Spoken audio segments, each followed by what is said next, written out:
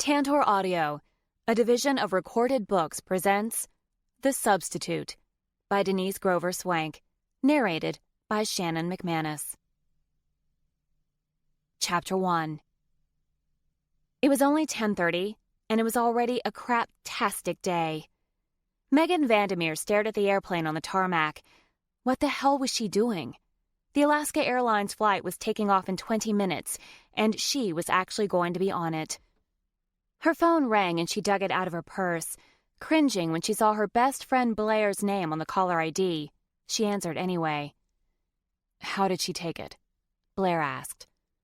"Well," Megan glanced up at the digital sign at the gate, 5 minutes to boarding. "Wait." Blair's voice was short. "Tell me that you told her." "I told her." Her friend paused. "You're lying." "That's your lying voice." Megan shook her head. "I have a lying voice?" "It goes up half an octave and gets tight at the end." "Should it worry me that you know me that well?" "We've been friends since kindergarten. I'd hope I know you that well." Blair groaned.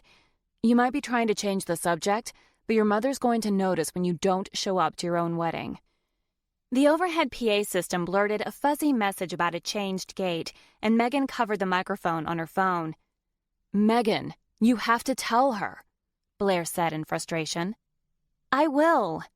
The digital sign now said 4 minutes to boarding. "When?" "Later this afternoon." "Why not just call her now?" The overhead PA sounded again, and Blair gasped. "Are you actually at the airport?" "Blair, you never canceled your flight, did you?" Megan brushed her hair out of her face and leaned forward, lowering her voice.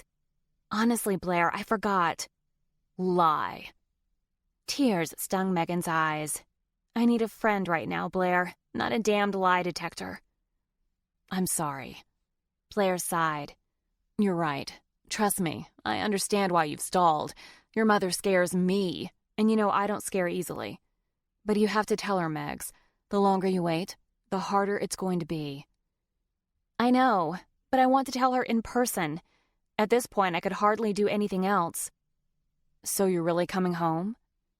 Megan cast a glance at the gate. "I'm boarding the plane in 2 minutes." "Okay." Blair was quiet for several seconds, and Meg knew she was making some kind of plan. Blair was the one person you could count on in a crisis. If there was ever a zombie apocalypse, her best chance of survival was to stick by Blair's side. "You're going to need to escape tonight. Maybe you, me, and Libby can go out." Megan swallowed the lump in her throat. "Thank you." "What are best friends for? Call me when the deed is done, although I suspect I'll hear the yelling all the way downtown. If you need to stay at my place, I have a spare bed for you." "What about Neil?" "He's on a 3-day business trip and won't be home until Friday. But even so, he doesn't like to spend weeknights together." "But you're getting married in 3 months. Aren't you going to be living together?" "Of course," she said, sounding defensive. "We'll work it out when we need to." "I don't get it," Megan muttered, shaking her head. "Says the woman boarding a plane to fly to her wedding even though she broke up with her fiancé 5 weeks ago." 6. Sadly, that makes it worse. An airline employee at the gate counter picked up the microphone. "We are about to board Flight 365 to Kansas City. First-class passengers will board first." "Blair, I've got to go. They're boarding first class. Considering how much the ticket cost, I might as well board first and get something out of it." "Don't forget the alcohol. You get free drinks." Megan rolled her eyes, even if the gesture was lost on her friend. "It's not even 11 o'clock in the morning, Blair." "Mimosas, Bloody Marys, screwdrivers. There's a whole assortment of brunch drinks." The overhead PA went off again. "Now boarding our first-class passengers." Megan grabbed her purse and stood. "They're boarding. I'll call you later." "You can do it, Megs. What's the worst she can do?" She shuddered. "I don't even want to consider it. I'll let you know how it goes." She hung up and stuffed her phone into her purse, eyeing the gate with apprehension. The thought of boarding the plane made her nervous for another reason. Turbulence gave her horrible air sickness. But her coworker had suggested she take Dramamine as a preventative measure. While Megan hated taking medication, even aspirin for a headache, she had enough to worry about once she got off the plane. The last thing she wanted to do was spend every moment on board battling nausea. She pulled a bottle of water out of her bag, shook 2 pills from the travel-size container, and swallowed them, hoping they worked in time. She stood behind a businessman with a bad comb-over who looked to be a good 20 years older than her. He glanced over his shoulder and grinned as he eyed her up and down. "Have you considered your retirement needs?" Her eyebrows rose.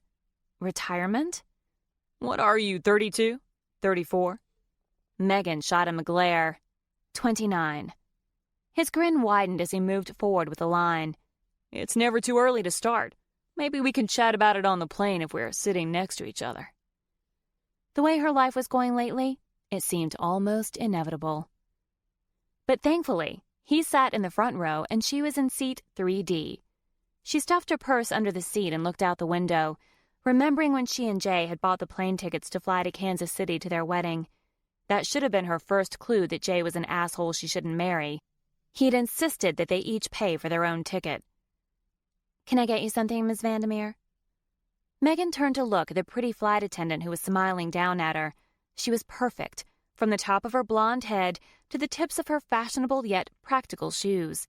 To the untrained observer, her smile appeared friendly.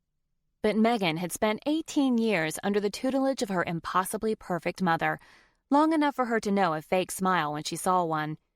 And the reminder of her mother was nearly enough to send her over the edge. A mimosa?" The attendant nodded. "Coming right up."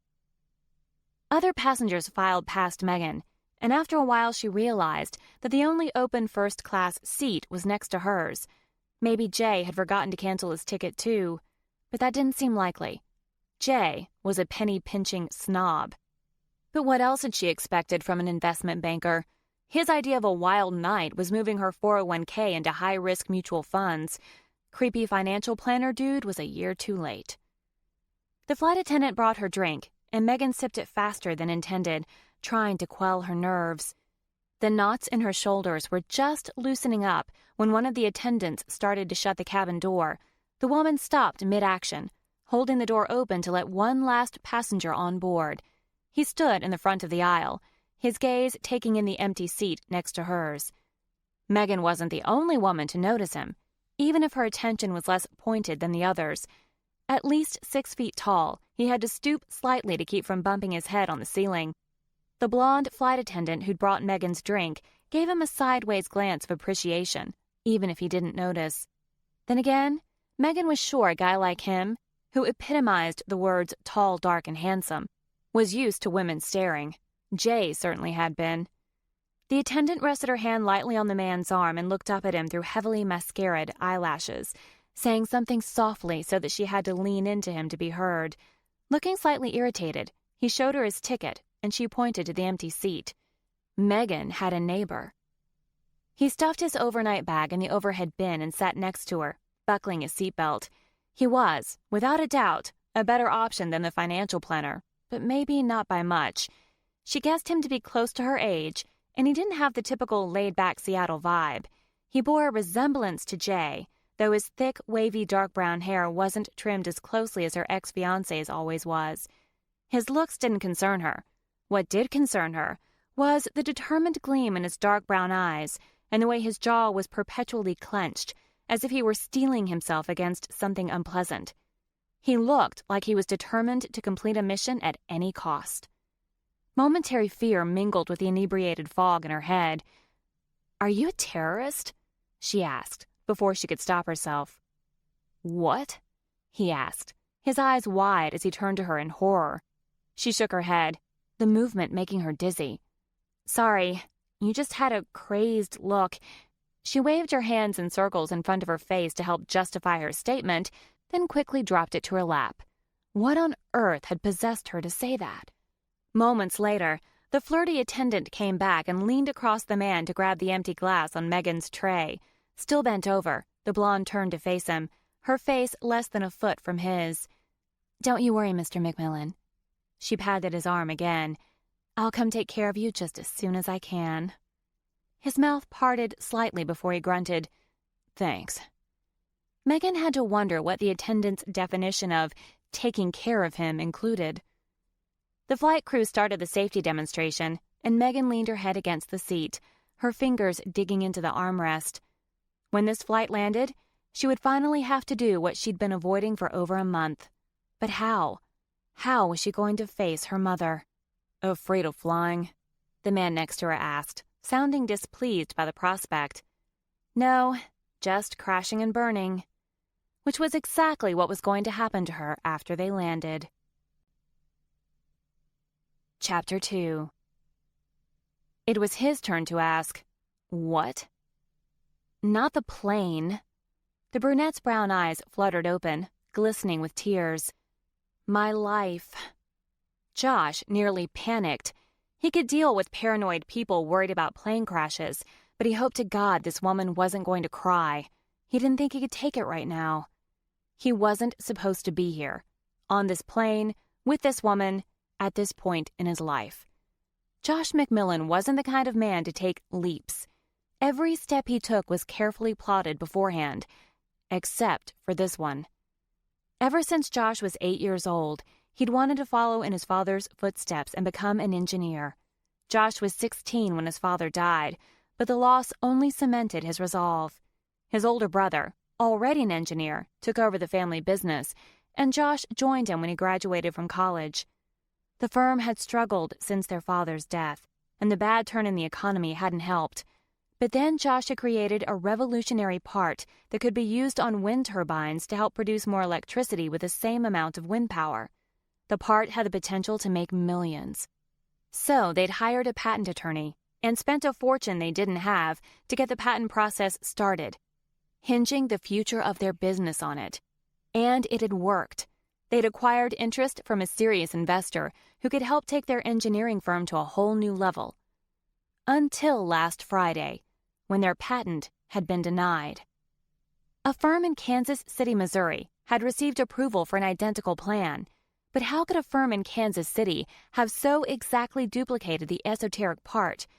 Josh had literally stumbled upon the design by accident. Josh's company would have to pay thousands more to an attorney to fight the ruling. Thousands they couldn't afford to lose. Worse yet, the investor had caught wind and threatened to pull out of their agreement if the matter wasn't resolved within a week. The brothers went out for drinks to strategize about the ruling, which is when, after a couple of rounds, Noah confessed to having shown the plans to a friend of a friend at a conference 3 years before. Who was the friend of a friend? Noah looked slightly embarrassed.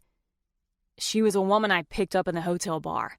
I took her to my room, and the next morning she was gone, and so was my bag. A copy of the plans was inside. "And you didn't think to tell me?" Josh asked, his temper rising. Noah slouched over to the bar, cradling a glass tumbler in his hand. He lifted his shoulder into a half shrug. "They were a copy, Josh. I didn't think anything of it." "We have to fight this." Josh only realized he was shouting when he took in the startled looks of the other bar patrons. "We didn't work so hard to file the patent, then get this investor, just to let it all be flushed down the drain." Noah sat up and drained his drink. "Maybe there's nothing left to fight for." Only Josh wasn't so willing to give up the fight. He'd spent the last 7 years pouring his everything into making his father's company a success. He'd sacrificed his personal life, not to mention his checkbook. No, he couldn't come this close to making the company financially solvent just to lose it all. There had to be a way to fight this. There just had to be. He went on to spend the weekend researching everything he could about PMV Engineering, the firm that had filed the patent 2 weeks before the McMillan brothers. PMV consisted of 3 partners. One had retired and moved to Belize, which, in and of itself, made Josh suspicious. The other 2 were still active. Andrew Peterman was the second principal, and his son Drew had joined the firm 3 years prior. Suspicious timing indeed. From the photos Josh found on the internet, he made the highly unscientific judgment that the man was cold-blooded enough to set Noah up. After hours of researching and brainstorming, and only 6 days before the investor pulled out, Josh decided to go to Kansas City to confront the bastards in person. By a stroke of luck, the daughter of the third principal, Bart Vandermeer, was about to get married. Josh figured he could use the distraction to catch them off guard. Noah thought he was crazy, but then again, he would. Despite being 4 years older, he'd never been as invested in the company. Still, in spite of his skepticism about the last-minute trip, Noah had driven him to the airport. Since the ticket had been purchased at the last minute, Josh had needed to spring for first class. It had cost a fortune. But at least he could have a beer or two and relax on the flight to Kansas City, take the opportunity to figure out a real plan. Or at least that's what he'd thought. He hadn't counted on being seated next to the anxious brunette. She was pretty, with long dark hair that hung past her shoulders and long, slender legs. Definitely his type. But within a minute of sitting down, she'd accused him of being a terrorist and made her crash and burn comment. It was going to be a long flight. Maybe he could get the eager flight attendant to move him to coach. After they reached cruising altitude, the airline attendant stood, and Josh grabbed her attention. Not a hard thing to do since she'd kept her eye on him since before takeoff. She walked straight toward him with a determined look. "Can I help you, Mr. McMillan?" "I need a Jack and Coke," he said, forgoing his planned beer. The woman next to him was already driving him crazy. He was going to need something stronger than a beer to endure her tics. "Of course. Anything else?" The attendant flashed him a blinding smile. The name tag pinned to her uniform read, Tiffany. Of course it did. "I want another mimosa," the woman next to him said. The attendant barely acknowledged her order before spinning around to head to the galley.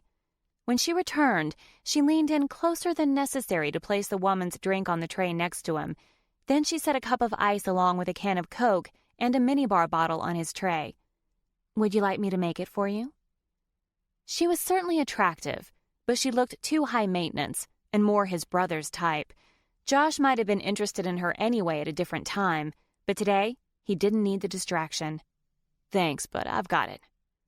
Her smile faltered as she walked away, but while he felt a little bad, there was no sense in leading her on. He was a man on a mission, and his mission currently lacked an accompanying plan. Josh was fixing his drink when, apropos of nothing, the woman next to him asked, "Do you get along with your mother?" He turned to her. "My mother?" "Yeah, you know." She waved her hand dismissively. "The woman who raised you?" He gave her his full attention, still confused. She looked more relaxed now, and he was sure it had something to do with the drink she'd downed before takeoff. "Maybe I was raised by two fathers," he said, keeping a straight face. Her eyes widened as though she'd had an epiphany. "Oh, were you?" "No." He couldn't hide a smirk. She watched him for a second, and he studied her while he waited. Her big brown eyes weren't entirely focused. Could she have been drinking before she boarded the plane? She didn't seem the type, but who knew? "So, do you?" Her thin eyebrows lifted in an exaggerated movement. "Do I what?" He'd forgotten her question as he watched her shift in her seat. Her light blue skirt hiked up to mid-thigh and stayed there, but she didn't seem to notice. "Get along with your mother." He grinned, surprising himself. "Yes, I love my mother." She lifted her glass and the liquid sloshed around, nearly spilling over the side. "Now that's different. Loving your mother and getting along with her are two very different things." She waved her glass to emphasize her point. "I guess you're right," he said, his mouth pursed. "My mother and I get along pretty well. Better than my brother and me." "You're really, really lucky." She took a sip of her drink and turned to the window to stare out into the clouds. When she was silent for several minutes, he decided she was done and turned to face the seat in front of him. Josh took a sip of his drink and closed his eyes. He hadn't slept well the night before, and now that he was on this flight, he realized Noah was right. This caper was insane. He hadn't even reserved a car or hotel for his time in Kansas City. What the hell was he doing? It wasn't like he could actually crash the Vandermeer wedding. "Can I get you something else, Mr. McMillan?" Tiffany asked. Josh opened his eyes, a little irritated now. Wasn't it a cardinal rule for flight attendants to leave sleeping Or possibly sleeping passengers alone? No, thank you. Can I have some water, please? The woman next to him asked. The flight attendant gave her a dirty look, then moved on to the next row. When she returned, she gave the woman her water and looked down at Josh, fluttering her lashes. Mr. McMillan, if you change your mind, you let me know. Thank you, he said, and she walked away with a small sigh. Mr. McMillan? The woman next to him sing-songed in an undertone. Will you have my babies? He laughed and turned to her. She's that obvious. She snorted, then asked after a pause, Are you married, Mr. McMillan? He waggled his bare left fingers at her. Nope. You? She looked down at the simple diamond solitaire on her left ring finger. Nope. Very single. Then she laughed and looked up at him with a wistful smile. Guess why I'm going to Kansas City? I have no idea. Guess. You're joining the circus. Nope. Guess again. She leaned her head against the window, her eyes partially closed. He found himself wondering again if she'd spent the morning at the airport bar. It seemed impossible that she could be so drunk off 2 drinks. You're going to join a convent. She laughed again and lifted her hand, showing him her ring. I'm going home to my wedding. But you just said you're single. I am. Now. She sat up and grabbed the cup of water. I broke up with a lying, cheating bastard 6 weeks ago. He shook his head. I'm confused. She set her glass down with a thud and water sloshed out. I didn't tell my mother. So you're going to tell her you're marrying the invisible man? Her eyes widened. Do you think that would work? He chuckled. No. She flopped back on her seat with a humph. You're probably right. So let me get this straight. You're going home to your wedding, which is this Saturday. She sat up again and leaned over, then picked up his half-full glass of Coke and Jack Daniels and gulped it down in a couple of swigs. He grabbed her arm and pried the now empty glass out of her hands. Whoa, slow down there, slugger. She'll bring more, you know, she mumbled, leaning over the armrest toward him, trying to take the glass back. He moved it out of reach. Who? The flight attendant, the future Mrs. McMillan. She burst into giggles and pointed to the glass in his hand, whispering loudly, Those are free in first class. So I've been told. But even if they weren't, the future Mrs. McMillan would probably give them to you for free. You think so? He teased, looking down the aisle at the woman in question. What do you think? Should I propose before I get off the plane? The brunette scrunched her nose. She reminds me of some of the sorority girls I knew in college. And is that a good thing or a bad one? She tried to look serious, but she needed to squint to see him. Definitely bad. Those girls were bitches. He laughed despite himself. I think you just saved me from a nasty divorce. She pointed her finger at him. And don't forget the alimony. True enough. If you weren't as drunk as a sailor on shore leave, I'd buy you a free drink. Is your mother really that scary? Her eyes widened in horror. Worse. She grabbed her water and drained it. So what are you going to do? She shrugged. Tell her, I guess. You guess? It might be a really, really short trip. She gave him a conspiratorial smile.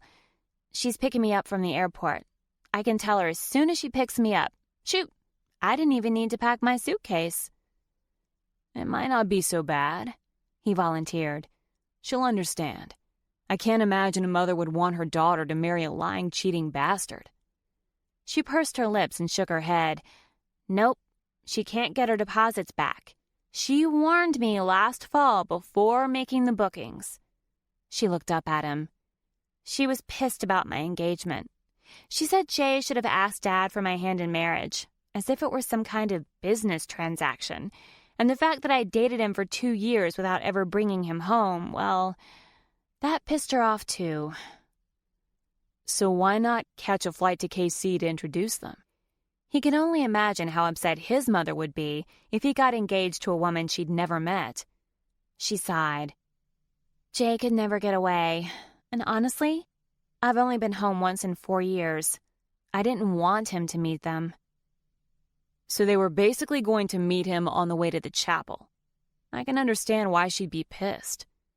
The woman gave him a frustrated glare. Really, Mr. McMillan? I saved you from the single greatest mistake of your life, future Mrs. McMillan up there, and you're turning on me just like that?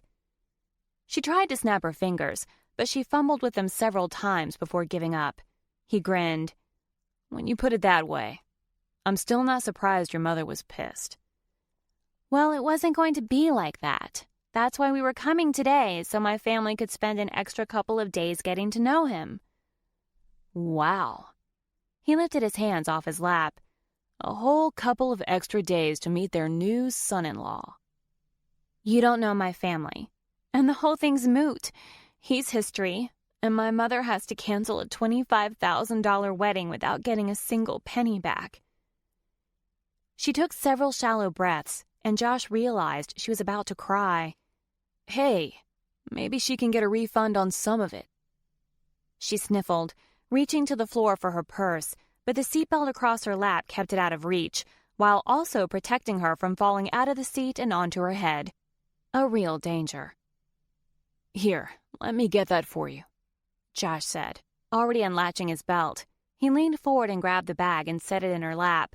She pulled out a package of tissues, struggling to tug one loose from the plastic. He reached over and did it for her. She blew her nose, a noisy sound, then looked up at him. Do you want to know the worst part? Ordinarily, he wouldn't. He'd be looking for the first opportunity out of this crazy conversation. But God help him, he was genuinely curious when he asked, What? She's going to say, I told you so. Tears filled her eyes. They're her favorite words. Maybe she won't. Families surprise you sometimes. She shook her head. You don't know my mother. There was no doubt about it. She was in a difficult position, and he wasn't sure how to respond. But there was no need. Her alcohol-induced ADD kicked in, and she started digging through her bag again. Where is it? What are you looking for? Maybe I can help. Tina lied. She swore that Dramamine would keep me from feeling sick, but I feel like I'm about to puke. Dramamine? Maybe I should take more. He grabbed the bag and pulled it from her. You took Dramamine? When? When I was boarding the plane. The last time I flew, the turbulence made me sick. I didn't want that to happen again. How many drinks have you had? Only 2, she said, looking indignant, then a little sheepish. Plus the rest of yours. That's 2.5 too many. You can't drink with Dramamine. He reached over his head and pushed the call light. The flight attendant appeared within seconds, and he found himself mentally calling her the almost future Mrs. McMillan. Can I get more water for... He looked at the nearly incapacitated woman, realizing he didn't even know her name. Megan, she offered. For Megan. She's not feeling well. The flight attendant looked disgusted. Is she drunk? No, she just needs water. The woman released an exasperated sigh and spun on her heels. She's pissed at you, you know, Megan mumbled, leaning back in the seat. She's jealous. Let her be, he grumbled. Didn't you know you shouldn't drink with Dramamine? No. She closed her eyes and rested her head against the window. The flight attendant brought the water and handed it to Josh, who took it without giving her a glance. Megan, why don't you drink more water before you take a nap? He looked back at the attendant, who stood in the aisle watching. Can you bring her a blanket? She stomped away, returning with a blanket a few moments later. By then, he'd coaxed Megan to drink more water. He leaned her seat back and spread the blanket over her as she passed out. He watched the rise and fall of her chest for a moment, feeling a bit better when it appeared normal. As long as she was breathing okay, she'd be fine. He considered telling Tiffany what was going on, but he didn't expect much sympathy. Megan was right. The flight attendant was jealous. He was about to engage in a last stand for the company that had been his life's work, and his father's and brother's. So how had taking care of this woman become his top priority? The only thing he knew was that it felt right. Chapter 3. Josh spent the rest of the flight worried about the woman next to him, so much so he had trouble focusing on his own issues. How was he going to prove that Andrew Peterman and Bart Vandermeer's firm had stolen the plans? It wasn't like they were just going to hand over the information willingly. He hoped fate would intervene and do him a solid. 10 employees were counting on him, including Ted Murray, an engineer close to retirement age who'd been hired by Josh's father before Josh was even born, and Missy Dunstan, their 7 months pregnant receptionist. Neither one would have jobs lined up and waiting. They were counting on him to protect them, whether they knew it or not. Megan was still snoring softly beside him as the plane made its descent and then landed with a hard thud on the tarmac. He pulled out his phone and turned it on, finding 2 missed calls and a text from his brother. His brother was the last person he wanted to deal with right now. After all, this whole mess was indisputably Noah's fault, and his answer seemed to be to just throw in the towel. Josh shoved the phone back into his pocket. Well, he wasn't going down without a fight. He turned to the sleeping woman in the next seat. "Megan." She didn't stir. "Megan," he said louder, giving her arm a little shake. She roused, but her eyes were still squeezed shut. "Leave me alone." "Megan." He jostled her harder this time. "We landed. You need to wake up." "I'm tired," she murmured, burrowing under the blanket. "You can sleep after you get off the plane." But he knew she couldn't. Her mother was picking her up, which meant she wouldn't get to sleep for quite some time. She'd be busy explaining why her fiancé was a no-show. How was she going to face her mother in this condition? She still hadn't roused by the time the plane pulled up to the gate. The first-class passengers began to bolt from their seats, fumbling with the overhead bins with all the excitement of toddlers on Christmas morning. Josh waved Tiffany over, who shoved passengers out of the way in her hurry to reach him. He motioned to Megan.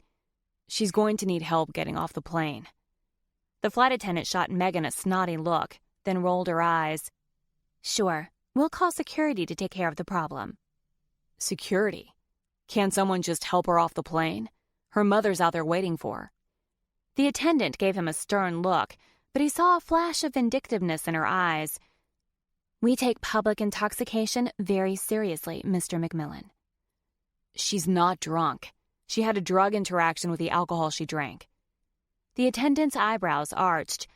"So she takes drugs too? Then she's a sloppy drunk." "I told you she's not." "Not to worry."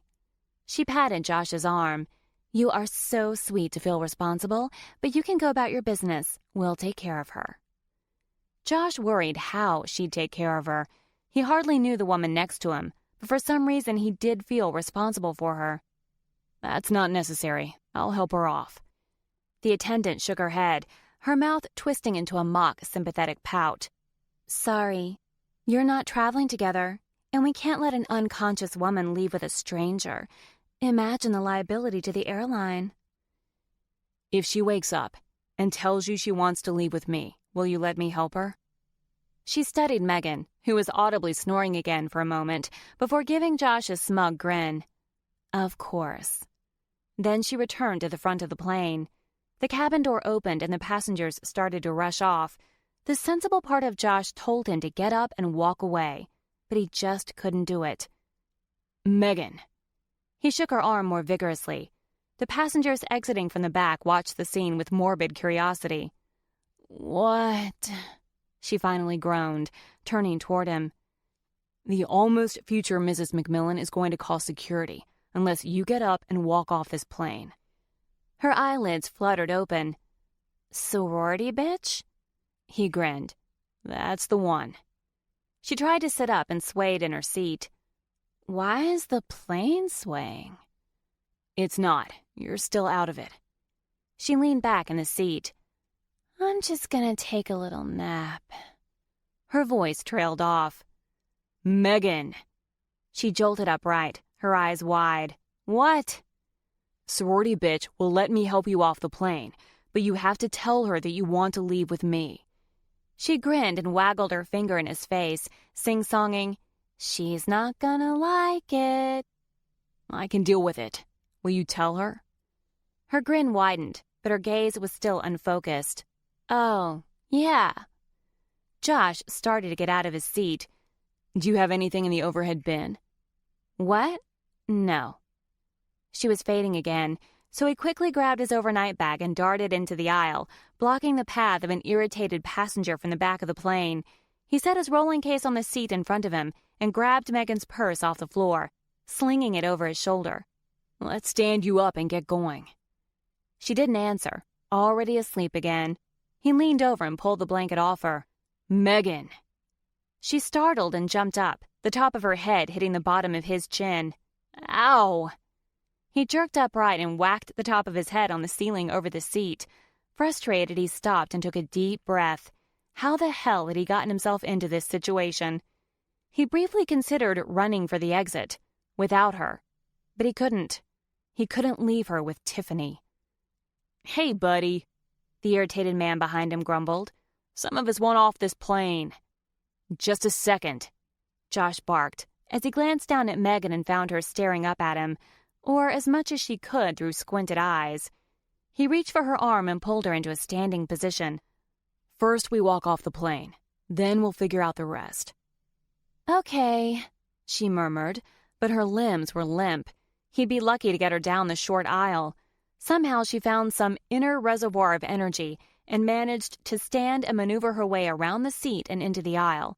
He knew things were going too well, especially when the almost future Mrs. McMillan stopped her. Miss, are you leaving of your own accord?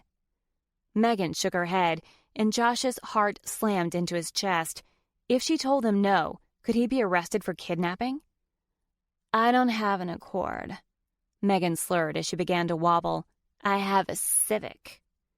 The flight attendant scowled. Do you know the man you're leaving with? Do you want to leave with him? Megan's eyes widened as she tried to focus on the woman in front of her. She said in a mock-serious tone, Yes, I know this man. She winked up at him, then turned back to Tiffany. He's Mr. McMillan, and we're leaving here together. She stuck out her tongue at the flight attendant, who had a horrified look on her face. So no little McMillan babies for you. Then she tried to tap the other woman on the nose, missing and jabbing her cheek instead. Okay, Josh grunted, pulling Megan toward the door while he tried to maneuver his rolling carry-on bag with one hand. Let's save the birds and the bees speech for later. He hadn't waited for permission to take her, so he half expected to be stopped as he coaxed Megan out of the plane and down the tunnel to the terminal. They were 10 feet from the door when her knees buckled. He pulled her up against his chest, his arm wrapped around her back to support her. He glanced down at a wheelchair at the entrance to the plane.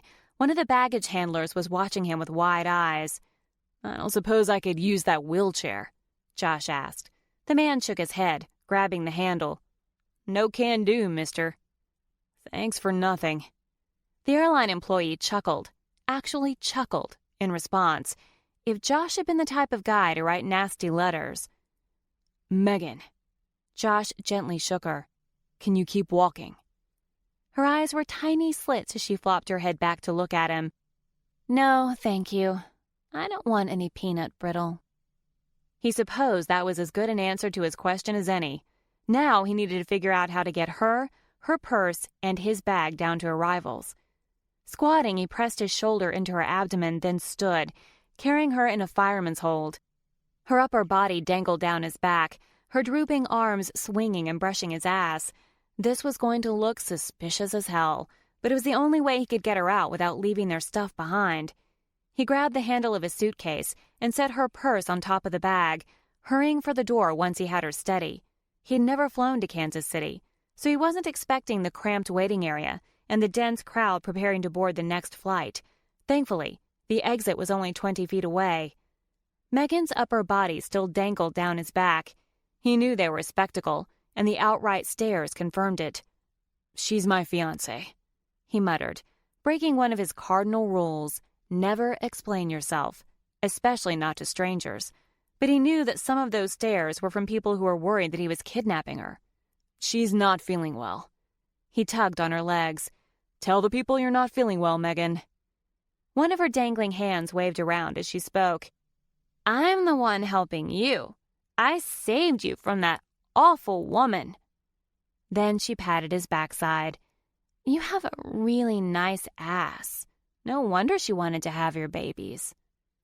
To his horror, Josh's face began to burn. He couldn't remember the last time he'd blushed. Megan, there are children around us. Her hand dropped, but he wasn't sure if his admonishment had stopped her or if she'd simply passed out again. She wasn't a large woman, but he hadn't been very faithful at the gym lately, so he was feeling the physical exertion of carrying her dead weight. He made it out of the secure area, despite a suspicious once-over from the security guard at the door. As soon as he stepped out into the hallway, he wondered what on earth to do with her next. A group of 3 people stood clustered in a group, and they all turned their horrified gazes to the woman draped over his shoulder. It's okay, he assured them. I'm her fiancé. Only then did he realize one of the women was an older version of Megan. Oh, shit. The woman in question looked at the woman hanging down his back. She squatted and tilted her head upside down. Megan? Megan gave an exaggerated wave. Hi, Mom. Why are you upside down? Her mother released a horrified gasp. Are you drunk? Josh took a step toward her, his heart hammering in his chest. How the hell was he going to get himself out of this one? She took some Dramamine, and apparently it has a pretty strong effect on her. She's okay. How much did she take? He thought back to their conversation. She said she took 2 as she was boarding. And you didn't see her take them? She asked, her tone full of admonishment. The woman's eyes lifted to Josh's face, and he knew he was being scrutinized. He could see why Megan was scared of her mother. She was intimidating in the way that only stately women of a certain age could be. An older man stepped forward and put a hand on her shoulder. Oh, for God's sake, Nicole, let the man be. Is this really how you want to meet your future son-in-law? Josh shook his head. See, there's been a misunderstanding. But he had to wonder why they didn't know what Megan's ex-fiancé looked like. Sure, they'd never met the guy, but hadn't they at least seen photos? Megan's father shot his wife a weighted grimace. The only misunderstanding is that Nicole is trying to micromanage everything, like always. He stepped forward and held out his hand. I'm Megan's father, Bart Vandermeer. Nice to finally meet the man who's marrying my little girl. It's Jay, isn't it? Josh gaped at the man, at a loss for words. For once in his life, he hadn't bothered to come up with an intricate plan before jumping into a situation. He'd asked for fate to intervene, and the very man he needed to talk to had been dropped right in front of him. For once in his life, he was going to just go for it. He shifted Megan on his shoulder and awkwardly held out his hand for a shake, still speechless. These people obviously had no idea he wasn't Megan's real fiancé. How wrong would it be if he used that to his advantage? After all, he'd be helping Megan too. She was in no condition to deal with her family at the moment. Josh, actually. Bart Vandermeer looked confused. Megan told us your name was Jay. Oh, Jay is my nickname. You can call me Jay or Josh, but I usually go by Josh. What? Nicole Vandermeer shrieked, her voice raising a full octave. All the materials for the wedding list your name as Jay. Josh struggled to keep from grimacing. Jay is fine. It really doesn't matter. I don't know why Megan doesn't tell me these things, the woman grumbled. An elderly woman grinned like a Cheshire cat behind her, as if finding the whole exchange amusing. Megan's father ignored his wife. Well, Josh, welcome to Kansas City. The older man beamed. We look forward to getting to know you better. Bart Vandermeer had no idea how much Josh was looking forward to getting to know him, too. Chapter 4. When Megan woke, she was pretty sure the pounding in her head was about to split it wide open. This was worse than the New Year's Eve party. She'd gotten so drunk on tequila shooters, she stood up on the coffee table and serenaded "My Heart Will Go On" to her then-boyfriend, only to break up with him an hour later when she found him kissing Lisa Menendez at midnight with enough tongue to contradict his protests that it was a friendly peck. Now that she thought about it, cheating boyfriends had been a constant in her dating life. She knew the topic deserved closer inspection, but there was no way she could psychoanalyze herself until she'd taken an ibuprofen. It took her a second to orient herself. She was lying on her stomach, her cheek pressed against something soft and wet. When she finally pried her eyes open, she was surprised to find herself in her old bedroom. Her vision was blurry until it focused on a familiar bulletin board attached to a lavender wall. She'd hung the board up the summer before her freshman year of high school, ready to capture her high school memories with her two best friends, Blair and Libby. The three of them were together in plenty of the photos, at football games, class trips, and sleepovers, but there were also individual shots of Libby in her cheerleader uniform and Blair in her business suit, ready for a debate match. The familiar pang of regret and inferiority flooded her. Megan had never found her place in high school. Part of the problem was her mom's unrelenting quest to make her into some kind of mini-me. Her mother never seemed to tire of coercing her to go on day-long shopping trips. When Megan reached high school, she finally announced that enough was enough. She would rather stand naked in history class reciting the United States Constitution than go on another torture session with her mother. Her mother had done exactly what she'd always done in response to Megan's protests. She ignored them. But one Saturday morning, mother and daughter were locked in a standoff over Nicole's meticulously planned day at the Country Club Plaza when Megan's father exercised one of his rare interventions. He told her mother that she'd had 14 years to try to sway Megan to the dark side and failed.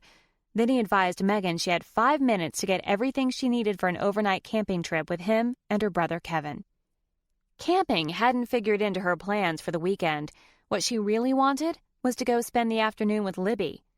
But an inmate on death row didn't protest when his reprieve meant moving to maximum security instead of freedom, so Megan had done as he'd suggested. And to her surprise, she loved it. She wasn't sure why. She'd never considered herself an outdoorsy person, but she began to cherish her monthly camping trips with her dad and brother. This had irritated her mother to no end, and in fact, drove an even deeper wedge between the two. And that wedge became a gulf when Megan graduated from Missouri University and flew off to Seattle to work for a nonprofit that worked to prevent over-deforestation. At the time, her well-planned escape had been an act of rebellion.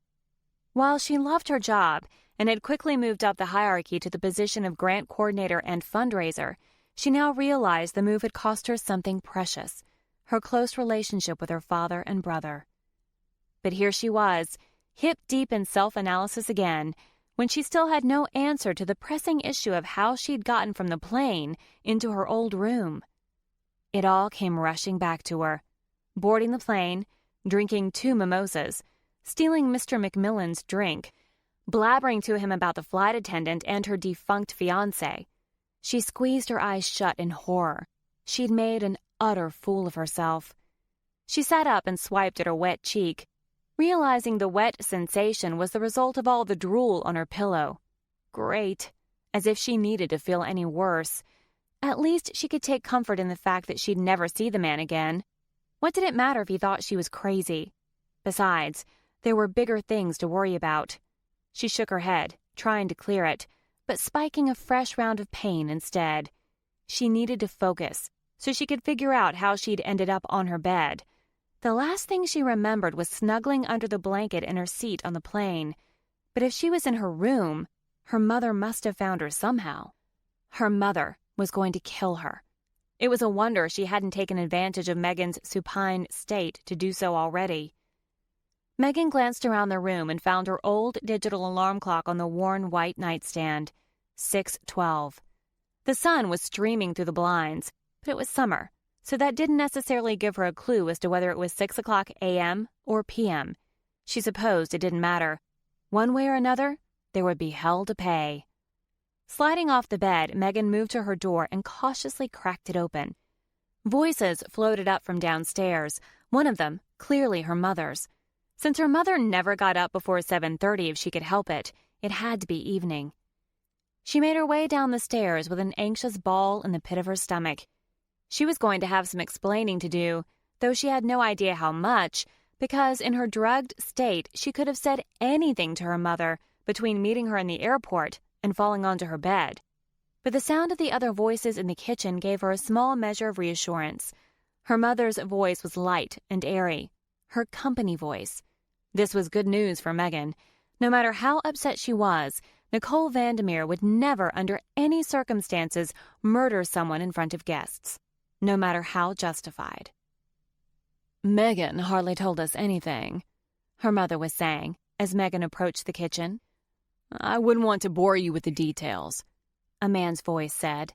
Why did he sound familiar? There she is, Nicole Vandermeer exclaimed, clasping her hands together in glee.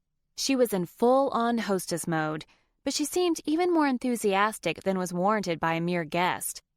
Megan, we were just talking about you. Had the Dramamine transported her to some sort of bizarre world? 3 people sat at the kitchen island, their backs to her, while her mother stood in front of the commercial gas cooktop, a martini glass in her hand. In tandem, the people on the bar stools turned to face her. Her grandmother gave her a big smile, and her father nodded, a twinkle in his eye. But it was the third person that made the floor turn to molasses. Mr. McMillan, the man who sat next to her on the airplane, was sitting at her parents' kitchen counter. Of course, it couldn't be true. She squinted her eyes tight, trying to reboot her brain, but when she opened them, he was still there, giving her a hesitant smile, which left only one solution. She turned around and headed back to her room without another word. Maybe if she went back to bed, she could lie down and hit the restart button, waking up in reality. Megan! Her mother shouted after her. Where are you going? Come officially introduce us to your fiancé.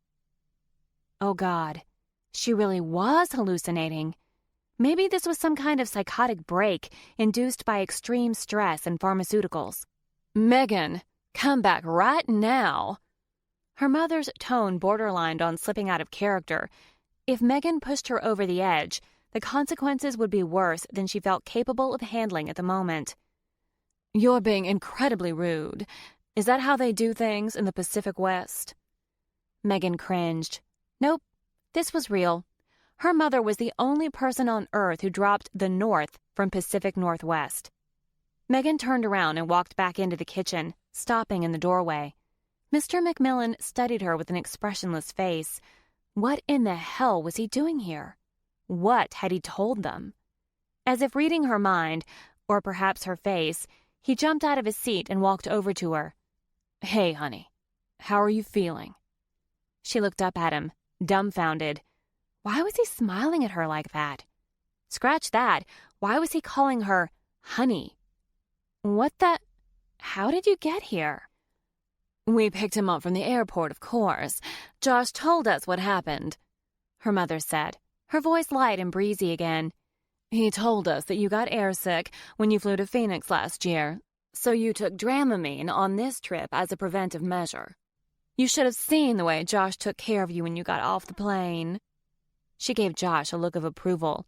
Leave it to her mother to wait to give her elusive stamp of approval to a fake boyfriend. Wait, Josh? Mr. McMillan put an arm around Megan's back, his hand resting on her hip, warm and surprisingly comforting. I told your parents how you insist on calling me Jay, even though my name is Josh. She shook her head in confusion. What? Was this some weird joke, or had she just woken up in the Twilight Zone? He gave her a patient smile. Sweetheart, you must still be out of it. Your parents were filling me in on the wedding plans. I know you wanted it to be a surprise, but it's only a couple of days now. It sounds just as remarkable as I knew it would be. She was wrong. This wasn't a hallucination. This was a nightmare. Anger blazed to life in her stomach, quickly spreading up through her chest. She clenched her hands into fists. Why didn't you bring this young man home sooner, Pumpkin? Her father asked. I can tell he's going to fit right in with our family. Was that supposed to be a good thing? And he's got a cute patootie, her grandmother added. I think you kids call it an ass. Graham, Megan protested in shock. Josh laughed, his hand pulling her closer. Funny. Megan was saying the same thing today in the airport. Megan's jaw dropped as she glared at him in disbelief.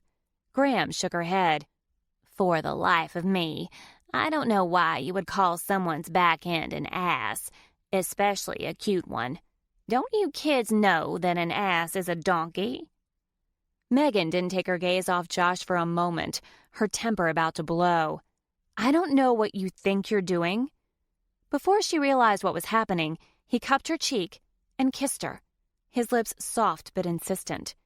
She put her bald hands on his chest with the intention of pushing him away, but her heart began to race in spite of herself, and she leaned closer, inexplicably drawn to him as her anger bled out and her hands relaxed.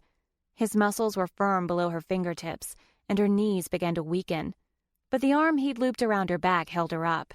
If this was a dream, she decided she wasn't ready to wake up. Josh lifted his face, looking slightly dazed for a moment before he turned toward her family, still holding her in his arms. Sorry, he murmured.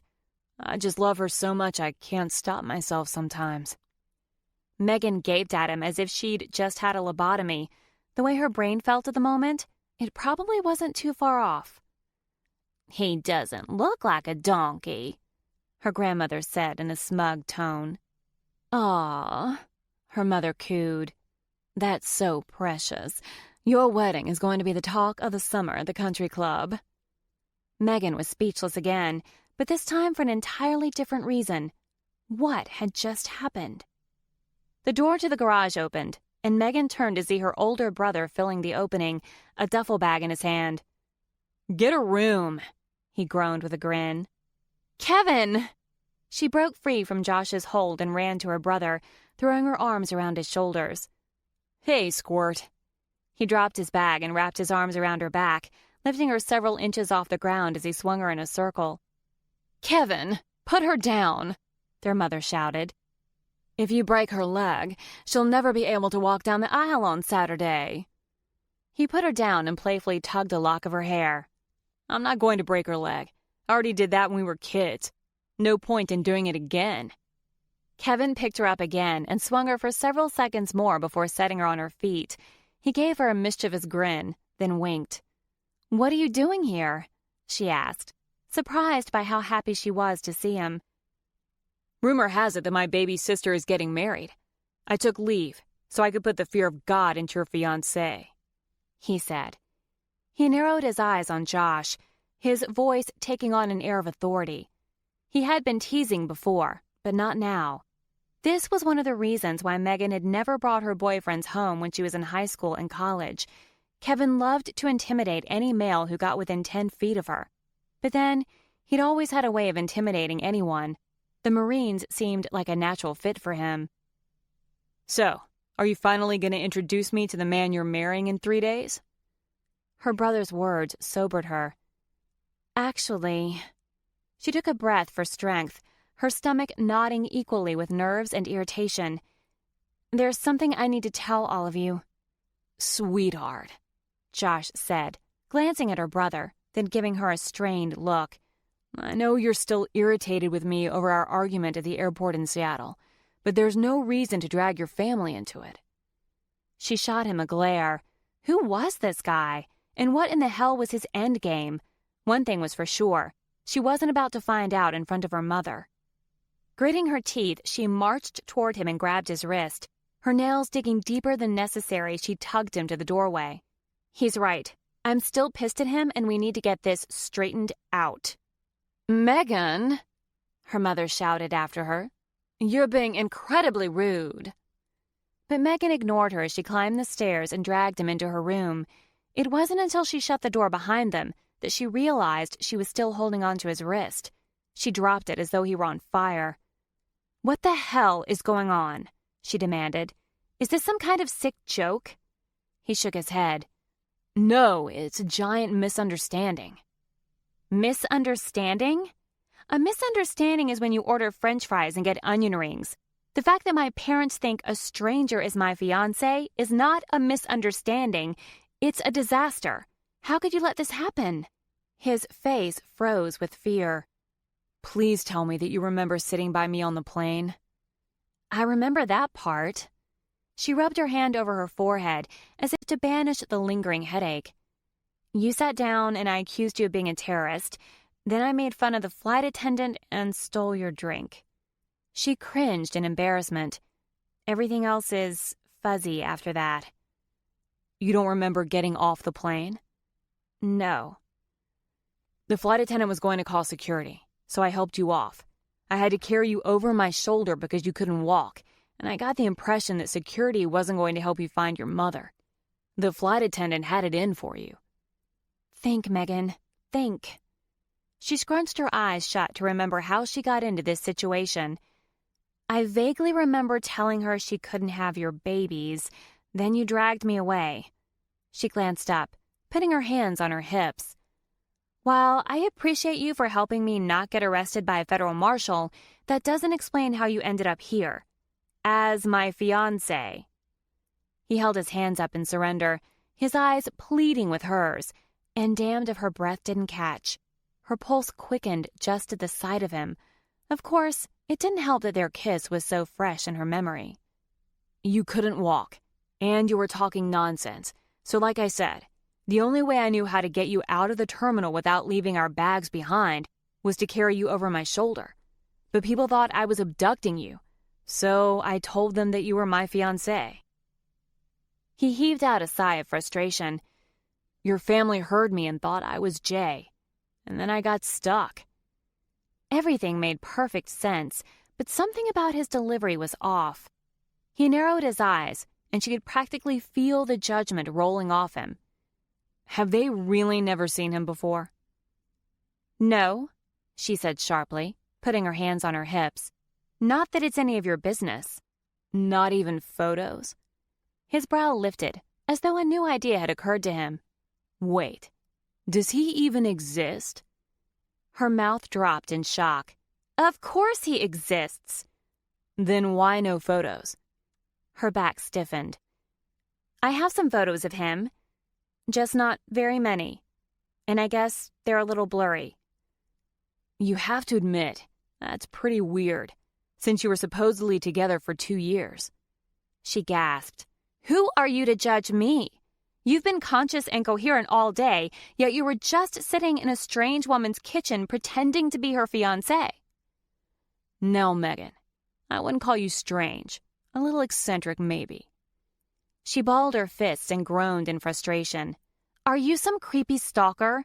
How did you know I'd been with Jay for 2 years? Your mother. She's very chatty when she's in a good mood. She covered her face with her hands. I still don't understand how this happened. Dropping her arms to her sides, she glared at him. What are you doing here?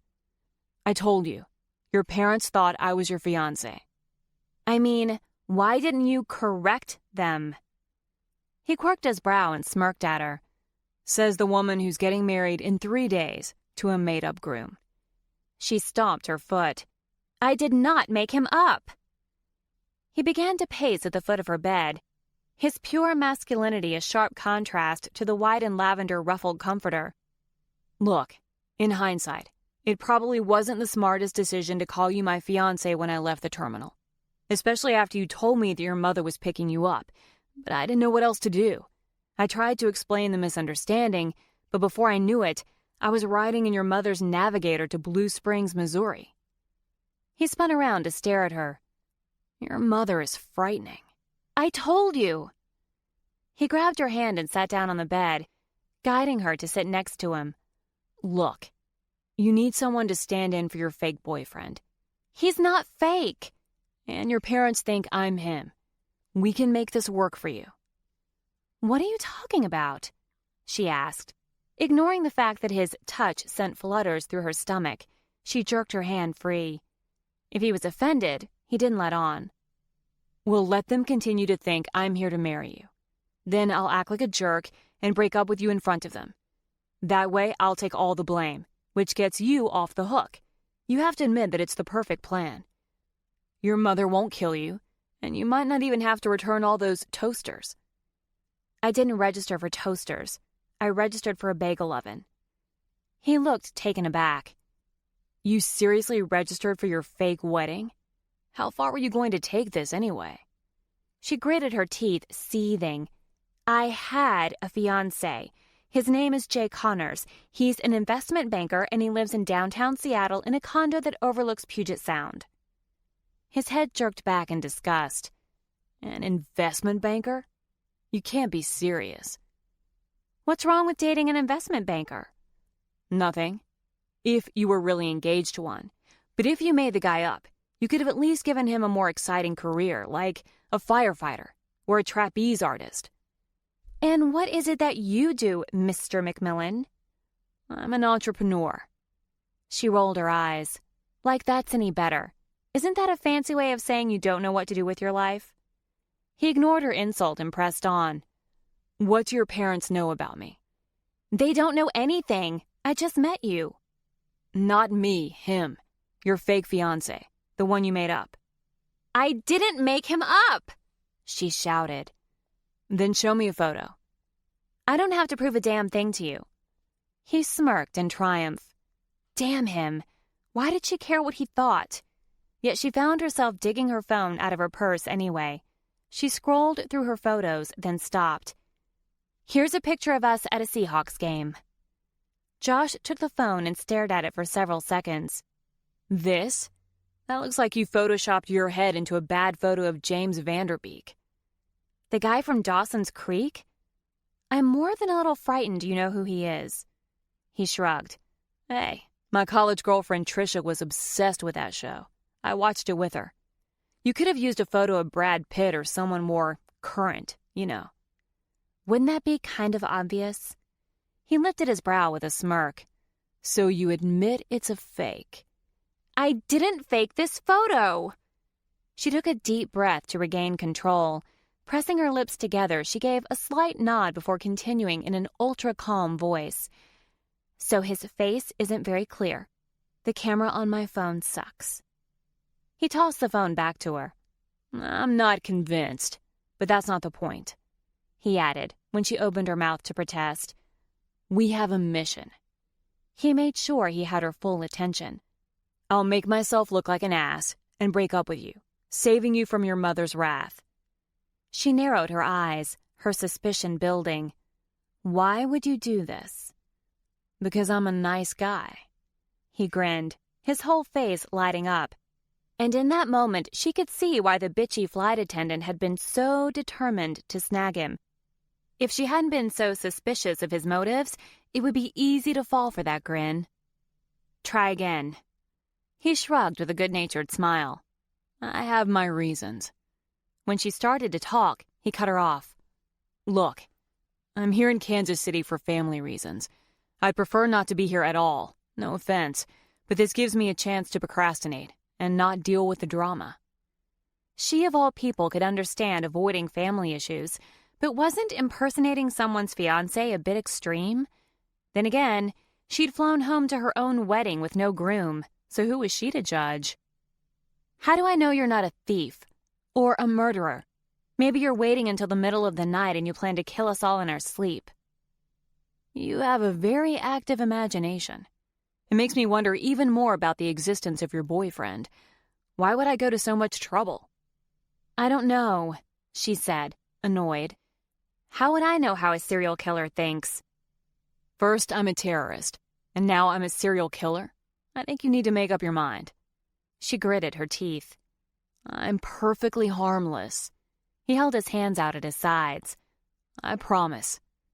She knew bullshit when she saw it, and she'd seen plenty of it in her dating life. Jay may not have been the most exciting man in the world, but at least she'd known what she was getting with him.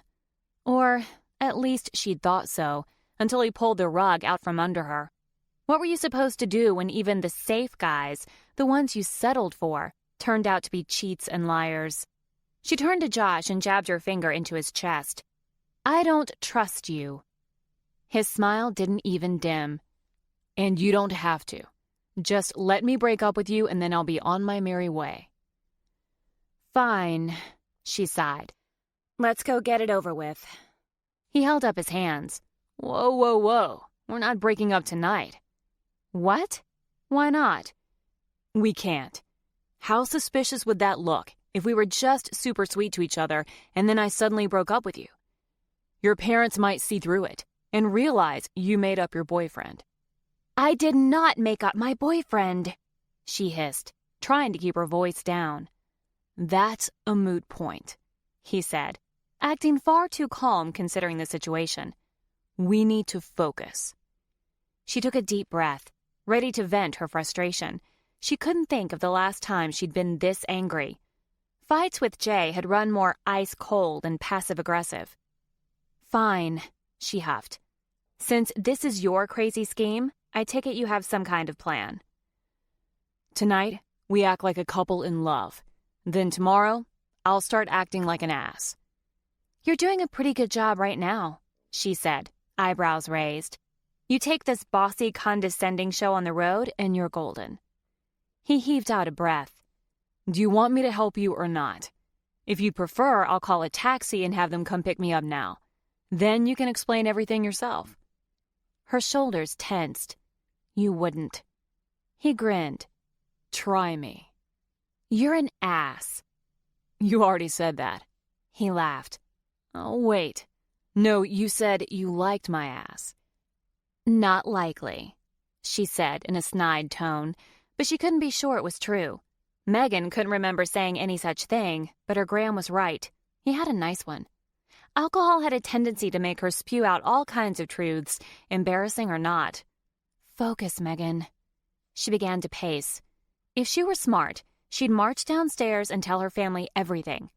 But that had never been her style. Yes, avoidance had been Megan Vandermeer's philosophy long before this man had come into her life. The fact that she'd immediately broken it off with Jay after finding out he was screwing his secretary, and had been for months, was a huge step for her. She stopped and turned to face the man in her room. Could he really be the answer to her problem? Did my parents really buy the whole thing about me calling you Jay even though your name is Josh? Never questioned it. A knock on the door and Megan's mother's voice stopped her. Megan, is everything okay in there? The blood rushed from Megan's head. How much had her mother heard? Josh reached forward and opened the door, then stepped back next to Megan. Her mother stood in the threshold, looking suspicious. What are you two up to? Megan, did you say you'd had an argument? Her disapproving tone made it clear whom she blamed for said argument. Josh snaked his arm around Megan's waist and pulled her close. Sorry we disappeared like that, Mrs. Vandermeer. We had a small disagreement before, but we worked everything out. I've been ignoring my little love bug lately. He tapped Megan's nose with his index finger, giving her a smug smile that dared her to contradict him. Then he turned to face her mother. I've been really busy at work for the past few weeks, trying to clear my plate so I could get away for the wedding and honeymoon, so... Megan's mother frowned. But Megan said you were too busy to get away for a honeymoon. I thought you were flying straight back to Seattle after this weekend, so you could head to work on Monday morning. Josh's mouth dropped open. What? He turned to look at Megan with a wide smile. What kind of husband would I be if I didn't take my bride on a honeymoon? He gave her mother a sheepish grin. I wanted it to be a surprise. Then he turned back to Megan. Surprise, honey. Megan's mother placed her hand on her chest, beaming. I told Megan she needed to go on a honeymoon, but she swore you couldn't get away and she didn't want one. Where are you taking her? Well, Yes, honey, Megan said, lifting an eyebrow. Where are we going? He truly looked stymied for a moment, but then he said, The Caribbean. Acting as if it were a revelation.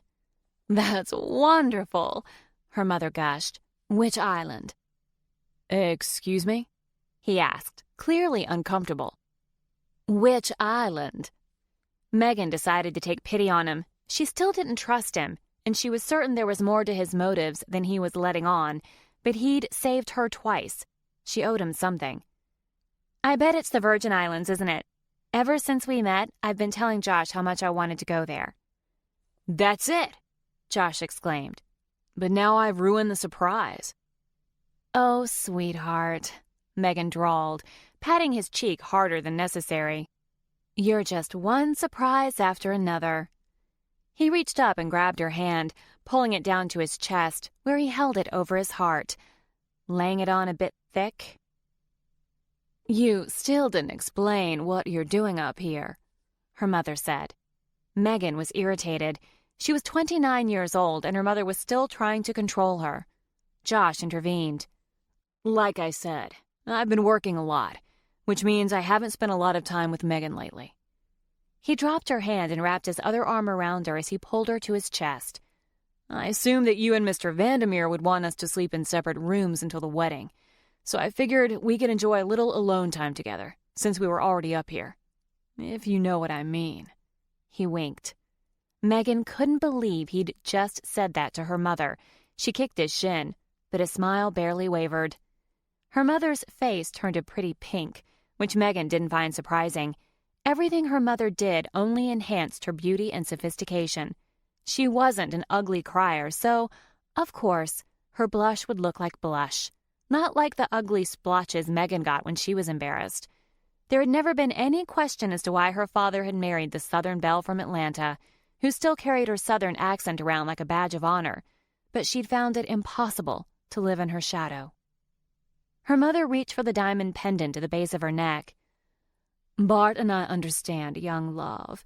We're not that old-fashioned. You're both grown adults, days away from your wedding. We know you do things in Seattle. So, Josh, we put your bag in here with Megan's." She gestured to the suitcase Megan hadn't noticed until precisely that moment. Josh's arms stiffened around Megan. "I wouldn't want to offend." "Don't be silly."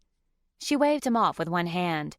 "But save the hanky-panky for later and come down to the kitchen. The guests are arriving in 20 minutes. "Guests?" Megan gasped. Megan's mother shook her head. "Really, Megan, don't you listen to a word I say." She released an exaggerated sigh. "I told you about this months ago." Megan hadn't paid attention. Her mother had gone mother of the bridezilla with planning the details for the wedding, down to the exact size of the love birds her mother had monogrammed onto an old handkerchief, 7/8 of an inch by 5/8, and Megan had done her best to tune it all out. She was now regretting that decision. "I had a feeling something like this would happen," her mother said. She pointed to the dresser along the far wall. "I made you both an itinerary for the rest of the week, so you know where you need to be and when." Josh glanced at the dresser, but Megan kept her attention on her mother.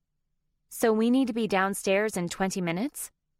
Obviously, her mother wasn't interested in volunteering what was planned for the evening. She'd need to read it in whatever booklet, or knowing her mother, tome, was on the dresser. Her mother rolled her eyes. Even that looked pretty on her.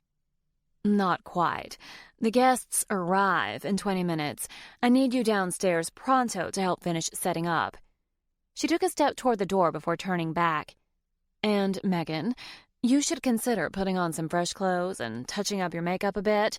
You look like you've been on a 2-day drinking binge." She made an exaggerated grimace, then walked out the door toward the stairs. "I'm not sure whether to be horrified or amused that your mother called what we were doing hanky-panky," Josh said, shivering as though he'd narrowly escaped a brush with death. But Megan ignored him, shutting the bedroom door, a little louder than normal but not as loud as she wanted, then running into the Jack and Jill bathroom off her room and flipping on the light. "Oh my God!" she gushed in horror. Her mascara was smeared under her eyes, and her hair looked like it belonged to a creative child's Barbie. Her natural waves had ratted into a huge mess on the right side of her head, where she'd been leaning against the plane window. She'd just had a conversation with Josh, and he'd kissed her, looking like this. "Your mother thinks we're going to sleep together tonight," he said from the bedroom. "I know. I was privy to the conversation." She opened the linen closet and grabbed a wash rag and stuck it under the running water. "So what are we going to do?" "I don't know. I have bigger issues to worry about." "Your makeup? Honestly, you don't look that bad." "Maybe not for a zombie," she moaned. "Why are you so worked up?" "I looked like this." She pointed to her reflection in the mirror. "Down there." She pointed to the door. "So?" "So?" She shook her head, trying to swallow the burning lump in her throat. "You obviously wouldn't understand." "Try me." "I will not cry. I will not cry." Why on earth did she care so much about what the man in the next room thought? Soon he'd be gone, and she'd never see him again. But she couldn't ignore the way that kiss had felt. But even though she was mortified he'd seen her this way, it wasn't what was really bothering her. How could she even explain it? She'd spent most of the first 18 years of her life trying to live up to her mother's expectations, and she'd come up short each and every time. The last time she'd been home was last fall to shop for her wedding.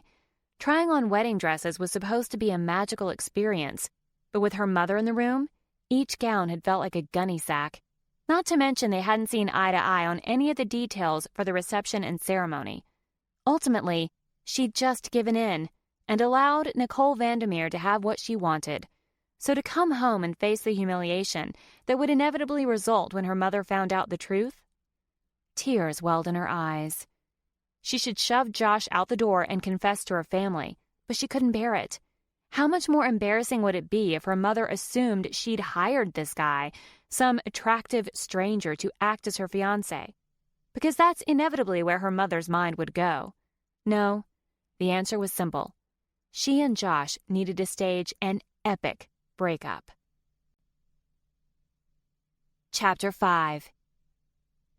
He hadn't meant to kiss her.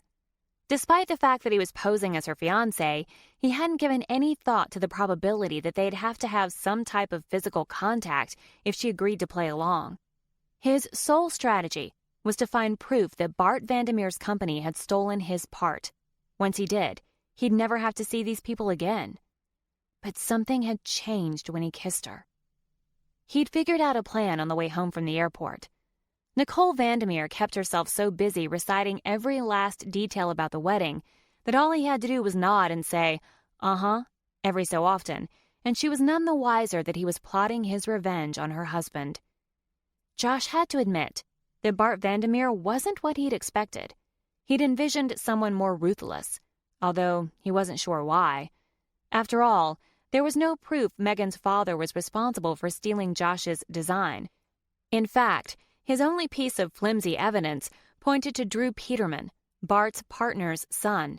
But even if Bart wasn't knowingly involved, he was still responsible. He should have asked the right questions when the design was so abruptly submitted. And then there was Megan's wedding. Megan had told him it was a $25,000 affair, but based on the details her mother had given him, he suspected the total was much higher. Which begged the question of where all that money was coming from.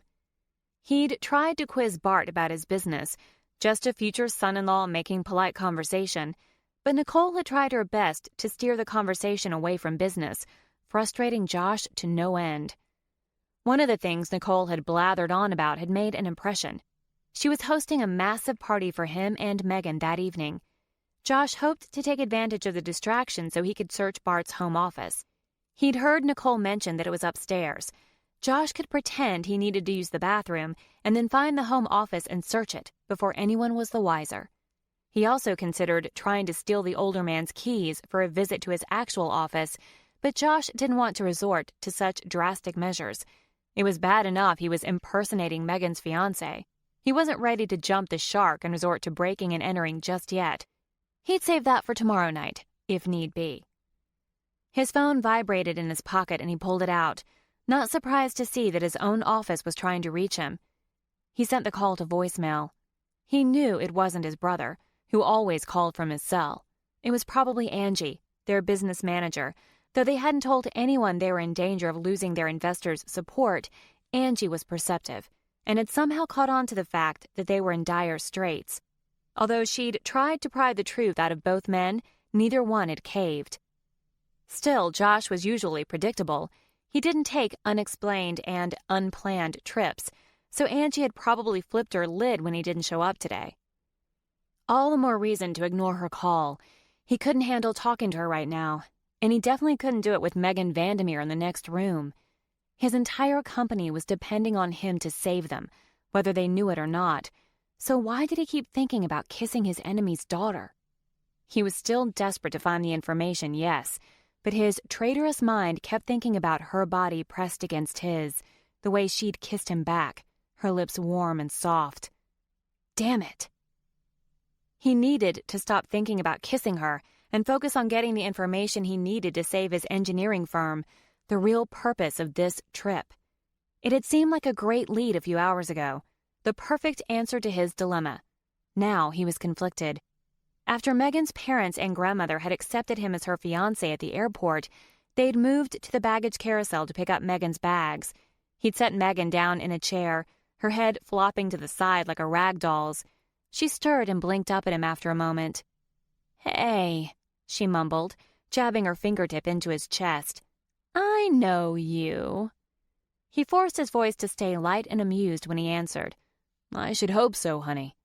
She shook her head, and his chest tightened with anxiety that the jig was likely up, but she closed her eyes, muttering, "I said I want the red ones." "Red ones what?" Graham asked. Nicole rolled her eyes. "She's talking nonsense, Mother. She's drunk." She spit the last part out as though announcing that Megan was Mussolini in disguise. Josh was about to come to Megan's defense when her father walked up. "What's her luggage look like?" Bart had asked. "How many does she have?" He knew the quantity answer since she'd mentioned she'd packed only one bag, but what on earth did they look like? He was never going to be able to pull this off. What had possessed him to try? He didn't know anything about this woman, other than that her fiancé had cheated on her, and she was terrified of her mother. Oh, and she thought he had a nice ass. Think. "We didn't drive to the airport together," he blurted out. "I met her at the gate. I know she has one bag, but I'm not sure which one she used." "Don't you worry," Bart said, waving him to sit beside Megan. "We'll figure it out." Within 10 minutes, Bart had pulled a pink floral suitcase off the conveyor belt and was rolling it out the door. Nicole Vandermeer decreed that everyone else would wait for Bart to bring the car around, but after 5 minutes of doing just as she'd set out to do, Nicole grew impatient and decided to wait by the exit. Josh suspected that she was embarrassed to be seen next to her unconscious daughter. Megan's grandmother plopped in the seat next to his and studied him. "You're not what I expected." He swallowed, keeping his gaze on Nicole, whose posture was finishing school straight as she stood in front of the sliding glass doors. Nicole Vandermeer hadn't been what he'd expected either. "Oh?" he asked, trying to sound nonchalant. "How so?" "Your smile." Josh blinked in surprise. "What does that mean?"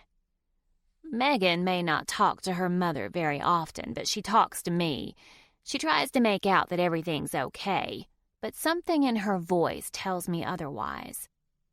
Josh stared at her, unsure of what to say. Her grandmother patted his hand. "I'm glad you smile. Megan needs more smiles." She cast a frown toward Megan's mother, the older woman's daughter. Bart had just pulled up, saving him from answering. Josh tried to wake Megan and managed to hoist her to her feet, albeit unsteadily, for long enough to get her strapped into a seat in the SUV. The whole time she kept mumbling something about gingerbread houses.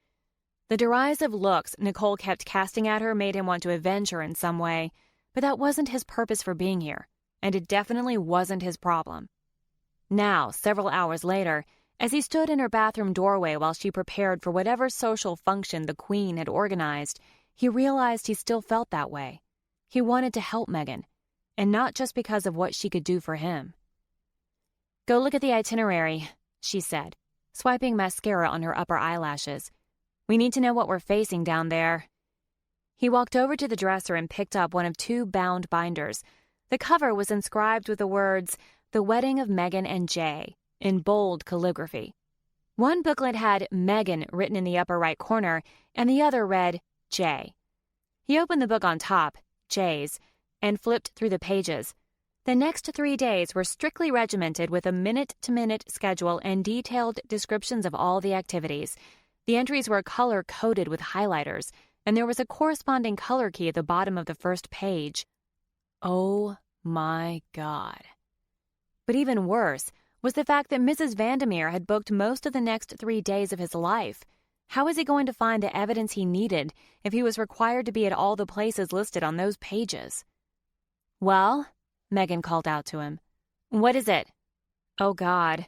Friday morning he was scheduled for a men's mani-pedi. Who did that? "Josh!" Terror washed through his body. What in the hell had he gotten himself into? He scanned the page. "Oh, your mom told me about this one. 7 p.m. Poolside cocktail party." A cocktail party? Yeah. Shit. He looked over his shoulder at her, still in the binder's horrific thrall. "Is that bad?" She stopped applying her mascara and glanced over at him. "It's not good. Do you have nice clothes? A dress shirt and a tie?" He blinked. "Yeah." "Really?" He shot her a sideways glare. "Why do you sound so surprised?" "It doesn't matter." She stormed out of the bathroom and squatted next to her suitcase before glancing up at him. "What are you waiting for?" He tossed the binder on the dresser, then hefted his overnight bag onto the bed and unzipped it. Megan came over, holding a pale blue dress, and started to dig through his clothes. "Hey." She tugged out his shirt. The white shirt with the blue tie. "You're dressing me?" "You want to sign up for this gig? It's part of it. She'll expect us to be color coordinated. Did the itinerary say if there was a color scheme?" "A color scheme?" He shook his head. "God, no." "Good. Get dressed." She left him standing at the foot of her bed as she disappeared behind the bathroom door. He could wear his jeans with a shirt and tie, but suspected Megan's mother would flip her lid, and while that would be amusing to say the least, he needed to stay on her good side, at least until he found his evidence. He dug a pair of dress pants out of his bag and set them on the bed, waiting for Megan to emerge from the bathroom so he could change. He heard Nicole's muffled voice calling from downstairs. "Megan!" He decided not to wait for the bathroom to be free. His goal was to charm Nicole Vandermeer, and so far, he was succeeding. No need to be late for the first event on her endless schedule. He stripped off his shirt and slipped an arm into one of the sleeves of the button-down shirt as the bathroom door opened. Megan stood in the doorway, in a light blue sundress, and he stopped dressing, his second arm partially in the sleeve. The sight of her sucked his breath away. Megan Vandermeer was a stunningly beautiful woman, and Jay Connors was a fool. They stared at each other for several seconds before she looked away. "You can use the bathroom now," she mumbled, her cheeks flushing. "Thanks." But he stayed in place, pulling his shirt on the rest of the way and starting to button it. Her gaze moved to the bed and then to his face. "Keep the jeans." "But I figured your mother would have a fit." Megan glanced up at him through long, dark eyelashes, a mischievous grin lighting up her face. "She'll hate it. That's why you should wear them." "So you want me to piss your mother off after you freaked out about upsetting her?" "That's different," she said, picking up his tie off the bed.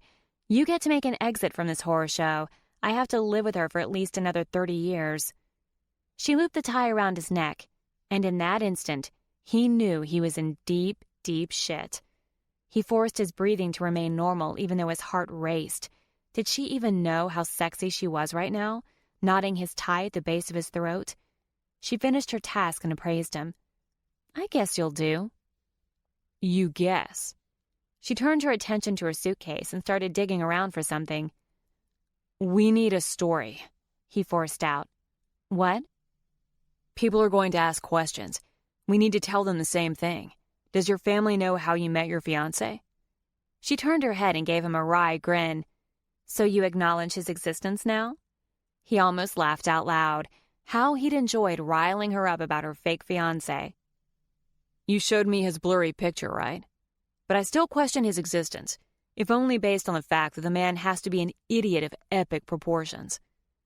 Why did he admit that? Focus, Josh. Focus. There was only a week left until everything was lost. He needed to do what he'd come here to do, and that was it. She glanced down. "No, they hardly know anything." "So how did we meet?" "Friends set us up." "Where was our first date?" "At 6-7 restaurant overlooking the Sound." "Classy and romantic. And how did our first date go? She stood, holding a pair of sandals in her hand. She flashed him a teasing grin. You were smitten with me. I found you barely tolerable. He stared into her twinkling eyes as she looked up at him. And did any of that really happen on your first date with your fiancé? Her smile faded, making him regret the question. No. We met at a bar downtown for drinks. He declared us compatible. We each paid for our own tab and agreed to try dinner the next week. Sounds very calculated. That's Jay for you. He wasn't sure how to respond. Based on what little he knew of her, he couldn't imagine her happy with someone like that. When did you guys move in together? We didn't. He expected her to sound bitter. She only sounded resigned. Rather than commenting, he moved on to the next question. What do you do? She sat on the bed and slipped on her shoes. I'm a fundraiser for an environmental nonprofit.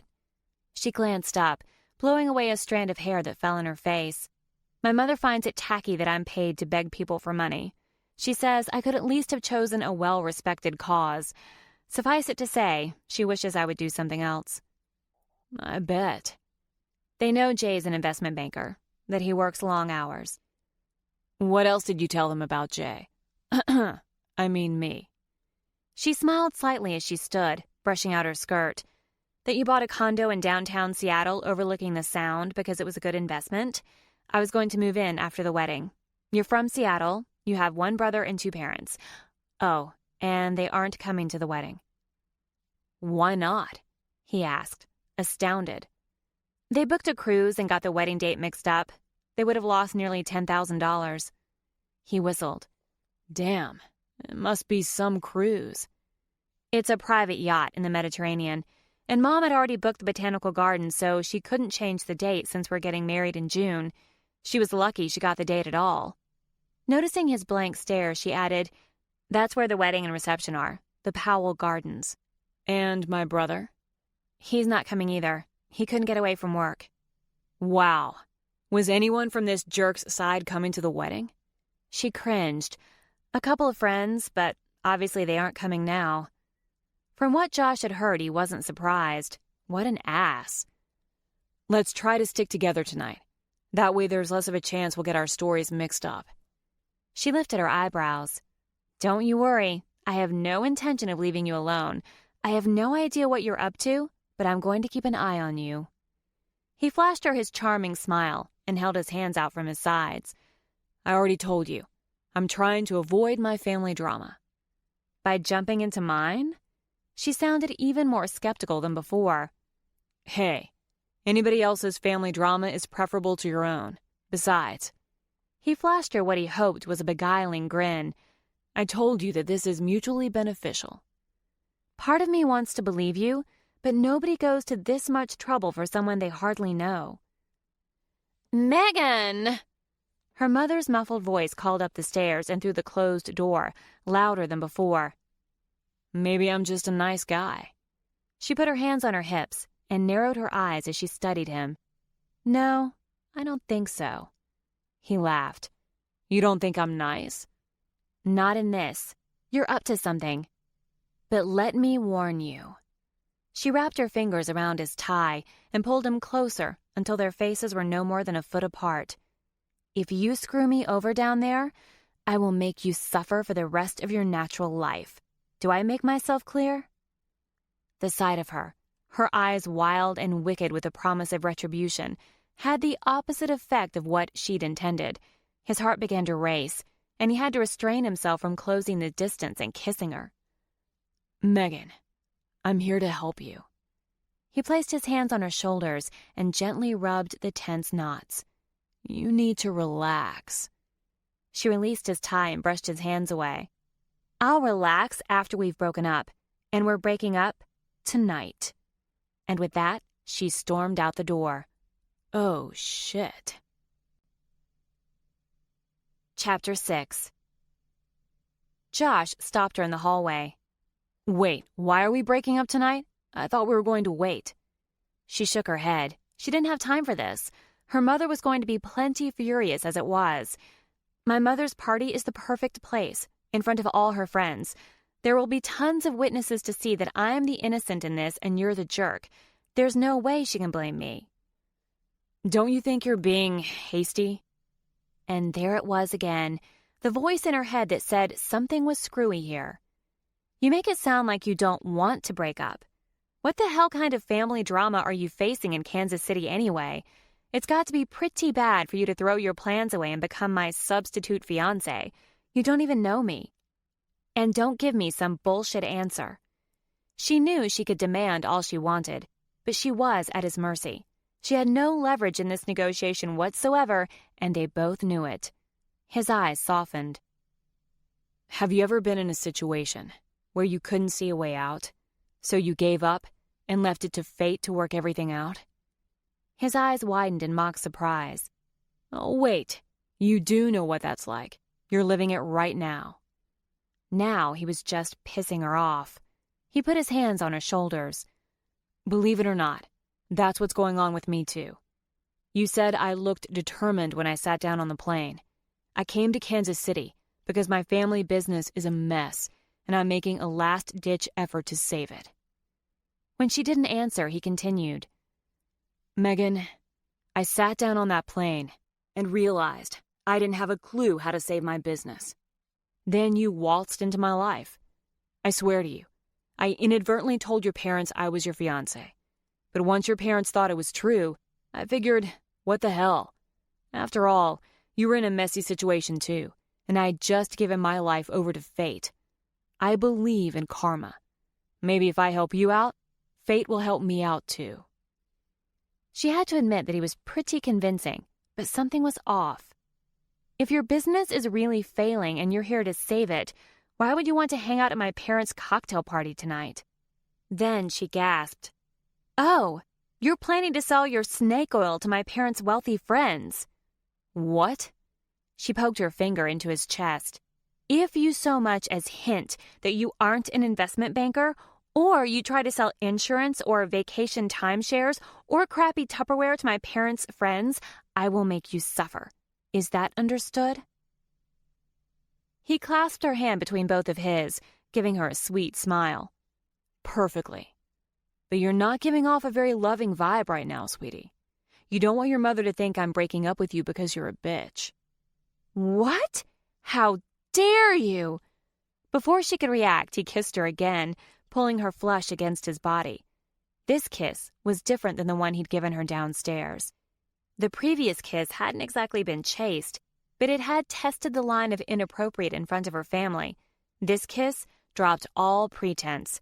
His hand tangled in her hair, and his tongue parted her lips with an intensity and urgency she hadn't expected. And while some sane part of her knew she should resist, the rest of her eagerly welcomed it. Megan? Her brother's voice broke through her lust-filled haze. That's when reality set in. She was kissing this man, someone she'd only known for a matter of hours, in the upstairs hallway in her parents' house. She tried to pull away from Josh, but his arms held her tight against him as she glanced over her shoulder. Kevin stood at the top of the stairs, his bag in hand, looking very uncomfortable while he studied the wall. I need to change. His gaze returned to her. And you're in the way? Josh dropped one of his hands, but kept the other around her as he pulled her out of Kevin's way. Sorry, he said, sounding like he'd been caught doing something he wasn't supposed to do. Kevin moved toward them, looking into Josh's eyes. At least I know you love her. Megan likes to paint a pretty picture of you, but Graham and I talk, and what we've pieced together has left me with some major doubts about you. His eyes grew cold. Fair warning, buddy. If I find out that you hurt my sister in any way, I'm going to kick your ass. Is that clear? Kevin, Megan protested, even though guilt flooded through her for deceiving him. I'm not 14 years old, you know. Kevin's face softened as he turned his attention to her. Megan, you can be 90, and you'll never stop being my baby sister. I will always kick the ass of any guy who hurts you. Pulling away from Josh, Megan rushed to her big brother and threw her arms around his neck, hanging on to him for dear life. Where were you last month? Her voice cracked with emotion. Kevin pulled her back and glared at Josh.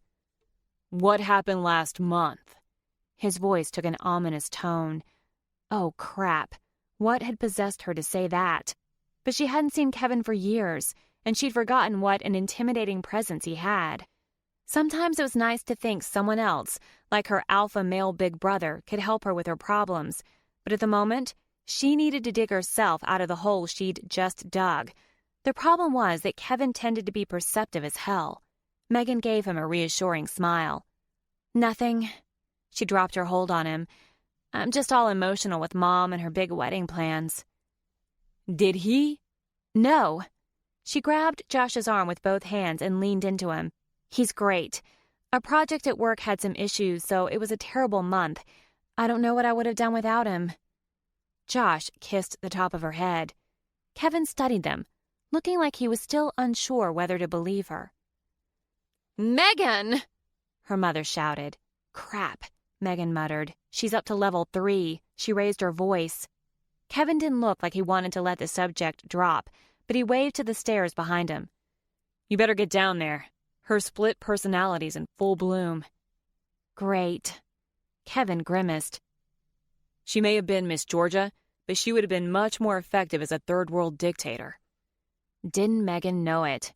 She started down the stairs, but Josh snagged her hand and she looked back at him, searching his face for an explanation. What had happened back there? Her conversation with Kevin hadn't done a thing to make her forget that kiss. She had to admit to herself she'd never reacted to a kiss like that, and part of her wanted to throw herself at him, even here on the steps, for a repeat performance. Then it hit her. She was an idiot. Josh had given her the single best kiss of her life to keep her brother from hearing their argument. That was the reason. The only one. She tried to drop his hand, but he hung on, stopping at the bottom of the stairs and pulling her into an embrace. She tried to resist, but he leaned into her ear and whispered, "Your mother is watching." She forced herself to relax. I'm sorry about what just happened, he continued, but your brother was about to overhear us. In fact, from the look on his face and the way he wouldn't let it drop, I think he heard some of our conversation. I didn't mean to violate you like that. I was desperate. I know, she whispered back, fighting her disappointment at his confirmation. Had it really meant nothing to him? But of course it hadn't. It was a ruse. As gorgeous as he was, he'd probably kissed plenty of women, beautiful blondes like the flight attendant. To him, kissing was likely as routine as flossing had been for Jay. Megan! Her mother said. She broke loose and walked into the kitchen, Josh on her heels, prepared for the lecture that was sure to come. Megan's mother's nose wrinkled with her disapproving grimace. Really, Megan, this party is for you and Josh. She shook her head and, if possible, looked even more perturbed. And why didn't you bother to tell us he preferred Josh? We would have put it on all the invitations. Josh slipped an arm around her back, his hand resting on the rise of her hip. It's all my fault, Mrs. Vandermeer. On both counts. I insisted Megan help me figure out what to wear tonight, which made her late coming downstairs, and I told her to use Jay on everything for the wedding. My parents prefer it, and I wanted to honor that even if they couldn't be here with us. Megan couldn't believe how well the lies rolled off his tongue. She'd definitely have to keep that in mind. He might be helping her now, but he had some ulterior motive for doing so. Some instinct told her it had something to do with his mission to save his family business, but for the life of her she couldn't make the connection. Nicole Vandermeer's face softened. Aren't you just too precious, defending Megan like that? And I insist you call me Nicole. Thank you, Nicole. His hand tugged Megan closer, and he leaned his cheek on top of her head. And I can't help but defend her. She's my damsel in distress. Megan wanted to kick him in the shin again for the pun he'd made for her benefit, but her mother would notice.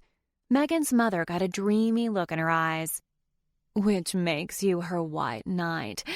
This just makes the princess theme more perfect.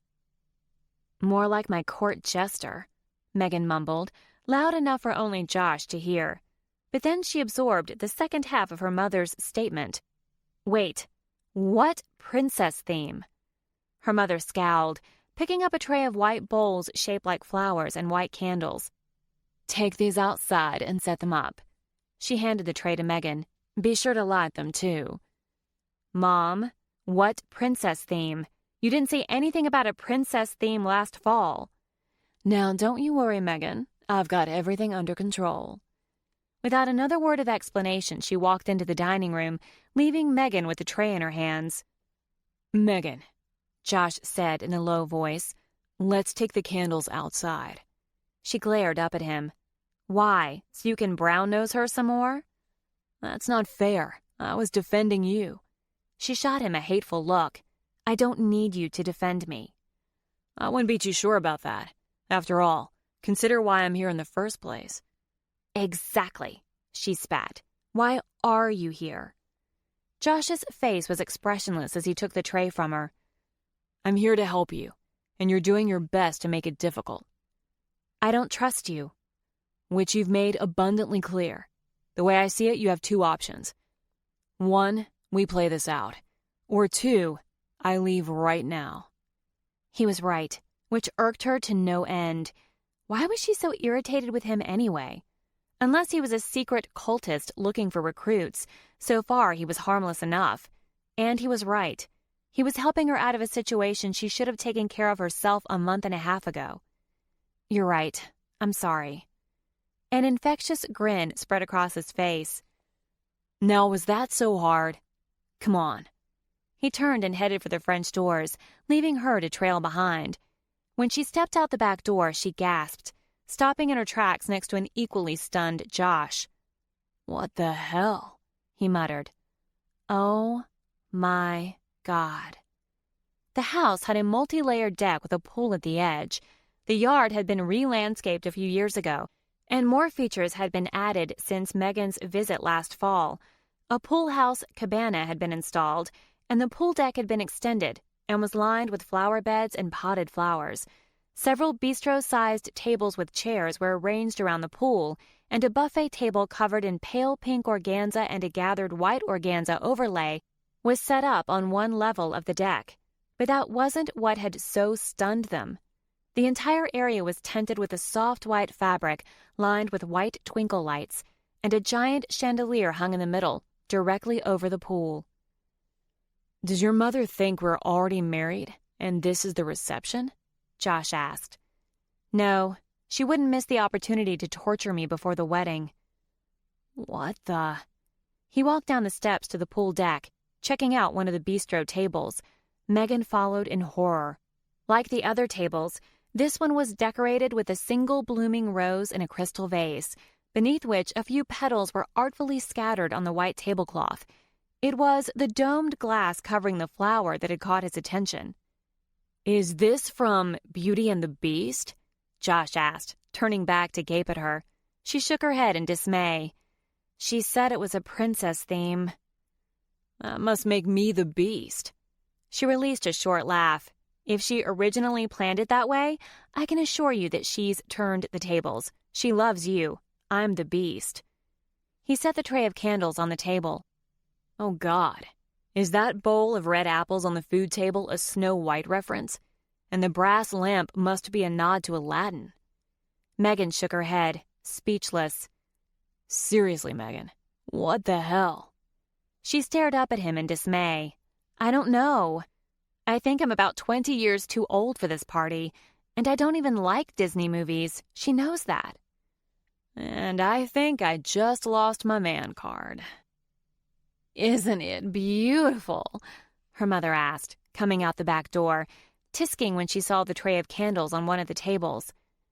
It's something else, all right, Megan answered, taking in the decorations. A clear high heel sat atop the bar at the end of the pool, keeping company with the liquor bottles. Her mother set an ornate picture frame containing words instead of a photo on the organza-strewn table. Megan moved closer to see it read, Megan and Josh, June 14. I thought Josh told you that he preferred to use J on everything. Her mother gave her a blank look. Did he? I figured he meant the invitations. Besides, if people are going to call him Josh, it will be less confusing if the placard says Josh. Her father emerged from the door next, a frame in his hand. Megan gasped when she realized what it was, a photo of her and Josh in her parents' kitchen. How did you get that? The photos you sent of you and Josh were just atrocious, all blurry and out of focus. And besides, Josh's hair is longer now, and he's much cuter in person, her mother said. So after Josh kissed you in the kitchen, your father took your picture with his phone so he could use it tonight. That's creepy, Megan muttered. Her mother offered her a tight smile. No, it was efficient, and while it's not the professional portrait I wanted, which I suggested to you many, many times, I told you that Jay couldn't get away from work. This will have to do in a pinch. Why do we need one at all? Megan asked in dismay. We're both here. Our presence should be enough. Although she hoped Josh wouldn't be here for long, so she could be done with this disaster of a weekend. She looked over her shoulder at him and mouthed sorry, although she wasn't entirely sure why. He gave her a sympathetic smile before she turned back to face her mother, and she was surprised by how comforting the gesture was. She couldn't help thinking what Jay would have done in this situation. No doubt he would have found a reason to blame it on her. He certainly wouldn't have done a thing to comfort her. Her mother's brow furrowed, but not by much, making Megan wonder if she'd had Botox injections recently. Barbara Decker's daughter's engagement party was gorgeous. You're not going to have anything less. Are you saying this is our engagement party? We're getting married in 3 days. Barbara Decker gave her daughter an engagement party that was the talk of the country club for months. Her mouth turned down. I won't be outdone by that social wannabe. So you did all of this? Megan's voice rose as she gestured to the tent over their heads. How much did it even cost? Too much, her father grumbled. Bart, her mother reprimanded. Enough of that. You have one daughter, and she will have the most beautiful wedding in all of Jackson County. Nicole, her father chided. The wedding is going to be in Johnson County, and this isn't even the wedding. Details. Her mother looked around, frantic and frustrated. I wanted to hire real wait staff instead of taking a chance on these kids. She waved at a teenage girl wearing a black skirt and blouse who was setting a plate of tiny cakes on the food table. But your father refused, and we haven't had ample time to prepare after your foolish antics at the airport, Megan Nicole. Shoot me now, Megan thought. Her brother came out the back door and helped her grandmother out onto the deck. Her grandmother had changed into a flamboyant green and blue dress, paired with a headband of giant feathers. It made her hair look snow white. The guests are about to arrive, and the candles aren't lit yet, her mother called over her shoulder as she moved toward the French doors. Quit dilly-dallying, dear. She stopped and looked Graham up and down before shaking her head. I'm not even. Her voice trailed off as she entered the house. Megan smiled to herself at her grandmother's choice of attire, probably partially chosen to irritate Nicole. Megan grabbed 2 candles off the tray and Josh leaned close to her ear. Where are we supposed to set these things up anyway? The small tables are covered with Disney props. I don't care. Just set them off to the side, she grumbled, her smile fading. This was going to be a total disaster. How about you set them out and I'll light them? Sounds good. Megan set one on a table decorated with a spool of thread and a dollhouse spinning wheel. Her grandmother hobbled past them and over to the bar. Those are supposed to go in the pool. What? For a moment, Megan was sure her Graham had finally turned a corner and gone completely senile. The pool. She waved her hands toward it in a shooing motion. Your mother looked high and low for those fancy pants bowls. She wants them in the water. Megan picked one up and checked it over. She suspected Graham was right. It didn't make sense to add anything to the tables, and floating candles were certainly over the top enough to fit her mother's theme. The question was how to do this gracefully.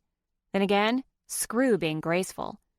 After kicking off her shoes, Megan sat on the side of the pool, submerging her feet in the water. Josh followed and set the tray on the concrete. Hand me the candles we set out on the tables, Megan prompted. I'll light them and put the bowls in the water. Okay. He sounded unsure, but he obeyed readily enough. Satisfied, Graham continued on her way to the bar. I'm thirsty. Fix me a drink, Kevin. Do you still make a mean sex on the beach? Kevin laughed and headed around the back of the bar, grabbing 4 glasses as he went. I haven't made one of those since I was in high school, Graham. When you hired me to bartend for those parties you and Gramps threw. Until your mother found out you weren't really helping us with home repairs, she chortled. She had a royal fit. He shook his head with an ornery grin. It was awesome. I got in trouble for that too, Megan added, calling over her shoulder. Mom was certain I knew, so she was pissed I hadn't told her. Graham frowned, shaking her head. Your mother and I don't always see eye to eye. Kevin hoisted a liquor bottle in salute. And thank God for that. Josh helped Megan with several more floating centerpieces before he glanced up from putting a candle in one of the bowls, a perplexed look on his face. Wait, if Graham is your mother's mother, why doesn't she have a southern accent? Megan chuckled. That is one of the reasons Mom keeps Graham under wraps, which is harder to do now that Graham lives with them. Mom tells everyone she's from Atlanta, but she only lived there for her last 2 years of high school when Gramps worked for Coca-Cola. She's originally from Overland Park, Kansas. Josh still looked confused. So she developed a southern accent in a very short period of time and kept it? More like she fakes it, Graham snorted, taking her drink from Kevin. Why? Josh asked. Kevin walked toward them, a glass in each hand. To make herself seem even more special than everyone else, of course. The reason for everything she does. She'd rather be seen as a genteel southern lady with class and sophistication than a woman with Midwest roots. He handed one of the glasses to Josh, a hard look in his eyes. I suggest you drink this. You're gonna need it. When he leaned down and handed Megan the other drink, he searched her face. It's like you haven't told Josh a thing about our mother, Megan. I find that surprising given how much you love your mom stories. He'd always been able to see through her bullshit, and she could tell he suspected something was up. Too bad he'd never guess what was really going on. She averted her gaze as she took the glass and instantly downed half of it, then struggled not to cough as it burned down her throat. Good God, Kevin, is that 90 proof alcohol? Long Island iced tea. I figured you needed fortitude. Josh gave her a concerned glance. I'm not sure you should be drinking at all after what happened earlier. Isn't that sweet of you, looking out for Megan like that? Kevin's tone was off as he turned his attention to Josh. Has she done anything like this before? Josh stood and met his gaze. No, and this afternoon was inadvertent. She had no idea she couldn't drink with Dramamine. Kevin cocked an eyebrow. And you didn't think to stop her? His tone was unmistakably confrontational. He had no idea I took it. Megan downed the rest of her drink. She had a feeling things were about to get ugly before the guests even showed up. He wasn't with you? Josh shook his head and stood. What exactly are you accusing me of? Trying to overdose your sister? That doesn't seem very smart, 3 days before our wedding. Kevin took a step closer with a defiant glare. Is there a right time to overdose your significant other, Josh? Megan jumped to standing, her feet leaving little wet splashes on the concrete, and placed her hand on Kevin's chest, pushing him back. Back off, Kevin. Josh would never hurt me. Otherwise, why would he suggest I shouldn't drink now?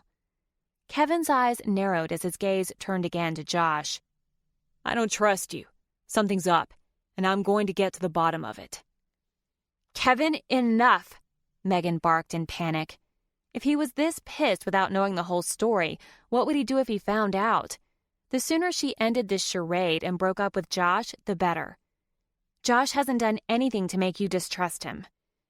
I haven't liked him since you started dating Megan. The man's an ass.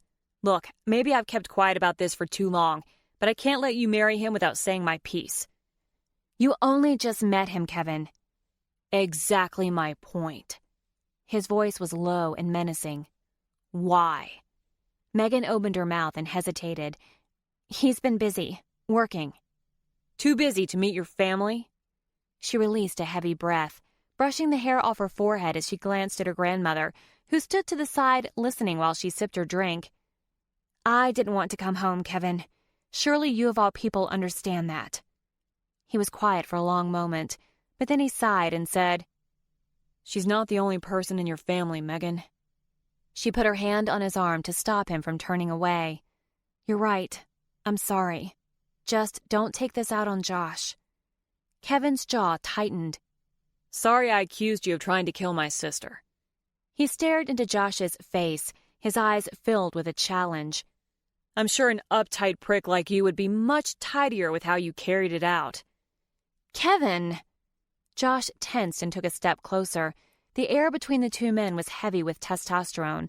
Megan knew the slightest spark would set off this powder keg. Kevin, I thought you were going to get me a drink. Kevin continued to stare Josh down before picking up Megan's glass off the patio and stomping back to the bar. Megan let out a sigh of relief, sagging her shoulder into Josh's chest. Sorry about that. His arm curved around the small of her back, holding her in place. Is your brother always that intense? She knew she should pull away. His physical affection was for public display, yet somehow she knew he genuinely wished to comfort her. Only where I'm concerned. He wouldn't hurt you, would he? She laughed. No, definitely not. But he'd hunt down whoever did. She looked up at him. We need to make sure he never finds out who you really are. He nodded and looked over at Kevin, who was mixing another drink.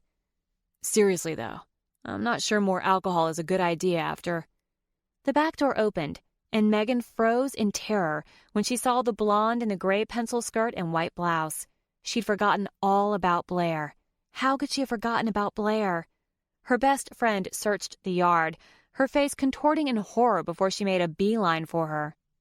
Josh lowered his voice as his gaze moved to her friend. Who's that? And why am I suddenly nervous? That's one of my two best friends, and we should both be scared. I take it she knows, he whispered. Everything up until I boarded the plane. Shit.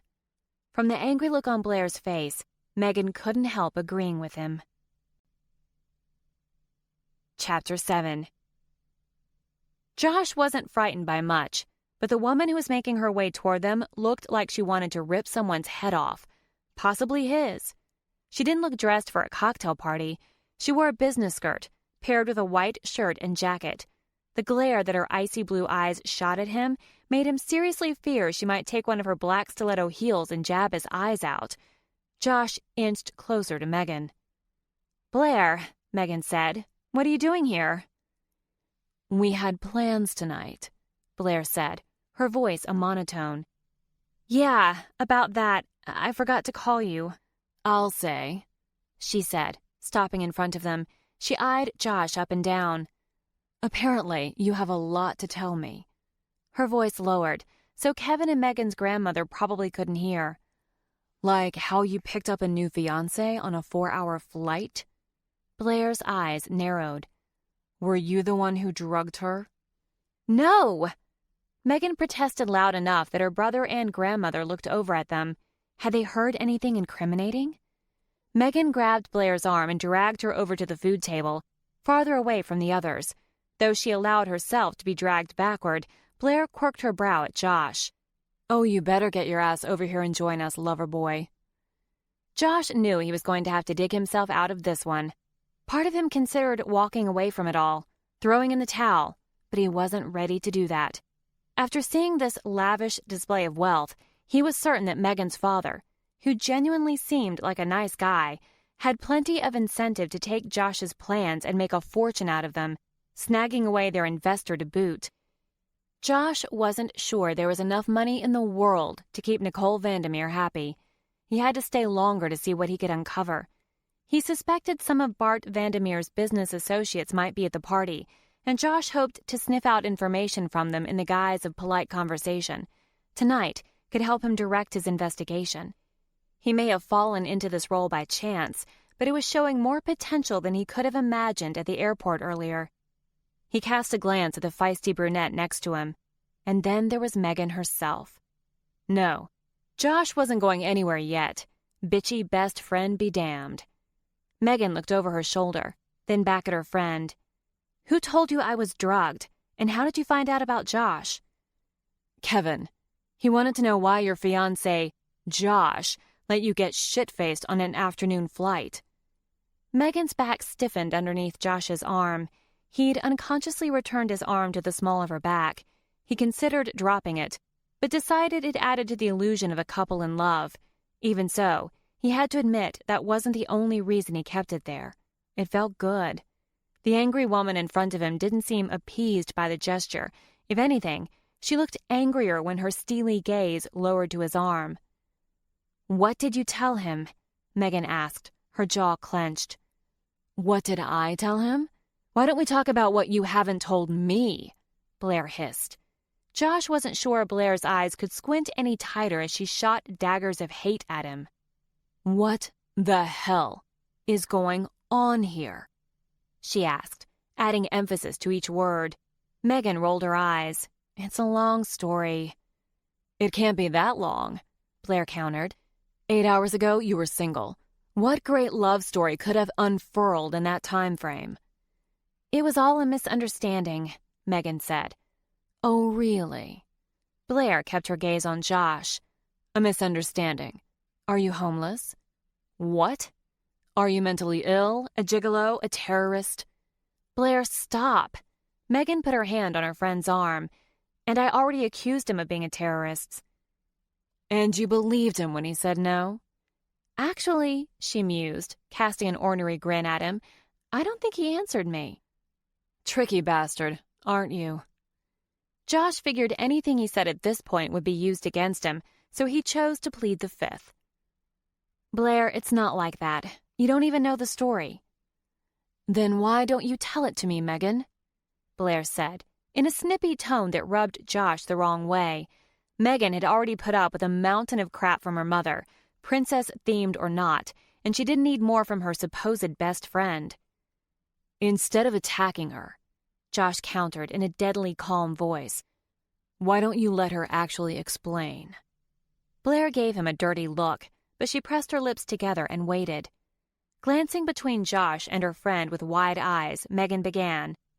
I had a couple of drinks on the plane like you suggested, but I'd taken some Dramamine before boarding. What were you thinking? Obviously I wasn't, Megan said, looking embarrassed, and I passed out on the plane.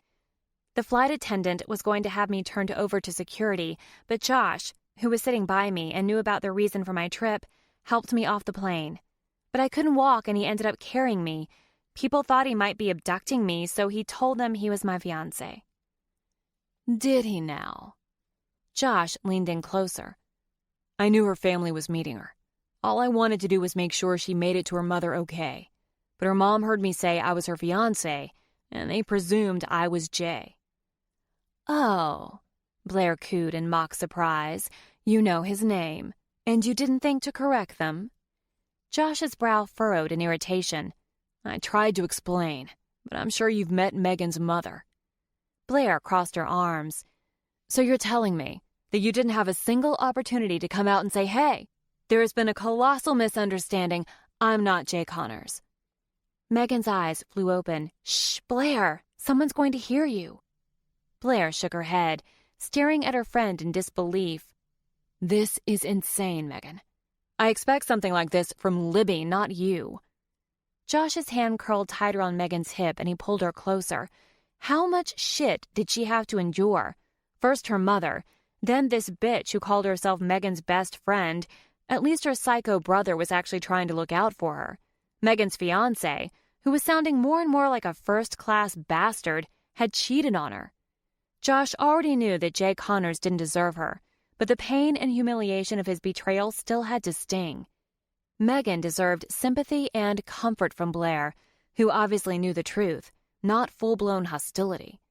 Nevertheless, he swallowed his words of defense, even if it left a bitter taste on his tongue. He couldn't afford to get caught up in this drama. Hurt filled Megan's eyes. What's that supposed to mean? Libby is the impulsive one, Not you. You're usually sensible and logical. Megan shook her head. No, Blair. Sensible and logical is you. So what does that make you? For a moment, he didn't think Megan was going to say something, but she finally spoke. After 25 years, you really have to ask me that? Maybe you don't know me so well after all. Blair gave her an exasperated look. Now is not the time for teen glamour personality tests. No, Megan said quietly. It's not. So what?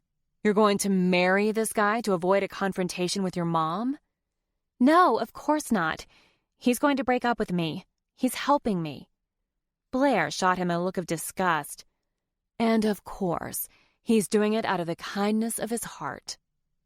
You know, Josh said, no longer able to keep quiet, I seem to be the only person around here who's actually trying to help her instead of tearing her down. Megan gasped and stared up at him, her watery eyes full of gratitude. He squeezed her side to give her reassurance. Blair looked like she wanted to strangle him. Megan knows my reasons for helping her. It's no one's business but our own, not even yours. Blair pointed her finger at his chest. I don't trust you.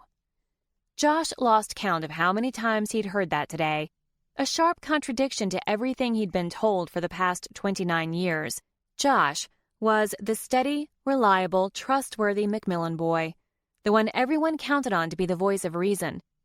He was used to everyone trusting him, so it rubbed his pride a bit raw to be treated like a cad. I can't control that one way or the other. Blair turned back to Megan. Do you even know his name? Josh. I know that already. Josh what? Megan shot her a leery glance, then shifted her gaze to Josh. Only moments ago, she'd told him that Kevin needed to know as little about him as possible. It was obvious that Blair and Kevin were in communication. If she told Blair, she might ultimately share her information with Megan's brother. But Josh didn't want to strip her of any defense she could use with her friend. He nodded. Josh McMillan. Blair stepped closer to him until her face was mere inches from his. Well, Josh McMillan, you've messed with the wrong person. I'm a divorce attorney, and I specialize in digging up shit on people. By tomorrow night, I'll know everything there is to know about you, including what blood type you are and whether you've been circumcised. Blair turned to Megan and pointed her finger.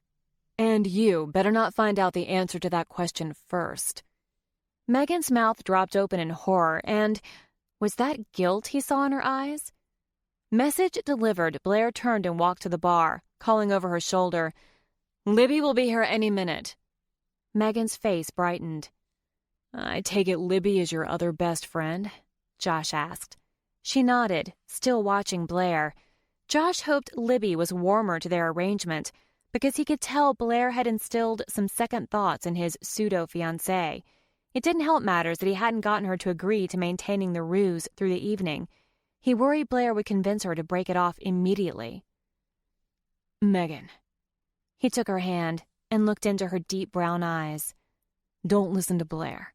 I'm not here to hurt you. He smoothed his screaming conscience by telling himself that Megan had her own life in Seattle, and her father's business didn't affect her, even if he didn't quite believe it himself. Maybe the perpetrator was one of Bart's partners, and he'd be doing her father a favor. If Bart Vandermeer was innocent, surely he wouldn't want to work with a partner who was a thief and a liar. She searched his face for something, reassurance that she could trust him. But as he held her gaze, another thought intruded. The memory of kissing her upstairs as her brother approached. His intention had been innocent enough, but the feel of her in his arms. Despite the fact that he held her soft, warm hand in his, he knew he needed to keep his hands off her as much as possible, which would be difficult since they were attending what constituted their engagement party. If he were smart, he'd start sowing the seeds of doubt among her family members.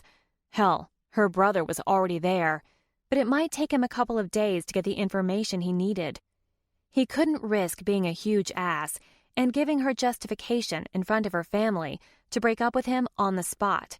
In fact, if he were smart, he'd charm them by playing the dutiful boyfriend, ensuring that he could stick around as long as he needed to accomplish his task, The key to making this work for Megan was for her to come out smelling like a rose when the dust settled, which meant, as long as he was the perfect boyfriend, she'd have no justification for ending it. But no doubt about it, he'd have to tread lightly. He dropped her hand. We probably better get the rest of the candles in the water. Your mother's going to have a fit. She started to get back down on the pool deck, but he stopped her. The guests are starting to arrive. He motioned to the deck. Several middle-aged couples had appeared during their chat with Blair. We can't have the bride-to-be sitting at the side of the pool and possibly getting her dress wet. He offered her a soft smile. Why don't you hand them to me, and I'll light them and set them in the water. She gave him a strange look. Then her smile turned shy, and she dipped her head to look at the candles. Okay. They worked silently for nearly half a minute before she said, "Thanks for helping me." He shrugged. What else am I going to do? Part of the job is keeping your mother happy with you, right? He looked up at her. This will make her happy. Not just this. This. Her eyebrows arched with her emphasis. Everything. I'm sorry Blair was so hateful to you. Thanks for standing up to her, too. I never could stand a bully. She looked surprised. Blair's not a bully. She's just worried about me. Josh grimaced and set the next candle in the pool. She's your friend, so I won't butt in, but I think she could have handled it differently, with some compassion. That's just how she is. Blair's more of a confrontational, nip-things-in-the-bud type of person. She's never been sweet and nurturing. Like you? He studied her face, which turned a soft pink as she watched him. How would you know that? He grinned, setting the last candle in the pool before standing in front of her. Call it a hunch. Megan! A woman shouted in a happy voice. They both turned to see a dark-haired woman running across the deck, her face lit up with excitement. She wore a gauzy orange and pink skirt and white tank top, topped with a gauzy button-down shirt, which hung open. Libby! Megan thrust the empty tray at Josh and ran to her friend, pulling her into a tight hug. I can't believe you're here, Libby shouted, waving and attracting the attention of Kevin and Megan's grandmother. Blair didn't even turn around to acknowledge her other supposed best friend, further cementing the title Josh had already assigned to her. Bitch. Libby pulled out of Megan's hold and eyed Josh up and down with an appreciative look on her face. Josh already got a better vibe from her, and not just because she'd checked him out and found him worthy. It seemed reasonable to expect she'd be more open to and supportive of his arrangement with Megan. But Megan stiffened at Libby's announcement, an alarmed look on her face, as if it hadn't occurred to her that Libby would need to be let in on the charade. Of course I'm here, Libby, she said loudly. I'm getting married in 3 days. Confusion flickered across Libby's face. Megan glanced back at Josh, as if issuing an SOS, and he strolled over to the two women. Hi, Libby. I'm Josh, he said, loud enough for her family to hear. Nice to finally meet you. Libby glanced between the two of them with a slightly open mouth. She lowered her voice when she spoke next. I thought you broke up with Jay back in April. Megan leaned closer, whispering, I did. She cocked an eyebrow. And you're marrying him instead? It's a long story, but this is Josh, and my parents think he's Jay. Libby blinked. Why do they think he's Jay if you're calling him Josh? Megan! Her mother waved at her, motioning for her to join the small group of people she was talking to on the deck. Megan placed a hand on her friend's upper arm. It's a long story, Libby. I'll tell you later. But right now, I have to greet my mother's snooty friends. Please, please, please just play along. She moved toward the couples trickling out the back door, leaving Josh with her still confused friend. The number of guests had increased to about 20. Bart was talking to 3 other men, and Josh considered joining them, but he needed to figure out a way to encourage Megan to keep him around longer. If not, he might find himself kicked out before he'd even started investigating. He had a hunch Libby would make a perfect ally. Why don't we get you a drink? He asked, motioning to the bar, where Megan's brother had taken up residence. Apparently all his experience from their grandparents' parties was being put to use for the evening. Half-empty glass in hand, Josh led the way. Kevin gave him a measured glare before flashing a smile at Libby. What can I get for my favorite hippie?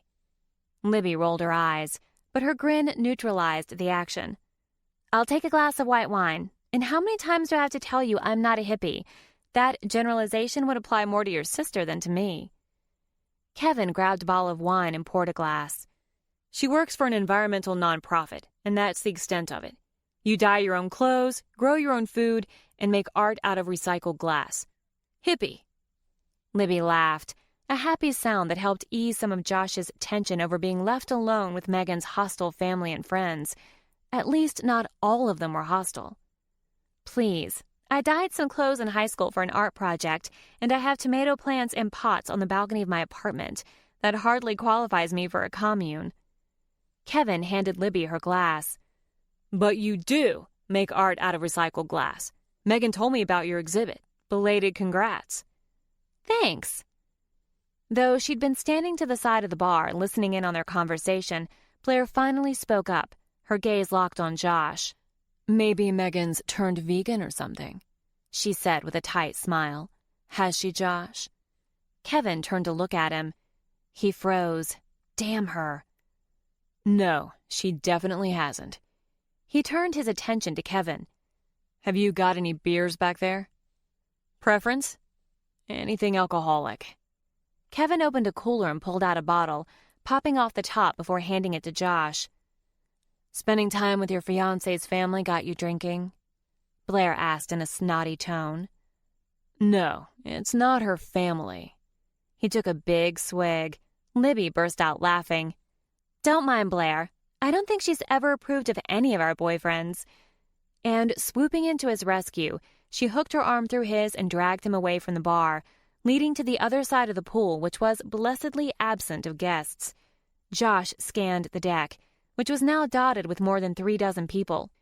He spotted Megan in the center of a small group. He hadn't known her long, but he could tell the smile on her face was forced. Libby looked to see what had his attention, then shot him a grin. How long have you known Megan? About 8 hours. Libby choked on her wine and began to cough. I'm sorry, did you say 8 hours? Which was his cue to launch into an abbreviated version of the turn of events. So you're helping her out of the kindness of your heart? She asked with a sly grin. Of course. I have a few spare days, so I figured why not. She shook her head. You're lying. He'd been accused of as much by Blair and Megan, but the way Libby said it came across differently. His breath caught. What did she know? He took a drink of his beer, seeking out Megan in the crowd. She was caught between two women who were talking nonstop. She held her hand to her face, and he couldn't keep from smiling when he realized she was trying to hide a yawn. Focus, Macmillan. Megan's best friend had just accused him of lying, and he was acting like a middle school boy with a crush. Why do you say that? The way you're looking at her right now, like you've been fed salad for 6 months and Megan's a medium-rare steak. He turned to her, surprised by the anger that smoldered in his gut. What are you accusing me of? Do you think I'm out to hurt her? No, she said, taking another sip of her wine and looking over at Megan. Quite the opposite. I think you really like her. So I'm pretending to be her fiancé to get her into bed?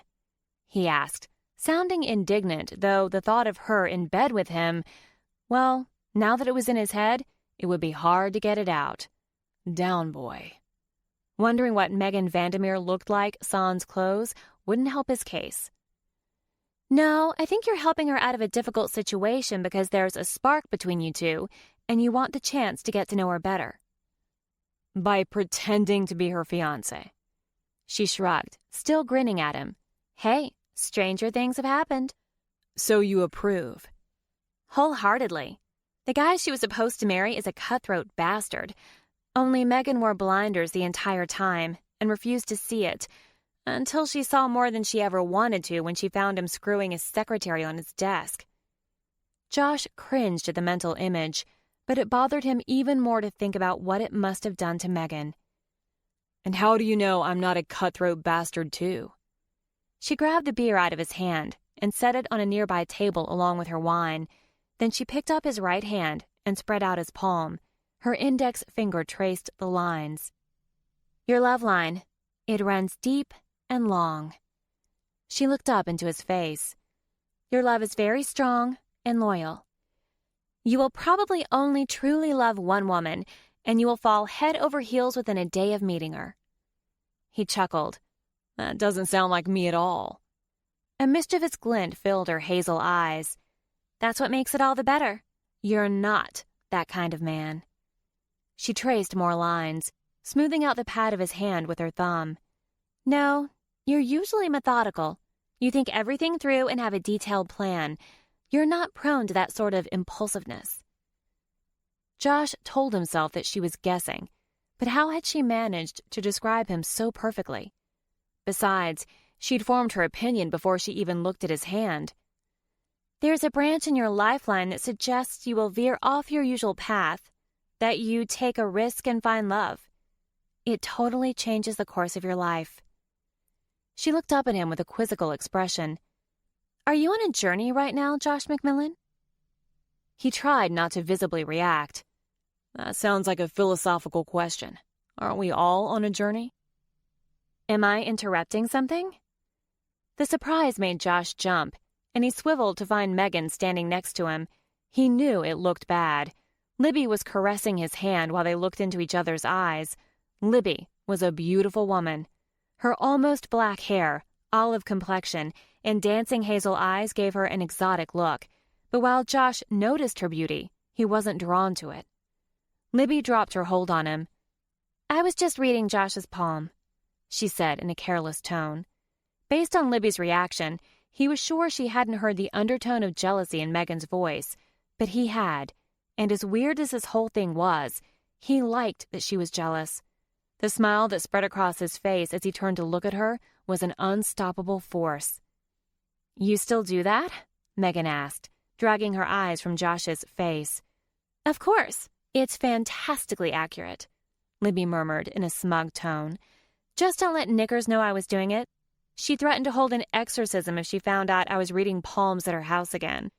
Josh glanced at her in surprise. Knickers?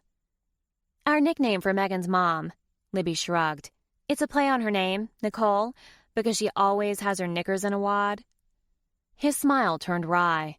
I can see how she earned it. Megan grinned. Your secret is safe with me, as long as you tell me what you read in Josh's palm. Josh shook his head. Nope, you first. What does Megan say? That she'll find the love of her life when she least expects it. Libby winked at Megan. And that she'll be married by the time she turns 30. How do you know that? He asked. You didn't even look. I've read it before, Libby said with a shrug. So how long do you have before you turn 30? Josh asked. Don't you know it's impolite to ask a lady her age? Megan lifted her eyebrows playfully. A rush of relief hit Josh square in the solar plexus. He was glad she wasn't holding a grudge over some imagined connection between him and her friend. 2 months, Libby volunteered. Megan laughed. My palm doesn't say I'll be married by the time I'm 30. That fortune teller did. Blair joined their group looking disgusted. Not the fortune teller again. Libby sighed, making it apparent that this was a worn-out argument. You can't deny it happened. You're correct. I don't deny that we went to Santa Caligon Days and waited in line for an hour in the oppressive summer heat. Now who's over-exaggerating? Megan asked. It was Labor Day weekend. We waited 10 minutes tops, and it wasn't that hot. We still waited in line for nothing. Not true. Libby turned up her chin. She told our fortune, just not as we expected. Josh couldn't stop himself from asking. She told Megan she'd be married by the time she was 30? Megan shook her head. She said all 3 of us would be married by the time we were 30. Blair put a hand on her hip. Only after she heard the 3 of us talking in line, remember? We were talking about that stupid pact we made as kids. You know, how we said we'd all get married before we turned 30 and became spinsters. That's not all, Libby added, her face serious. She said our weddings would be disasters, and we would all marry someone other than we'd intended, and a pact is not to be taken lightly. Blair groaned. You don't really believe that nonsense, do you? Of course she doesn't, Megan said. I don't know, Libby murmured, picking up her wine glass. So far, she's right. You and Blair are engaged. I'm not getting married on Saturday, Libby, Megan whispered, a panicked expression crossing her face as soon as she'd uttered the words. Libby hugged her arm. It's okay. Josh told me what's going on. She winked at Megan. You never know what might happen between now and then. Blair looked disgusted again. My wedding is in 2 months, and everything is going perfectly. Sorry to disappoint your delusion, Libby. Libby gave her a smug grin. We'll see. Then she took another sip of her wine, as if closing a door on the discussion. Megan looked between her friends for a moment before giving herself an involuntary shake. So, you two are the only ones who know about Josh. I need you to keep this to yourselves until Josh breaks up with me later tonight. Josh jerked to attention. This was exactly what he was afraid of. And having Blair standing next to them would make talking her out of it even more difficult. What? Libby asked in dismay. Already? Megan's face hardened with determination. It has to be done, Libby, and the sooner the better. Josh has a life to get back to. Megan! Just then, her mother called from the deck, waving her arm. Megan heaved out a loud breath. Duty calls. Again. Come on, Josh. It's time to introduce you to my parents' friends. I apologize in advance. She reached for his hand, but Libby grabbed him first. I need 1 more minute with Josh. She pulled him aside as Megan shrugged and hurried toward her mother. Libby stared Blair down. This doesn't concern you. Feel free to go back to flirting with Kevin. Blair's mouth dropped open in outrage. I do not flirt, and especially not with Kevin. Libby gave her a shrug of indifference. It's no secret you harbored a crush on him all through high school. That was 10 years ago. We're friends now. She glanced back and forth between Libby and Josh, then narrowed her gaze on Libby and pointed an accusatory finger at her. Do not encourage this situation, Libby. Libby made a shooing motion. Bye, Blair. They watched her stomp off after Megan, intercepting her before she could reach her mother. Based on her departing glare, Josh was sure Blair hated him even more now. He hoped she didn't convince Megan to do anything rash. Libby waited until Blair was out of earshot, then grabbed his bicep and leaned toward him. Do you want to break up with Megan tonight? She gave him a worried gaze. Libby thought he wanted to be here for other reasons she approved of. He'd be a fool not to take advantage of that, especially since Blair was so determined to get rid of him, and Megan was set on breaking up tonight. No. Then don't. Keep gazing at her like she's the last woman alive and don't do it. I'll help you out as much as I can. Josh felt bad using Libby to help him, but he needed all the advantages he could get. And he ignored the part of him that told him Libby was actually right about him. About how he liked Megan more than he wanted to admit. Chapter 8. Josh was walking back over to her, looking more relieved than he had before going off with Libby. What had her friend said? Megan's mother was getting visibly irritated that Megan still hadn't joined her, but Blair had a death grip on her wrist. I'm looking out for your best interest, Blair said, continuing with her mission to try and talk reason into her. What's so wrong with that? Megan's back stiffened. I love you like a sister, Blair, but this is my decision. If you can't accept it, feel free to leave. It's a stupid decision, Megan. Megan winced but held her ground. But it's mine, nevertheless. It's not like I'm marrying the guy. He's going to break up with me. Josh cleared his throat as he stopped next to Megan, close enough to have heard her last words. What do you want, Blair? What outcome at this moment would make you happy? Do you want me to tell Megan's parents that we've been lying to them? How will that make Megan look? She'd be worse off than she was before they mistook me for Jay. Blair pursed her lips. You're the reason she's in this situation. I've never denied it. I'm just trying to get her out of it the best way I know how. If you hurt her... Yeah, I know, Josh said dryly. You'll find out about my wicked past to throw it in my face, but good luck with that. I'm a pretty boring guy, so you'll have a tough time finding anything shiny to catch your interest." Watching him now, Megan had a hard time believing he was boring, though she was fairly certain he didn't harbor a past as a hardened criminal or a member of a motorcycle gang. Blair would probably have to do a lot of digging to discover anything scandalous about Josh McMillan. But then, Megan had never harbored a hidden fantasy about dating a bad boy, and Josh's chivalry, good looks, and charming personality, everything about him, screamed the opposite of bad boy. Megan was more attracted to him than was safe to acknowledge, but she couldn't ignore the fact that their relationship had almost reached its expiration date. She couldn't get attached to him. And that filled her with more disappointment than she had a right to feel. Blair pointed a finger at him. "If I find anything, I'll whip so many lawsuits around you that you'll regret the day you boarded that plane." Josh shrugged, looking unimpressed. "Suit yourself."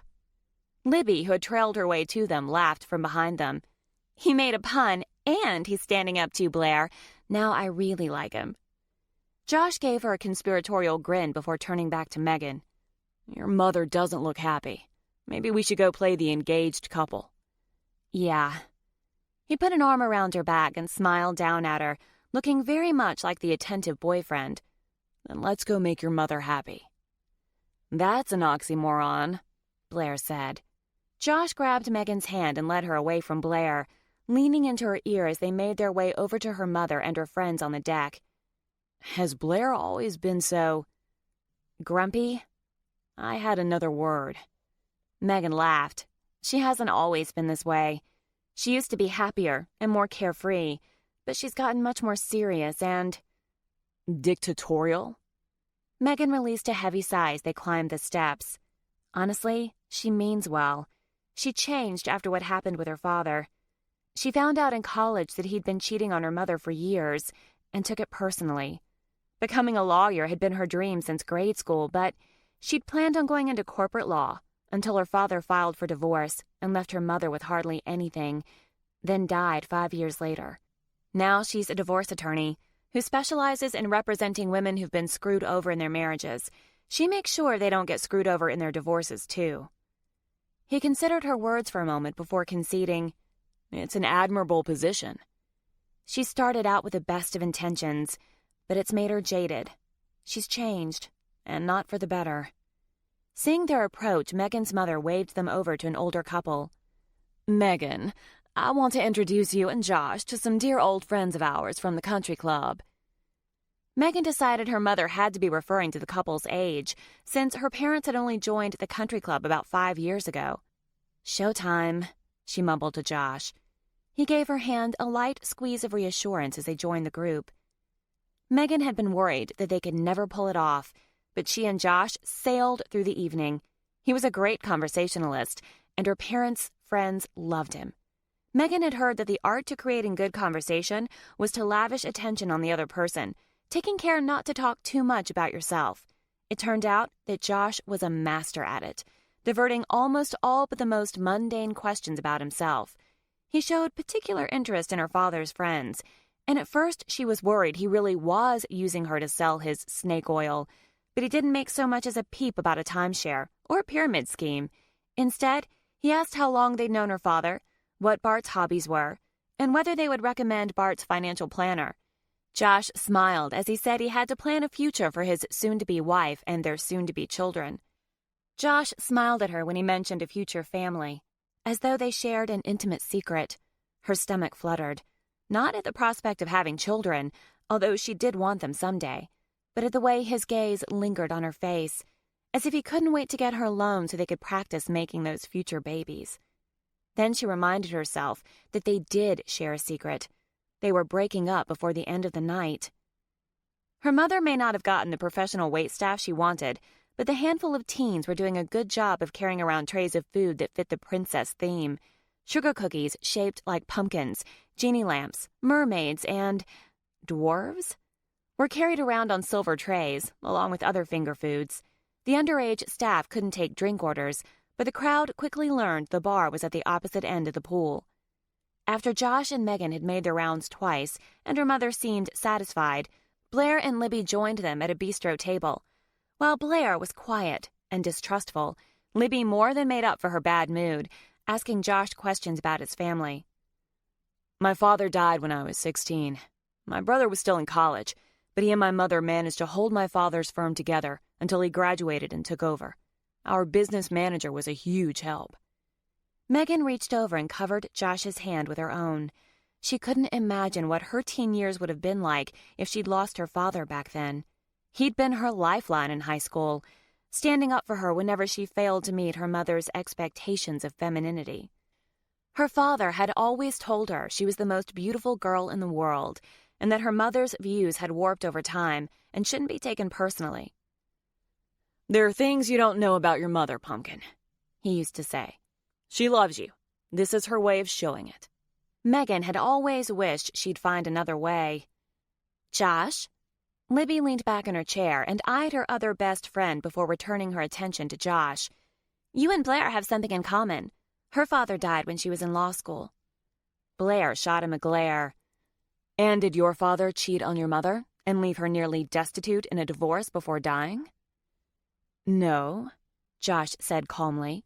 "He loved my mother very much. I hope to have a marriage like theirs one day." "Based on lies and deception?" He was quiet for a moment, and his answer was subdued. "No." Libby gave her a frown. "Blair, not everyone is as cynical about love as you are." "I'm a realist, Libby. Love is a conscious decision." "You really think your relationship with Neil is love?" Libby questioned, turning around to interrogate her friend. Libby was only putting a voice to what Megan had been silently thinking for months. "Neil and I have a very compatible relationship based on trust and similar hobbies." "And it's so romantic," Libby sing-songed. "Romance doesn't last. It's all spiking hormones and lust." Blair glared at her friend. "Perhaps one of your relationships would last longer than 3 weeks if you were looking for something other than romance." "I'd rather have a few weeks of passion and hot sex than a cold and emotionless relationship," Libby shot back, but Megan saw a hint of hurt in her eyes. Blair turned her attention to Josh. "And how are we supposed to believe anything you say? You could very well be making it all up. Your mother, brother, your father, too." "Blair?" Megan warned. An awkward silence settled on the group. Then Josh stood. "I know you girls would like to talk without me, so I'll go make a call and leave you with some time to yourselves." "Who are you going to call?" Blair demanded. Josh pulled his phone out of his pocket and brought up the contact before he locked his eyes onto hers. "My brother Noah. I haven't talked to him since landing in Kansas City, so he must be worried." Blair snatched his phone. "Let's see if you really have a brother." "Blair!" Megan shouted, reaching for it. "What the hell are you doing?" "Protecting you." Blair leaned out of her grasp as Josh stared at her, his eyes wide with shock. She pressed send and held the phone up to her ear. "Hello? Noah? What is your relation to Josh McMillan?" Horror washed over her face. "No, he's fine. He hasn't been in an accident. I'm sorry, he just—" "Blair!" Megan wrestled the phone from her friend and handed it to Josh. "God, I'm so sorry." Josh grimaced as he lifted the phone to his ear. "Noah? No, I'm fine," he said, giving Megan an apologetic look. "It was someone's idea of a bad joke." "Go," she motioned to him. He walked to the opposite side of the pool, moving toward the back of the yard, where there were fewer people. "What the hell, Blair?" Megan demanded after Josh left. "You probably scared his brother half to death." Blair shrugged. "He didn't try to stop me once I had his phone." "Yeah, because he was stymied by the fact that a grown, supposedly professional woman would steal his phone," Libby said. To her credit, Blair looked embarrassed. "Maybe I was a little overzealous." "You think?" Megan asked. "I think he's cute." Libby kept her eyes on Josh, an appreciative gleam in her eyes. "He's got a nice ass." "Funny," Megan deadpanned. "My Graham said the same thing." "I've always liked Graham," Libby said. "I think you should go for it." "There's nothing to go for." "I thought you were breaking up tonight," Blair reminded her. "Yeah." She'd been trying to put it off as long as possible, wanting to spend more time with him, but the reality of the situation was staring her in the face, and the thought of never seeing Josh McMillan again filled her with panic. Libby lifted her drink to her lips and gave Megan a knowing look. I say break up with him tomorrow. You can do other things tonight. Megan grimaced. While sleeping around might be your style, Libby, it's not mine. Libby shot her a haughty look. For the record, you might as well both know I'm not sleeping around at the moment. I've been with Mitch for 4 months now. Blair and Megan stared at her in surprise. What? I'm not getting any younger. We're all about to hit 30 this year, and now I'll have a date to both of your weddings. You know, when you think about it, Megan's wedding disaster isn't that much of a surprise. What does that mean? Megan demanded. Blair groaned, leaning back in her chair. Not that fortune teller crap again. If I had known how seriously you'd take it, I never would have gone. Libby narrowed her eyes. It happened, Blair, whether you choose to believe her prediction or not. She turned to Megan, who was now listening intently. And we made a pact to get married. I told you, pacts are not to be taken lightly. We made that pact at a city fair because we were bored after your brother barfed on a carnival ride, Blair said. If you remember, we also picked out our grooms. After rock, paper, scissors, you got Travis Ming, which seems like an excellent way to pick your future husband, Libby, especially in light of how Megan has picked her substitute groom. She cocked her head. What's Travis up to these days, Libs? Your birthday's in 5 months. You better hurry up and track him down. Be a hater all you want, Blair, Libby retorted. Megan's wedding is proof. You don't seriously believe any of this, do you? Blair asked. You're not even engaged, Libby. Not yet, but I have 5 months, Libby mused. Besides, look at Megan's wedding. While it's a disaster, another, significantly more charming, man is already claiming to be her fiancé. Hey, Megan protested, my wedding isn't a disaster, and as far as Josh goes, it's just not going to happen. I just met him, and under duress, I might add. Blair scowled. Well, my wedding is going to go off without a hitch. My wedding planner has everything under control, and Neil wouldn't think of cheating on me. She cast a glance at Megan. Sorry, Megs. Megan shrugged, trying to make her friends believe she was over Jay's infidelity. She wasn't sure how convincing it was. While part of her was glad to be rid of him, the embarrassment still clung to her like a cheap perfume. Reaching over, Libby patted Megan's hand. Who knows? Maybe she'll marry Josh on Saturday. Blair looked furious. Megan is not getting married to anyone on Saturday, so let it go, Libby. Geez, Blair, Libby said nonchalantly, sipping her drink. You might want to consider some anger management classes. She waggled her eyebrows at Megan. Besides, who knows what will happen tonight with Mr. Hot and Sexy in a pair of jeans once he's out of them. Maybe he'll be so good you'll want to marry him. To her horror, Megan blushed. She's not sleeping with him tonight, Blair lectured Libby. I'm sure Knickers gave him his own room. No one is allowed to have sex in the House of Perfection. Libby giggled. But Knickers got pregnant twice. Her voice trailed off in innuendo. Blair's mouth twisted into a smirk. I'm sure that happened in a 5-star hotel, so someone else's sheets got soiled. Both times. The thought of her perfect mother having sex, especially with her father, was nauseating. Actually, Megan said, she told Josh, thinking he was Jay, that she knew we were having sex in Seattle, so she put his bag in my room. Blair's mouth gaped. Knickers actually said the word sex? No, Megan cringed. She called it hanky-panky, but now he's sleeping in my room. Yes! Libby squealed, drawing the attention of the guests at a nearby table. Megan's getting some tonight. Libby, Megan hissed, her face getting hotter. I can't. Finally, Blair groaned, the first reasonable thing you've said today. Libby ignored her. Why on earth not? He's not sticking around. So, what's the problem? You like him. Admit it. Megan squeezed her eyes shut. Maybe.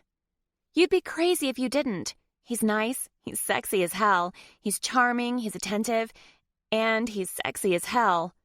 You already said that. Libby glanced over at Josh, who had pocketed his phone and was headed their way. With a man as sexy as that, it can't be said often enough. Megan blushed. When Libby was right, she was right.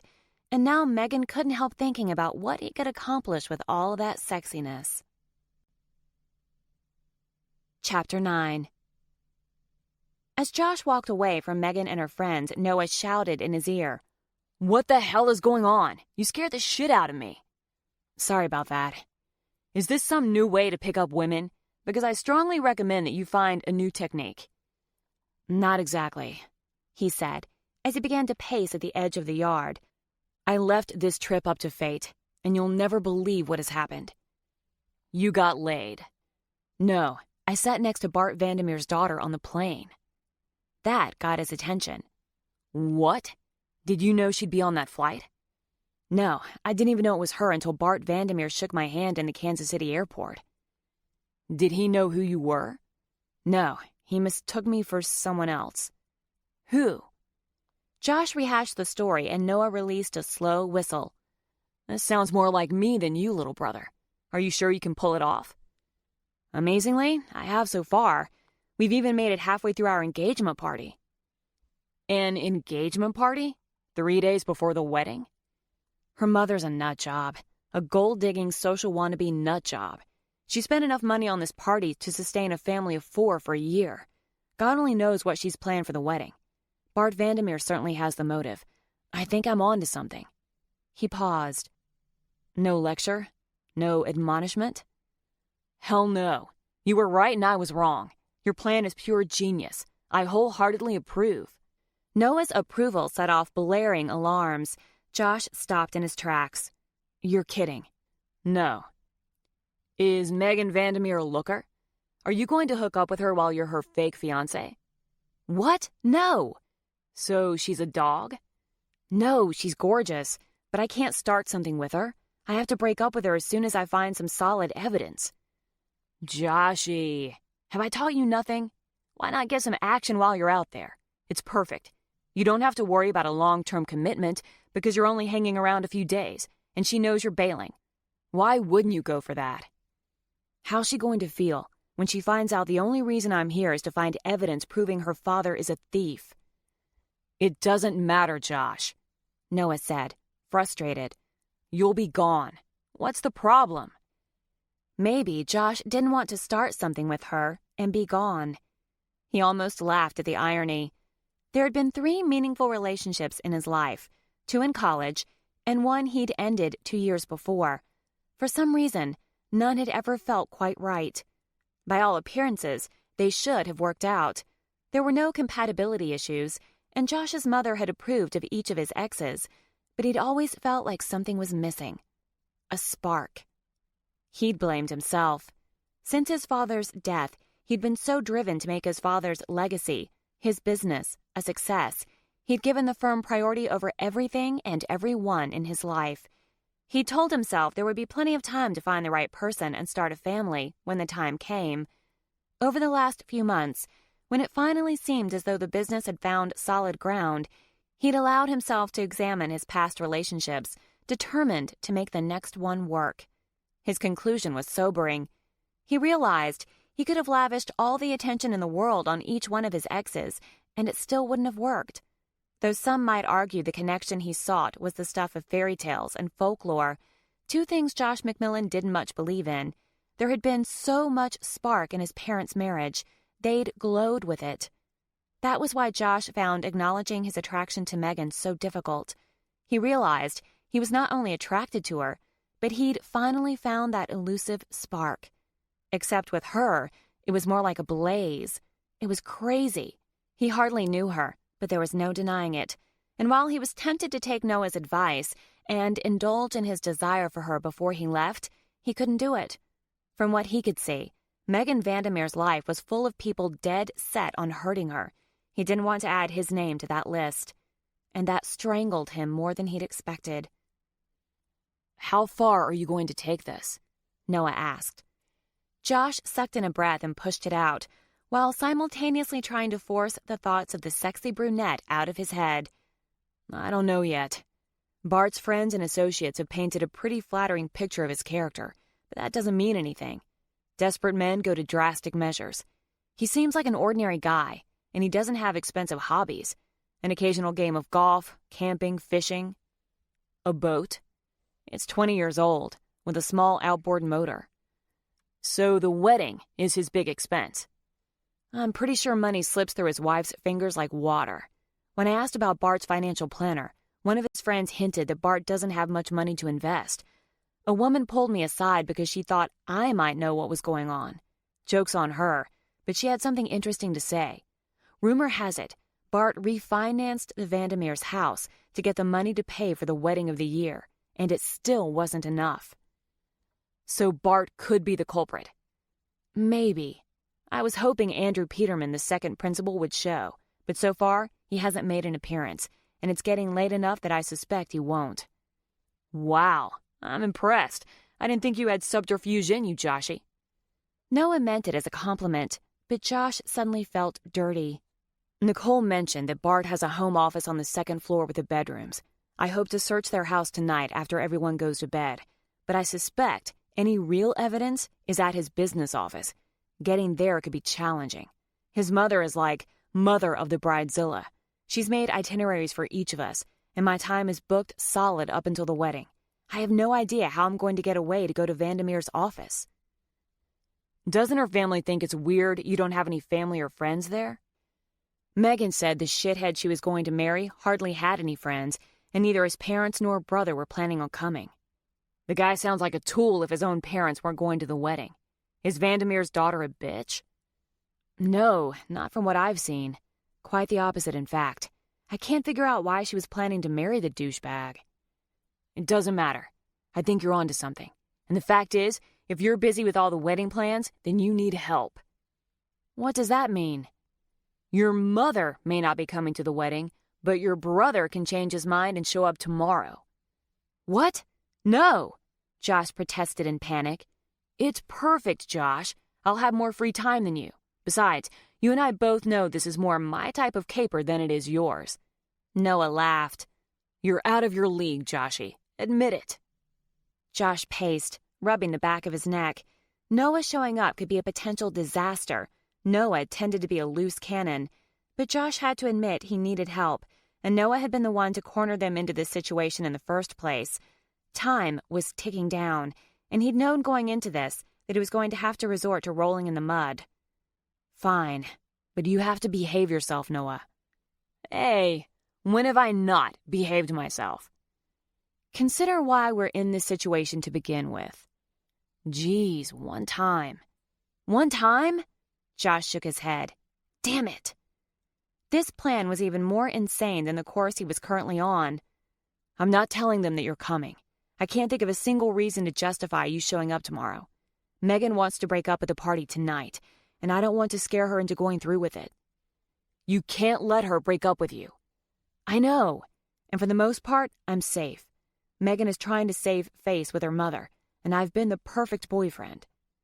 Like that's a stretch, Noah snorted. Leave it to Noah to make an attentive boyfriend sound like a bad thing.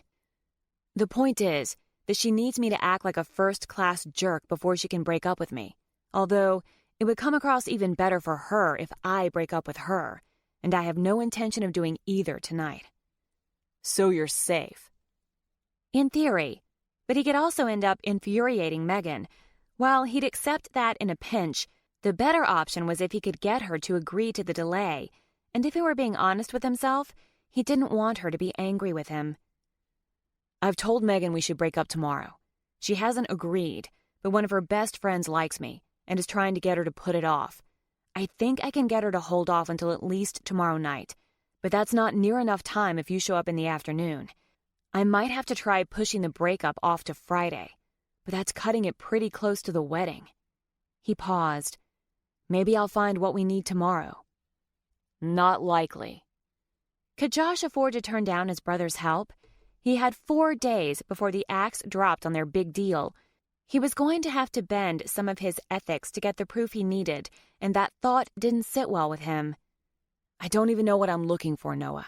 How do I pin this on them? See if you can get access to Bart's emails from around the time my bag was stolen. Try to find a copy of the plans with our name on it. You really think someone's going to keep a copy of an incriminating document? Yes, I do. Josh rubbed the back of his neck. So where do I look? The Vandermeer house is a good start. I doubt he'd want to keep the plans in the office. How would he explain it to his colleagues? But if his wife found it, no big deal. I bet none of his family would give it a second thought. Josh had to admit that Noah was right. This is a great start if Bart's our guy, but I still haven't figured out how I'm going to explain your sudden appearance. I can play the role of the surprise drop-in brother. Send me an address. But why would you show up? How did you find out where I was? You let me worry about all of that. You just act completely surprised to see me. Now what's the address? Josh had a sinking suspicion he was going to regret this. I'll text it to you. See you tomorrow, Joshy. He wasn't exactly looking forward to this family reunion. He rejoined Megan and her friends. Libby was watching him like he was an all-you-can-eat buffet, though one she didn't care to dine at, while Megan looked embarrassed, and Blair was doing her damnedest to pretend he didn't exist. I need to use the restroom, Josh said, needing to escape for a few minutes. Hopefully it would also give him the opportunity to do a quick search as he'd planned. You can use the powder room on the first floor, Megan told him. Feeling someone's gaze on him as he made his way across the deck to the back door, Josh looked back to see Kevin watching him. Shaking his head, he let himself into the house and used the restroom, then opened the door, planning to head upstairs to look for Bart's office. But as he moved toward the stairs, he heard a voice from behind the partially open bedroom door at the end of the hall. He paused, looking to see if anyone would notice him eavesdropping. When he didn't see anyone, he moved closer, realizing it was Bart Vandermeer's voice. No. You know it's too late. There was silence for several moments before he said, That's not what I said. You know I want to help. I'm just tied up. Bart was obviously on the phone, but who was he talking to, and what was the call about? We always knew there would be casualties, Bart said, sounding unhappy. Talk to the attorney and see what he says. Was he talking about Josh potentially fighting the patent? Hear anything good? Blair whispered behind him. He jumped and spun around, trying to keep a poker face. Hey, Blair, I was looking for the restroom. She crossed her arms. You seem to have passed it. She pointed her thumb to the partially open door behind him. Huh. He tried to sound nonchalant. The door was closed when I went by. I heard Bart in the other room, so I decided to ask him where I could find another bathroom. Blair pinned him with her steely gaze. The bedroom door opened and Bart came out. Oh, he said in surprise, looking nervous. I haven't had a chance to say hi to you, Blair. How are you doing? Good. I see you met Josh, or had you met him before? Josh held his breath, waiting for Blair to expose him. Nope, this was my first opportunity to meet Josh.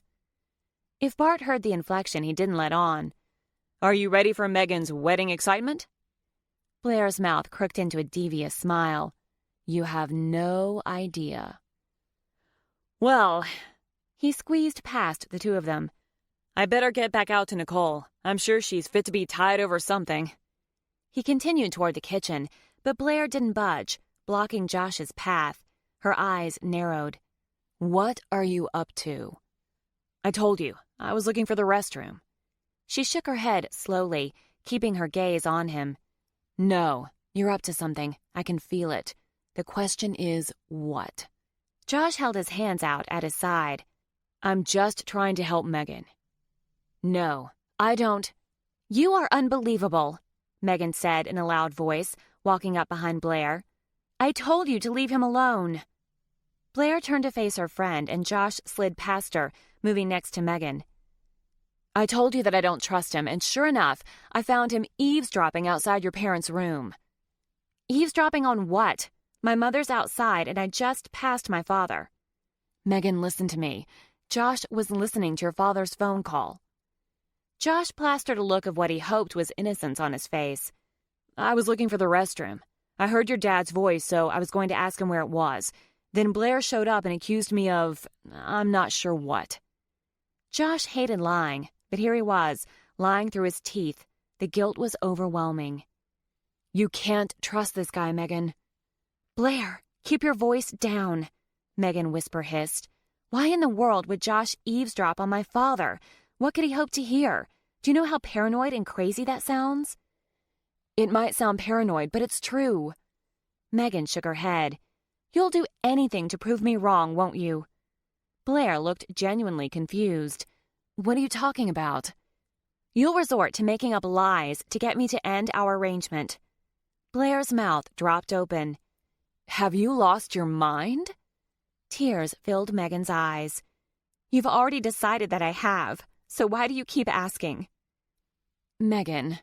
Blair's voice softened. Megan shook her head. Stop. Just stop. Then she took a deep breath and turned to Josh. My mother wants my father to formally introduce us to their friends. He started to say something, but she held up her hand. Yes, I know. We've already talked to every single one of them, but nevertheless... Her voice trailed off. Blair's anger returned. If you think I'm going to stay here and watch this... Go, Megan said, her eyes blazing. If you can't watch this, then go. No one is making you stay. Megan, Josh interrupted, his guilt crushing him.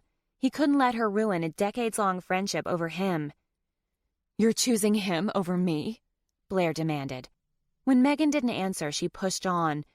You're picking a man whom you've known for approximately 10 hours over your friend of 25 years. No, Blair.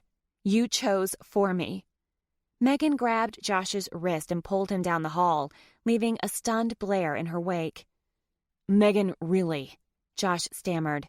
It's fine, she said, forcing a smile. I'm fine. Let's go get introduced. By the time they reached the kitchen, her hand trembled in his clasp. She was upset, whether she wanted to admit it or not. Megan. He pulled her to a halt. Hold on for a second. She stopped in front of him, looking up at him with questioning eyes. She was so agonizingly close, and she looked so vulnerable. All he wanted to do was take her in his arms and kiss her, assuring her that everything would be okay. But he couldn't. He wasn't sure everything would be okay once the dust finally settled. Give me a minute, okay? He asked, certain she would afford him the time she thought he needed to collect himself. He felt less guilt over this small duplicity. It was for her benefit, so he could live with it. They were still holding hands, he suddenly noticed. He thought about dropping his hold, but couldn't seem to let go. She'll get over it, he finally said. She let out a deep breath, then forced a smile. I'm not so sure. Libby will smooth things over. Her smile turned genuine. Yeah, she can't stand it when we fight. I like Libby. He reached his free hand around Megan's back and pulled her to his chest before he realized what he was doing. Touching her was as natural as breathing, and while that was dangerous, he didn't much care at the moment. She relaxed into him, resting her cheek on his chest. They stood still for nearly a minute, and with every ticking second, Josh felt more and more certain this woman was different than every other woman he had ever met. The question was, what did he do with that information? He didn't see any way to achieve a positive outcome. Nicole Vandermeer poked her head through the back door. There you are. Aren't you two precious? Stealing a moment for yourselves. You can hug later. Your father wants you out here for an official introduction. Josh wasn't fooled. The introduction had to be Nicole's idea, but at the moment, he was Nicole Vandermeer's golden boy, and he wasn't about to say a word. Chapter 10. Josh dropped his arm but held Megan's hand again, lacing their fingers together. She liked it more than she should, just like she'd felt when he was holding her. Somehow he'd known she couldn't handle facing her mother's friends immediately after her run-in with Blair. The confrontation had upset her more than she was willing to admit to either of them. Josh had used the excuse of needing a moment for himself, but she wasn't fooled. He'd done it for her. In the entire time she'd known Jay Connors, he'd never once been intuitive about her feelings, and this man she'd known for less than a day could see right through her. She looked up at him, suddenly feeling shy, although she wasn't sure why. He gave her a warm smile that reached his eyes, filling her with reassurance. We want to keep niggers happy, don't we? She laughed. You picked up on that quick. He didn't answer as they headed out onto the deck. All the guests were still in the process of being ushered down to the patio around the pool. Her mother led Megan and Josh to the railing that overlooked the yard. Her father stood to the side, looking embarrassed and totally out of his element. Megan's mother cleared her throat, a delicate sound that garnered everyone's attention anyway. We'd like to thank you all, our dearest friends, for coming to celebrate the engagement of our only daughter, Megan Nicole Vandermeer. She paused and gave Megan her best fake smile, a look convincing enough to fool 99% of the people she met, but not her own daughter. Then she turned back to the crowd. Bart would like to say a few words. Megan looked down at the 60 or 70 faces of her mother's dearest friends, who stood around the pool and spilled into the edges of the yard. She'd only seen 3 of those faces before tonight. Libby, a hopeless romantic who was currently glowing with excitement, her grandmother, who looked like she was privy to some private joke, and Kevin, still manning his position at the bar while he shot daggers of contempt at the man standing next to her.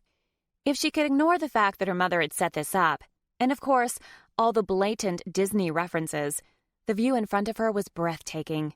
The sky had darkened, and the floating candles on the water and the candle chandelier hanging from the tent emitted a magical golden glow.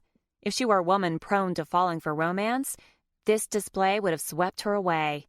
No wonder Libby looked so orgasmic. She heard her father talking, so she tuned into his words.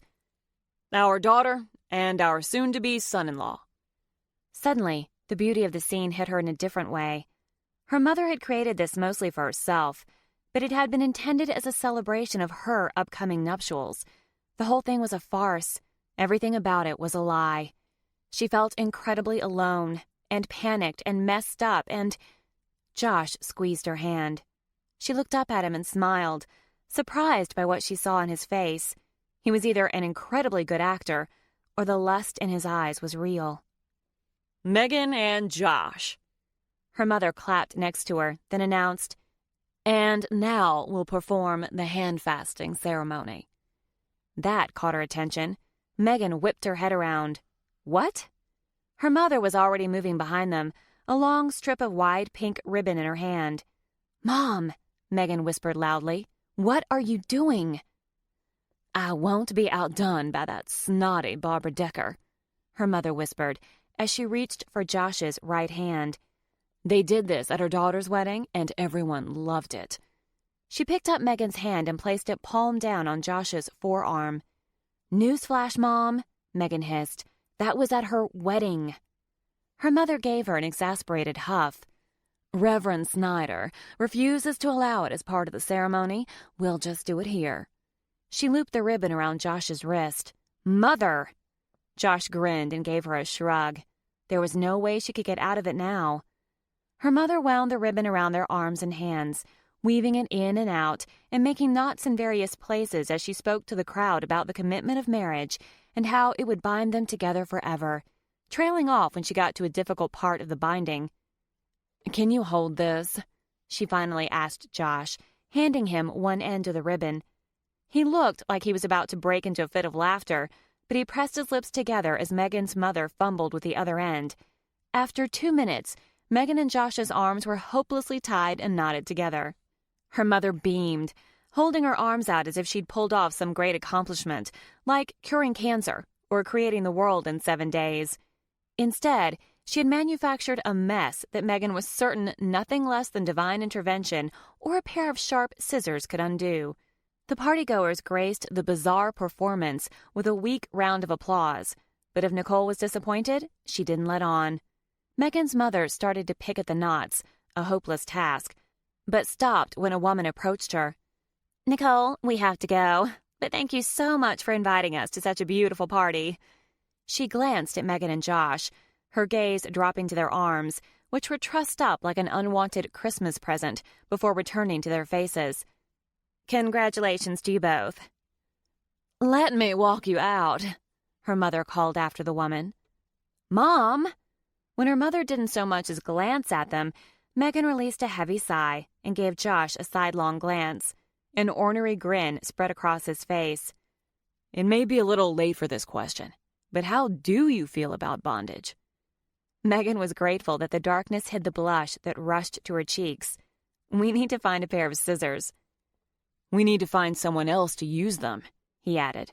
We're both right-handed. He gave a tiny shake of their joined hands. She wondered how he knew that for sure, then realized he must have noticed. What else had he noticed about her? I'm sorry about this. I think that may have honestly been one of the top 5 odd experiences in my life. Jay might have said the same thing, but it would have been dripping with derision. She could tell that Josh was genuinely amused. Despite her suggestion to find scissors, Megan tried to pick at one of the knots with her left hand. Stick around a couple of days, she said dryly. I'm sure we'll be able to trump your entire top 10 list. This is a good look for you, Megan. Libby joined them, giggling. You're usually so straight-laced. Oh, wait, you are laced. Megan shot her a glare. But usually, when a couple does the bondage thing, the woman's mother isn't the one tying them up. Josh burst out laughing. Shut up, Libby. Megan chuckled in spite of her mortification. Find some scissors. I'm tempted to. Scissors, now. Libby took off for the kitchen, still laughing. Megan looked around for her father, but she'd realized he'd taken off while her mother was busy hog-tying her to Josh. Graham was nowhere to be seen, but Kevin was making his way toward them with 2 glasses. Still grinning, Josh took several steps backward to move them to the lower, currently unoccupied deck, then swept his left hand toward an outdoor love seat and a coffee table tucked into a dark corner. Would you care to sit down? I suspect this might take a few minutes. Sure. He sat on the coffee table, holding her elbow to steady her as she sat on the seat in front of him. I'm so sorry, she said again. I had no idea she would do something like that. Kevin finally reached them and handed them each a glass. This is for fortification. Good show, by the way. Do you do a matinee? Oh, God, I'm so glad I don't know any of those people. Megan took a big gulp from her drink. Josh watched her, then sipped from his own. Not to worry, Kevin said, as he sat on the love seat next to her, keeping his gaze on Josh. You'll get to see them all again on Saturday. Saturday? Megan asked, before going in for another swallow of the fruity drink he'd brought her. Your wedding? Oh, shit. She choked on the drink and spit it out all over the front of Josh's shirt. His eyes widened in surprise, but then he started to laugh. I'm so sorry, Megan gushed, starting to reach for his shirt before remembering she still had her drink in hand. She finished it off and handed the empty glass to Kevin. I'm going to need another. Josh downed his and handed his glass to Kevin as well. Make that 2. I'm going to expect a huge tip. He got up and headed down the steps to the patio. Megan used her left hand to pat at Josh's chest. I am so sorry. He cut her off, reaching behind her head and pulling her mouth to his. His kiss was soft and tentative, as though he expected her to pull away. She leaned into him instead, sliding the hand pressed to his chest up to the side of his face. His tongue ran along her lower lip and she gasped. Megan, her mother called. Josh lifted his head. The candlelight shone in his eyes, and she was grateful for the blatant desire she saw there. This wasn't for show. This was real. Your mother's calling, he murmured. Megan closed her eyes for a second and groaned. I just want this party to be over. She lifted their still joined arms. And for us to be untied. He chuckled, then leaned in to kiss her again. Being tied to you has been an interesting experience. Megan, come say goodbye to our guests, her mother shouted from the other side of the pool. Megan took comfort in the fact that her mother's gaze was swinging around the yard in an attempt to locate them. She didn't seem to notice them tucked into the corner. She expects us to interact with people while we're tied up like this? Josh asked, incredulous. I suspect she's already forgotten that we are. So what are the chances of hiding out here? Not so great, since Kevin's about to give us away. Sure enough, her brother, who was on his way back to them with 2 more drinks, had stopped beside their mother and was motioning to them. He gave Megan a huge grin. That sadistic bastard, she mumbled. He continued toward them, still grinning. Thanks for selling me out, Megan grumbled, snatching a glass out of his hand. What was that about? He put Josh's drink on the table and leaned back, observing them for a moment, his smile having slipped away again. I'm going to be brutally honest. Josh picked up the drink, then said wryly, I'm glad you decided to give that a go. Megan had hardly eaten, and the drink she'd guzzled down had already gone to her head. She giggled, and Kevin shot her a dirty look. I don't like you, Connors. Kevin jabbed his finger into Josh's chest. You've treated my sister like shit for too long, and I've decided that I'm going to stop this wedding. Megan shook her head to clear it. What are you talking about? He's a cold-blooded prick who doesn't give a shit about you. I should have said something months ago, but I'm saying it now. Kevin, she said, standing up and pulling Josh with her. You don't know what you're talking about. I know all too well what I'm talking about. He stood. I told you, Graham and I have been talking. We know what he's like. He waved his hand haphazardly toward Josh. I know he ignores you most of the time in Seattle. I don't know what this little display of affection is all about, but your audience here in the corner is practically non-existent. Save the show for when it counts. He turned on his heels and stomped off. I'm so sorry, she said for the umpteenth time. He had no right to do that. He was silent for a moment, then turned to her. Yes, he did. Why would you? Megan, he said quietly. From what little I've gathered, Jay did treat you like shit. How could you possibly know that? More reasons than you can guess. He moved closer to her, lowering his voice. I'm glad your brother is looking out for you. Too little too late as far as I'm concerned. Still. His voice trailed off. But he thinks you're Jay.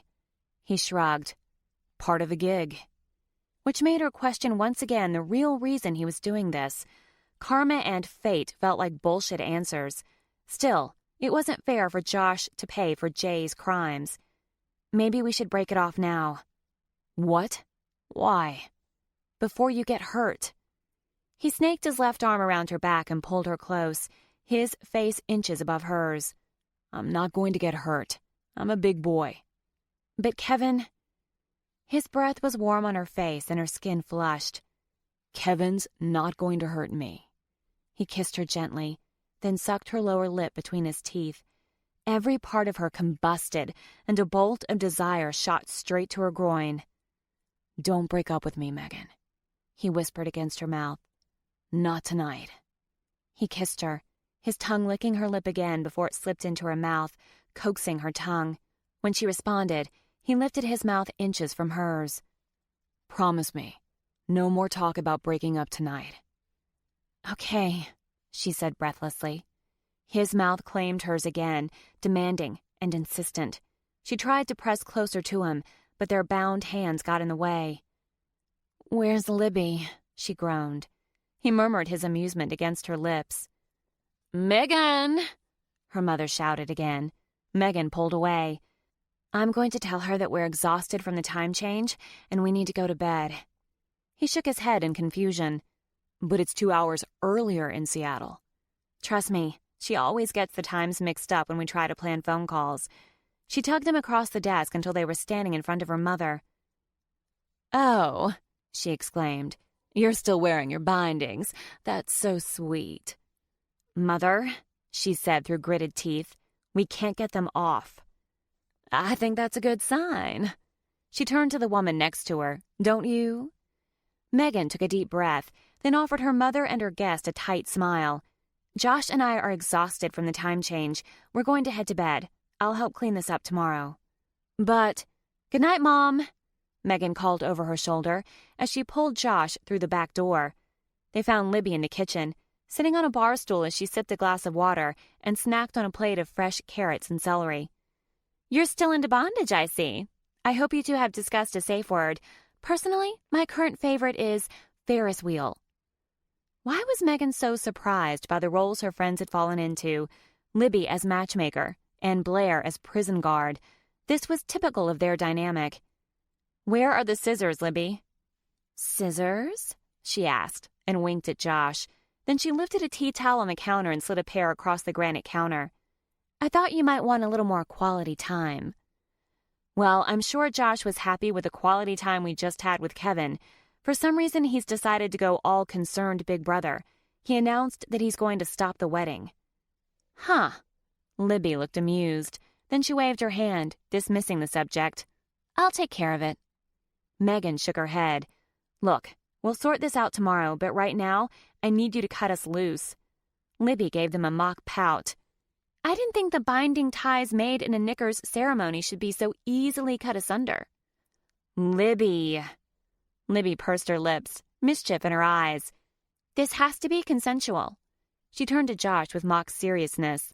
Josh, do you agree to cut these ties that bind? Both of them started to laugh.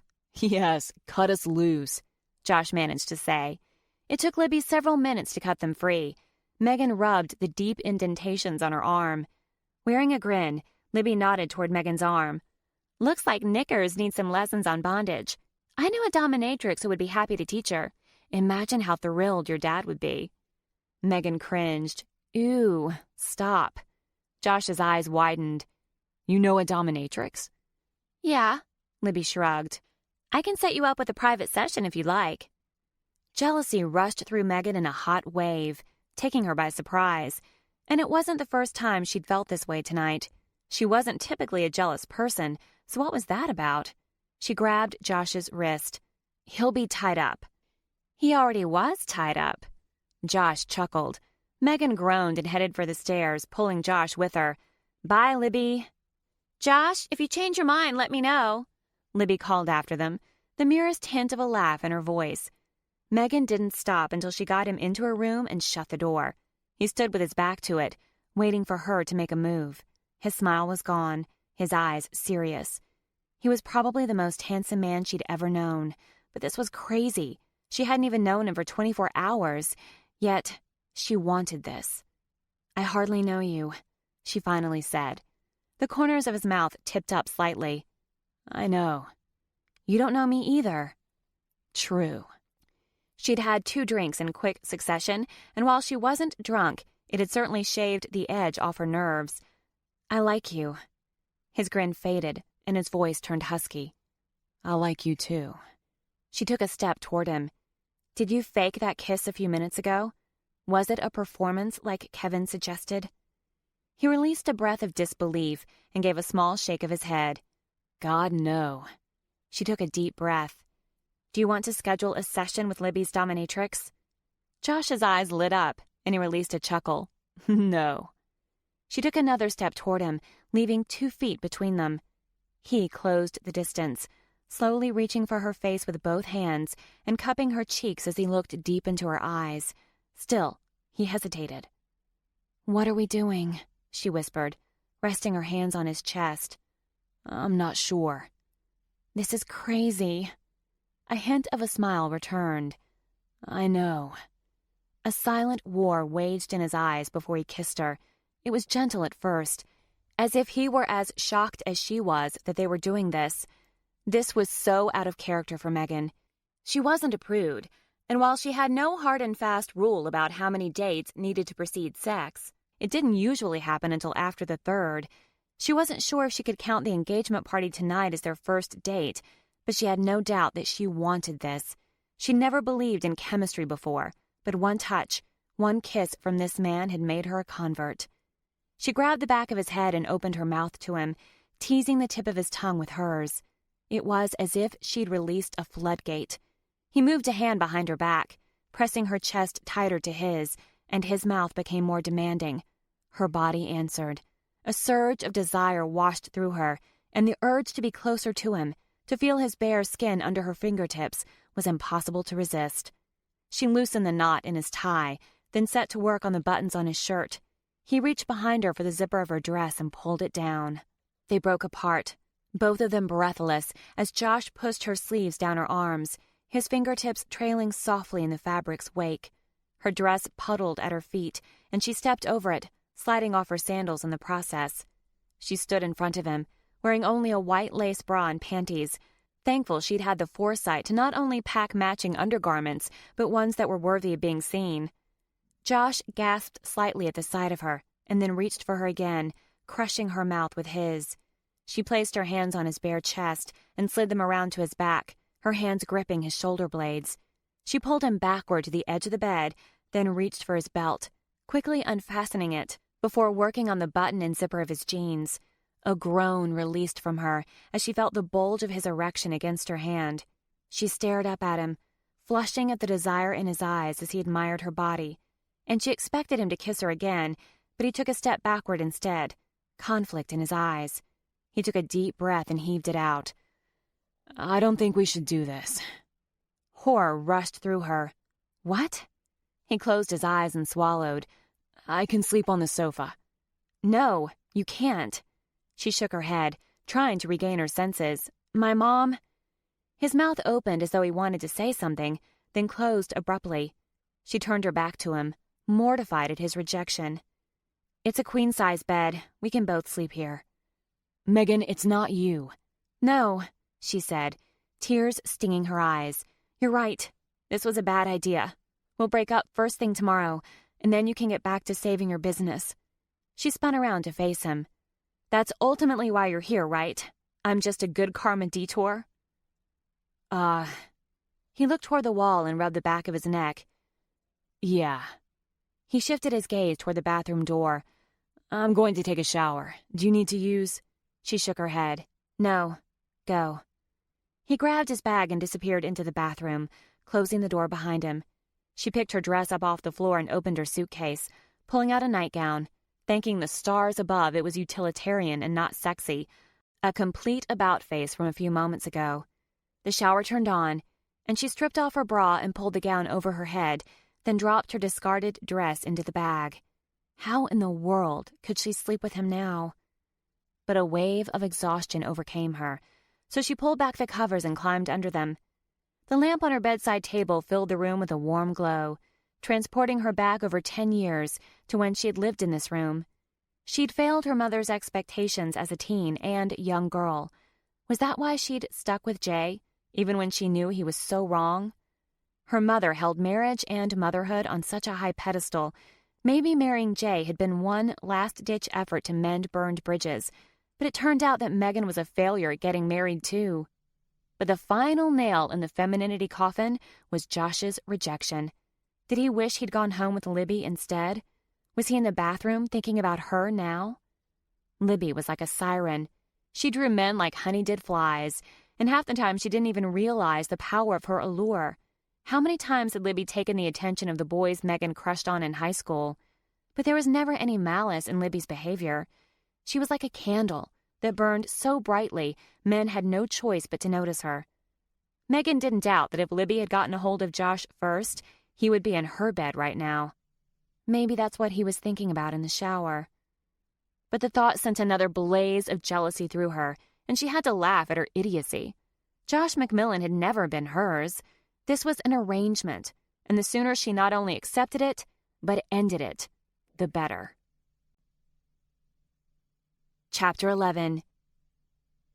Josh stayed in the shower until the water turned cold, and then stayed in even longer.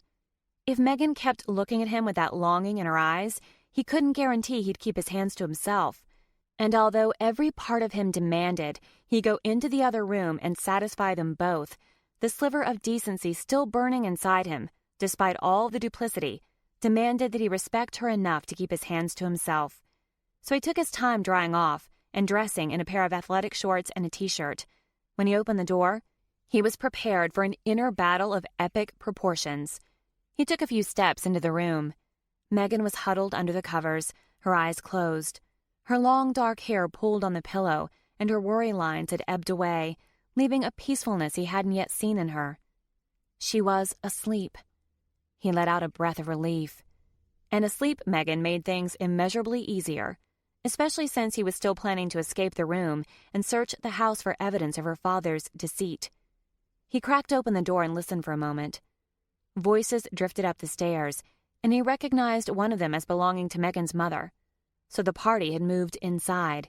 He could at least search the rooms upstairs, but as he started out the door, he heard Kevin's voice on the stairs. Are you worn out, Graham?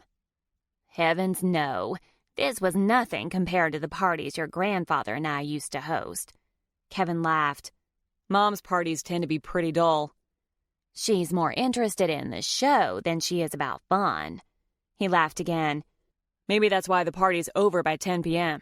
Yours always went well into the morning. Which is part of the reason why your mother had a conniption when she realized what we had you doing. I learned some valuable life skills, Graham," he teased. Don't say I never did anything for you, especially when you see your inheritance from me. Kevin released a long, rumbling laugh. I've missed you, Graham. You and your sister need to come home more often. In spite of what you both think, your mother does love you. She just has a hard time showing it.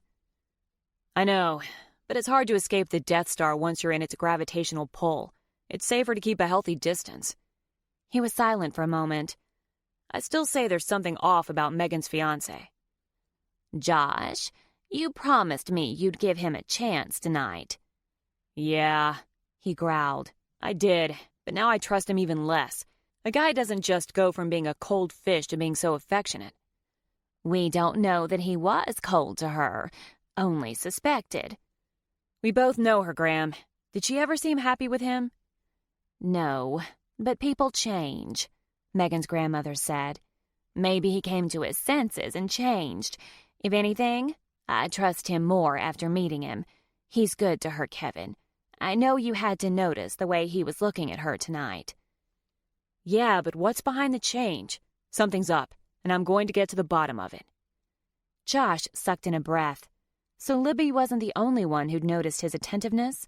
That was a good thing, right? You need to stay out of your sister's business. I've stayed out of it for too long. If he's marrying her, he'd better love her. Josh hoped he was a couple of 1,000 miles away when Kevin discovered the truth. You're a good big brother, the older woman said. Just make sure your motives are pure. What's that mean? Guilt has a funny way of bending people. They were silent for a moment. I'm getting off to bed. I need my rest. Your mother thinks she's putting on the royal wedding. Night, Graham. Josh stood with his ear pressed to the door, wondering how good of a brother Kevin actually was. He'd suspected his sister was unhappy for at least 2 years without ever calling her on it. Where had he been while Megan was dating the bastard who'd cheated on her?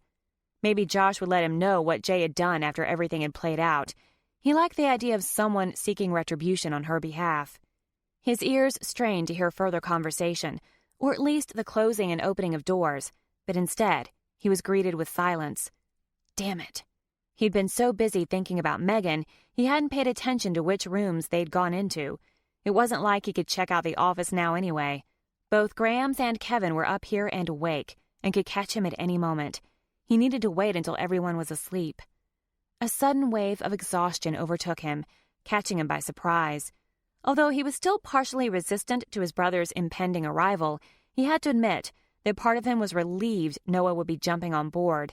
The clumsy way his brother had lost the plans notwithstanding, Noah was an expert at subterfuge. Although Josh was loath to admit it, he needed him.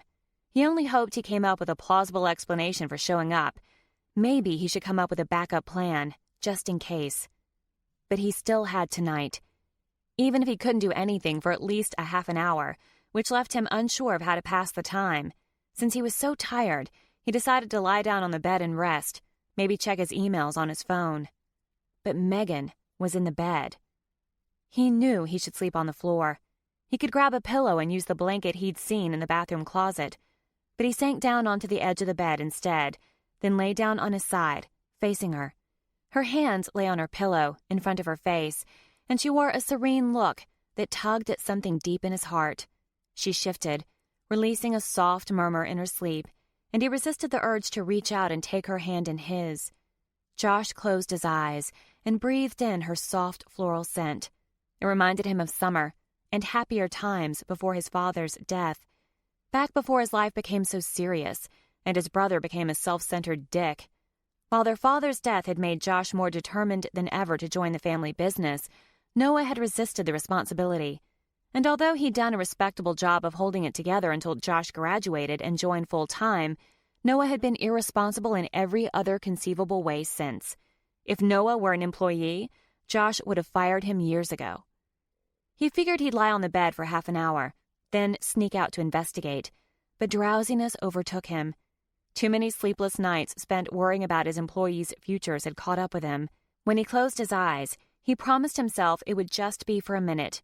Yet when he woke up, Megan had rolled the opposite direction, and the room was somewhat bright. Oh, shit. It was morning. He groped around the bed for his cell phone, eventually finding it down by his knees. When he saw the time, relief washed over him. 6:45.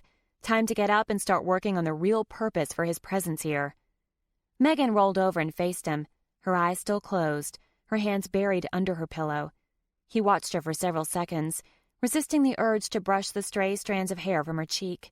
She'd kicked the covers partially off as she turned, and her bare legs were bent, her nightgown riding up to the curve of her ass, showing him the lacy underwear he'd gotten an eyeful of the night before. Memories of touching her and kissing her washed through him, making him hard. If he woke her up by kissing her, how would she respond? No. It took every ounce of restraint he possessed to keep from touching her. He carefully slid off the bed and grabbed his bag, taking it into the bathroom so he could change. After closing the bathroom door as quietly as possible, he pulled on a pair of jeans and a cotton button-down shirt. He slipped out of the bathroom and then out of Megan's room into the hall, standing still as he listened for any noise. The question was, which room was the one he wanted? It was still early enough that everyone was likely sleeping, so he stood in the second-floor hallway and took stock. There were 4 doors, 2 on Megan's side of the hall and 2 on the opposite wall. Megan's bathroom shared a bathroom with another bedroom, which had to be the other door on her side. That meant the 2 doors on the opposite side were either both bedrooms or one was a bathroom. One thing was sure, one of the rooms housed Bart's home office. He only hoped it wasn't currently being used as a guest room. He moved to the door opposite Megan's and pressed his ear to the door. The light snoring he heard told him everything he needed to know. Now his odds were 50-50. When he pressed his ear to the door of the room next to the occupied room, he didn't hear anything. Ditto for the room at the end of the hall. Someone was sleeping in one of the rooms, but which one?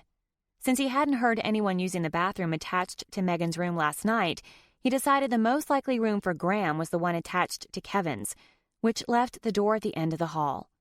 Taking a deep breath, he grabbed the doorknob and turned it slowly, pushing the door gently when he felt it unlatch. He swung the door open and instantly panicked. Megan's grandmother was stark naked next to the bed, with her hands and feet on the floor and her saggy butt up in the air, giving him a view he would, unfortunately, never forget. Josh's brain told him, "Retreat! Retreat!" but his feet refused to move. "Josh!"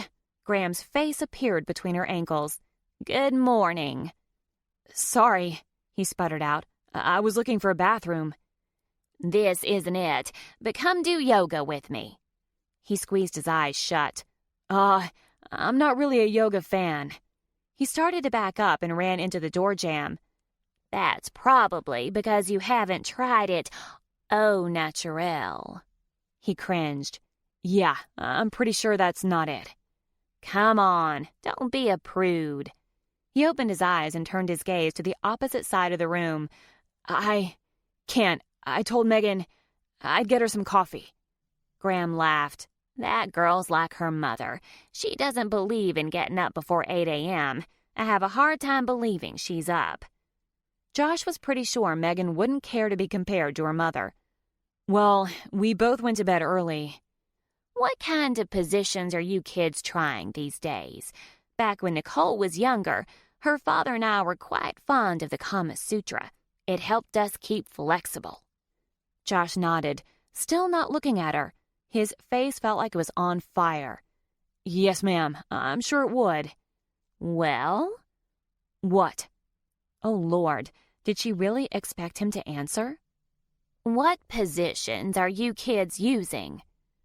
Was she referring to the younger generation in general, or to his and Megan's presumed sex life in particular? Either way, he had no desire to discuss sex of any sort with Megan's naked grandmother. "Are you sexually repressed, Joshua?"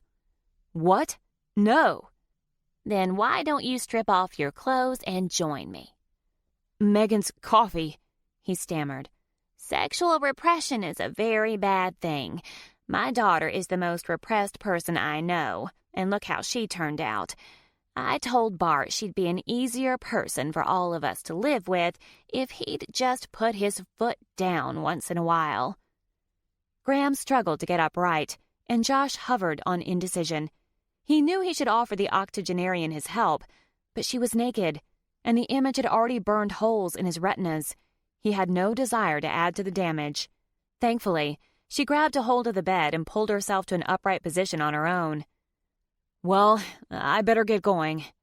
She stood in front of him in all her Lady Godiva glory. "How do you keep that firm patootie, young man? Do you do squats, or do you lift weights at the gym?" He started to cough. "Excuse me?" Oh, God, was she coming on to him? "I'm enrolled in an art class, sketching nudes. I'd like to sketch your backside." He stepped backward. "I'll need to check with Megan on that." "And if she says yes?" "I'll let you know." He managed to stumble into the hall and shut the door behind him. He rushed for Megan's room, heading straight for the bathroom and turning on the water. He splashed his face over and over in a desperate attempt to wash away the sight of Megan's grandmother's full womanhood staring him in the face. He groaned and washed faster. "Josh?" Megan asked, standing in the doorway, her voice husky with sleep. He continued to douse his face.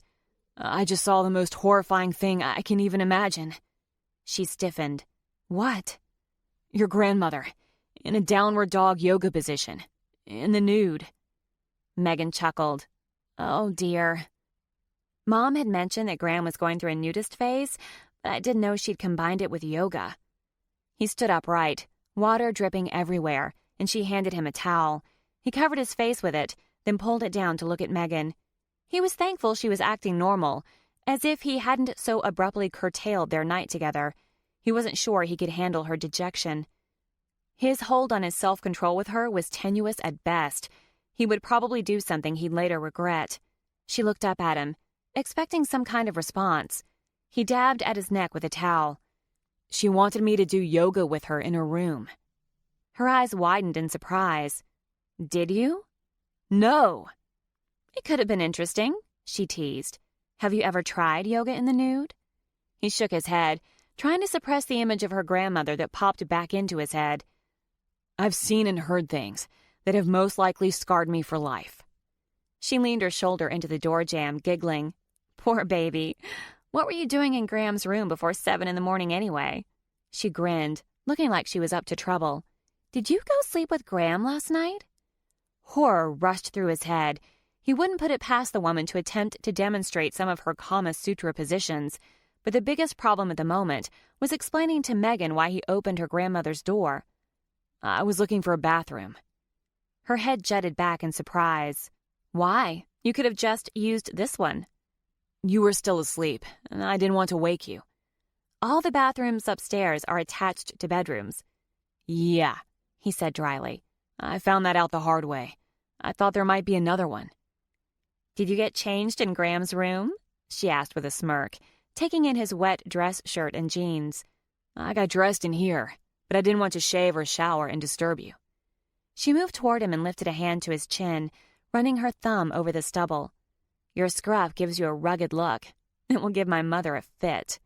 She looked up at him with a mischievous glint in her eyes. "I think you should keep it." His breath stuck in his chest at her touch, as he registered how close she stood to him, how warm her finger was against his face. He kept his hands at his sides, even though everything in him was screaming to pull her closer and kiss her until she begged him to do more. "And what about you?" he forced out. She stilled, her fingertips still splayed on his face. "What about me?"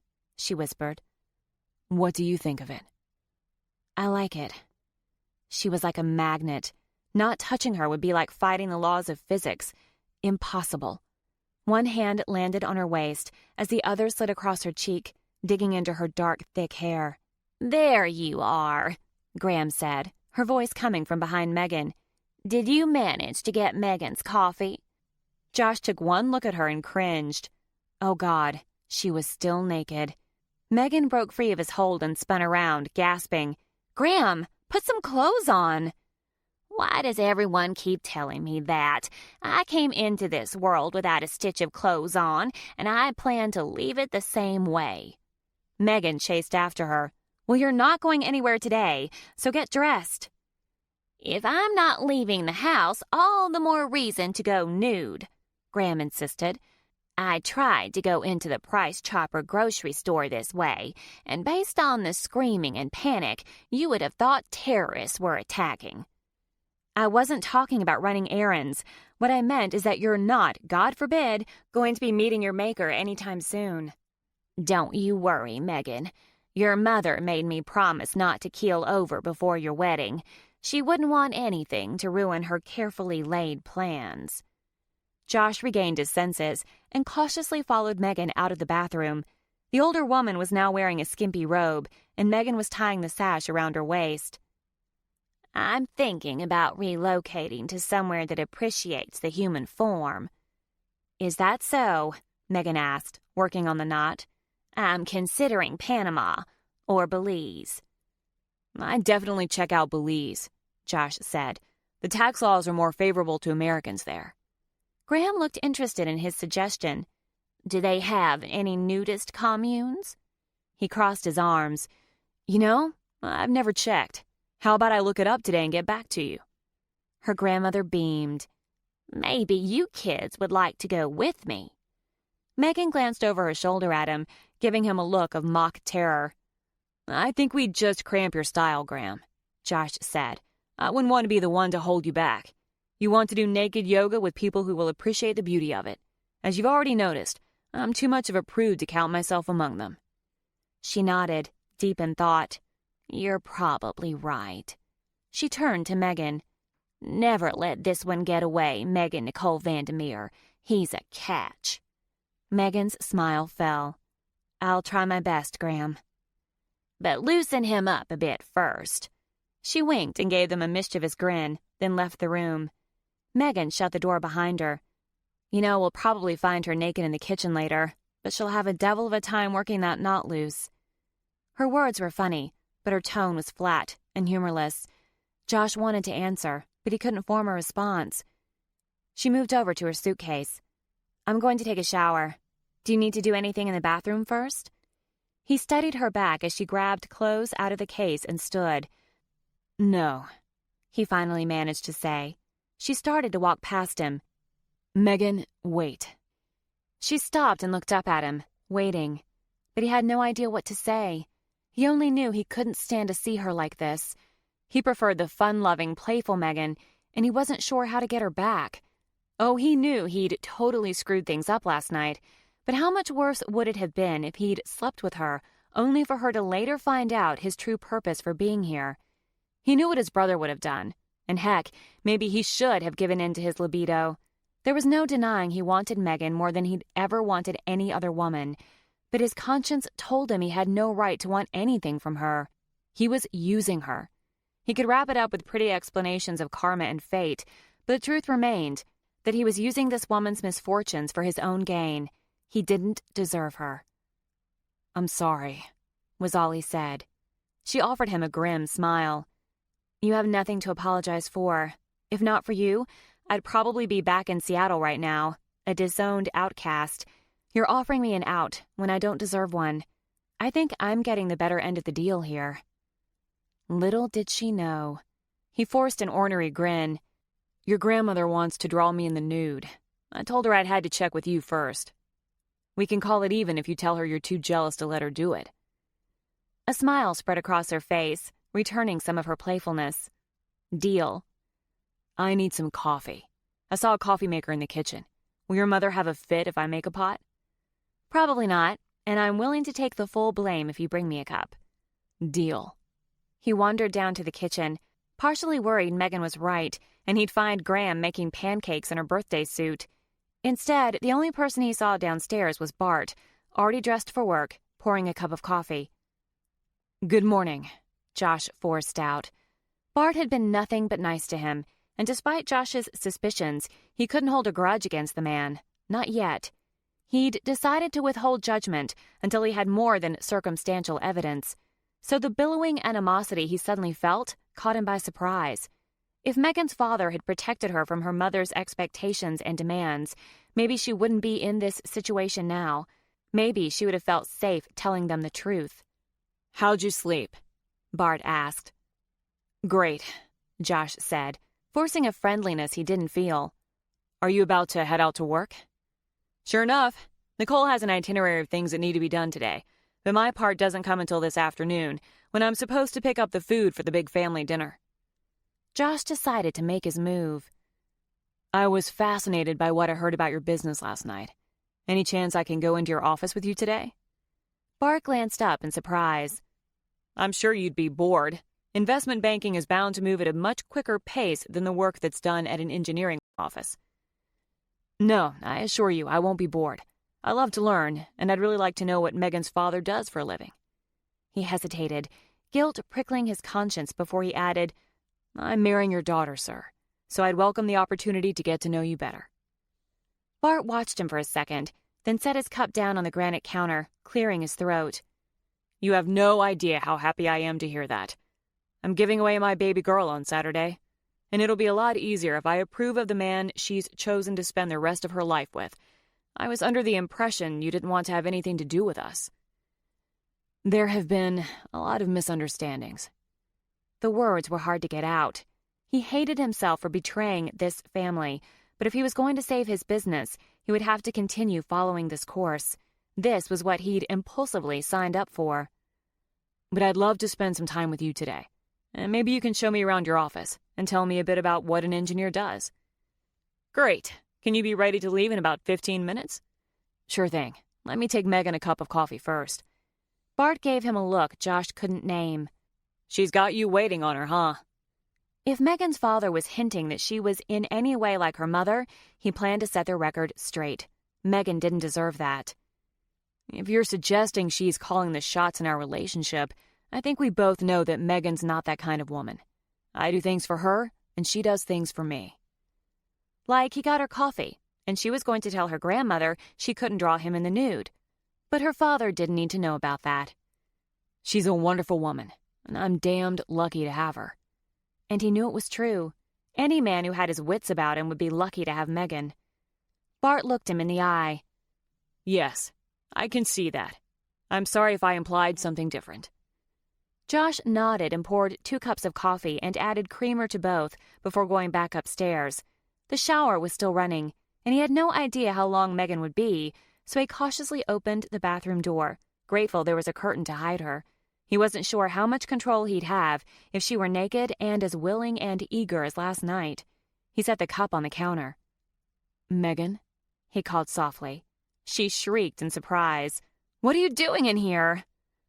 "I'm going to work with your dad, and I wanted to tell you, in case you're still in the shower when we leave." Her head appeared at the edge of the curtain while she held onto it to keep herself hidden. "You're doing what?" "I'm going to work with your dad." "Why would you do that?" "So he can get to know his son-in-law better." A cautious look covered her face. "But we're breaking up today." He couldn't make too big a deal of this or she'd get suspicious. "Yeah, but don't you think we should do it in front of a crowd? Doesn't your mom have a family dinner planned for tonight? That would be the perfect time." She sucked in her bottom lip, looking lost in thought. "I don't know. Wouldn't it be better if you stayed here and broke up with me this morning? Then Mom will have more time to call it all off." "Do you honestly think your mother will let me break up with you? She'd be more likely to either drug me to get me to comply, and after last night's performance, maybe handcuff me for good measure. And if your grandmother isn't around as a witness, she'll strip me naked and draw me in my drugged state. And I don't even want to go into what she'll do with the handcuffs." He shuddered. "We need witnesses, and lots of them." She released a huff. "Damn it. You're right." He grinned. "I brought your coffee, but I forgot to ask you how you took it. You know, your father pretty much called me pussy-whipped for getting it for you. I gave him a mini lecture about how you weren't that kind of woman, so it didn't seem like the appropriate time to mention this was our first morning together." She fought a grin. He wondered if she had any idea how beautiful she was when she beamed like that. It was obvious that her asshat ex had been clueless. "I take creamer." His grin spread. "Then it's your lucky day. I added creamer. Now I better get going. I want to make a good impression on your dad." "No!" she exclaimed. "You have to make a bad one. Otherwise, it'll look like our breakup came out of nowhere." Okay, I'll try my best to be the biggest asshole possible. Good. He continued to watch her, not wanting to leave her yet. Her grin spread. "Shouldn't you be going?" Yeah. She laughed. "Have a good day, dear." Have fun with knickers. She grimaced. "You definitely got the better deal." Then her face disappeared behind the curtain. Josh headed downstairs to meet Bart Vandermeer, feeling like he was a prisoner on his way to the gallows. This was exactly what he wanted. So why did it feel so wrong? Chapter 12. Megan's mother was sitting at the kitchen table when Megan went downstairs, sipping her coffee and eating a piece of dry toast while looking over several papers. That had been Nicole Westminster Vandermeer's breakfast for as long as Megan could remember, which was one of many reasons why she still wore a size 2 dress. Megan, on the other hand, was a size 8, a huge disappointment to her mother. She gave Megan a slight glance before returning her attention to the papers. Megan, we have a very busy day ahead of us. Perhaps you could run upstairs and get ready? Megan, who'd been refilling her coffee cup, stopped mid-pour. "I am ready." The bridge of her mother's nose wrinkled as she gave Megan a scrutinizing glance. Really? Megan set the cup down on the counter. "What's wrong with how I look?" Her mother's eyebrows rose and she released an exasperated sigh. We need to make a hair appointment for you at the salon. Honestly, I thought you would take care of it in Seattle before you came. She picked up her phone. "I only hope they can fit you in." "I had a haircut 3 weeks ago." Her mother released an exasperated huff as she searched through her contacts without even looking up at Megan. How about we start with a color? It lacks depth. We'll want highlights to show off your waves when we put it up for the wedding. And it wouldn't hurt to ask them to do a dry run for your updo. "I want to wear my hair down," Megan said. She wondered why she was wasting her time arguing the point when there wasn't going to be a wedding. Maybe she was just tired of letting her mother railroad everything. Her mother pursed her lips and tensed her shoulders in irritation. Megan, we discussed this. "No, Mom, you discussed this. Or to be more accurate, you dictated it to me and I just went along with it to keep the peace." Her mother gasped. Megan Nicole, what on earth has gotten into you? Why can't you just be compliant? "Maybe I'm tired of being compliant." Her mother waved a manicured hand covered in glittering rings. Don't be silly, darling. Now run upstairs, change your clothes, and put on some makeup. "I am wearing makeup." Obviously not enough. Maybe they like the natural look in that rainy, brooding, mold-encrusted place you live in, but you're home now, and you're getting married in 3 days. What will people think, Megan? Honestly. Now stop acting like a petulant child and do as I say. I'll have your amended itinerary ready for you when you get back downstairs. As it is, I'm reshuffling everything since your father dragged Josh off to his office." "Yeah, I saw the itinerary. Don't you think it's a bit much?" You obviously need it. Now go, and check on your grandmother while you're up there. She's coming with us. Yesterday we were almost late picking you up from the airport because she refused to get dressed.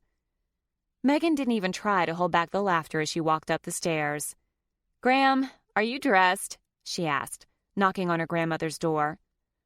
"Not because I want to be," the woman muttered as she opened the door. "I can't untie this knot with my arthritis." She motioned to Megan's robe. Megan flashed an apologetic grin. "Sorry about that. You freaked Josh out. I had to make sure you wouldn't accidentally flash him again." "He's already seen it all." "So he said." "You need to loosen that boy up." "So you said. But look at it this way, Graham. He's about to commit himself to me for the rest of his life, and you're showing him everything he's giving up." She gave a half shrug. "It's a bitter reminder of the fact that he's stuck with me." The statement was for her grandmother's benefit, but she'd spent plenty of time brooding about whether Josh had rejected her for that very reason.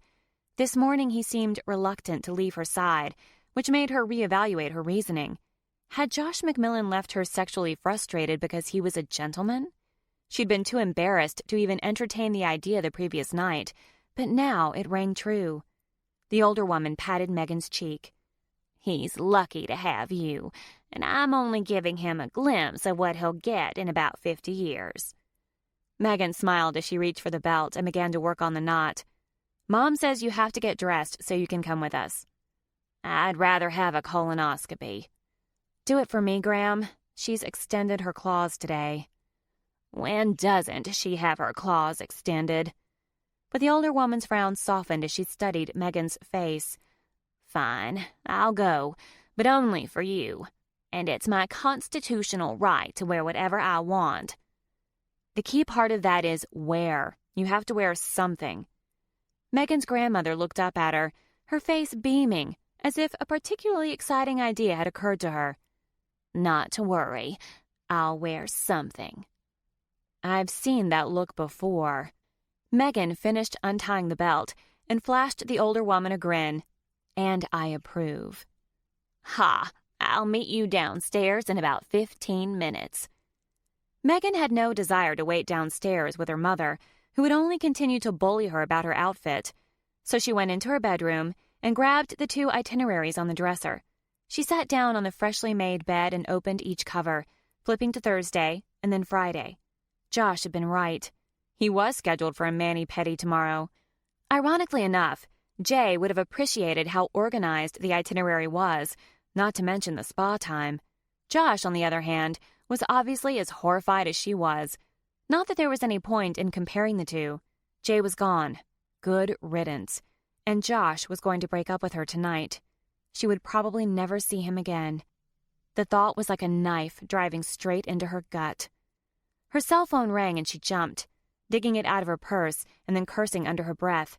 The power was at 26%. She'd forgotten to charge it. Then she saw who was calling and cursed again. "Hello, Blair." She was silent for a half second. "I called to apologize. I came on too strong last night." Megan couldn't stifle her gasp. "Yeah, I know," Blair grumbled. "It's as rare as finding a leprechaun under a double rainbow." "Actually, rarer." "Nevertheless, I'm sorry.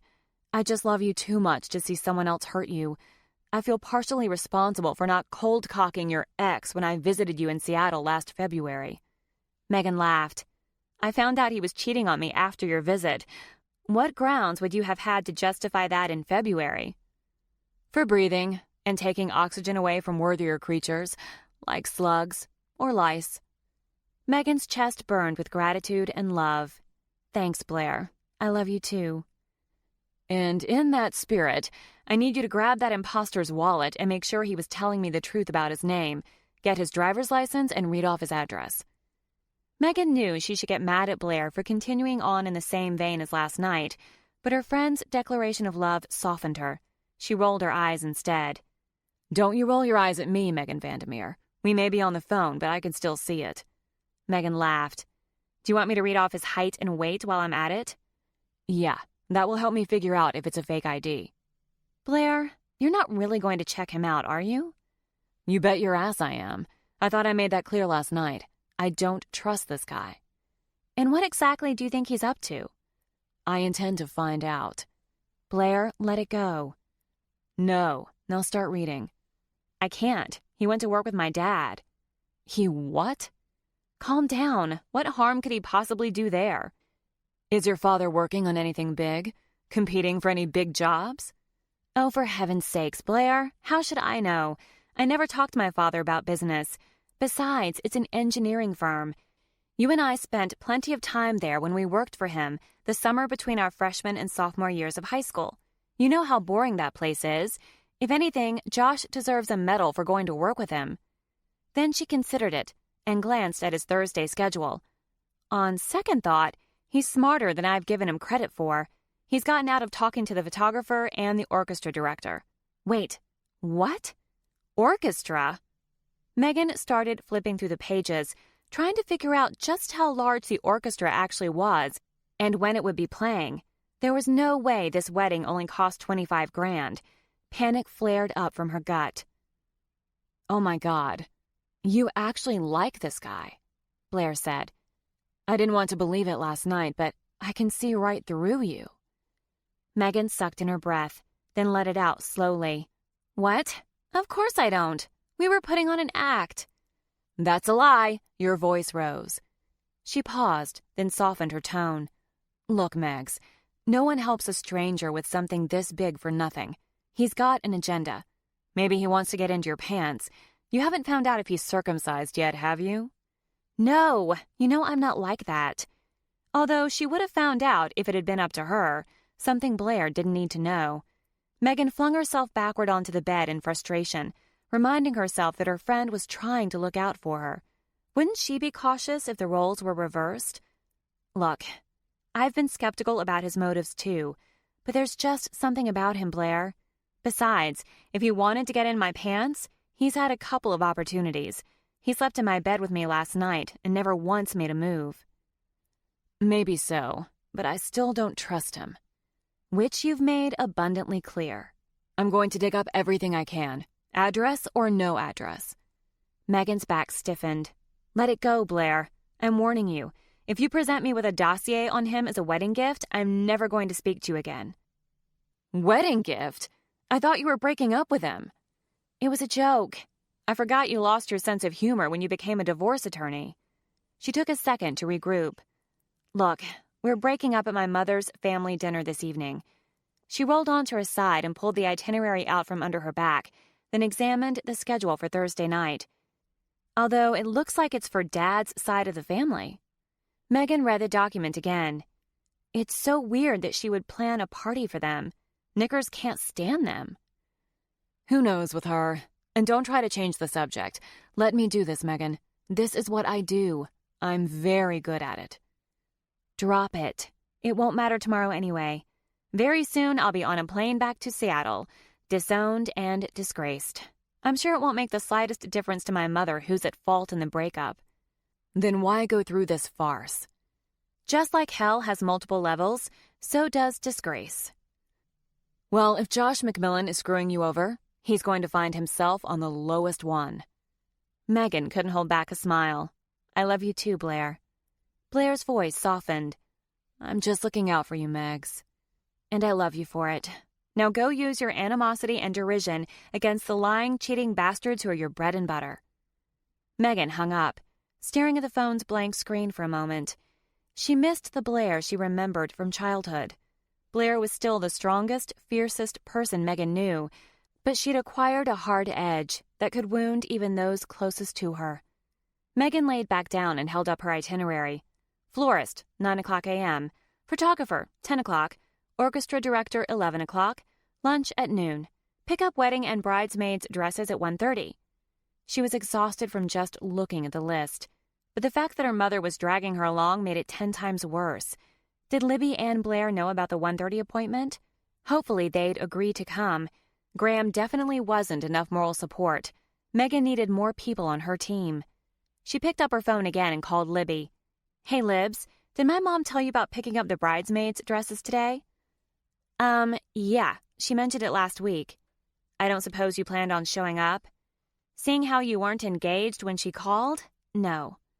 Do you think you can? If either of her friends could take off work, it was usually Libby. As a professional photographer, her schedule was usually more flexible. Libby groaned. Lucky for you, I don't have any appointments today. What time? 1:30, at Sherry's Bridal. Yeah, she muttered. I remember. I'll be there. You're the best.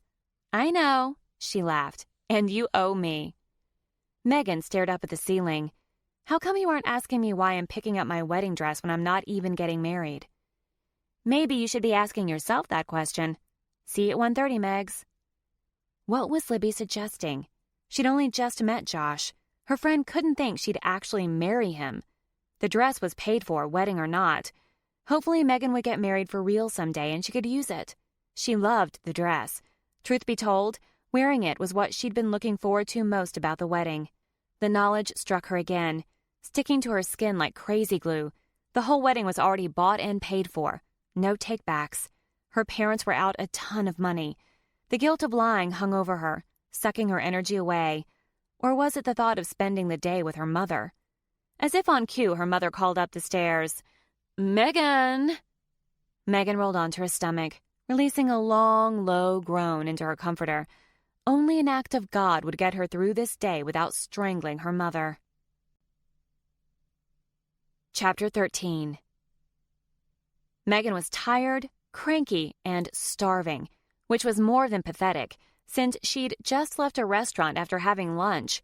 Megan's mother had ordered for her while she was in the restroom, and even though Megan had asked her to order a cheeseburger, she wasn't all that surprised when the waitress served her a garden salad with fat-free dressing on the side. Megan's mouth dropped open, and she sought her mother's attention, which wasn't hard since Nicole was watching her like a hawk. "What happened to my cheeseburger?" "You're not a teenager anymore, Megan," her mother said, picking up her fork. "You've gotten hippie." Graham had been quiet for most of the morning, but her interest perked up. "Megan's a hippie?" She looked into Megan's eyes. "Do you smoke the weed?" Megan couldn't stop her chuckle. "No, Graham, I don't smoke the weed.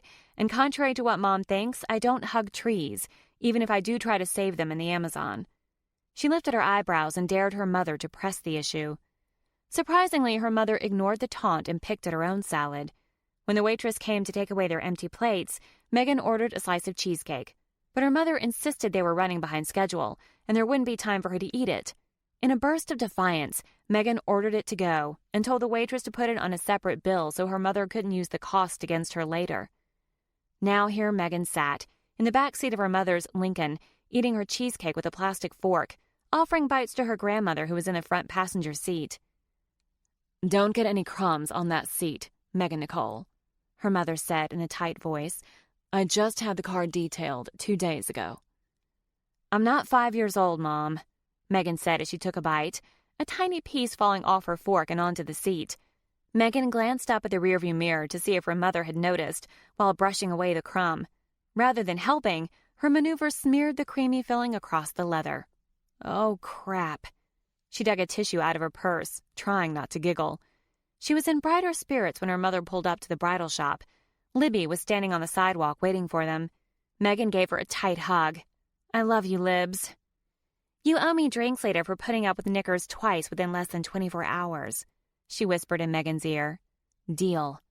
They went into the shop. Graham's outfit drawing looks from other shoppers at the strip mall as she shuffled to the door. She wore a red sequined vest over a black t-shirt with the words "Mama's Homeboys" printed in a sparkly red. Her black capris and red flats completed the outfit. When one middle-aged man's jaw dropped, Graham winked and said, "Give me your number, and I'll set up a naked yoga session with you." Megan's mother hustled her into the bridal shop and immediately took charge, going up to the counter and announcing they had arrived for their 1:30 fitting. The clerk took them to a viewing area and told them to have a seat. After Megan's mother got Graham situated in an overstuffed chair, she glanced at Megan and Libby, then at the door. "Where's Blair?" Megan suppressed a sigh. She couldn't get off work. She'd known better than to ask. "What?" her mother screeched. "She has a very important job, Mother. She's a big-deal attorney." Her mother scowled. "This takes precedence." "I'm sure the woman whose cheating husband tried to steal her house out from under her thinks differently." Libby sat up straighter. "I'm going to see Blair tonight, so I told her I'd pick up her dress, Mrs. Vandermeer." "What if it needs additional alterations?" Libby waved her hand, as though it were a non-issue. "She'll be fine." To Megan, it was obvious Libby's bright smile was forced, but her mother didn't seem to notice. "Well, let's hope so. I'd hate to see Megan's wedding ruined over an ill-fitting bridesmaid dress." Libby started to giggle, but Megan stomped on her foot to shut her up. Of course, she knew what Libby was thinking. The dress was the least of Nicker's concerns at this point. The employee emerged from the back, her face beaming. "Your dresses are in the dressing rooms if you'll follow me." Libby went into a room by herself, while the employee followed Megan into the larger dressing room. "Did you bring the proper undergarments?" Megan opened her purse and pulled out the bag with a strapless bra. Her mother had given it to her before they got to the store, presuming she'd forget one. It annoyed Megan that Knickers was right, even though there was a reason for it. Megan had packed thinking she wouldn't need one. Once she had her bra on, the employee handed her a crinoline slip, and Megan hooked to the side, staring in the mirror in confusion. "I didn't think my slip was this full." "This was the one purchased." Megan let it go. She had bought the dress 8 months ago. Maybe she'd forgotten. The woman unzipped a bag and told Megan to lift her arms so she could put the dress over her head. But face the wall first. I want you to turn and look in the mirror so you can get the full effect. Megan did as she was told, surprised that the dress felt much heavier than she remembered. When she turned to face the mirror, she realized why. This isn't my dress. The employee's eyes widened in fear. I'm sorry, Miss Vandermeer. I'm afraid it is. What did that mean? No, it most certainly is not.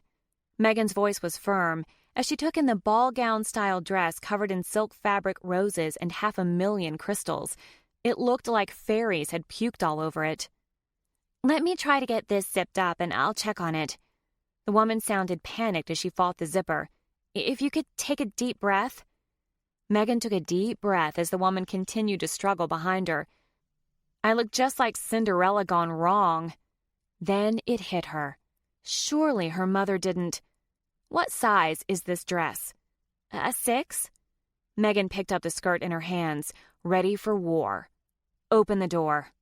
The woman held it open, looking like she wanted to crawl under a chair as Megan stormed out into the viewing area.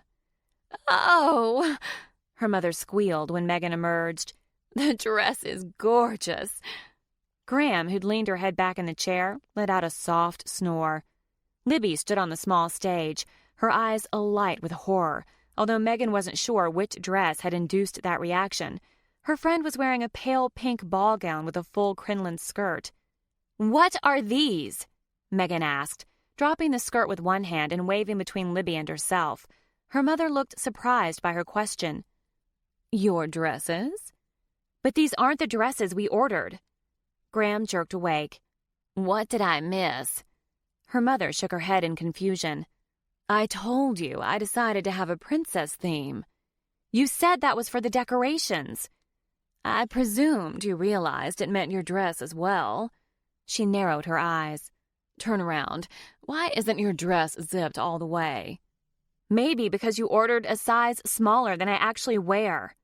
Her mother looked exasperated. Most brides diet before their weddings, Megan. Well, I'm not getting married, Megan shouted. As if on a puppeteer's orders, their mouths dropped open in shock. What? Her mother asked. Libby rushed toward Megan and hugged her arm. She meant she's not getting married in this dress. But Megan was done. The dress was the last straw. No, Mom, that's not it at all. Libby tugged on Megan's arm and pulled her toward the dressing rooms. Megan resisted. No, it's time to tell her the truth. A cell phone rang, and Megan's mother rolled her eyes and reached into her purse. I don't have time for hysterics, Libby. Try to talk some sense into her while I take this call from the caterer. She stood and walked out the front door. Megan, I really need to talk to you, Libby said, in a low, insistent voice. Graham, who had been taking in the whole scene like it was prime-time reality TV drama, watched them intently, but didn't say a word.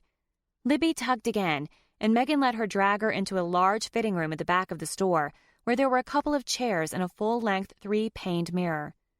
What are you doing? Libby whisper shouted. I'm doing what I should have done in the first place. It's time to tell her the truth. Libby stood in front of her, blocking her path. Stop, Megan. Think this through. That's exactly what I should have done yesterday afternoon when I woke up with a fake fiancé. Megan leaned into Libby's face. I can't believe I'm in the middle of this.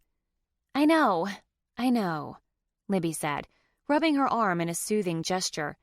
Megan sank into a chair, her massive skirt flopping up in her face. She canceled my dress, Libby. My beautiful dress. Libby sat in the chair next to her, shoving Megan's massive crinoline pile out of the way. I know. I'm sorry. That's the only thing I wanted out of this wedding. This thing's about to swallow me whole and suffocate me. Megan, I shouldn't have to say this, but that's a pretty sad statement. Your dress being the only thing you wanted? I mean, not the fact that this new dress is suffocating you, although that's pretty bad in and of itself. Libby shook her head, her rich, dark waves rustling against her taffeta bodice. You shouldn't have agreed to marry what's-his-name if you weren't excited about it. She closed her eyes. I know. What were you thinking anyway? He was a total jerkwad. I don't know about that. That's a lie, and we both know it. Megan leaned her head back against the top of the seat. It doesn't matter anyway. What do I do now? What do you want to do? I suppose I should tell Mom what's really going on. She sat up again. She might actually kill me. If so, you can have my granddad's old cameras. Her eyes lit up with excitement. Including the old brownie? Yep, that one too. Libby seemed to think about her answer before responding, perhaps trying to decide whether letting Knickers kill Megan was worth the vintage camera. But when she finally answered, she sounded more cheerful. Honestly, Megs, at this point, what does it matter if you tell her now or if you wait for Josh to break up with you tonight? Megan looked at her friend, her face blurry through her tears. Because it's dishonest. Libby took Megan's hands in hers. And Knickers was dishonest when she changed our dresses. Can you imagine if you were actually getting married and we had to wear these things? Megan shook her head and laughed wryly. No, I can't. So we just accept what she did with the dresses, and I'll tell Knickers you're coming with me. We'll get a drink to help you prepare for tonight. It's your big Vandermeer family reunion, right? Yeah, Megan said in surprise. How did you know? Knickers FedExed the itineraries to Blair and me. Of course she did. Megan smiled in spite of herself. Follow the path of least resistance. Let Josh break up with you later. You'll be the victim instead of the party pooper. Party pooper? Megan cocked her head. Really? This wedding is a $25,000 party, isn't it? Megan groaned. Don't remind me. In fact, she's added so many embellishments since last fall, it's probably double that by now. When she and Libby re-emerged in the viewing room, Megan's mother had returned and was grumbling something about chicken. Is it free-range chicken? Graham asked. Megan's mother scrunched her nose in confusion. I don't know. I saw a special report on one of those news shows the other day, and now I'll only eat free-range chicken. They pump those other birds full of hormones. I've been eating a lot of chicken lately, and I woke up with a hot flash the other night. That explains something about Graham's libido, Libby said under her breath. Mom. Megan's mother clenched her jaw. For the 10th time, it wasn't a hot flash. Someone accidentally turned the air conditioner off. Well, I'm still only eating free-range birds. Are they free-range? Megan's mother waved her hand. Yes, it's free-range chicken. They're arriving from Wyoming tomorrow, then checking into their hotel rooms later. Megan about fell over. Her mother made a joke. Graham smiled. After spending all day with the older woman, Megan knew her game. Graham wasn't senile, not even a bit. She was egging Knickers on. They got back to the task at hand. Libby's dress fit, so she disappeared to remove it while Megan's mother tried to convince the alterations person to finish altering the dress before the next morning. At first, the store employee claimed it wouldn't be possible, but Nicole got her way, the same way she usually did, by bullying everyone around her. Finally, the girl promised that the dress would be ready by noon the next day.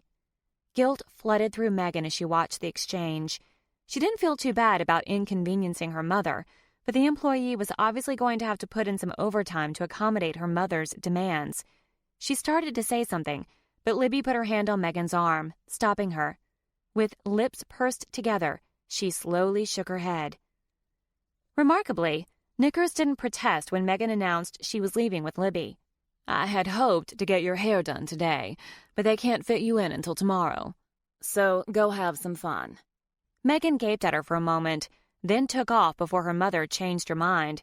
Graham gave the two younger women a longing look as they headed to Libby's car. Just remember to be home by 5, Megan, her mother called after her.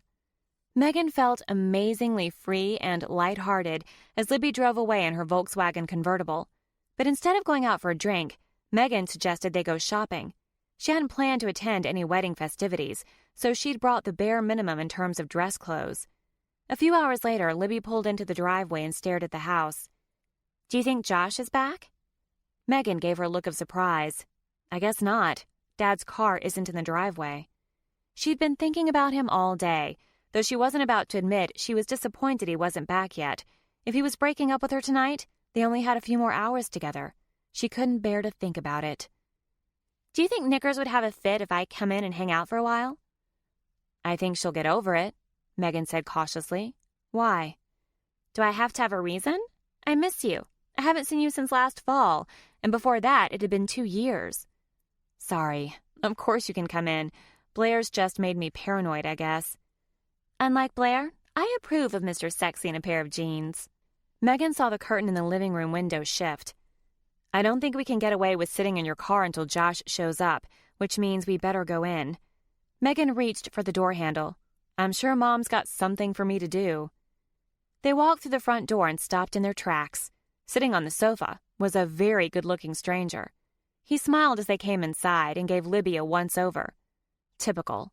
Graham sat next to him, giving him a goofy grin. Oh, Lord. Graham was smitten. But then Megan could see why. He had thick dark brown hair and dark eyes that sparkled with the promise of trouble. Who was this guy? Megan. Her mother was settled in the armchair next to the sofa. I've been trying to call you for an hour. Megan glanced down at her purse, then back at her mother. Oh, I think my phone died. She gave the man a second look and scrunched her nose as she tried to place him. There was something vaguely familiar about him. Maybe his eyes? He couldn't be a cousin, could he? Why didn't you tell me Josh's brother was coming after all? Her mother asked, her voice thick with irritation. She hated surprises. But Megan was more surprised than any of them. What? Megan took a step back and bumped into Libby's chest. The man stood and took a step toward her, offering his hand. I'm Josh's brother, Noah. It's great to finally meet you, Megan. He's told me so much about you. She took his hand, still in shock, but as she studied his face, she saw the resemblance. This man was related to Josh, all right. But how had he gotten here, and why? He dropped Megan's hand and Libby offered hers. Hi, I'm Libby, Megan's friend. His mouth spread into an appreciative grin, and he held her hand longer than necessary. My brother most certainly hasn't told me about Megan's friend Libby. Megan's head cleared enough for her to try and figure out what was going on. She cast a glance at her clueless mother. Josh didn't mention you had changed your mind about coming. Her eyes bored into his, but he simply smiled, completely unintimidated. Damn, he was good. It was a spur-of-the-moment decision. And it's a good thing, Megan's mother said. Josh's side of the church is going to be abysmally bare. Noah shot Libby an ornery grin. My job is to fill up one whole side of the church and have a little fun. Libby graced him with one of her sexiest smiles. Someone was going to have to take a hose to the two of them, but she needed to deal with a bigger emergency first. We'll have to figure out a way to include Noah in the wedding, of course. Megan's mother glared at her. Really, Megan, a little advance notice would have been nice. Megan held her hands out at her sides. I didn't know he was coming. I didn't even know he knew where Josh was. Her mother looked taken aback. What do you mean he didn't know where Josh was? Why wouldn't he? Noah sidled up next to her and slung an arm around her shoulders. That's cute, sis. Her eyes flew open. Sis? Once you and Josh are married. His words trailed off. Then he turned to her mother. What Megster meant was that I didn't know he'd be with Bart at the office. Isn't that right, Megster? She gritted her teeth. Yeah, that's right. Knickers tisked. I hope we can get you a tux with a short notice. I better call the rental store. She stood and moved to the kitchen. If you'll excuse me. Megan's eyes narrowed, and she was about to let loose a string of questions, peppered liberally with expletives, when she remembered her grandmother still on the sofa, hanging on to their every word. You look shocked, Noah teased. I hope you don't mind me coming to my brother's wedding. He glanced over his shoulder at Graham and winked. I like this one, Graham said, nodding her head. Since you get Josh, I want to keep him. He's not staying, Graham, Megan said with a sigh. Megan's mother emerged from the kitchen with a phone in her hand. Of course Noah is staying at the house. Where would you have him go, Megan? That wasn't what Megan meant, but now that her mother brought it up, the idea horrified her. He couldn't stay in their house. In fact, she couldn't think of one good reason for him to be here at all. Is Josh expecting you? Megan forced out, trying to hide her panic. Noah gave a nonchalant shrug and a cocky grin. Nah, I thought I'd surprise him. I suspect he'll be beside himself. He turned to Megan's mother. With happiness, of course. I told him I couldn't come, but hey, he's my little brother. I can't let him get married without me standing there beside him. So he was one of those guys, the kind who thought he could show his megawatt grin and every human with double X chromosomes would fall at his feet. Megan had met plenty of guys like Noah, and she wasn't impressed. But that wasn't the real issue. What was his endgame? Was he here to embarrass Josh? Libby, on the other hand, appeared to fall for his schlocky charm. And what a lovely surprise it is. She shot Megan a side glance that told her Libby planned to use her own methods of persuasion to get answers, which filled Megan with relief. I like surprises, Graham chimed in. Since Libby was playing the role of her bowled over by a sexy smile friend, it was the three of them against Megan. Was she the only sane one left? Then she remembered that she was the only one in the room who was pretending to be engaged to a stranger. They were all doomed. Do we know when Dad will be home with Josh? Megan asked. He said he would be home by 5. There's some big to-do at the office about some silly patent. Her mother waved her hand. Or some such nonsense, but I made him promise to be home in time to set up for the dinner. That's exciting. Noah's smile widened, as if that were even possible. A patent, you say? I told Bart there wasn't time for him to fool around and get excited over a tiny piece of metal. His daughter's getting married. Noah nodded. Priorities. Family takes precedence over everything and everyone, don't you think? Nicole's eyes softened. Yes, I know exactly what you mean, even if... She forced a smile. I'm so glad you came, Noah. I am too, Mrs. Vandermeer, he said, matching her serious tone. I wouldn't miss this for the world. What's the theme tonight, Mrs. Vandermeer? Libby asked, trying to keep a straight face. A scowl almost wrinkled Nicole's Botoxed forehead. It's hillbilly. Red and white checkered tablecloths, banjos, you know. Noah's eyebrows shot up in surprise and amusement. Megan groaned. Mom, Dad's family is from Springfield, Missouri. That hardly makes them hillbillies.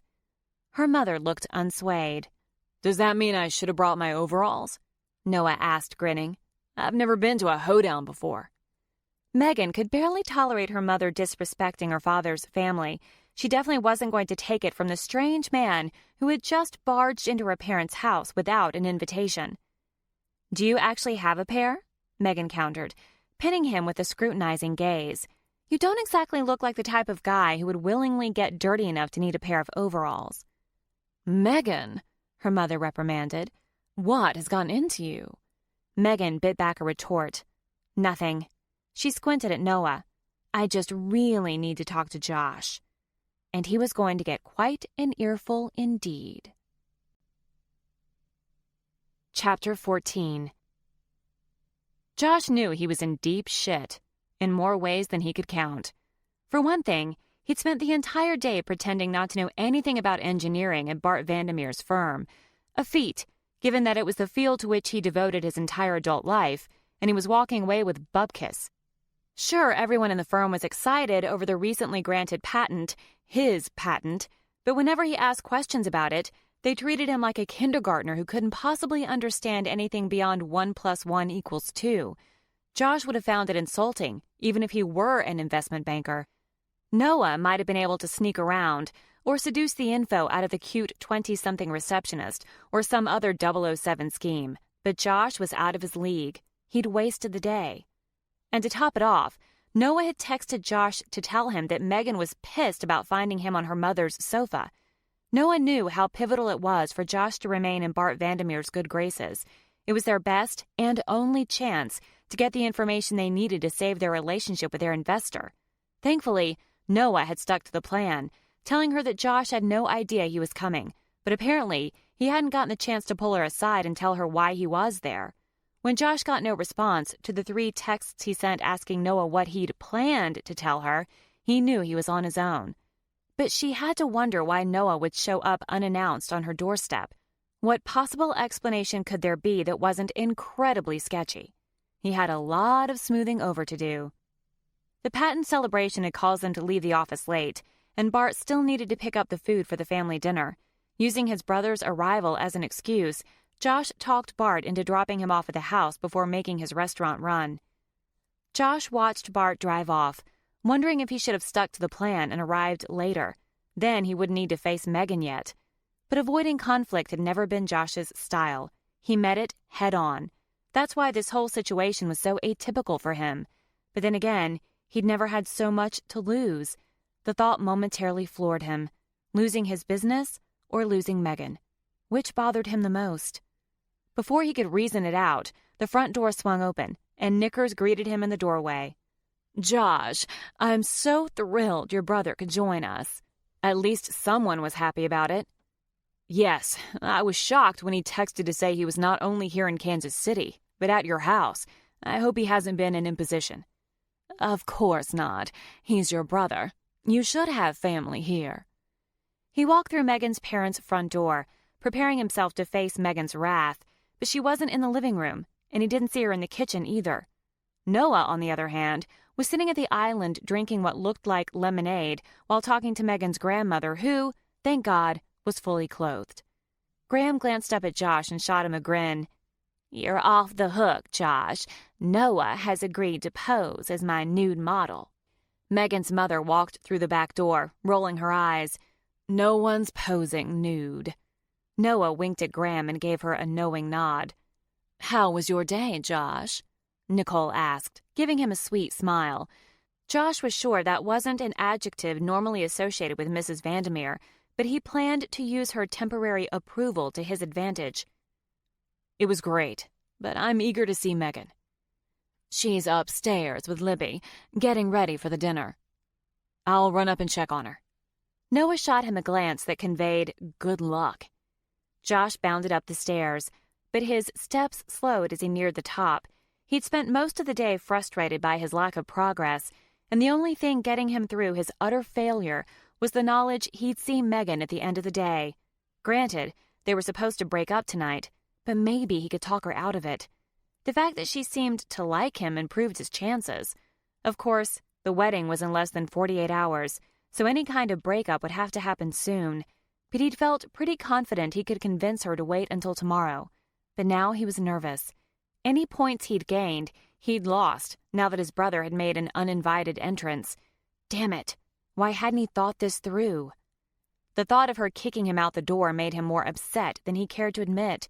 He was in a very awkward situation, with no discernible plan, but he knew one thing.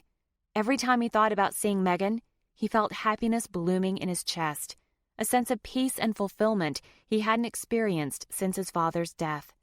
What in the hell was he going to do? First thing first, he had to deal with this crisis. He knocked on the door and called out softly, "Megan?" The door cracked, and Libby's face filled the opening. She grimaced at the sight of him. "That bad?" he whispered. "Worse." She swung the door open wider and stepped out of the way. "She's in the bathroom, but she's decent." "Okay." He started toward it, but Libby grabbed his arm. "She likes you, Josh. Fight for her." Libby's trust in him added to his guilt, but he needed her as an ally, which meant pretending his only motive was to make a relationship work with Megan. "Thanks, Libby." "I'm going downstairs to talk to your brother." "He's busy flirting with Megan's grandmother." She laughed as she slipped into the hallway. "Then maybe we can share him." "Libby." He followed her into the hall, closing the door behind him. "Regarding my brother." He didn't want to ring any alarm bells, but he genuinely liked Libby and didn't want to see her get hurt. Noah always left behind a string of broken hearts. It was his M.O. "Let's just say he's here for the wedding. Then he'll be gone." She stopped and turned around to face him, her face softening. "You're something else, Josh. You know that?" He froze, unsure of what she meant. Her face lit up with amusement.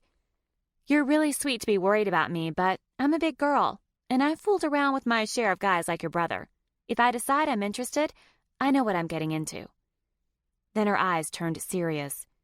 "But Megan's different than Blair and me. She wears her heart on her sleeve, and a lot of people take advantage of it."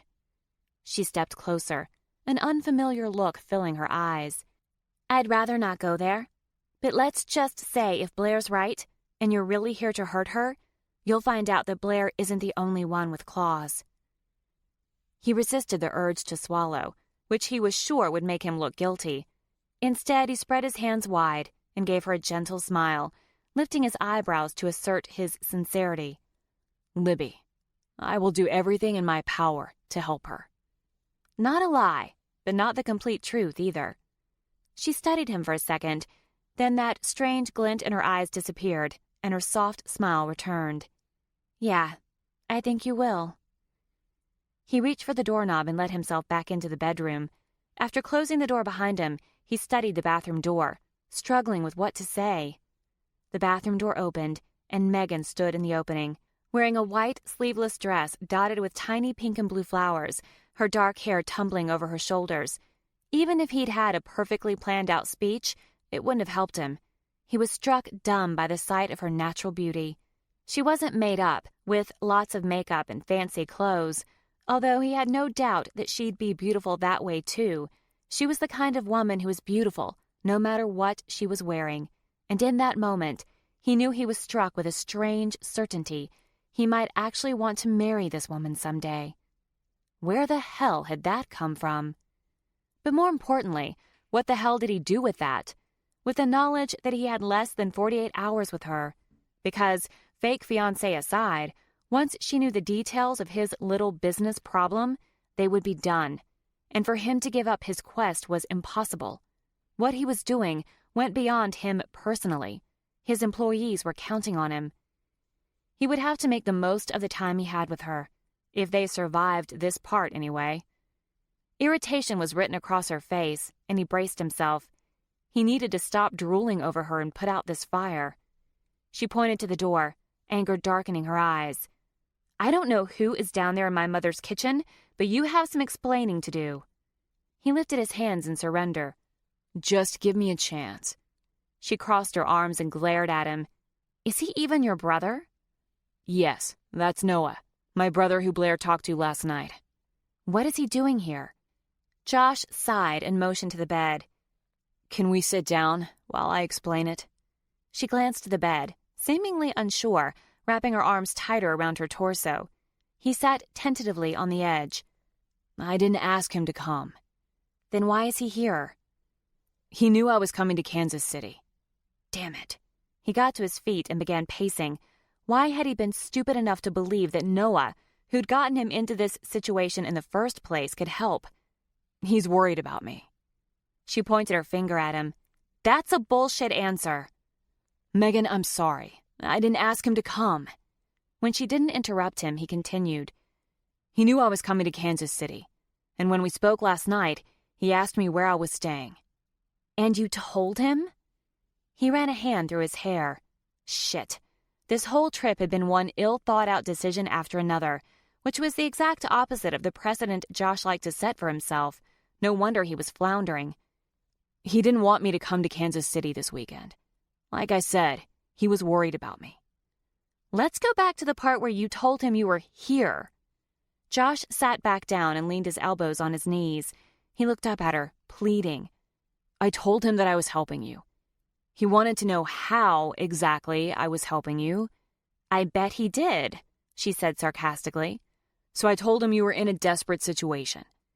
"You told him that you were posing as my fiancé?" He nodded, unable to look her in the eye. "Yeah, I'm sorry." "Didn't he want to know why you were helping me?" "Yeah." "And?" He took a deep breath, then looked up at her. He needed to tell her the truth, or at least the part of it that directly impacted her. "Look, I wasn't lying when I said I never meant for this to happen. Your mother heard me say I was your fiancé. I wasn't myself. You saw me on the plane when I boarded. So when your mother assumed I was Jay, she swept me along in her cloud of knickersness. Well, the next thing I knew, I was still carrying you, and we had wandered to baggage claim. How could I correct her at that point? I was in dire straits with my business, and like I told you, I'd decided to hand it all to fate. So I figured if I did a good deed, the cosmos would do one for me in return. Stupid, I know." She turned to the side and he could feel that he was losing her. Megan, this isn't coming out right. He groaned in frustration, then stood and moved in front of her. When I decided to go through with this, I admit I did it for selfish reasons. But then I got to know you. He slowly lifted his hands and placed them gently on her upper arms. As stupid as this sounds, I like you. Like, really like you. I've never fallen for someone this quickly. And while it kind of freaks me out, I'm not ready to end this yet. At least, not like this. She looked up at him, still defensive. You're doing all of this because you like me? She took a step back, her arms dropping to her sides. That's not a reason. He stopped in front of her, lifting a hand to the side of her face. It's the oldest reason under the sun. Her body relaxed, and she pressed her cheek into his palm. Encouraged, he lowered his head, his lips hovering over hers.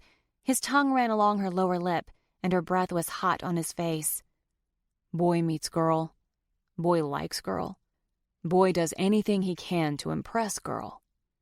She lifted her face and pressed her lips to his. He wrapped an arm around her back and pulled her against his chest. Before he even registered what he was doing, his tongue parted her lips and plunged into her mouth as she opened to him, so lush and soft, and her hands lifted to his head, and she held him firmly against her mouth, bringing their kiss deeper. Wanting to be even closer, he tangled one hand in her soft, thick hair. It took him a couple of seconds to realize someone was knocking on the door. He dragged his mouth from hers, lifting his head as he tried to gather his senses. "Megan," her mother called out as she knocked again. "We need you downstairs." She groaned and closed her eyes. "I'll be right there." "Don't dawdle like you usually do." His hand was still in her hair, holding her inches from his face. She opened her eyes and looked up at him, her gaze dreamy. "What is this, Josh?" He gave her a lopsided grin. "What? You've never made out before?" "You know that's not what I meant." "I thought I was demonstrating the lengths to which I'd go to impress you." "Or distract me." "Megan." His hold loosened, but he still held her close, unwilling to let go of her just yet. "My brother is here to check up on me. And probably you.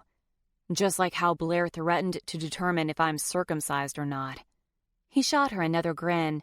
When she didn't stop him, he pushed on. "He's my big brother. He's worried." He looks like the type of guy who's only worried about himself. Ordinarily, he'd applaud her accurate character assessment, but not tonight. "He might appear that way, but deep down, Noah cares about me." Or at least Josh liked to believe he did. "We need to break up tonight," she whispered. "But I don't want to break up with you tonight."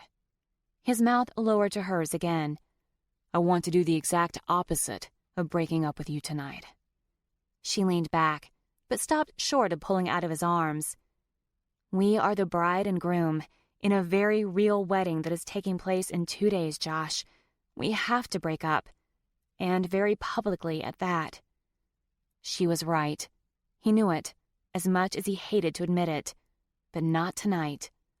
"Let's just play it by ear." "We have to do this tonight, Josh. It's going to be a nightmare to cancel everything now. If we wait until tomorrow..." "You're right." He dropped his arms. "But it has to be natural. And let me take the lead. I'll act like a jerk, so when we break up, no one will ever question why the wedding got called off. You have to come off smelling like a rose." He almost felt guilty deceiving her, but he took solace in the fact that even if his spying job was done, he still wouldn't want to break up with her. "No matter what, do not yell at me. Be the reasonable one." She studied his shirt for several seconds before nodding, then she looked up into his face. And then what? What did she want to hear? That they could go back to Seattle together and date? Was that really possible, given that her family knew him as Jay instead of Josh McMillan? They weren't likely to approve of the pairing if they found out that he'd strung them along, particularly given how much money they were throwing down for this whole wedding. That wasn't even factoring in the whole patent mess. "Then we'll take it 1 minute at a time." Chapter 15. Several hours later, Megan was furious with him, and not without cause. For one thing, Noah had been glued to Libby all night, which frankly had both of them concerned. Noah never hooked up with a girl without a purpose other than sex, but he wasn't flirting like mad with her either. What could possibly be his goal this time? He wasn't going to get any information about the patent from Libby. The most he could hope for was to get intel on Megan, and what would he want with information about her? But the main reason for her mood was because he was being a very attentive boyfriend, getting her food and drinks, joining in conversations, making sure she was comfortable. Megan's family loved him. Most women wouldn't find fault in that. In fact, they'd revel in it. But Josh was supposed to be paving the way to their breakup, and after Josh's behavior over the last couple of hours, the only person at the family dinner expecting that outcome was Megan.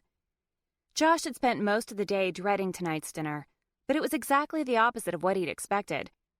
Josh genuinely enjoyed hanging out with Bart Vandermeer's huge family. They were down-to-earth and fun, the complete opposite of Nicole Vandermeer and her friends. It made Josh wonder why Bart had chosen to marry her.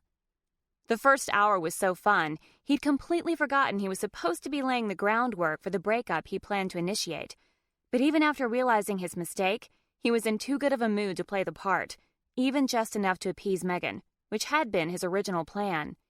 He was having a conversation with her Uncle Jeremy about the best fishing places at Table Rock Lake when Megan wrapped her hand around his lower forearm, her nails digging into his flesh. "Can I talk to you?" She tried to keep her tone sweet, but he heard the annoyed hitch in her voice. Uncle Jeremy was inviting me to come fishing with him this fall, he said with a smile, ignoring the pain in his arm. "Yeah, I heard, but I need help with the thing." "What thing?" her uncle asked. Her eyes widened in panic. She obviously hadn't expected her ploy to be questioned. A slow smile spread across Josh's face. "I've been summoned." He gave her uncle a wink. "Never tell a beautiful woman no when she wants to get you alone. Am I right?" Her uncle chuckled. "Smart man you've got there, Megan." "I'm beginning to wonder," she grumbled, as he stood and took her hand in his. He leaned close to her ear and whispered loud enough for her uncle to hear. "Just where did you have in mind?" She jerked on his hand. He stumbled slightly but contained his amusement. God, was she cute when she was pissed. But he kept his thoughts to himself and followed her through the kitchen and down the stairs to the basement. Why hadn't he thought to check the basement rather than his botched attempt to find her father's home office? After all, what better place to stow things best left forgotten? But he didn't have time to look around once they reached the bottom of the stairs. "Your bedroom probably has a better atmosphere for a romantic rendezvous than your parents' musty basement." "I did not bring you down here to make out." "From the look on your face, you brought me down here to murder me. But I caution you to think it through. It would be difficult to hide my body, and I think Libby's too busy with Noah to help." "Why is your brother flirting with my best friend?" "She's a beautiful woman, Megan." He put his hands on her hips and pulled her closer. "But not nearly as beautiful as you." "Cut the bullshit, Josh." "I really do think you're beautiful." His voice lost its teasing tone. "And I don't know why Noah is so taken with Libby, but she seems like a smart girl. She can handle herself." She jerked up her head to look him in the eye. "What's that supposed to mean?" "It means my brother is not a one-woman kind of guy. But when Libby made it obvious she was interested in him, I mentioned that fact to her. She told me not to worry. She knew what he was." Her eyes narrowed to slits. "When did you talk to Libby about your brother?" "After I came home this evening and went upstairs to find you. Libby was in your room. You were in the bathroom." He was still holding her close, resisting the urge to kiss her. Although he suspected it would distract her from the next topic she was sure to bring up, he didn't want to play her that way. "What are you doing, Josh?" "I'm standing in your basement, waiting to see if you're going to murder me or not." He made a show of spinning his head to take it in. "I'm surprised it's unfinished, and that your mother didn't ask your father to set up his man cave down here rather than upstairs." "You can't change the subject. Why aren't you trying to break up with me like we discussed?" "You haven't given me much opportunity." She pulled out of his grasp. "We've been out there for 2 hours." "Really?" he asked, in what he hoped was believable surprise. "I guess I was too busy having a good time. I like your dad's family." She shook her head, as though trying to clear her confusion. "I like my dad's family too, but you have to stick to the plan." "What do you want me to do?" he asked, spreading his hands. "I've never purposely acted like an asshole before." She snorted, and he gave her a look of surprise. "Are you suggesting I'm a natural asshole?" "No, I don't know." She scowled. "But we have to do something, Josh. We have to end this tonight. This is getting bad." "I know. You're right. How about I start drinking a lot, and then I can act like a sloppy drunk, giving you a good reason to break up with me?" She pursed her lips deep in thought before nodding and looking up at him. "Yeah, that's good. If you just start acting like a jerk now, my family will wonder why you're like Dr. Jekyll and Mr. Hyde." "Okay, so I'll start getting drunk. Let's get to it." He took her hand, surprised when she didn't protest, and led her up the stairs. When they were in the kitchen, he stopped and dropped his hold on her. "But first, I need to visit the restroom before I go back outside." He patted his stomach. "That pulled pork isn't quite agreeing with me." The look she gave him said she didn't quite trust him, but the request was too reasonable for her to deny. "You don't have to wait for me. In fact, it might be safer for me to go upstairs." He grimaced. She released a nervous laugh. "Don't let Dad hear you say that. He loves Gates barbecue. He'd call that blasphemy." "From all the dogs barking outside your fence, I'd say they like it too." The sound seemed almost appropriate given the laid-back vibe of the evening, but he knew it had to be driving Nicole crazy. A sly grin spread across her face. "Those are Murphy's dogs. Mom is furious they got loose. In fact, she called animal control, but apparently they haven't shown up yet." "You really do take a perverse pleasure at your mother's aggravation." She laughed. "I guess that makes me wicked." He liked the thought of her doing wicked things, but not the kind she currently had in mind. "You go on back outside," Josh said, heading for the stairs. "I'll be out as soon as I'm fit to be seen in public." He bounded up the stairs 2 at a time in his attempt to get away from her. He wasn't so sure how convincing his gastrointestinal issue was, but he had to talk to Noah, and maybe he could find Bart's home office while he was upstairs. He opened the first room on his right, finding what appeared to be Kevin's room. Eliminating Megan's and her grandmother's rooms, that left one possibility. He pushed open the door, relieved to find a desk with a desktop computer and a credenza and printer. Pulling out his phone, he texted his brother. "I found Vandermeer's home office." Seconds later, Noah responded. "I found it first. I'm sleeping there, Sherlock."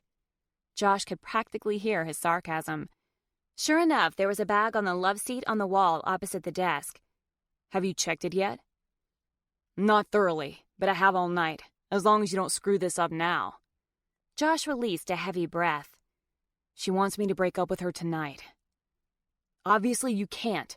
Figure something out." Figure something out. Sure, no problem. He went back downstairs and grabbed a bottle of beer from the cooler by the back door, taking a long drag from it before he searched for Megan. She was standing with a group of her cousins and aunts. She looked nervous, and he hated the knowledge that he was to blame, but he couldn't give her what she wanted.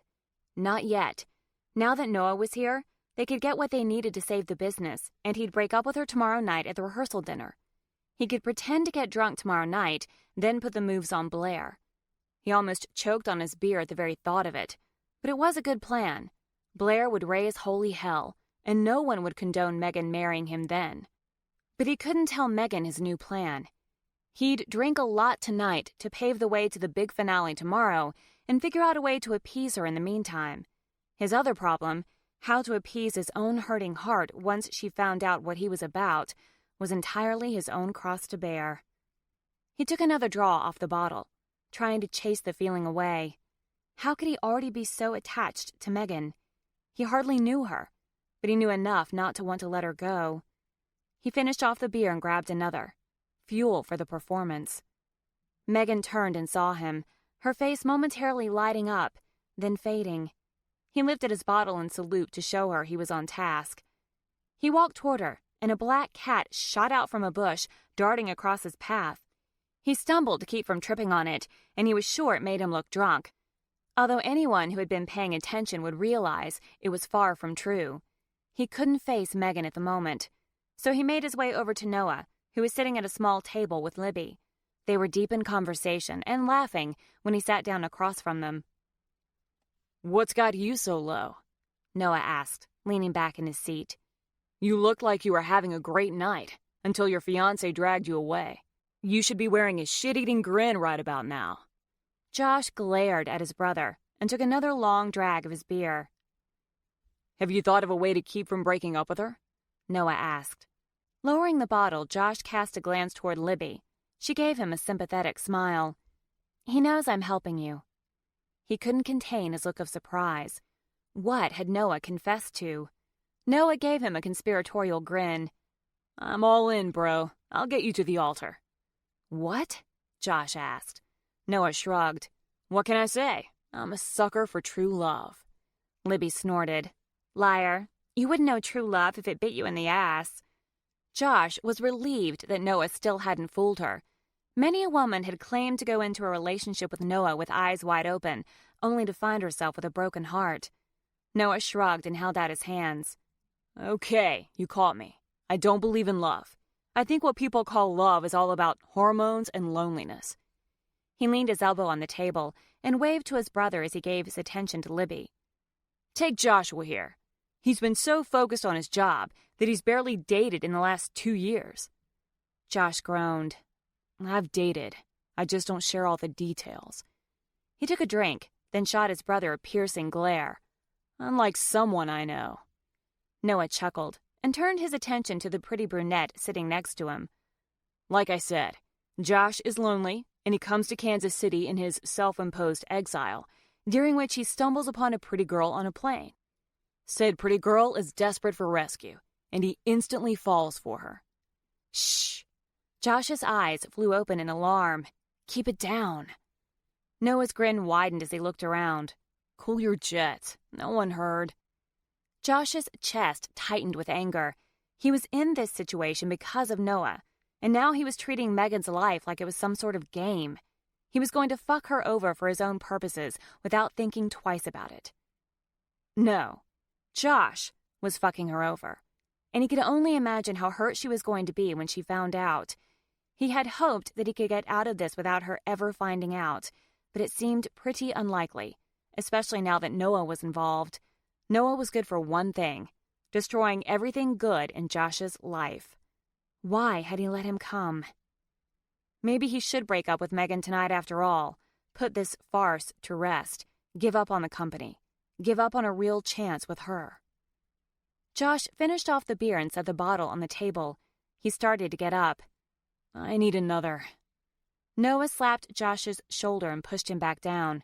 "Cheer up there, young lad," he said in a fake British accent. "I'll get you another pint of ale and all will be well." He stood, and the barking dogs against the fence amped up their racket. The black cat Josh had seen earlier was now calmly stalking across the top of the fence. "Knickers looks like she's about to come unglued," Libby laughed.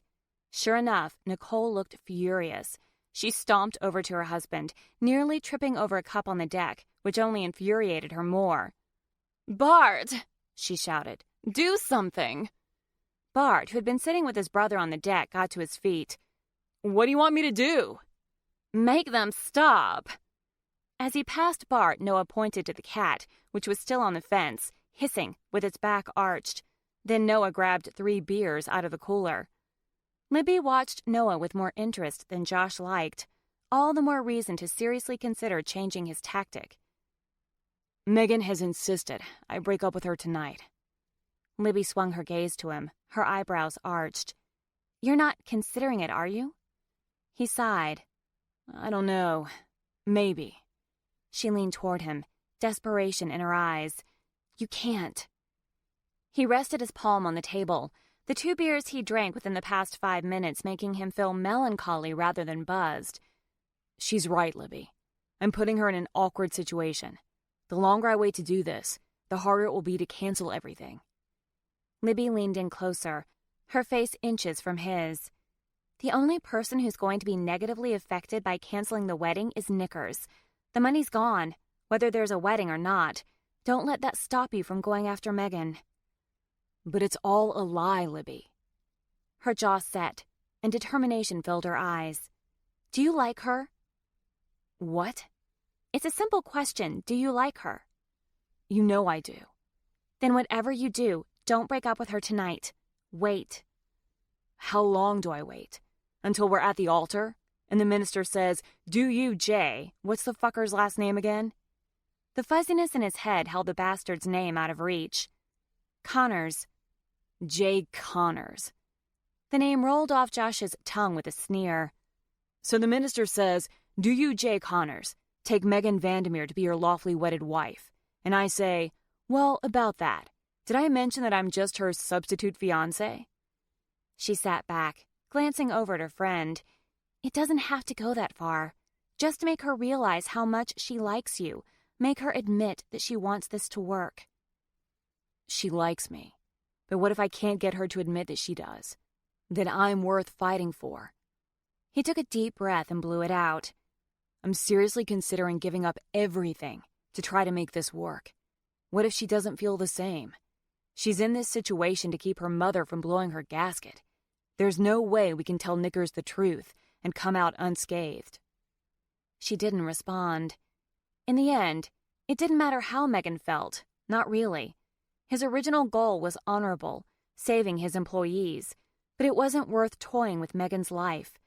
Maybe he could cash in his barely existent IRA and use it to make a comp package for the employees who'd have the most trouble finding new jobs. It wasn't the solution he wanted, but he could live with it. If he had to give it all up, though, he wanted to at least enjoy one more day with Megan, 24 hours, before he came clean. Tomorrow night. Saying it out loud helped cement the rightness of his decision. I'm doing this tomorrow night.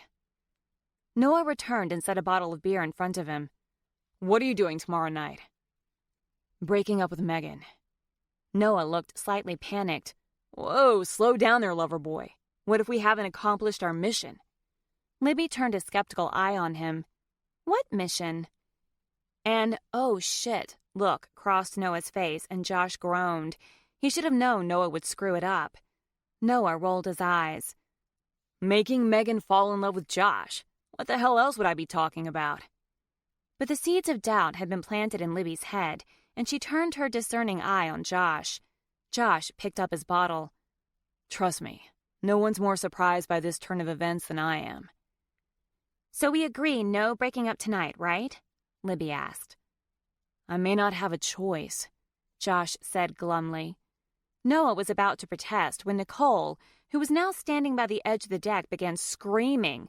What have you done? 3 big dogs burst through the back gate, racing for the food table. Everyone started shouting as the dogs jumped onto the deck, snarling over the pans of pork, brisket, baked beans, and coleslaw. What are they doing? Nicole screamed. Somebody stop them! But everyone either ran screaming or watched in silent horror as the dogs knocked over the table. The pans of food fell to the concrete, and the 2 candles rolled off, one of them setting the tablecloth on fire. The black cat ran past the spilled food and burning tablecloth, hissing and screeching.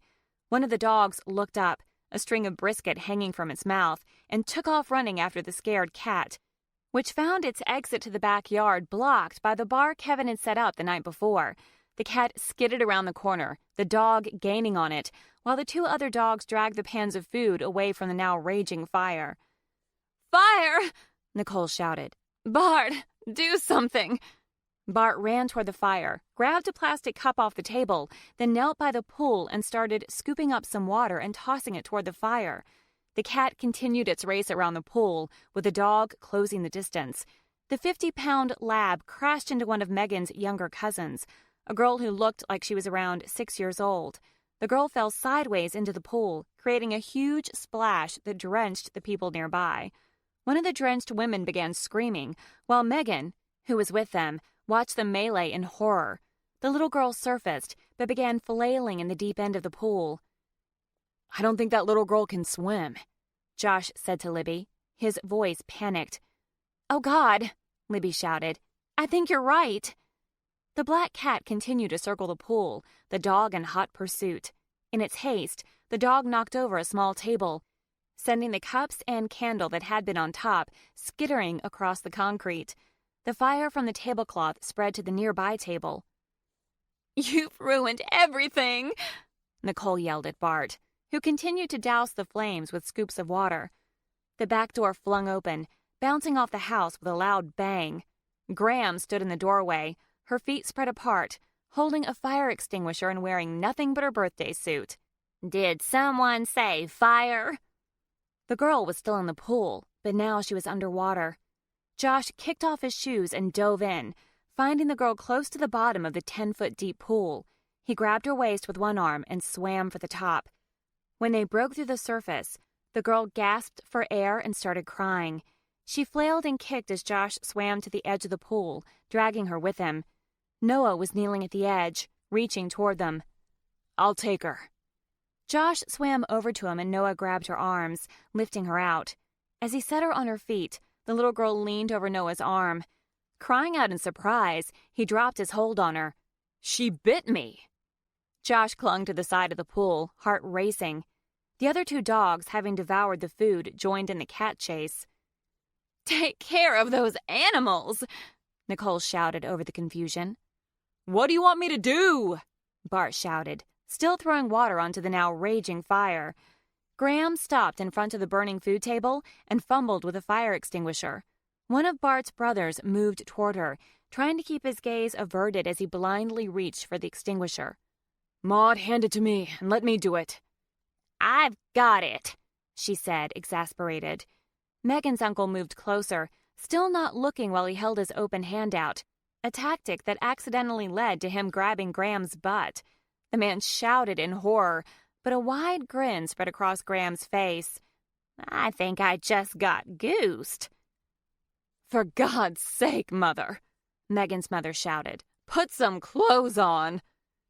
But Graham pulled a pin and tossed it on the ground, then shot foam onto the fire. Once the fire was out, she kept spraying, covering two of the dogs running past. They skidded to a halt, then turned the other way, barreling into Nicole and shoving her into the pool in the shallower end. She went under and came back up, mascara streaming down her face, looking more unkempt than Josh had ever seen her. "Somebody get those dogs!" A man in a khaki uniform stood in the open gate, his mouth hanging open as he took in the destruction of the backyard. "Did someone call animal control?" Nicole climbed up the steps at the entrance to the pool, though part of her hair stayed floating in the water behind her. "Josh," Megan knelt next to him, "are you okay?" He looked up at her. "I think your mother just lost something." She grinned, her eyes twinkling with mischief. "I've suspected for years that she wore a headpiece. This disaster was worth the proof." He couldn't help but laugh. "The ladder's over there. We better get out of here while we can." "What are you talking about?" he asked, swimming to the ladder on the other side. She picked up his shoes and walked around the edge of the pool, meeting him as he climbed out. "I mean, Knickers is about to go ballistic, and we need to be as far away from ground zero as possible. Trust me, I know this from first-hand experience."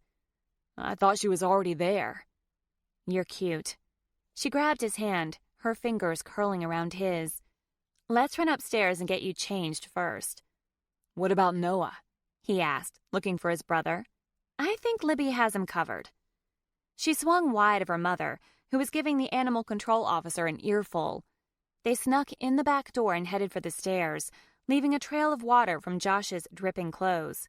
"We have to hurry and leave before she notices we're gone, or we'll be stuck." "Okay." She pushed him into the room and shut the door, standing back as he rummaged in his bag and pulled out a clean pair of jeans and a t-shirt. He went into the bathroom to change. "We don't have a car," he said through the door, unbuttoning his top button and tugging his wet shirt over his head. "How are we going to leave?" "My dad kept my old Explorer. I'm going to sneak down to the kitchen. Come downstairs to meet me when you're done, but whatever you do, don't let Knickers see you."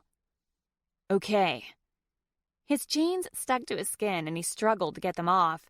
His cell phone was in his pocket, and he tried to turn it on, not surprised to find it dead. He considered leaving his soaking wet wallet, but worried someone would find it and discover his real identity. He kept it in his hand as he crept down the stairs, making sure Megan's mother was nowhere to be seen. Megan stood in the open doorway to the garage, motioning him to follow her. She skirted around the two cars and out a side door, Josh close on her heels. A dark blue Ford Explorer was parked on the gravel next to the house. "This was your car? Why didn't I notice it before?" "It was a hand-me-down from my dad. When you're 16, you'll take whatever you can get." She pointed to a tarp next to the house, shooting him a grin. "Mom won't let it in the garage, and Dad can't stand the thought of leaving it to the elements. He keeps it covered." She opened the driver's door. "Get in." He climbed into the passenger seat, setting his damp wallet on the console. "How are you going to get out?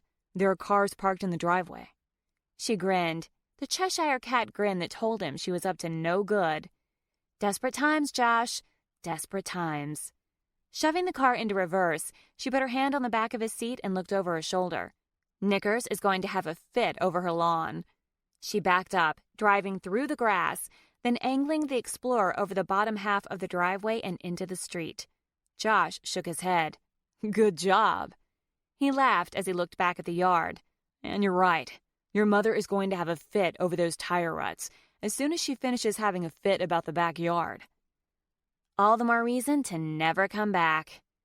She rolled her window down and turned up the radio, driving through town and out into the farmland surrounding Blue Springs. Her hair blew around her face, and she looked almost as peaceful as she did when sleeping. "Do you have a destination in mind?" She leaned her head toward him, grinning. "Yes, and you'll love it." He leaned back in his seat, watching her. "I trust you." Her face turned serious. "Thank you." She made several turns, and then she was on a back road, driving by a small lake. He almost asked her where they were going, but he'd told her he trusted her. He could ask her about it after they got there. She drove for several more minutes, then turned down a gravel road and parked. "This is it." He opened the door and realized they were at an empty campsite. The crickets and cicadas filled the night with their loud calls, and while it wasn't too hot, the temperature felt several degrees cooler here. She got out and went to the back of the car, lifting the hatch. "My dad used to take Kevin and me camping here when we were kids. Knickers didn't go, of course." "Are we camping?" he asked in surprise. "I don't know yet," she answered, handing him a small cooler, then grabbing a stack of blankets. "Let's decide that as we go." For once, Josh was happy to not have a plan. Chapter 16. Megan had driven here out of instinct. This was where she used to come when things got to be too much with her mother back in high school, which had happened a lot. While she hadn't been here in years, it still felt familiar and safe. It felt even more right that Josh was here with her, which was surprising. She'd never taken anyone to her special spot before. "Let's go down this path." She turned on the mini flashlight attached to the car key. "That's handy," Josh said. "My dad. He was a bit overprotective when I was in high school." "Smart dad. He's not going to come hunt us down like a couple of kids gone parking, is he?" She laughed quietly. "No, he has no idea I used to come here on my own. We're safe. Besides, I think he has his hands full." She followed the dirt path, turning left onto another less used path, which ended in a small clearing. "This is it." He gasped from behind her and set the cooler down on the grass. "This is amazing." "Thanks." She beamed with pride. They stood on top of a small bluff overlooking the lake. A wooded shoreline was on the opposite side of the small lake, with no visible electric lights. But the real showstopper was the view of the sky. With few lights around the lake, the stars shone brighter than she usually saw them. She handed him a blanket and 2 pillows. "Hold this for a minute," she said, as she spread out a sleeping bag and then a sheet. "You came prepared," he murmured, his husky voice sending a shiver down her spine. "I used to like to lie out here and look at the stars." She grabbed the pillows from him and tossed them onto the makeshift bed. She knew how it looked, like she had purposely brought him out here to seduce him. And maybe that was partially true. What would he think of that? For once, she didn't care. I like stars. She sat in the middle of the bedding and patted the spot next to her. Bring the cooler with you. He picked it up and watched her with a wary face before sitting next to her and setting the cooler at the edge of the sleeping bag. What's in here? Open it and see. Josh opened the lid and laughed. I've already had 3 of these before the disaster from hell. I'm not sure if I should have another. Suit yourself. She leaned forward, resting her stomach across his thigh as she pulled a bottle out. She sat up and recrossed her legs. The skirt of her dress had hitched up her thighs, and Josh's gaze followed the hem. She almost rearranged the fabric, then decided the hell with it. She was tired of playing it safe. She wanted to live a little.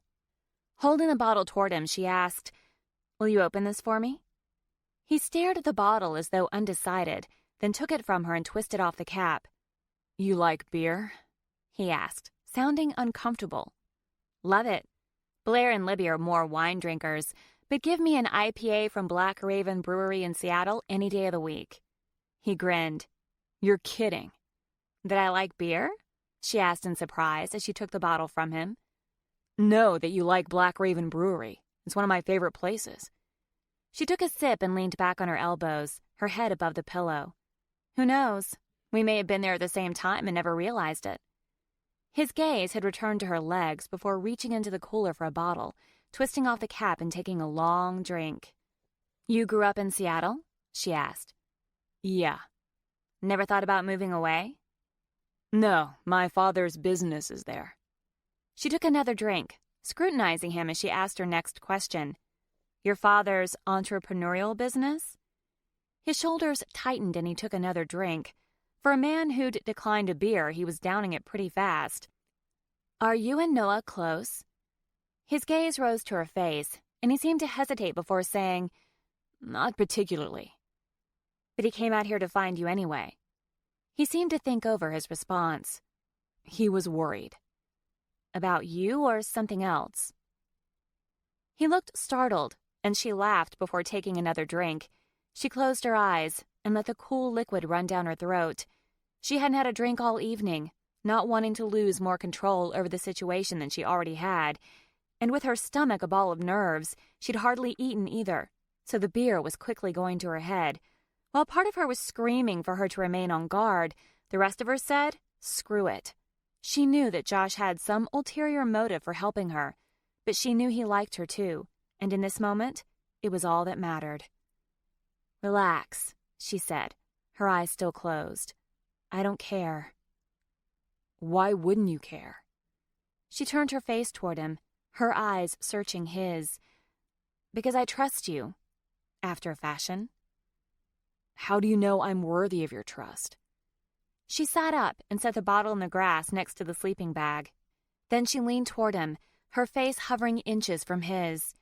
Because I can see your heart, Josh McMillan. You wouldn't intentionally hurt me. He shook his head, pain in his eyes, confirming her suspicions. How can you be so sure? Her fingertips rested on his cheek as she searched his eyes. Will you intentionally hurt me? Not if I can help it, he whispered. That's the last thing I want. I know. Her lips brushed his softly, and he remained still, not even breathing.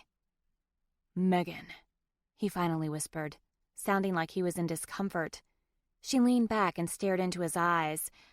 I've coasted through most of my life, Josh, letting other people direct my path, but I'm tired of coasting. I want to take charge. I want to do what makes me happy. She smiled at him. I want you. His eyes clouded. Do you want me, Josh? It's not that easy, Megan. She laughed softly. It's a simple yes or no question. No reasoning or rationale allowed, at least not tonight. Her hand cupped his neck, and her thumb brushed his cheek. Do you want me? His answer was to press his lips on hers and entwine one hand in her hair as he used the other to press her to his chest. They were a tangle of tongues and limbs as he pulled her onto his lap, her legs straddling his waist. She clung to him as he took control, the hand around her back sliding down to cup her ass and press her against his erection. Heat engulfed her body, and she groaned and gyrated against him, her hands sliding under his shirt. Her fingertips skimmed up his hard chest muscles. He leaned back and pulled his shirt over his head, tossing it behind him. When he tried to kiss her again, she placed her hands on his shoulders and pushed him back. "I want to look at you." He was more perfect in the moonlight than she remembered him from the night before. She slid her hands down to his perfectly sculpted abdomen, dipping lower to the waistband of his jeans. Using the palm of her hand, she rubbed his bulge through his jeans, feeling empowered when he squirmed. He groaned, searching her eyes. "I thought that was my line." Then she dropped her hands to her sides. "Go ahead." He sat up and reached behind her back, his lips brushing the nape of her neck, his tongue dancing in tantalizing circles along her sensitive skin, sending waves of pleasure through her body. He unzipped her dress, exposing her skin to the cooler night air. She shivered, and he chuckled as his teeth lightly nipped along her collarbone. His face lifted, and he searched her eyes as his hands slid slowly up her back, his thumbs hooking on the neckline of her dress, then sliding the fabric down her arms. She sat still as he pulled her arms free, the cotton dress puddled at her waist. His gaze lowered to her pale blue lace bra, but his hands dropped to her sides instead of cupping her breasts like she wanted. She sucked in a breath. The old insecurities came rushing back. Had he changed his mind? Did he find her lacking? But his gaze lifted to hers, and the lust she saw there displaced her concerns. He pulled off her bra as his mouth found hers again, warm and desperate. Her hands wound into his hair, holding him close as his hand moved to her breast, his thumb brushing over her nipple. She sucked in a breath as a jolt of need shot straight to her core. He continued to kiss her, his tongue exploring her mouth as his other hand slipped between her legs, his fingers rubbing against her damp panties. She pressed herself into his hand, moaning softly. And, as if following her unspoken instructions, his fingers moved up, sliding down under her lingerie and between her folds. She closed her eyes, her breath coming in rapid pants as his fingers slipped inside her, the palm of his hand pressing against her mound as he rubbed her in slow circles. She couldn't believe how turned on she was already. She wanted more than his hand. She rose to her knees, reaching under her skirt to pull her panties off. He wrapped an arm around her back, pressing kisses to her abdomen, then lowered her to his lap again and found her nipple with his mouth. She arched her back as his free hand returned between her legs. "Josh," she said, hoping the sound of his name would convey to him everything she felt and needed. She needed him. He pushed her back up to her knees as he fumbled with his pants, tugging them off, then lowering her to straddle his upper thighs. His hand cupped her cheek, and he searched her face before kissing her again. Not willing to wait any longer, she reached for him, wrapping her hand around the length of him and stroking. He released a low moan and pressed into her hand. His moan and his need turned her on even more. He wanted her. Her thumb traced his tip and he tensed, sucking in his breath. His fingers slid between her legs again, bringing her close to release. Her sense of urgency increased as he pushed her backward, her head hitting the pillow as he moved between her legs, kneeling over her. "Damn it." He froze and squeezed his eyes shut with frustration. "I don't have a condom." "I do." She reached inside the pillowcase under her head and pulled out a foil square. He snagged it from her hand and ripped it open faster than she would have thought possible, then rolled the condom over his stiff erection. She gazed up at him, reaching for him, needing him now. He lowered himself to one elbow and lifted her hip with his free hand, teasing her with his hardness before finally entering her, filling her perfectly. Crying out, she lifted her hips higher, helping him slide deeper. His mouth covered hers as their movements became more urgent. As their passion built, his mouth broke free, his breath hot on her neck as he held her tighter, thrusting deeper, faster. She wrapped her legs around his back as she climbed higher, pressing herself against him with every thrust until she finally climaxed, crying out in a gasp as her orgasm washed over her. He held her tighter and gave 2 final deep thrusts before coming. She grabbed his hips, holding him close for a moment until he rolled to his side, gathering her in his arms so they were chest to chest, him still inside her.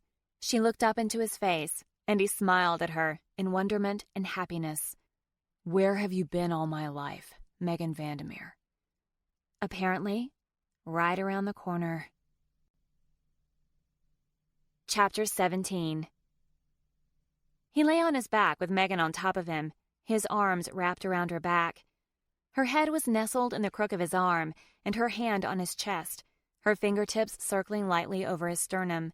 They were naked, on a bluff overlooking a lake. Although it was nighttime, someone could still stumble upon them, but he couldn't bring himself to let her go. Now that they had actually done this, now that he knew with certainty how perfect they really were for each other, he wished they could just leave this whole mess behind and run away somewhere together. Somewhere no one knew them or their problems. She released a contented sigh. I want to forget about the wedding that's supposed to take place in less than 2 days and just be in this moment. His arm tightened around her. The only thing in my life that makes sense right now is you, she continued.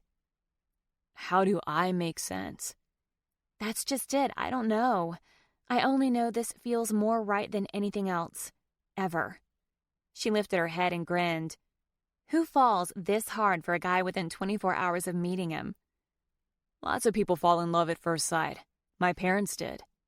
She blinked in surprise. Your parents fell in love at first sight? He grabbed a strand of her hair that brushed over his bare chest. So they claim. And they were happily married for 21 years. Well, this isn't love at first sight, she grinned against his lips. More like lust. She kissed him with a passion that showed him how much she still wanted him. Was she right? Was what he was feeling no more than lust? Did he have to put a label on it? He only knew the rapidly approaching wedding spelled a likely end for their new relationship, and the extracurricular sleuthing he and Noah were doing amped that likely up to a certainly. He was more determined than ever to come clean, in the hopes she would forgive him. Not that he deserved it. But even Libby had told him Megan wore her heart on her sleeve. Maybe she would understand his desperation. Well, he wasn't sure how to fix the mess he'd created, but he didn't need a solution right this minute. While the likelihood of losing her was higher than not, he had a choice to make. He could start mourning his impending loss of her now, or he could spend every minute with her while he could. He chose the latter. He rolled her onto her back, and she giggled as he lowered his face to her neck. So, what are your plans, Miss Vandermeer? Are we going back to your parents' house? Oh, God, no. So we're camping under the stars? Unless you have a better idea. I can't think of a single one. He pushed up on his elbow. But we either need to get dressed or cover up with your blanket. Unless you're a nudist like your Graham. She laughed. I'm not. But getting dressed is a waste of time, don't you think? The sparkle in her eyes made it impossible not to kiss her. See, she said, you just proved my point. Besides, this spot can only be accessed from the campsite, and no one's going to try camping here now that my car's parked there. He grabbed the blanket and spread it across them, glancing back at the trail they'd used to get to the clearing. I think we're safe, Josh, she teased. You're awfully uptight. Maybe Graham's right. Maybe you are a prude. You realize that sounds like a challenge. She laughed. Take it as you will. Still, we're safe from prying eyes. Unless we count the monstrous raccoons. She cocked an eyebrow. You don't happen to have any food in your pockets, do you? Nope. Then we're good. She rolled on her side to face him. So tell me more about your family. Is it anything like mine? No offense, Megan, but I don't think there's any family like yours. She laughed. Fair enough. Why do you let her get to you so much? Her smile faded, and he was instantly sorry he asked, but he was curious to know. On the plane, you took on that flight attendant without a second thought. Your job is to fight corporations bent on deforestation. Hell, you'll take on a wild raccoon. His voice softened. But you won't stand up to your mother. He tucked a strand of hair behind her ear. That's such a contradiction to the woman I've gotten to know. The woman the rest of the world sees. I just don't get it. She worried her bottom lip with her upper teeth, then looked into his eyes. It's not that easy to answer, Josh. Then try. She took a deep breath and pushed it out, looking sadder by the millisecond. I'm sorry, he murmured, running his hand down her arm. It's none of my business. A wry smile twisted her mouth. That's not exactly true, is it? My inability to stand up to my mother has gotten you into this strange situation. He grinned, leaning in to kiss her. I kind of like where I am right now. She pushed him onto his back and leaned her breasts against his bare chest. He felt himself stirring again, the sight of her bare curves driving him crazy. I kind of like where I am right now, too. She brushed her lips against his. The funny thing is, she was different when I was a kid. She laughed and had fun. She was a regular mom for the most part. But then when I was in middle school, she changed. Like a light switch from off to on. She became obsessed with everything being perfect. She forced a tight smile. But nothing's perfect, you know? Watching her now, he considered arguing with her statement. She looked as near to perfect as he could imagine. Perfection is difficult to reach and impossible to maintain. Exactly. Which is why she constantly found me lacking. I didn't suit her new view of perfection. At first, I was too stunned to argue, so I said nothing. All of us did, really. Kevin and I were stunned that our mother was gone, and this Stepford wife had taken her place. Kevin got involved in sports. My dad took up camping and fishing. And for a while, I was the one to deal with her on a regular basis. But I didn't. I retreated. Then, after a while, I guess I learned that it's always been easier not to fight her. No one ever goes against her and wins. Ever. She's beaten us down enough times that we've just stopped trying. I moved to Seattle to get away from her. I've never seen my dad more crushed than the day I told him I was moving away.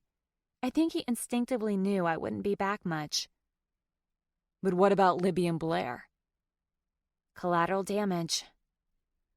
Josh's mother had always been supportive and loving. How would he handle it if she flipped a switch like Nicole Vandermeer had done? What had happened to turn her against her family? No more talk about my mother. Her hand slipped into his hair, and her face hovered over his, her eyes bright and large. You were a hero tonight. What? You probably think no one noticed in all the madness, but I did. You saved my cousin. She was drowning, and you jumped in and saved her. He shook his head, cringing. It wasn't anything. Anyone could have done it. But you did. I suspect Noah wishes I'd left her at the bottom of the pool after the way she bit him. Megan tilted her head back and laughed, and Josh decided the sound of her laugh was the happiest sound that had ever existed. Nevertheless, you saved her. You saved me, too. I'm surprised you don't have a superhero costume on under your clothes. I did, he teased, but spandex shrinks in water, so I had to hang it over the shower rod in your bathroom. I hope no one comes in and learns my secret. She laughed again, straddling his waist and leaning over him, her hair tumbling over her shoulders. If we ever go back, will you try it on for me? If we go back? Her smile softened. We could run away together, just you and me, and never look back. Her thoughts so echoed his own that he couldn't help but smile. Do we end up in Seattle when we reach the end of our trip? Or do we stay on some tropical island somewhere? It depends. Does this island include Graham's nudist colony? God, no. Just how good are you at making coconut drinks? Her eyebrows lifted playfully as she asked the question. When he started to answer, she kissed him to stop his answer. It's a trick question, so think carefully first. Then she laughed again, sitting up. He sat up too, grabbing her hips and settling her on his thighs. The nearness of her drove him crazy and made his thoughts stray from their conversation. I'm going to guess that you hate coconut, so I should probably answer that I make killer margaritas. She laughed again. I knew you were smart. The question of my intelligence is yet to be decided, but I think agreeing to be your substitute fiancé was the best idea I've ever had. I don't remember asking, she teased. I have lots of things to offer that you might not have even considered. Her eyes flew open in mock surprise. You're full of talk, aren't you? He laughed. I'll be happy to demonstrate. The amusement on her face faded. She grabbed his face in her hands and gave him a deep, lazy kiss that reached down to his soul, stirring a longing of which he'd never believed himself capable. He wrapped an arm around her, his hand splaying on her back as he held her close. I think I could spend the rest of my life with you and never get my fill. She kissed him again, this time with more urgency. In only a few minutes, he was inside her again, keeping her on his lap this time. The blanket was down by his feet, leaving her clothed in nothing but moonlight and sweat. Her hands dug into his shoulders, and her eyes closed in pleasure as she arched her back, trying to push him deeper with each movement. Several strands of hair clung to her shoulders, but the rest hung behind her. He held her hips as she rode him with increasing urgency, and in that perfect moment he was sure of two things. One, she was the most beautiful woman he had ever known, and two, there was no way he could walk away from her.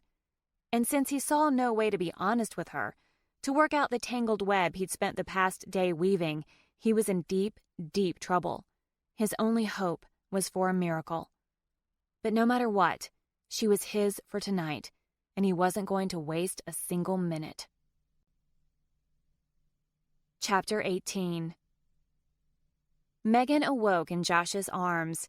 She expected to be more startled by that fact, but lying next to him felt like the most natural thing in the world. He was on his back, an arm stretched over his eyes to block out the sun. She watched his chest rise and fall. He had a very nice chest.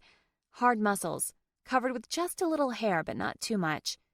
The edge of the blanket rested above his waist, and she saw a hint of his abdomen. She knew what lay under the blanket, and memories of the night before rushed back, making her burn, but not with embarrassment. Not for 1 minute did she regret sleeping with him. What happened next was a whole lot trickier. She liked him.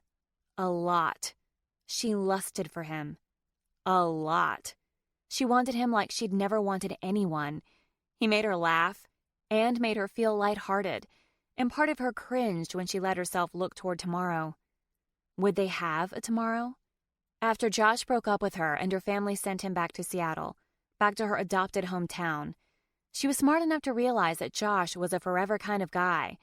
But they'd gone along with this deception for so long, how could she step back and say, "Sorry, everyone, this was all one big mistake"? Hey, Josh murmured sleepily, cracking his eyes open. I know you're probably into those Twilight books and movies, but it's actually kind of creepy for someone to watch another person sleep all night. You think I spent the night watching you sleep? She buried her face in the crook of his neck, her mouth finding his earlobe. Did we even have much of a chance to sleep? He asked, rolling onto his side to face her. Not much. He laughed. Good thing you're on the pill, or we would have had to make a midnight run for more condoms. His eyes blinked open sleepily, and a smile spread across his face. Good morning. She smiled back. Yes, it is. You're not one of those happy morning people, are you? He murmured.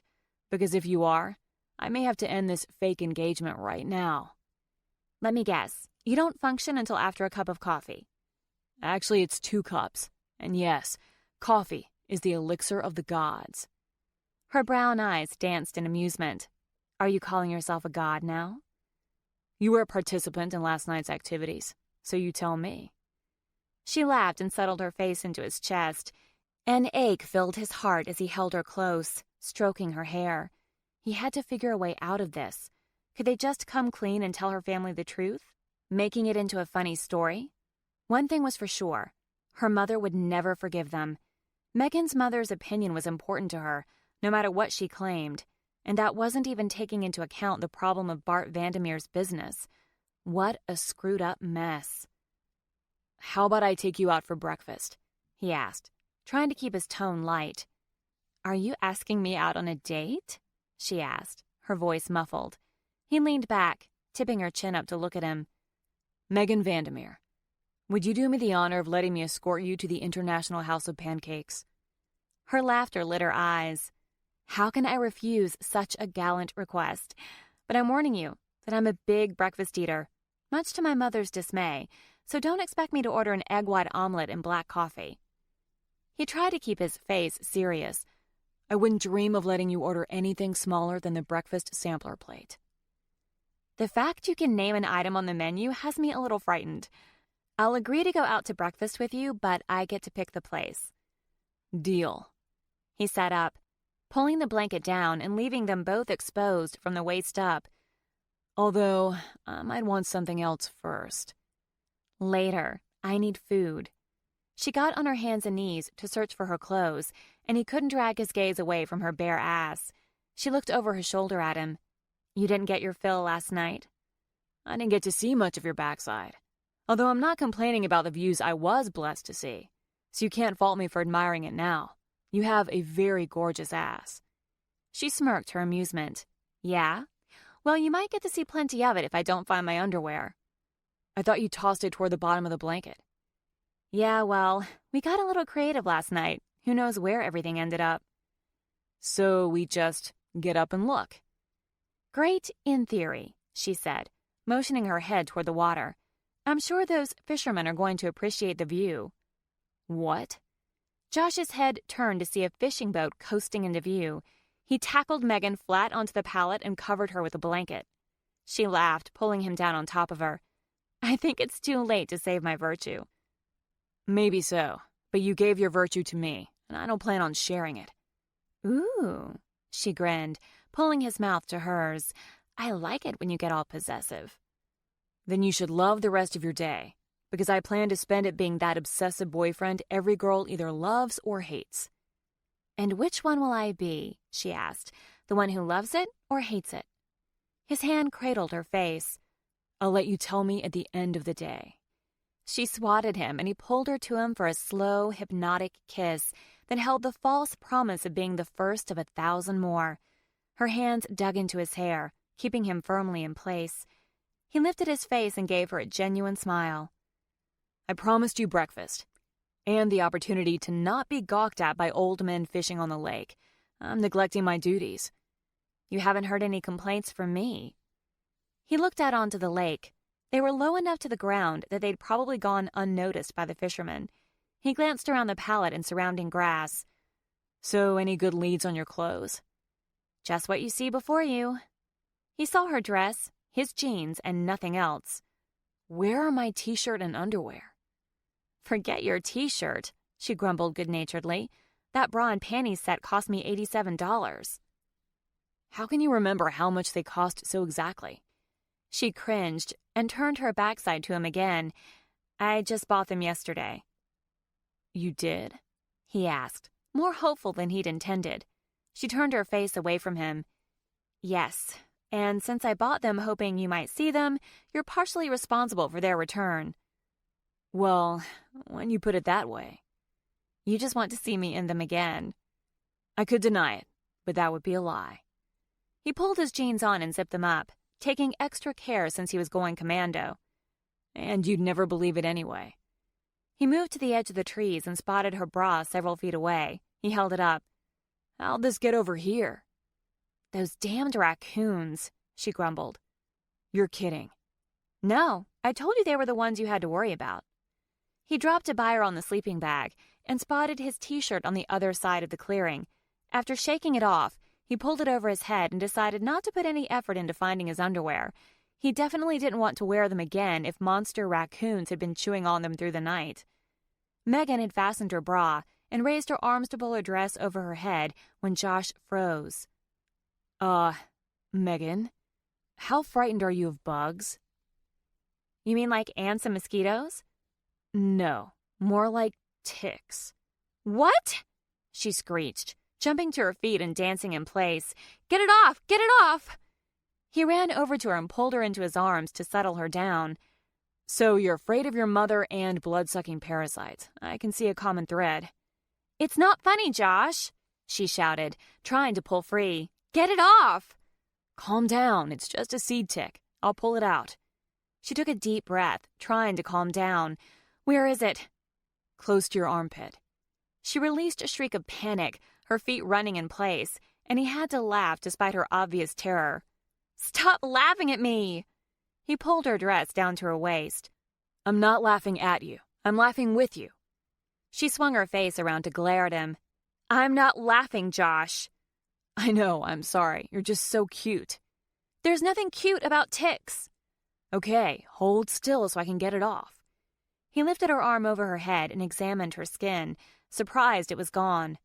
I don't see it. What do you mean you don't see it? It's gone. She looked up at him, her gaze fierce. Ticks just don't leave, Josh. They wait until they're engorged and drop off. Did it look engorged? God help him. He couldn't laugh or she would kill him. I admit to seeing more than my fair share of engorged objects in the last 10 hours or so, but that tick wasn't one of them. Then where is it? She shrieked, panicked again. Relax, Megan. It's just a tiny tick. Just a tiny tick? It's a creature that embeds its head deep inside. She glared up at him again when he began to snicker. If you're going to continue to act like a 12-year-old boy, I'm going to leave you out here with the raccoons. Though he managed not to release the peals of laughter bubbling up inside him, he couldn't hold back a chuckle. I'm sorry. I'm trying. Without responding, she pulled her dress down to the ground and tried to look over her shoulder. I can't see back there. He grabbed her shoulders and bent at the knees, so his face was level with hers. I'll look and make sure you don't have any ticks, okay? I promise. She dragged in a breath and let it out. Okay. He gave her a soft kiss and released her shoulders, then moved behind her to examine her back. Since she was now naked except for her bra, and the fishermen were gone, he took his time, enjoying the view more than he'd admit to Megan right now. After looking over the backs of her legs, he moved to her sides and front, then declared her tick-free. Nothing. You're good. Then where did it go? I don't know. He picked up her dress off the ground. I suspect it wasn't attached yet and fell off when you were putting your dress on. He moved several feet away from her and shook it out before handing it back to her. She started to step into it and had it up to her hips when she began to scream, jerking the dress off. The skirt got tangled around her legs, and he lunged for her as she started to trip, keeping her from falling to the ground. It's crawling inside my dress! She kicked the skirt away from her, sucking in deep breaths.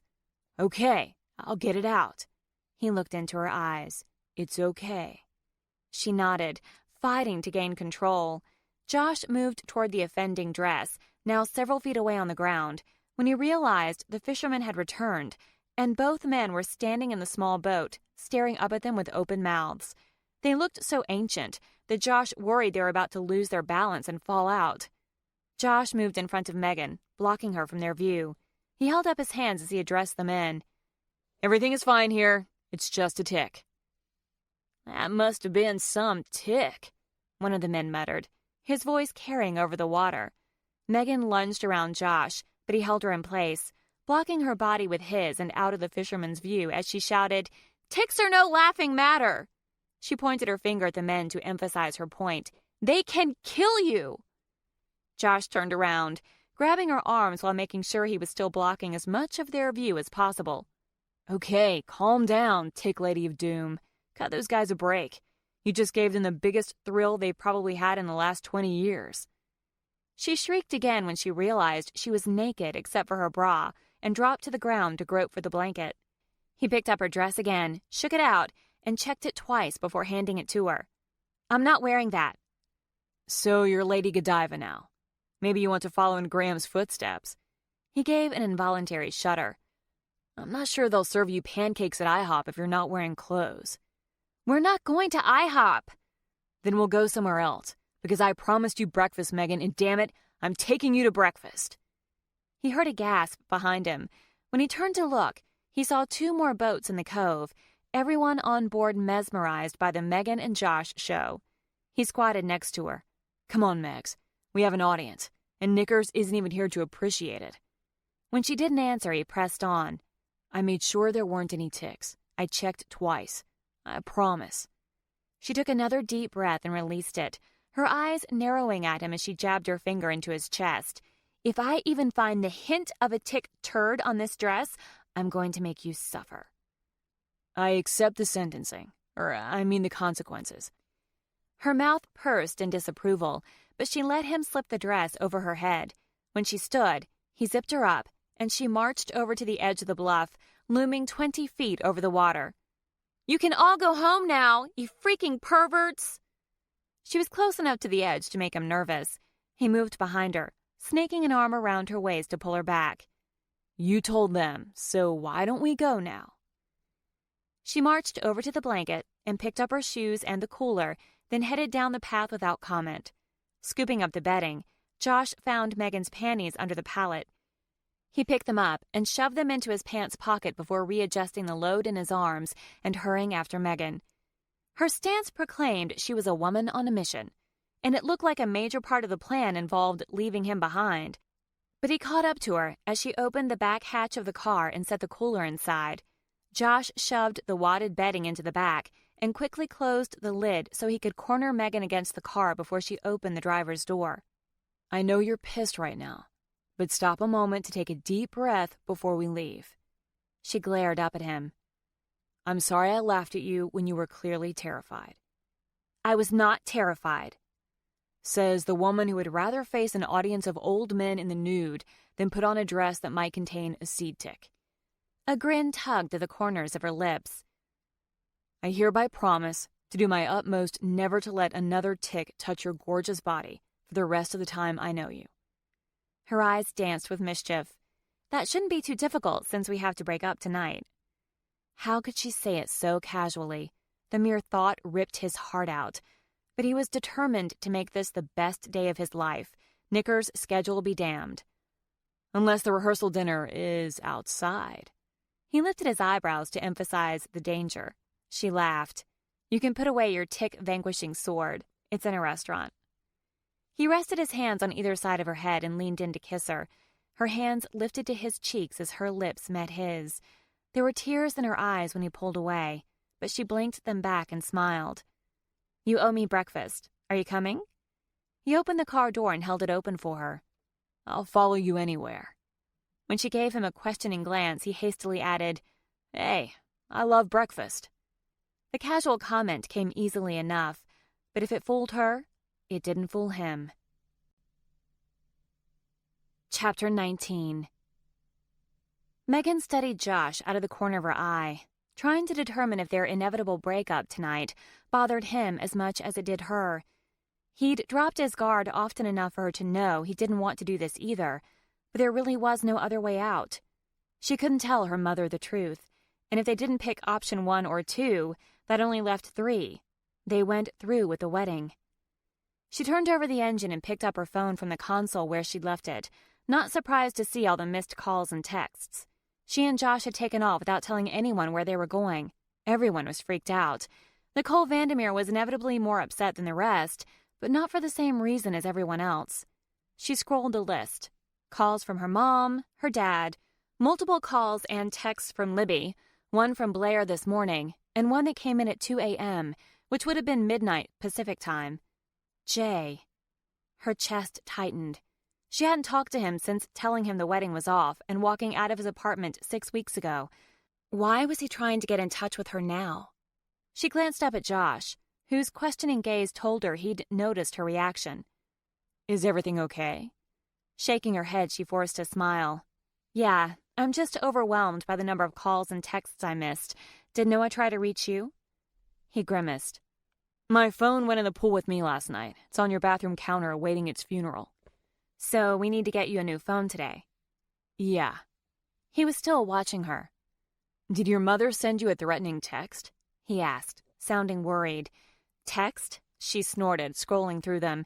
Knickers does not text. "Then what's got you so anxious?" "I should have told someone where we were going. Libby and Blair freaked out." "Take 5 minutes to call them and let them know you're fine. Breakfast can wait." But she wasn't in the mood to answer Libby's excited questions and Blair's accusations. Instead, she sent them a group text. "I'm fine. Josh and I needed to get away, and I left my phone in the car. We're headed to breakfast now." "Breakfast?" Blair demanded. "You're eating breakfast with a kidnapper?" Megan sighed. "If anything, I kidnapped him." "I'm sure he wasn't complaining." Blair sent back at lightning speed. Insert sarcasm. "I'm not doing this now, Blair. I'm going to eat breakfast. I'll see you at the rehearsal at 6. Are you freaking serious? A text from Libby popped up. I want details. Love you. Do not encourage her, Blair responded. Is Noah okay? Megan asked.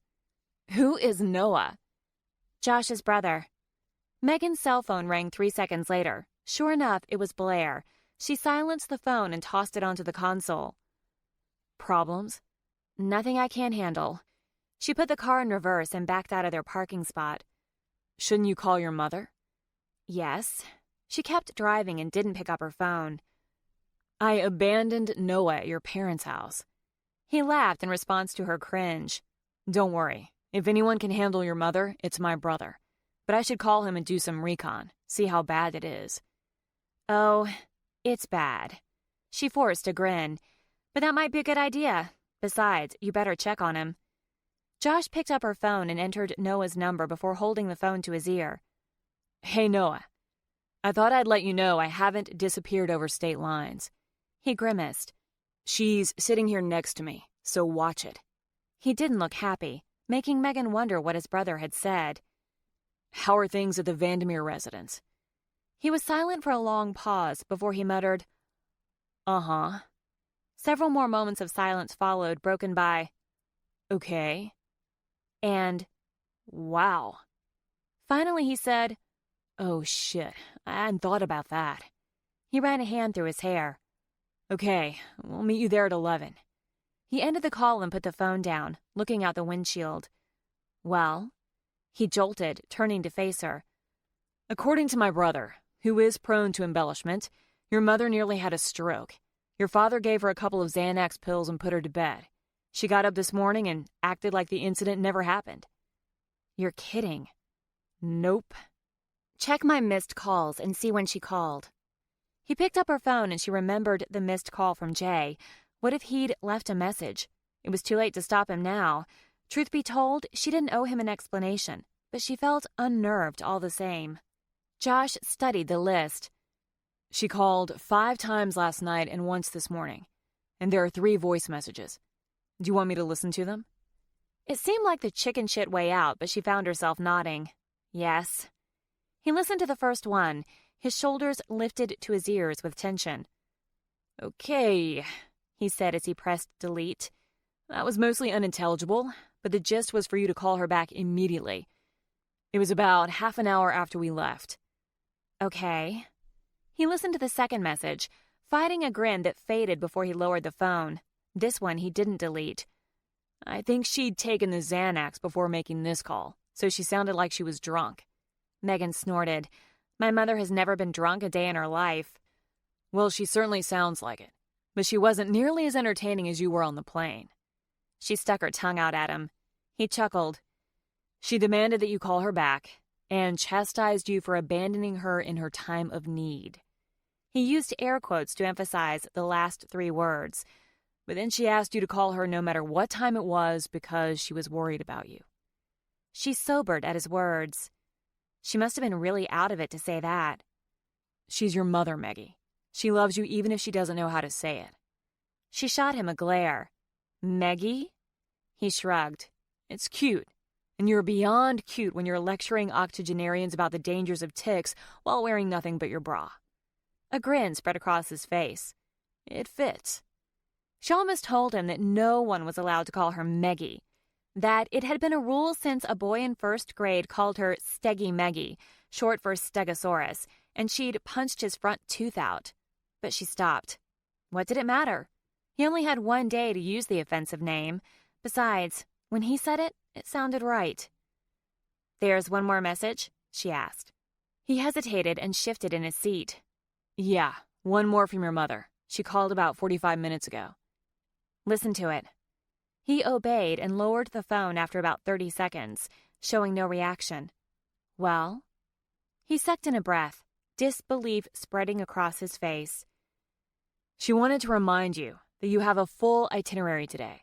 She said I have to pick up my tux, and I'm supposed to meet my brother at the store at 11, which Noah had already told me about. After that, she wants you to go to Powell Gardens with her, but then I have to meet you at the courthouse later to pick up our marriage license. Oh, crap, she groaned. Yeah, I know. He didn't sound any happier about it than she did. She listed a bunch of other things like getting your hair colored. He turned to her. Why are you getting your hair colored? She tilted her head slightly while pursing her lips. My mother was horrified that I hadn't gone to a salon in Seattle before I came. When I told her my last haircut was only 3 weeks ago, she said it needed to be highlighted to show my waves and my updo. He stared at her in shock. You've got to be kidding me. He reached for a lock of her hair and held it up. Your hair is absolutely perfect, Megan. Don't change it. Something warm filled her heart, mixing with the sorrow there to form a beautiful ache.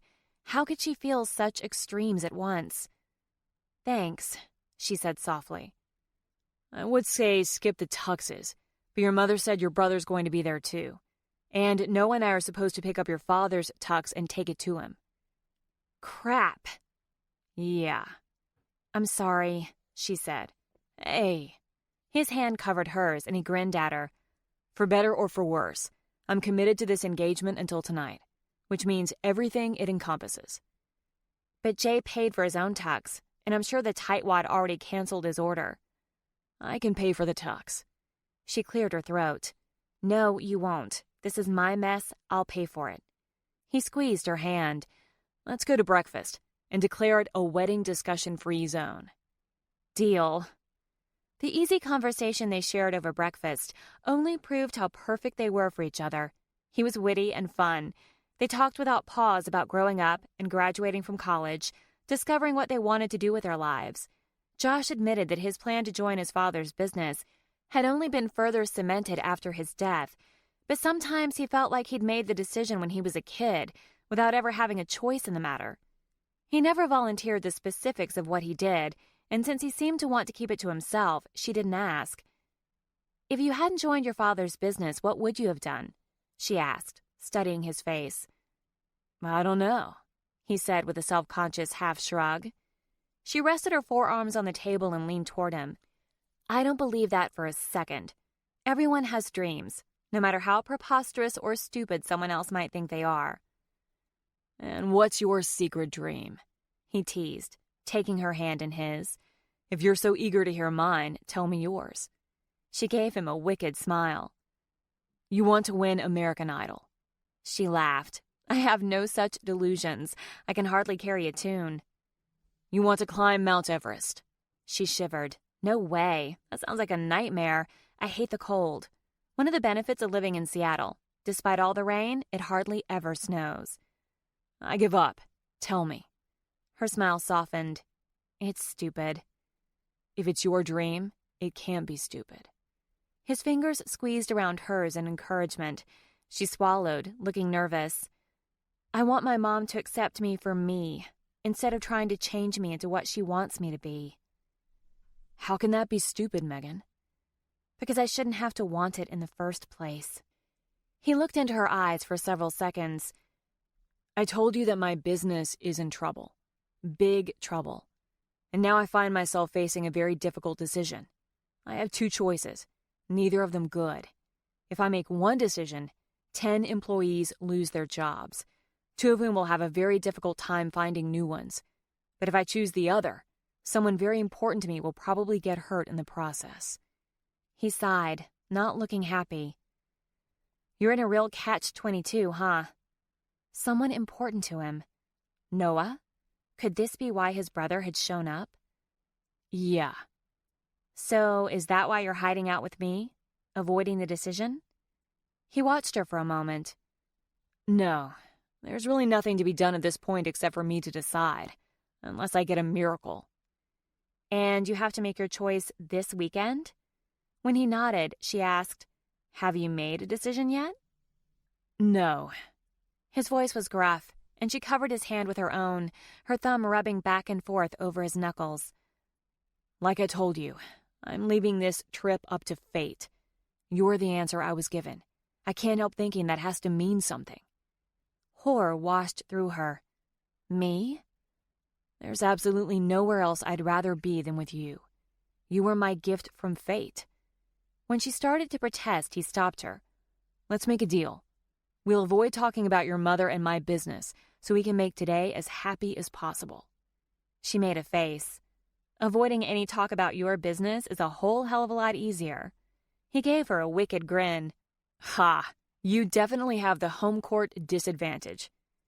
"Just for that, I'm not going to take you to get a new phone," she said smugly. His voice softened. "Who am I going to call? The only person I want to be with is here with me." "Let's get out of here, Romeo," she said with a small smile. "But we have to pick up the tuxes at 11. Her smile stretched into a grin. "I know." Josh paid the bill and they walked out of the restaurant, his arm around her waist, holding her hip to his.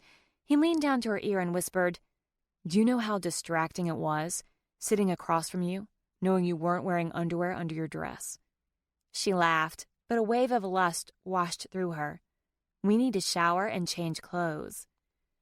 "Your mother mentioned she was going to pick up the flowers and check on the cake this morning before stopping by to make sure everyone's tux looks okay." "So, we have an hour and a half in an empty house to go back, shower, and change?" He stopped next to her car, pulling her to his chest. "And other things." He kissed her with more intensity than she'd expected, but she wasn't about to complain. "Definitely other things," she murmured against his lips. He broke free and opened her car door. "Tell me we're close to your parents' house." Define close. He released a long groan and she laughed. 10 minutes, tops. "Paybacks are hell, Megan Vandermeer." And they were, but deliciously so. He took advantage of the fact that she was stuck behind the wheel and pantyless by skimming a hand along her thigh, lifting the hem of her skirt and shifting higher. "God, you're so wet," he groaned. She let out a soft gasp as his fingers began to coax her close to a climax, but never quite there. By the time she parked in the driveway, she was hot with desire and could think of nothing but getting him inside the house and stripping off his clothes. She took his hand and pulled him upstairs and into her bedroom. Pushing him against the wall, she reached for his jeans. A devilish grin lit up his face as he watched her. "You're so determined." "You drove me crazy all the way here. It's my turn now." As she lowered his jeans, she dropped to her knees and helped him step out of the pant legs. He looked down at her, his eyes hooded with lust and desire as she licked the length of his erection, then looked up at him. His gaze met hers, and he released a low groan when she licked him again while cupping his balls. He leaned the back of his head against the wall and reached for her hair, grabbing loose handfuls as she took him into her mouth. She set the pace, but he soon became impatient. He pulled her into his arms, kissing her deeply as he unzipped her dress and pushed it off her shoulders and down to the floor. "I'm so torn," he said, dragging his mouth from hers and moving to her ear. "Part of me wants to have you in the shower, and the other part of me wants you on the bed." She pulled his mouth back to hers.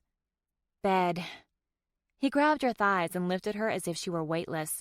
She straddled his waist and wrapped her arms around his neck and back, kissing him as he walked the short distance to her bed. Laying her down sideways on the mattress, he hovered over her, his hand cupping her breast as their mouths still connected. He started to roll to his side, but she didn't want to wait. She wanted him now.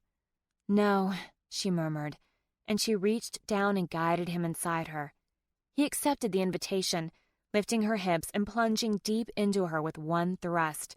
She arched her back and rose up to take him in, wanting him deeper, needing more. Her legs tightened around his waist, but he pulled them loose, lifting one to hook the back of her knee over his shoulder. She gasped as his urgency increased and her body responded, wanting more. He had her close within a minute, but she held on, fighting her release, wanting it to last, wanting to come with him. His hand covered her breast, his thumb and finger pinching her nipple, and it was enough to push her over the edge. She cried out, her fingers digging into his back as his movements grew more frantic, and he came too, pushing hard against her as he groaned. He collapsed on top of her, unhooking her leg and rolling to his side, bringing her with him. He kissed her, his tongue seeking hers out, his hand tangling in her hair. "This is some honeymoon we're having," she grinned against his lips. "You, Megan Vandermeer, are absolutely perfect." You're not so bad yourself, she said with a laugh. This is exactly what I mean, he said, pulling back to look into her eyes. We just did this, and now we're laughing. You can't say sex, Josh, she teased. You really are a prude. This was not mere sex, Megan, and you know it. This doesn't even come close to anything I've ever experienced before. Some indeterminable emotion flickered in his eyes before fading. But maybe it's not like that for you. She shook her head in amazement. My reaction 5 minutes ago didn't make it clear enough. This is not the norm for me. Not that I sleep around. Neither do I. I've never... Her words trailed off as she rested her hand lightly on his cheek, her thumb tracing the outline of his bottom lip. This thing between them was special. It was worth saving. Maybe we should just tell my mom everything and let the chips fall where they may. Indecision flickered in his eyes. You would really do that? Stand up to my mother? And tell her the truth. Can you do that and live with the consequences? She pulled back slightly. What does that mean? If your mother walked in right now and you told her everything, what do you think she would do? First of all, she would flip out to find us sideways like this. Normal people have sex parallel to the edge of the bed, Megan, she mocked, not perpendicular. He placed his hand on her shoulder, rubbing along her collarbone as he offered her a tentative smile. And after that, he prodded. What would she say then? She shuddered. It wouldn't be good. Yes, I guessed as much. But what exactly would she do? She would disown me and ban my father and brother and Graham from ever speaking to me again. She would really do that? She's done that exact same thing for lesser offenses. She has a sister. When I was in middle school, they had a stupid fight. Mom said it was over which toilet paper was better of all things, but they haven't spoken since. Graham doesn't even mention her around my mother. And whenever I asked Graham about it, she would just say it wasn't her story to tell. That it was up to my mom if she wanted to tell me about it someday. She shook her head. Who could disown their own sister over something so ridiculous? Josh stared at her in shock. I know what you're thinking. She propped up on one elbow. Why would I care what she thinks? But I don't want to lose my entire family. I love my dad and my brother, and while I know Graham would still call me, I'd never see her now that she's living with my parents. My father, he loves me, but I'm not sure he loves me enough. She sat up, anxiety forming a ball in the pit of her stomach. To tell her everything would make me an orphan in every sense of the word. He sat up next to her, taking her hand between both of his. And what's the very best case outcome from all of this? Best case? That we would get married tomorrow with them still thinking you're Jay. She shook her head and pushed out her frustration with a heavy breath. But since I don't see you changing your last name in the near future, the far more likely best case scenario is that you break up with me tonight, and my mother spends the rest of her life shaming me. Every Thanksgiving I come home, I'll still hear that I single-handedly lost them $50,000. She shrugged. But at least I'll still have somewhere to go for Thanksgiving dinner.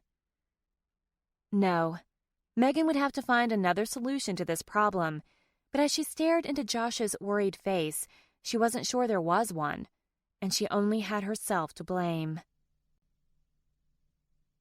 Chapter 20. Josh had to admit that the odds were stacked against them. Megan would have to throw her entire family away simply to take a chance on him.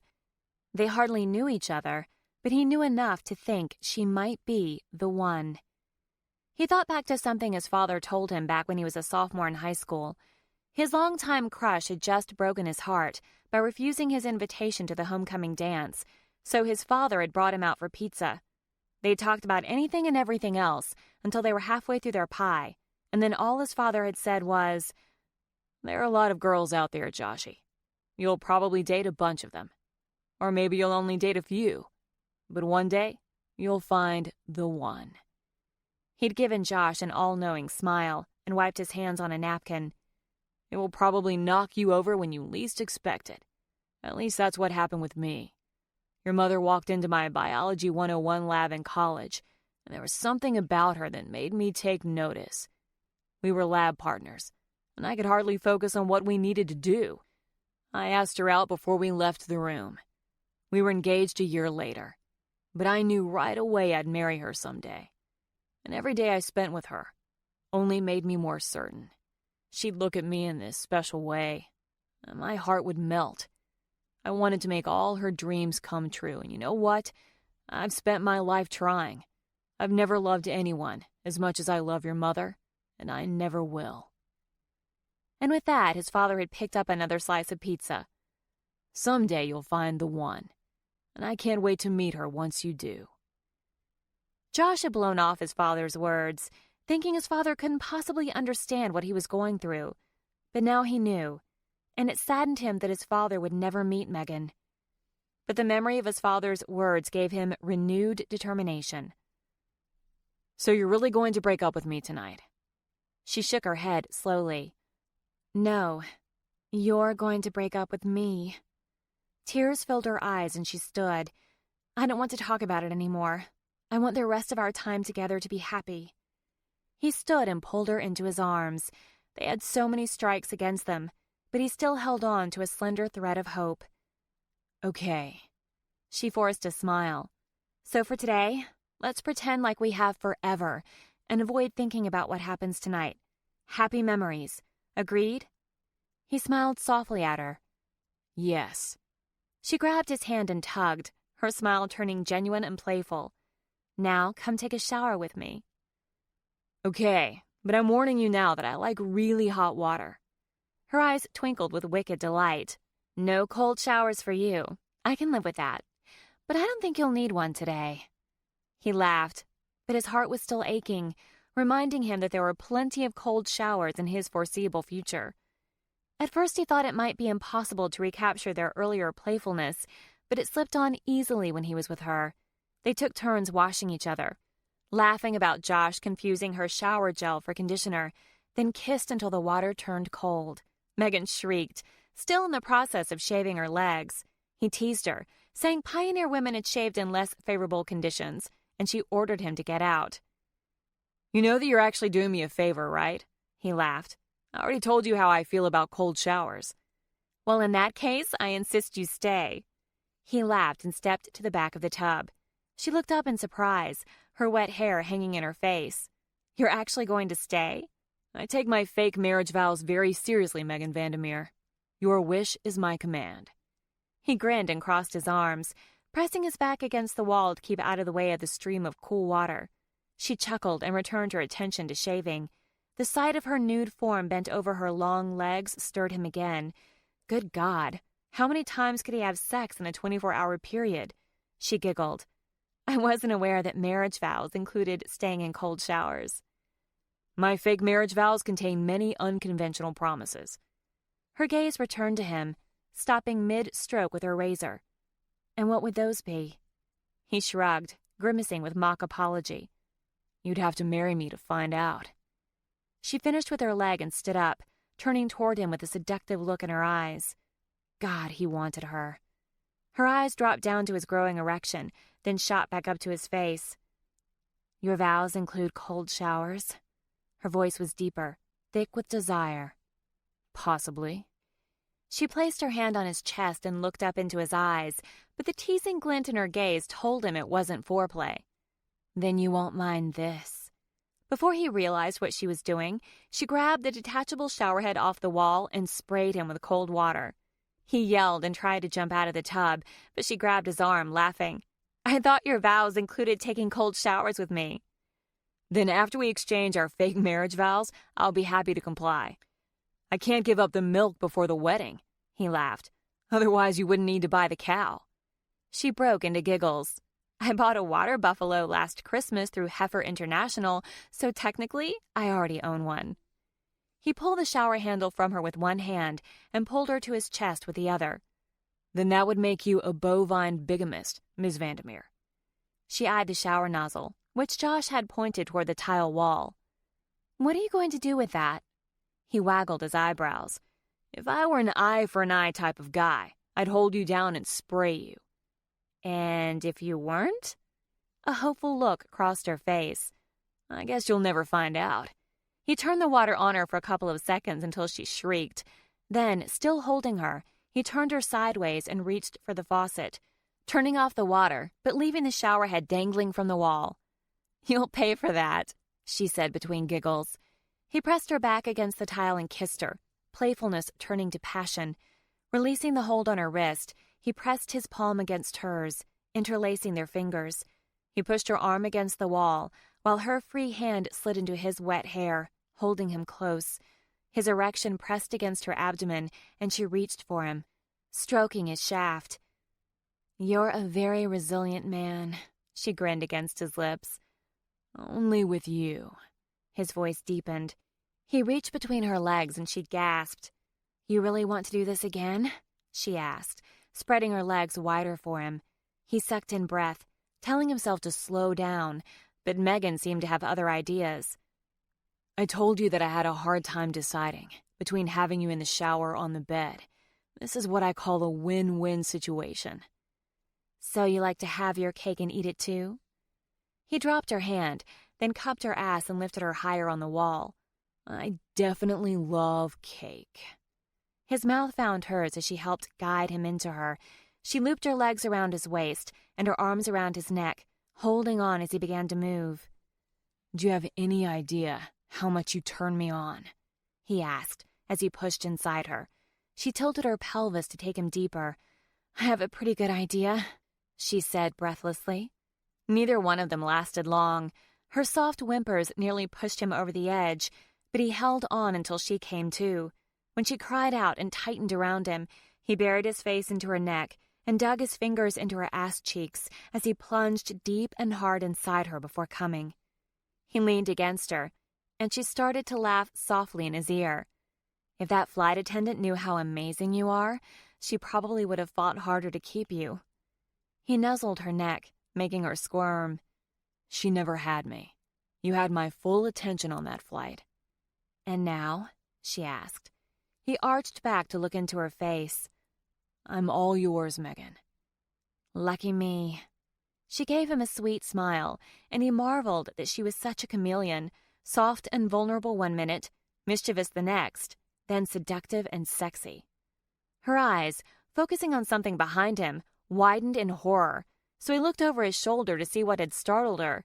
Graham was staring at them through the partially cracked shower curtain, holding up a small camera. "I knew he'd have a nice patootie," the older woman said. Her words jarred Megan from her trance. "Graham, what are you doing in here? Did you take pictures?" "I heard all that banging and moaning. I thought we had a ghost. I wanted to get a picture of it. I figured we had a chance to be on that ghost show, The Dead Files." "We don't have a ghost. Get out of here, Graham." "Can I just get one picture of Josh's ass?" "No!" Josh came to his senses and jerked the shower curtain shut, turning to face Megan. "How much do you think she saw?" "I don't know, but I wouldn't be surprised to see your backside drawn in charcoal and taped to her wall." "Oh, God." She laughed. It could be worse. She could have seen the front. "If your grandmother is home, does that mean your mother is? Doesn't she usually take her everywhere?" Her amusement disappeared. Oh, no. He dropped his hold on her and she slid down the wall. Desperate to comfort her, he said, "I don't think she's here, Maggie. From what she said on her voicemail, she had a very full morning." "Okay."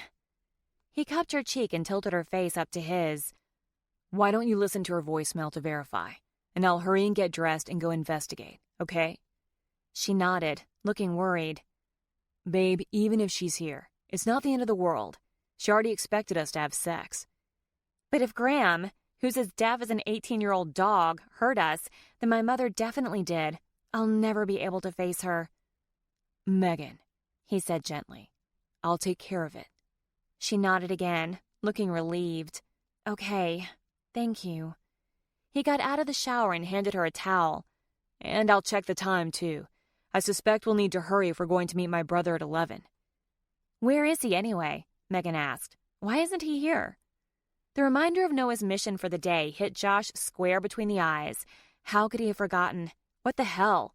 2 days with this amazing, gorgeous woman, and he was ready to toss in the towel and let his business close. But he knew he'd do anything to keep her in his life. Talking to her this morning made him realize that he'd made his father's legacy such a priority, he'd lost sight of everything else. Whether he could find a way to keep Megan in his life or not, he had some serious reevaluating to do with the rest of his life. But he was going to work on one problem at a time, and Megan came first. Chapter 21. Megan climbed out of the tub and listened to her mother's voicemail. Josh was right. It sounded like her mother would be tied up all day before leaving in the morning. But she noticed something else. Josh hadn't mentioned that she had a voicemail from Jay, yet he must have seen it. Megan almost deleted it without listening, but curiosity got the best of her. Megan, I know our wedding was supposed to be in a couple of days, and it's made me realize how badly I fucked things up with you. I want to take you out to dinner tomorrow night, and we can talk things over. Give me a call. She stared at her phone in disbelief. Did he really think it would be that easy? Another question registered, giving her pause. Would she have gone back to him if Josh hadn't come into her world? No. There was no way she would have been able to trust him again. Jay Connors deserved whatever miserable life he'd created for himself. She deleted his voicemail, hoping her non-response would be message enough. Josh came back to the bathroom as she put her phone on the bathroom counter, next to Josh's dead one. He leaned his shoulder against the door jamb. The good news is that your mother's nowhere to be found. Graham says she refused to run errands with her. Get this, Graham's excuse was that she thought she was coming down with something after running around naked last night. Megan cringed. Good, I guess. The bad news is that Graham wants to go to the tux rental place with us. Since I found her in her room with an easel and charcoal, I agreed. I figured it would stop her from immortalizing me in art, at least for the moment. Megan laughed. Looks like we have a chaperone. Josh didn't look so excited. I'd be lying if I said that idea thrilled me. But when your grandmother isn't streaking or trying to see me naked, she's actually kind of fun. I'm pretty fond of her myself. Say, I really need to check my emails, but my phone is dead. Any chance I can use the computer in the home office? She glanced up in surprise. Why hadn't she considered that? Sure. It's password protected, though. Do you happen to know it? A grin spread across her face. It's probably the same one Dad uses for everything. Love bug for me. She spelled it out for him. He used to call me his love bug. A strange look flickered in his eyes. You're sure he won't mind me using it? No, of course not. He hesitated in the doorway. How long do you think it will take for you to get ready? We have about 40 minutes before we're expected to show up. 20 to 25 minutes. I have to do something with my hair. She lifted the damp strands hanging over her shoulder. It only takes about 15 minutes to get there. Perfect. He glanced at her phone. Do you think I could borrow that? I need to check in with my business manager. Of course. He gave her a quick kiss, then slid the phone off the counter and disappeared without another word. Josh sat in Bart's office chair, staring at the startup screen to his desktop computer. He knew the password that Bart Vandermeer used for everything. The implications of what he could do with that knowledge were mind-boggling. Of course, Megan could be wrong, but Josh had seen the man in action the previous day. He wasn't technologically savvy, which would mean he probably didn't change passwords unless he had to. He entered the password into the startup screen, his stomach nodding as he waited to see if it worked.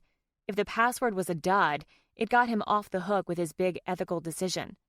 But the password was accepted, and the screen flipped to a starry sky background full of icons. Josh was relieved. He still wasn't sure he wanted to break Bart's privacy by checking email and document folders, but at least the decision hadn't been made for him. Josh had never made a choice passively when he could help it. He preferred to weigh his options and make a well-planned move. That's why he was more confused than ever since Megan had entered the equation. He'd never waffled this much in his life. Megan was his kryptonite. First, he really did need to check his own email. The computer had two browsers. One was open with multiple tabs, including Bart's email, and the other browser was closed. Josh opened the second browser and uploaded his email account, not surprised to see 50 emails waiting for his attention. He'd only left Seattle 2 days ago, but he'd neglected things the day before while searching for information about PMV engineering. He wasn't surprised to see an email at the top of the list from his company's investor. It was Friday morning, and his deadline was Monday. Sure enough, the investor wanted an update. Josh could snowball him and tell him the situation was close to being resolved, and for all he knew, Noah was making great headway at Bart's office. But instead he found himself answering that the situation was the same. While he had a promising lead that might change the patent ownership, he couldn't be sure it would pan out. He'd send an update as soon as he could. The investor wouldn't be happy. He was a man of action as well, which Josh respected and could appreciate. His breath caught when he saw an email from Angie, his business manager, which had been sent at 4 a.m. The title read, "Urgent," and Josh felt sick to his stomach as he read it. "Josh, I know you're out of town, although Noah won't tell me where, or why he flew off too. I also knew that you'd answer your phone if I called so late at night, and since there's nothing you can do, there's no sense in that. Still, I wanted to let you know as soon as I could. Ted Murray's had a heart attack. His wife called and said they took him to Harborview. He needs a quadruple bypass and will be off work for at least a month or more." Marilyn cried and said to thank you for covering the insurance premiums after the rate increase last year. If you hadn't increased the company contribution, he wouldn't have coverage. When things settle down, she plans to bake you a batch of her famous cinnamon rolls. I know I'm old enough to be your mother, and although I've never acted like one to you, tonight I'm going to make an exception. I'm proud of you, Josh. You stepped up when your brother wouldn't. I know you've made sacrifices, even if no one else noticed. You could have easily given up, but you hung on instead. We both know how hard it would be for a 57-year-old man to start over in his career. Poor Ted would probably be jobless and destitute if you hadn't gone above and beyond to keep this place afloat. I just wanted you to know it hasn't gone unnoticed. Angie. A lump burned in Josh's throat, and he blinked back tears. He'd known Ted since he was a kid. The guy was like an uncle to Josh and Noah. Part of him wanted to say screw it all, hop on a plane and go check on him. But the email was also a sharp reminder of the original purpose of his trip. He would do Ted more good here. His father's business wasn't something he could drop in the dust behind him just because he was considering a life with Megan Vandermeer. Hell, there was a good chance her father had played a part in the subterfuge that might well lead to Ted Murray's future joblessness. He'd spent almost half his life sacrificing his personal life to keep the business from floundering. Now was not the time to change course. Lives hung in the balance. With newfound determination, he pulled up the document folders and began to search for any titles that could lead to evidence incriminating Bart Vandermeer.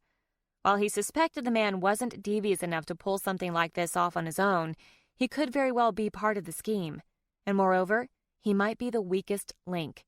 Josh couldn't ignore the phone call he'd overheard 2 nights ago. Bart had more folders on his hard drive than Josh had expected, but most bore clients' names and contained reports. After several minutes of searching, he decided his time would be better spent searching Bart's emails. Turned out he had 2 email accounts open, one business, one personal. He checked the business account first. He started his search by reviewing the emails sent and received around the time his firm would have gotten a hold of the plans for the part, then moved on to the time frame during which they would have applied for the patent. When he didn't discover anything significant, he moved to Wednesday and the days preceding. There were in-house congratulatory emails regarding the notification that the patent had been approved, and a few about Megan's upcoming wedding, but everything else was client-related. So what was up with a phone call? Noah had said he suspected the perpetrator still had the plans, but wouldn't keep them at the office, in case someone came across the incriminating evidence. What if the same principle could be applied to his emails? If he wanted to hide evidence from the firm, it would be safer to use his personal account. The search took more time than he'd planned. 20 minutes had passed, and Megan would be ready to go any minute. Josh switched over to the personal account, and he was thankful to see Bart had fewer emails in this one. That made one stand out all the more. The sender was Herman, Moore, and Snyder Attorneys at Law. He clicked to open it and started reading. Mr. Vandermeer, after examination of the paperwork you've provided, we feel you are safe from litigation. Josh? Megan said softly. His head jerked up, and though he tried to hide the fact that he was startled, the grin on her face let him know he wasn't off the hook. He sucked in a breath, overcome anew by her beauty. She wore another dress, a pale pink that contrasted with her dark hair. Focus, Josh. I didn't mean to scare you, she said, entering the room. He clicked over to his own email tab, trying to keep the action smooth so she wouldn't notice. You must be intent on your work. Did you get an answer to your problem? He swallowed as she moved next to him, her hand resting on his shoulder. Actually, I got a little more clarity. Her fingertips moved to his neck, massaging the tense muscles at the base of his neck. That's a good thing, right? She asked sweetly. His eyes sunk closed as he fought an inner battle. Could he continue carrying on with her this way, knowing full well that he and Noah were doing everything in their power to bring her father's firm down? Up until now, everything had been circumstantial. He had no idea what else that email might say, but he had a feeling it was their first piece of hard evidence. Yeah, he murmured, unable to make eye contact. It's a good thing. Then why do you sound so glum? He looked up at her, trying to keep his voice from breaking. Sometimes the answer we get isn't always the one we want. Talk about the understatement of his life. Chapter 22. On the way to the Tux rental shop, Graham talked nonstop about her drawing of Josh's backside, her research into nudist colonies in Belize, and the dress Megan's mother was making her wear, a very conservative pink suit paired with pearls. Knickers had seen the Queen Mother of England wearing something similar and insisted it fit perfectly with the scheme. I'd rather strip down to the pearls before I walk down the aisle, Graham said, but I'm afraid it would give your mother a heart attack, and that would ruin your wedding. Megan's eyes bugged out. That's what would ruin this wedding? Josh murmured, without his usual humor. He looked behind him to make sure Graham hadn't heard him, but she'd moved on to the cake Knickers had ordered. Megan nodded and uh-huhed every so often, but most of her attention was fixed on Josh. Something had happened while he was reading his emails in her father's office. He was withdrawn and distant. Did he regret what they'd done? But surely that wasn't it. There was no way he could fake so much happiness and playfulness. She reminded herself that their fake engagement wasn't his only concern. In fact, it was probably a small fry compared to whatever impending decision he faced. He'd told her someone would be hurt no matter what he decided, so if he'd received information leading him toward one of the options, it was bound to bring him down. Josh McMillan was a good man. Hurting people wouldn't sit well with his soul. She reached over and slipped her right hand under his, lacing their fingers. He didn't respond at first, and she almost pulled away, but then his fingers curled over hers, squeezing tight. He was still silent when she parked outside the store, though he helped Graham out of the back. She shook him off as soon as she was on her feet. I can walk on my own. I wouldn't dream of helping you. Josh laughed, but it sounded forced to Megan's ears. You could probably run laps around me, Graham. Damn straight, she muttered as she made her way to the door. Josh started to follow her, but Megan snagged his hand and pulled him back.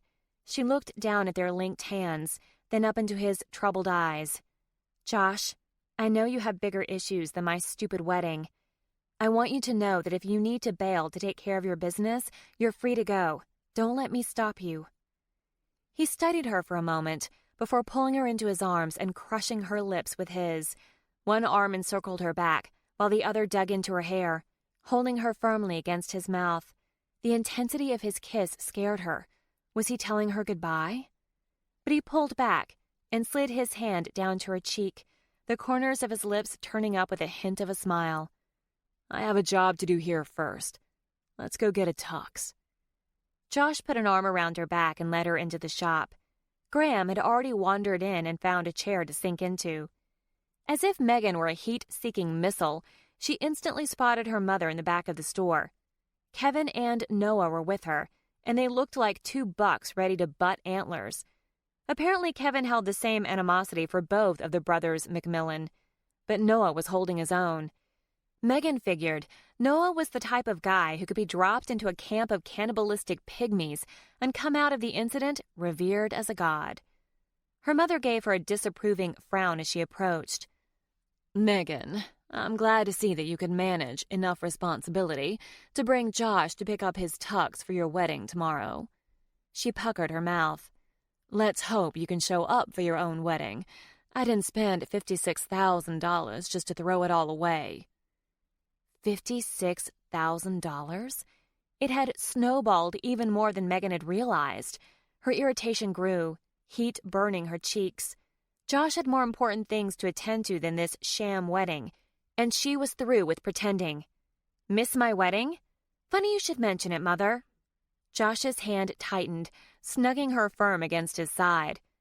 Megan wouldn't dream of missing the wedding. Isn't that right, Meggie? Meggie? Kevin snorted. She let you call her that? She tried to beat the shit out of me every time I said it. Tried? Megan sneered, lifting an eyebrow. You still can't admit that I beat you up almost every time. I didn't fight that hard, Meggie, Kevin said. You're a girl, in case you haven't noticed. I can still take you, Kevio. Noah watched their exchange with an amused grin. Kevio? Megan's mother rolled her eyes, clearly irritated. Kevin always attracted a lot of interest from girls in high school and had quite a few girlfriends. Megan compared him to Fabio one day, then started calling him Kevio. She shot them both a reprimanding look. You two are too old to be bickering like children. She turned her back to them in dismissal of the subject. Now we need to pick out a tux for Noah. He has to match because he's going to be in the wedding. Ignoring her mother, Megan stuck her tongue out at her brother, and he flipped her off. It was a shame that Graham had nodded off. She loved when Megan and Kevin pushed Knicker's buttons. Josh's arm was still around her waist, and she was surprised when his chest shook from a suppressed chuckle. How is Noah going to be in the wedding? Megan asked her mother. I thought you had the bridesmaids to groomsmen ratio perfectly figured out. I'm making your cousin Vince an usher now. Noah shifted his weight. I'm good with just sitting in the audience.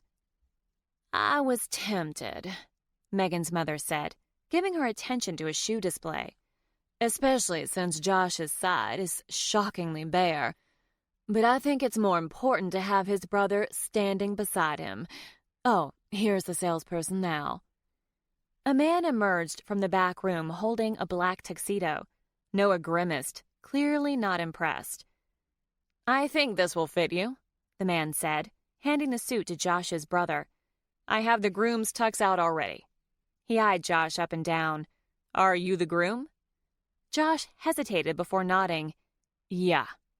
Megan tried to hide her surprise that Jay hadn't canceled his order. That type of slip-up was totally out of character. Still, she wasn't sure what good it did them. Josh was taller and broader than Jay, so there was no way the tux was going to fit him. She supposed it didn't really matter since he wasn't going to wear it anyway. Unfortunately, the salesman shook his head. They must have really screwed up your measurements in Seattle. I'm not sure the tux I pulled is going to fit you. Megan's mother jolted. What are you talking about? I can tell the pants aren't long enough, and I don't think the jacket will fit his broad shoulders. Please tell me you have something that will fit. The man looked worried. It's June, Mrs. Vandermeer. We were lucky to have a tux for the groom's brother. I'll check, but I can't make any promises. You better take care of this, or heads will roll, her mother shouted. Graham jerked upright in her chair. We're having dinner rolls? She asked, looking excited. I'm hungry. Kevin laughed, not a friendly sound, and his gaze landed squarely on Josh. No one's head is going to roll. Yet. The clerk still looked nervous. I also pulled the tux for the bride's brother.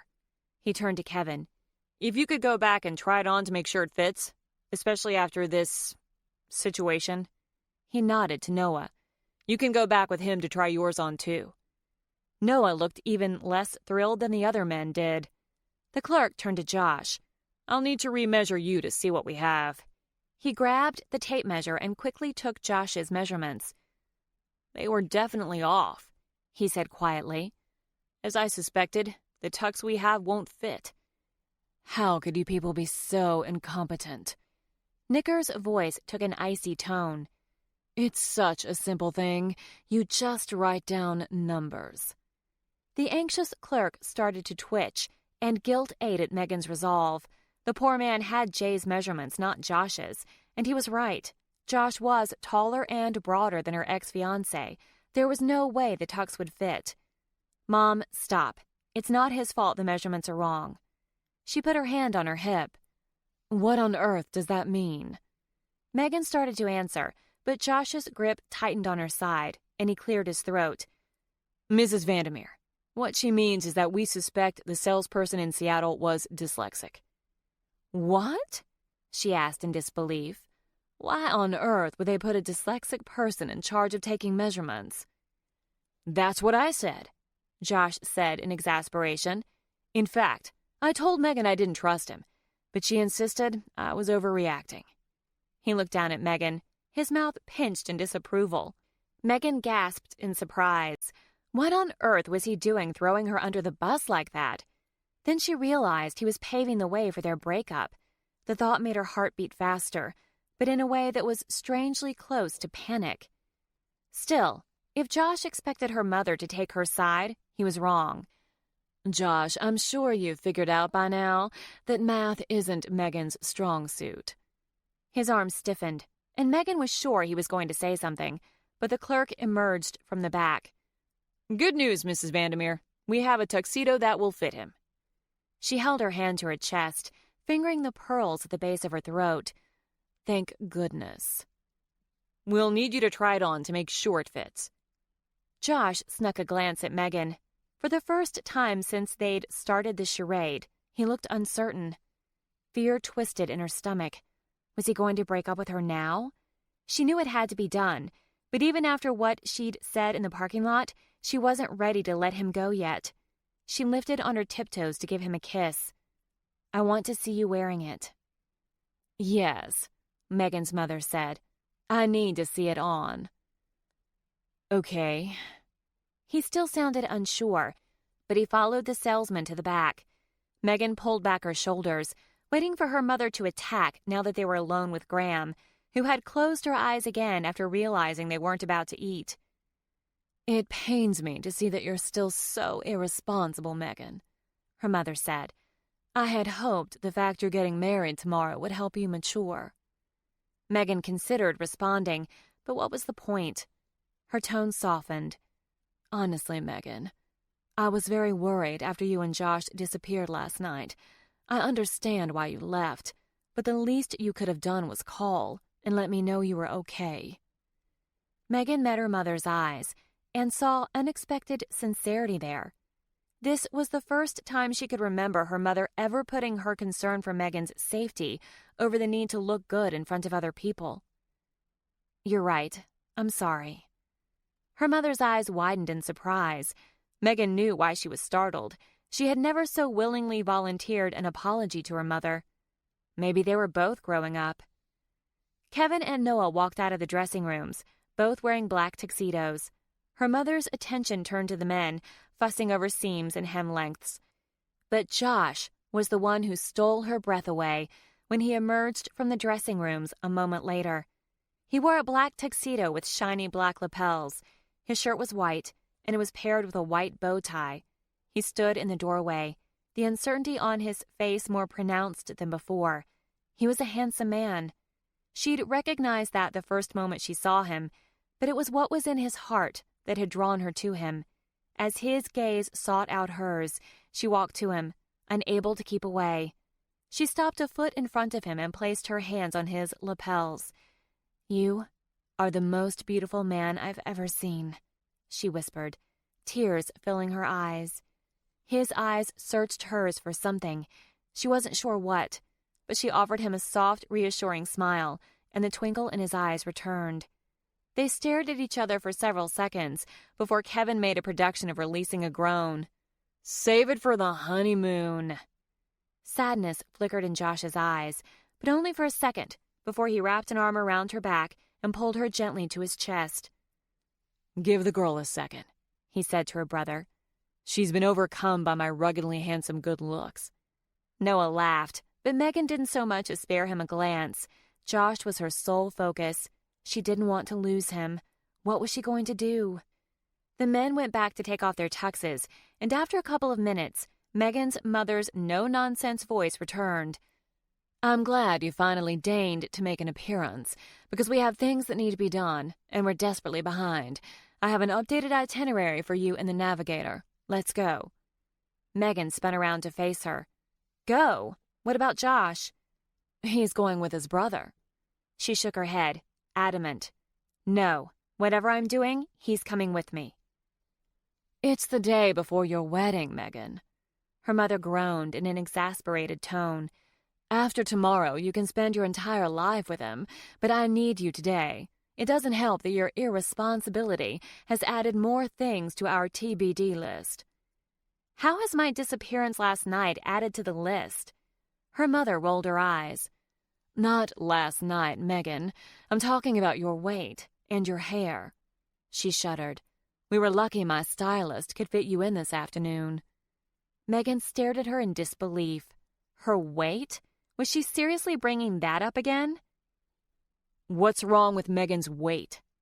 She turned to see Josh, who had reappeared from the dressing rooms, now dressed in his jeans and shirt. There was an unmistakable undertone of menace in his voice. Graham sat up again, and Megan suspected the older woman's nap had been faked to avoid interacting with Knickers. Smart woman. Surprisingly, her mother looked slightly embarrassed. Well, most brides lose weight before their weddings, and her dress was too small because she didn't." Josh's eyes widened, and a stunned silence followed her mother's words. When he spoke, his voice was controlled and tight, showing more authority than Megan had ever heard him use. "Lose weight? Why would she lose weight? She's absolutely perfect the way she is. And without being vulgar or crass, I like her curves just as they are. And as for her hair," he closed the distance between them, "it's perfect too." He glanced at Megan's mother, his gaze allowing for no argument. "This woman by my side is the woman I want to marry, exactly as she is right now. I don't want her transformed into some cookie-cutter Barbie doll, so don't you dare try to do it." Her mother gaped at him, her mouth drooping open. He had done what Megan had previously thought impossible. He'd stunned Nicole Vandermeer into silence. Graham started to chuckle. His hand snagged Megan's, his fingers curling around hers and holding tight. "So, now that the stylist appointment can be canceled, what else do we need to do?" That shook her mother out of her stupor. "It's on the itinerary." "It's a damn wedding," Josh said, trying to keep his anger in check. "Not a global summit. What do Megan and I need to do today? Absolute musts only." Her mother's face reddened, although Megan wasn't sure if it was from anger or embarrassment, perhaps both. "She needs to pick up her dress and make sure it fits after the alterations. You both need to pick up the marriage license." Megan's hand grew clammy at the mere mention. Her mother's resolve seemed to be returning, along with her haughtiness. "As I said in my message this morning, I have an appointment at Powell Gardens at 2 to go over everything for tomorrow with the event planner. I would prefer for Megan to come to that, but I need you both at the Platte County Courthouse at 3:30. "Why so precise?" Megan asked. Her mother's scowl deepened. "It's all in the itinerary, Megan. Did you even bother to read it?" Megan figured her silence was answer enough. Her mother rolled her eyes again. "I have a photographer scheduled to be there to take your pictures." "Getting our marriage license?" "It's an important moment to preserve." Megan shook her head, at a loss for words. "So Megan needs to pick up her dress, and we need to meet you at 3:30 at the courthouse," Josh said, in a tone that was all business. It was obvious he'd axed the Powell Gardens stop as a must-do. "Anything else?"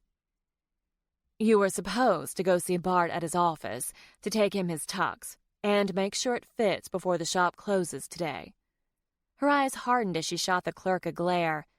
"And after today's fiasco, it's a good thing I already budgeted in time to make sure it worked out." Josh's tux issues weren't this poor man's fault, Mother. "Nevertheless." "I'll take care of it," Noah said, stepping forward and clapping Josh on the shoulder. "You go spend the day with your bride-to-be. I'll take Bart his tux." Megan's mother looked dubious. "I'd love to do it, Mrs. Vandermeer," Noah said, using a toothpaste commercial smile that Megan was sure had gotten him more women than he could count. "If you're sure." Noah's grin spread. "Well, that settles it. You two crazy kids go have fun picking up wedding dresses and getting that marriage license." He turned slightly so Megan's mother couldn't see him snicker. "We'll see you at 3:30. Josh tugged on Megan's hand and dragged her toward the front door. "Run, kids," Graham called after them. "Escape while you can." "Megan," her mother called after her, "do not let him see your dress." "See you later, Mom," she said, as Josh continued out the door, not stopping until after he opened the car door for her. "You just bowled over my mother," Megan said, as she climbed into the driver's seat. "Thanks." His hand tightened around the edge of the car door and his eyes darkened. "I probably should have let you handle it, but she infuriated me." He shook his head in disbelief. "Does she seriously think you need to lose weight?" Megan looked up into his face, floored by the protectiveness radiating off him. "It doesn't matter. Let's just get the dress, then eat lunch." She gave him a wicked grin. "I seem to have worked up an appetite." "Sounds good to me." The bridal shop was only 10 minutes away, and they made an unspoken pact not to talk about their impending troubles. Megan told Josh about all the spats she and her brother used to get into as kids, and how all her friends used to crush on him, Blair included. "No offense," Josh said in a dry tone, "but I have trouble imagining Blair developing a crush on anyone. It seems like she'd be happier if she were actually crushing them instead." "I told you that she wasn't always like this. She means well." When he didn't respond, she said, "Tell me more about growing up with your brother." She pulled into the bridal store parking lot and Josh held out his hands, beaming.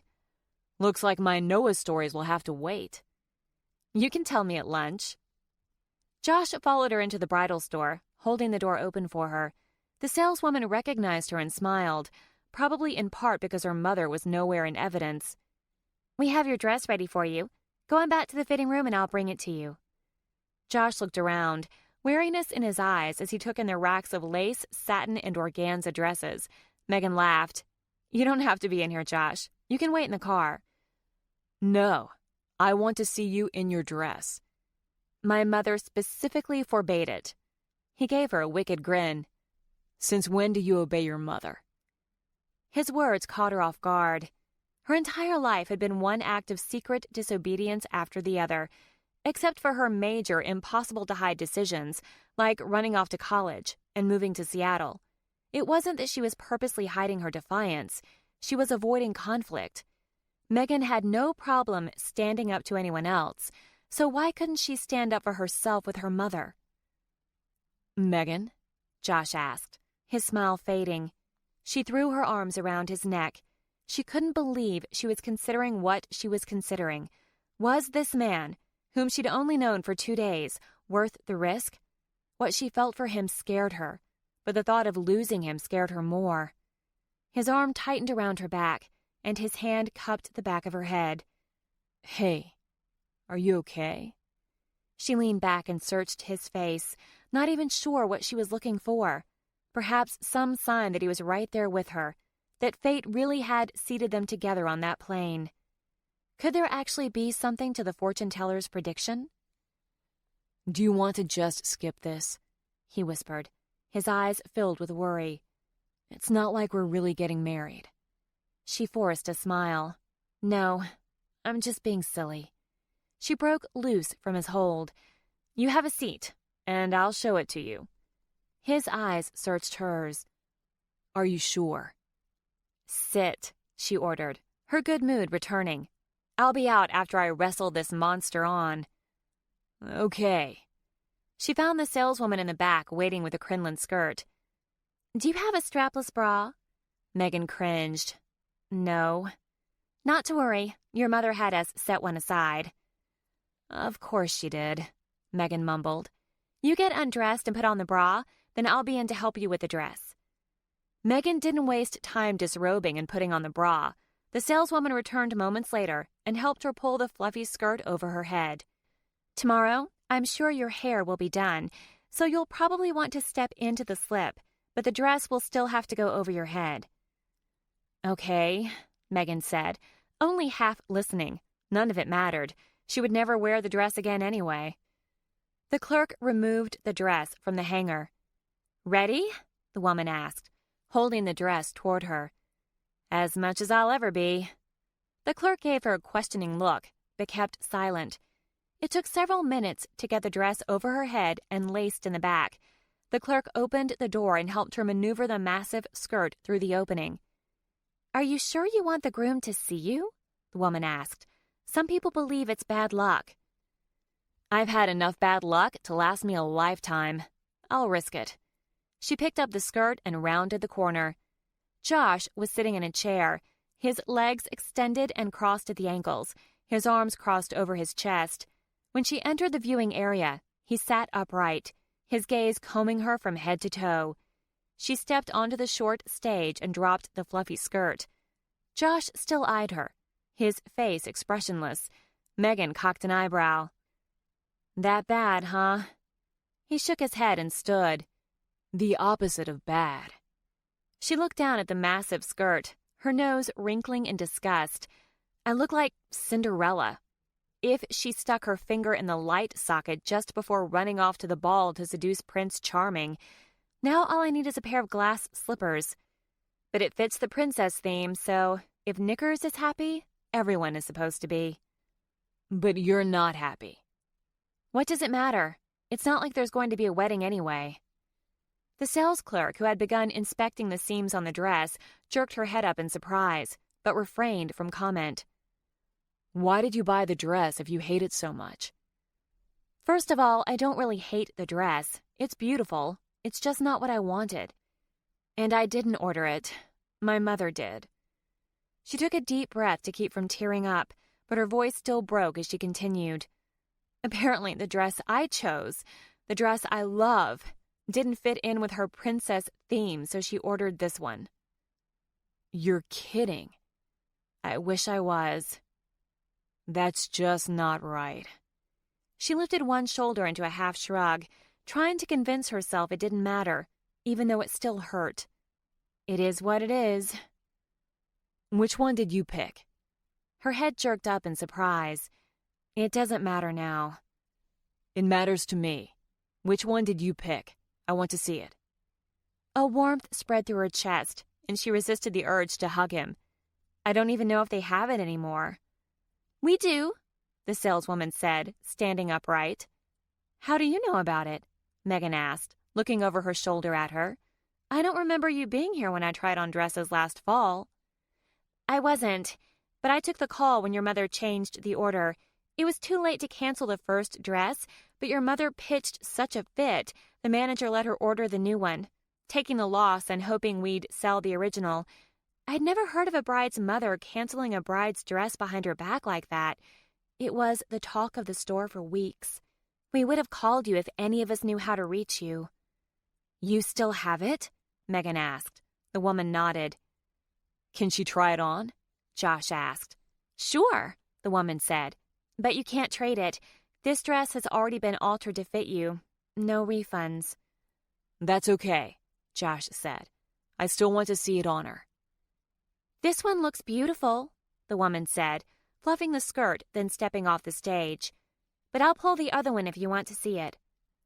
"Thanks," Josh said, offering his hand to Megan. "Why are you doing this?" she asked as she stepped down next to him. "Don't you want to try it on again?" Did she? I don't see the point. She loved the dress, yes, but this whole charade had gotten out of hand. Her mother had spent the equivalent of a year's salary on the wedding, and for what?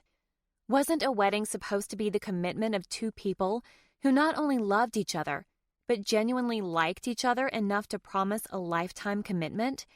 This wedding would be no less of a farce if Jay were here with her now. She had thought she loved Jay, but now she wasn't sure she'd even liked him. She was embarrassed to admit it to herself, but there it was, the truth. Finding Jay nailing his secretary on his desk was the best thing that had ever happened to her.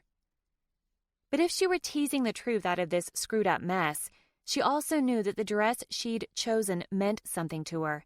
It had been her symbol that she would get married someday and have a different marriage than her parents did.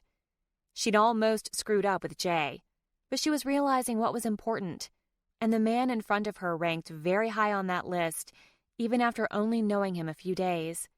He gave her a coaxing smile. Indulge me. She returned to the fitting room and waited for the woman to come back and help her change. The dress she'd chosen was lighter, and rather than the crinoline skirt of the Cinderella dress, its skirt was made of swaths of silk with scattered gatherings around the skirt and a small train. The bodice was like a wrap dress, with a V-neck that showed off her chest without revealing too much cleavage. The first dress had been strapless, but this one had short silk off-the-shoulder sleeves. "This dress does suit you better," the saleswoman said as she zipped up the back. "You need a different veil. I don't think the tiara your mother picked would work. Wait a moment, I have one in mind." She was back within seconds, holding a comb with an attached veil, which she carefully arranged on top of Megan's head. "That's much better," the woman said, but there was regret in her voice.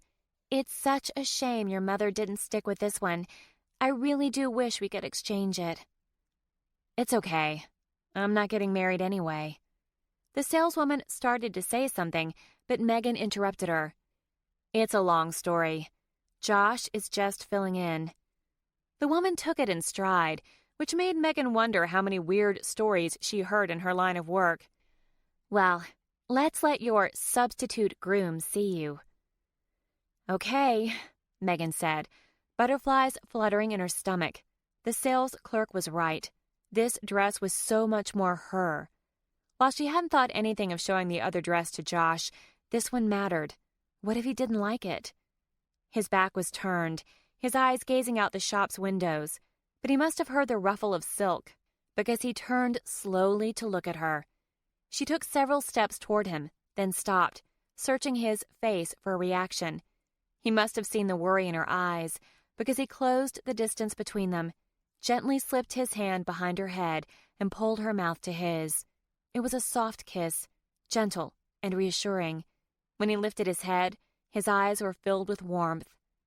"God, Megan, you're beautiful," she flushed, slightly irritated with herself that his opinion meant so much.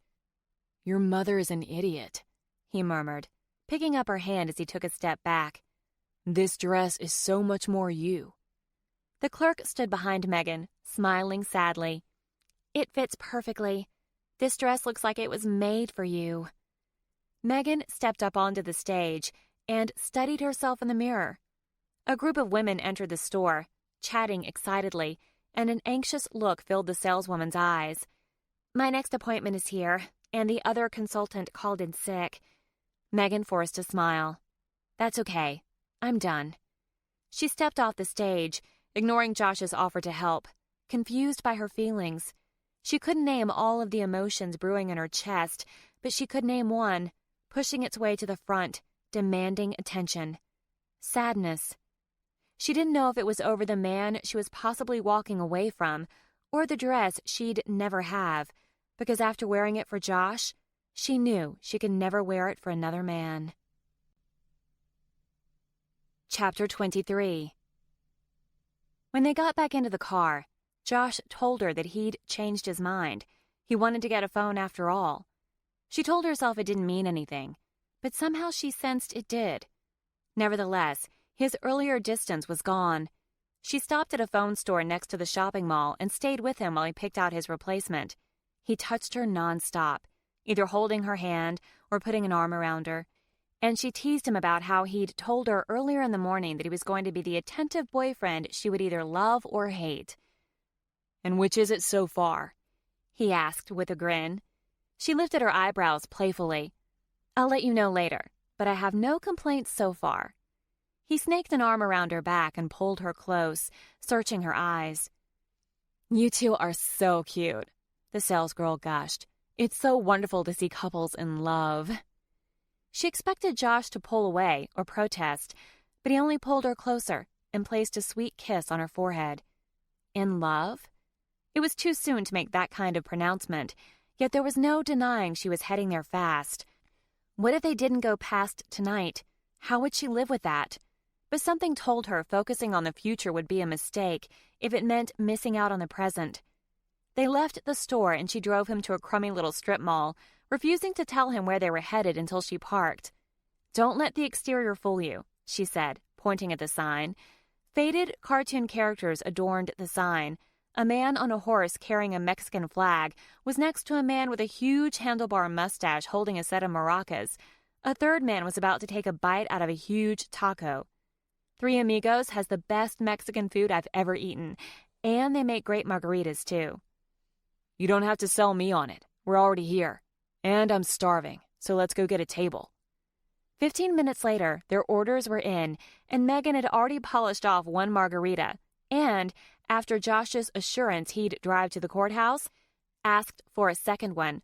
They had fallen back into their lightheartedness from earlier when Megan's phone rang. It's probably my mother making sure I haven't run off again, she said, faking a cringe. But when she saw the name on the screen, her smile fell. Why was Jay calling her again? Is it your mother? She silenced the ringer and stuffed it back into her purse. It doesn't matter. You were telling me a story about your brother scratching your name in the side of your mother's car with a key when you were kids. He studied her for a moment, and she wondered if he suspected something, but he resumed his story. They had finished their lunch, Megan had polished off her second drink, and they were sharing fried ice cream when Josh pulled his phone out of his pocket and glanced at the screen. He set his spoon on the table.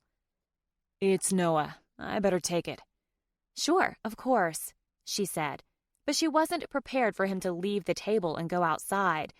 Why couldn't he talk to his brother in front of her? But before she could think it through, her own phone rang again. She pulled it out, planning to take advantage of Josh being outside so she could tell Jay to take a flying leap. But it wasn't him at all. It was Blair. She answered, her tone sweeter than usual. Hello, Blair. Please tell me you've changed your mind. About what? The rehearsal dinner?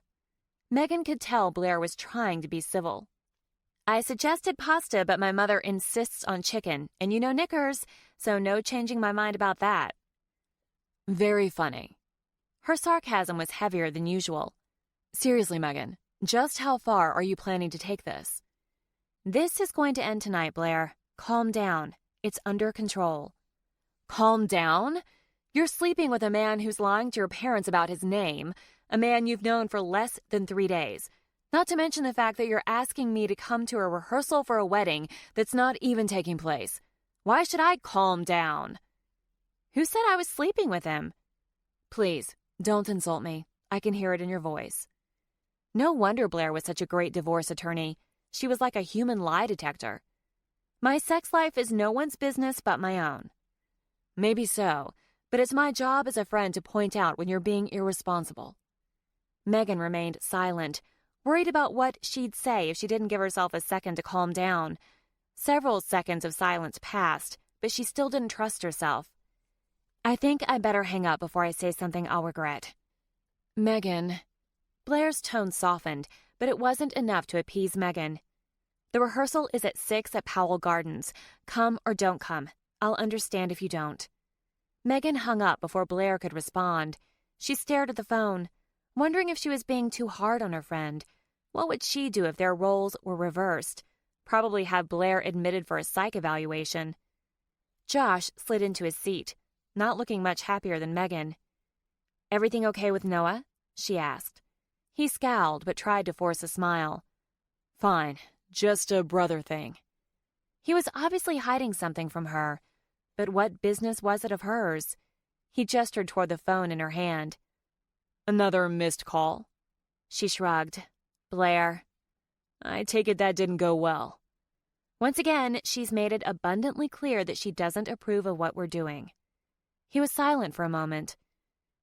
You can't really blame her, can you? She's trying to be a good friend.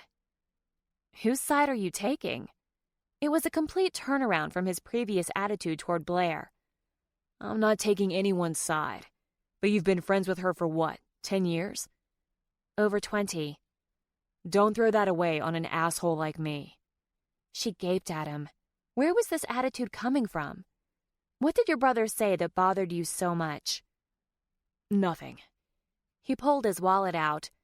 Shouldn't we get going? We need to get a marriage license. She dug inside her purse and pulled out a credit card. I said I'd pay for lunch, Josh. Megan, will you just let me pay for it, please? His tone was shorter than he'd used with her before. What did she really know about him, though? Maybe this was normal for him. No, she may have only known him for a short period of time, but she knew something was up, and it had to do with that phone call. Fine, I need to go to the restroom anyway. She went to the restroom and checked her own phone. Blair hadn't called her back, but she felt a sudden urge to talk to Libby. Hey, Libs, Megan said when she answered. I just needed to hear a friendly voice. Is Knickers that bad today? She must have been furious after your disappearing act last night. She was fit to be tied when she couldn't find you two. Poor Noah got the 3rd degree, and Knickers was even more furious when Noah couldn't reach Josh's phone. Sorry to leave you with such a mess on your hands, and thanks for taking care of Noah. Hey, if you ran off with Josh and had a good night, it was well worth it. And there's no taking care of Noah. He's a player, plain and simple. So there's nothing between you? What? I'm dating Mitch. I know, but... No, Megan, there's nothing between us. We're friends. Friends who like to flirt, but friends nonetheless. Is someone like Noah capable of being just friends with a woman? That's pretty judgmental, Knickers Jr. I know, you're right. But you have to admit that you've met more than your fair share of men like him. How many of them have been good at having platonic female friends? You hardly know Noah. So I pegged him wrong? Libby paused a beat, then laughed. No, you have him exactly right. But before you say anything else, I'll just say our friendship is based on an alliance. What alliance? The goal of keeping you and Josh together. I'm not pinning any hopes on a future just yet. Why? Look, today I'm just living for the moment. That's the gift I was granted. I admit that I want more with him, but there are just too many variables in play for me to count on anything. And at the risk of beating a dead horse, we can't forget how my mother's going to react to all of this. You remember the mess with my Aunt Heather. Libby sighed. Damn, I forgot about her. You're in deep shit. I know, Megan said in defeat. But it doesn't matter. Josh has been wonderful all morning, even sticking up for me with Knickers. But he just took a call from Noah, and now he's acting cold and distant. I can't help thinking Noah said something to make Josh have second thoughts about me. Impossible. Noah wants you two together. That's weird, don't you think? Noah doesn't seem like the type of guy to play matchmaker. It's his kid brother, and he knows you make him happy. That's all it is. Quit being so suspicious, or you'll start to sound like Blair. Very funny. He likes you, Megan, and you like him too. I see the way you look at him. I've never seen you so taken with a guy. And Noah says the same is true of Josh. It's all just happening so fast, Libs. What am I supposed to do? Just go with it for now. Fate put you together in the first place. It will keep you together. The fortune teller said so. Libby had always been the dreamer, while Blair was invariably the voice of reason. Both qualities were constantly at war in Megan. She wasn't so certain fate would work everything out, and she definitely didn't believe some fake fortune teller. But this one time, she really hoped Libby was right. Go have fun with him. Just enjoy the ride, Megs. Stop stressing. It'll all work out. Well, fate only has until tonight. Don't throw this away, Libby said, taking an uncharacteristic serious tone. If you do, I have a feeling you'll regret it for the rest of your life. That's exactly what Megan was afraid of. Chapter 24. Josh signed the check and left the restaurant, then started to pace the sidewalk as he waited for Megan. Noah's phone call had left him conflicted. He played it over again in his head, hoping for a better resolution. Josh had told Noah about Bart's password and the suspicious email while they were in the dressing rooms at the Tux shop. He'd no sooner picked up Noah's phone call than his brother said, She's right. The password works on everything. Everything but his personal email account. Is there any way you can quiz her to see if she knows of any alternate passwords? No, that one was a fluke. And even if I could work it into a normal conversation, I suspect she wouldn't know. She said it was the password he used for everything. So we're screwed. Slow down there. Noah laughed. We may have struck out there, but that doesn't mean I came up empty-handed. It turned out that Noah had already made more progress in 2 hours at Bart Vandermeer's office than Josh had made in a day. Don't ever become a detective, Joshy, Noah chuckled. You couldn't investigate your way out of a paper bag. Hey, I got the password. Noah just laughed. Which you already admitted was a lucky fluke. Who did you screw to get what you needed? Josh asked dryly. While I'm flattered you think I could seduce someone so quickly during a weekday, and in an office to boot, that's not how I did it.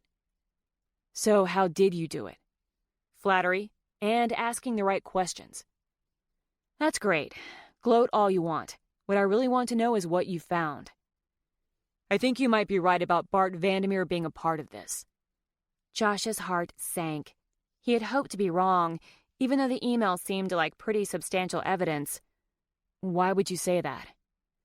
The bookkeeper let it slip that Bart has been siphoning money off the company. Thousands of dollars. That's no surprise. Nicole Vandermeer spent $56,000 on a wedding Megan didn't even want. Down, boy. You nearly jumped down Nicole's throat at the tuxedo rental store. She deserved it.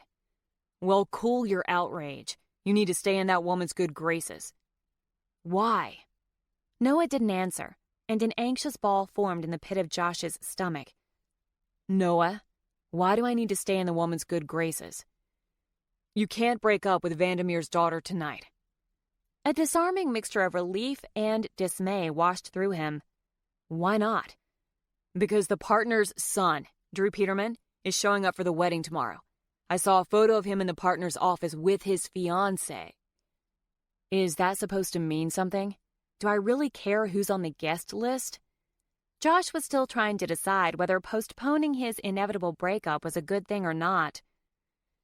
Peterman's fiancé is the woman I slept with the night the plans disappeared. Holy shit. Exactly. Noah sounded smug. Not that Josh could blame him.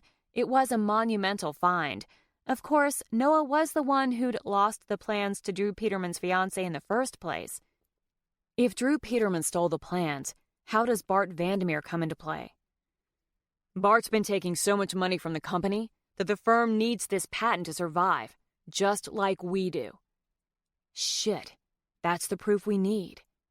This should have made him happy, but all it did was make him nauseated. Yep, it's shitty as hell, but it's their firm or ours, and they didn't play fair. So which one do you pick, Joshy? You know damn well which one I pick. Maybe, maybe not, Noah murmured. But all of this is to say that we need to be around tomorrow. I'm going to corner the fiancé and get her to admit she stole the plans. How in God's name do you propose to do that? I have my ways. Now you need to use yours. Convince Vandermeer's daughter to keep the charade going. We're getting a marriage license this afternoon, Noah. I heard. I'm pretty damn sure you have to provide ID to apply. Megan's mother is going to be there. Take care of it. That's helpful. Look, Josh, I know this is totally unlike you, but it's obvious you like the girl, so keep playing house. He paused and his voice softened. Dude, I know I've sucked as a brother. And what I'm asking you to do sucks more than any of it all combined. But we need this. Think about Ted. Yeah, I know about Ted. Where is he going to be if we close our doors on Monday? Josh didn't answer. He didn't need to. Maybe you can get the happy ending you truly deserve, Josh. But for now, we need you to keep this going. I don't think I can do that. Josh's voice cracked. You can and you will. Now I have to go. I'll see you at the rehearsal. The conversation had sucked something out of Josh, and he'd taken it out on Megan. She didn't deserve any of this. Not her mother, not her cheating ex-fiancé, and especially not Josh and the havoc he brought with him. Now, as he waited for her to join him, he wrestled with his conscience. The way he saw it, he had 3 options. 1, tell her everything right now. 2, break up with her at the rehearsal dinner like they'd originally planned. Or 3, follow through with Noah's crazy plan. But what would happen then? Was he supposed to ditch her before the wedding? She studied his face as she stepped out of the restaurant, probably trying to judge his temperament. Her brow was lowered with worry and cautiousness. He vowed to make this as easy on her as possible, but he had no idea what that entailed. So he followed his gut, which meant recapturing their earlier happiness. He closed the distance between them and pulled her into his arms, kissing her with abandon, his deep fear of losing her fueling his passion. Her hands clutched at his chest, trying to pull him closer, as his arm tightened around her back and his other hand nestled the nape of her neck. He could feel her pulse racing, and the knowledge of how he affected her only turned him on more. But they were standing on a public sidewalk, and even if it wasn't prime lunchtime, they'd already made enough of an exhibition of themselves. He lifted his head, pleased to see she was just as breathless as he was. I'm sorry, he said, his hand caressing her neck. I was irritated with Noah, and I took it out on you. Josh, it's okay. It's not, but I promise to try my best not to be an ass for the rest of the day. Until tonight, she said. Rather than answering, he took the car keys from her hand. Let's go get a marriage license. As he drove to the courthouse, he reached over and interlaced his fingers with hers. She turned and offered him a soft smile, and something in his chest felt warm and overwhelming. His hand squeezed hers tighter as he tried to decipher what he felt. He wasn't big on hand-holding. It had always felt clingy and confining, yet here he was, not only instigating it, but enjoying it. Using the map app on her phone, she gave him directions until he pulled into the parking lot of the gray stone building slightly after 3:30. My mother is going to have a fit that we were late. Only by a few minutes. It's enough to release the Kraken, she teased. As they walked to the building, he held her hand again, grateful that she didn't seem to mind. When they entered the office of the Recorder of Deeds, Megan's mother was sitting in an ancient vinyl chair, drumming her fingers on the arm. Josh was surprised she'd sit on something so tacky and most likely germy, but maybe she'd wiped it down with an antibacterial wipe first. A very unhappy man who appeared to be in his 30s sat next to her. A camera bag rested on the floor at his feet. He shot a glare at both of them, then glanced at the phone in his hand. Hello again, Mom, Megan said with a cheerful tone. Her mouth pressed into a tight line. You're late. Only by a few minutes. Every minute counts. The office closes at 4. So why didn't we do this sooner? This is the only time the photographer could come. Megan turned her attention to the man who now stood behind her mother. She extended her hand to him, most likely as a peace offering. Hi, I'm Megan. Thanks for indulging my mother's eccentricities. She winked, and he laughed and winked back, his mood visibly lightening. Josh offered the man his own hand. I'm Josh, the groom. He hadn't meant to add that part, but he hadn't liked the way the photographer was acting with her. What the hell? He'd never been jealous of previous girlfriends, but he had more serious issues to deal with than self-analysis, like the fact that he was here to not only file for a very real marriage license, but he had to keep his real last name a secret from the other 2 people in the room besides Megan. They approached the counter and filled out the application, the photographer taking photos of them. Megan seemed irritated, but Josh was more concerned someone would announce his real last name and blow his cover. A clerk took the application and their driver's licenses. That will be $51, she said, giving them an expectant look. Do you take a credit or debit card? Josh asked. The woman's mouth pursed with disapproval. Cash only. Exact change. It's very clearly stated on the website. Megan looked up at him, her eyes wide. There went his hope that she was prepared. He was surprised that Nicole hadn't already slapped the bills on the counter in anticipation of their ill-preparedness. Apparently, even she had her limits. But she'd slipped out the door, presumably to the restroom, and the photographer felt no need to pony up. Megan and Josh started digging through their wallets, and together they managed to come up with the exact amount. When they found the last quarter, he breathed a sigh of relief. I didn't think we were going to make it, Megan said, shaking her head as she closed her wallet.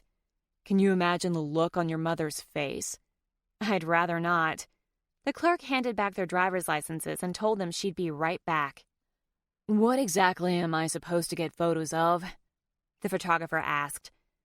The two of them filling out the application, Nicole said, sounding disgruntled as she walked back into the small office waiting room. I got that, so can I go? He asked, looking at the clock on the wall. Megan's mother rolled her eyes. Fine, leave. The man grabbed his bag, not even taking time to put his camera away. But the clerk was on her way back with a license, and Nicole stopped him. I want you to get a photo of them holding it. Maybe you should wait until tomorrow, Mom, Megan suggested, casting a nervous glance at Josh. She must have been thinking the same thing he was. If they were taking photos of the license, there was a good chance Knickers would see his real name. When we actually sign it. Megan's mother gave her an exasperated look. Oh, we'll get that too. You can never have too many photos. The clerk returned to the counter with the paperwork. Here you go, Mr. Mc... Josh reached for the paper, cutting her off. Thank you. Megan's mother gave the clerk a strange look. What did you start to call? Mom, Megan interrupted, putting an arm around her mother's shoulders and squeezing as she pulled her away from the clerk. How about you and I get a photo together? Really? She asked, sounding shocked. Of course. Megan's tone softened as she said it. Josh was surprised by how happy the older woman looked. The photographer shook his head and grimaced. 2 days ago, Josh might have reacted the same way, but now he was learning to take things in stride. The photographer snapped several shots, Josh joining halfway through, before Megan dropped her hold on her mother. Thank you, Mr. Steve, the photographer supplied, picking up his bag off the chair. Thank you, Steve. See you tomorrow, he said, waving as he walked out the door. Josh saw Megan's slight flinch, and he knew it was from guilt. How could he get her to agree to carry this on through tomorrow? Before he was even out the door, Knickers looked Megan and Josh up and down, her disapproval returning. The rehearsal's in 2 hours. You two better hurry home if you're going to be at the Gardens by 6. She grabbed the corner of the folded license in Josh's hand and tugged, but Josh didn't let go. I'll hold on to it until tomorrow. No, that's okay.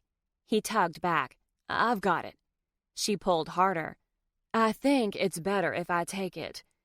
Josh didn't want to get into a tug-of-war with Megan's mother, but there was no way in hell he was letting Nicole Vandermeer take the marriage license, which included his full proper name, with her.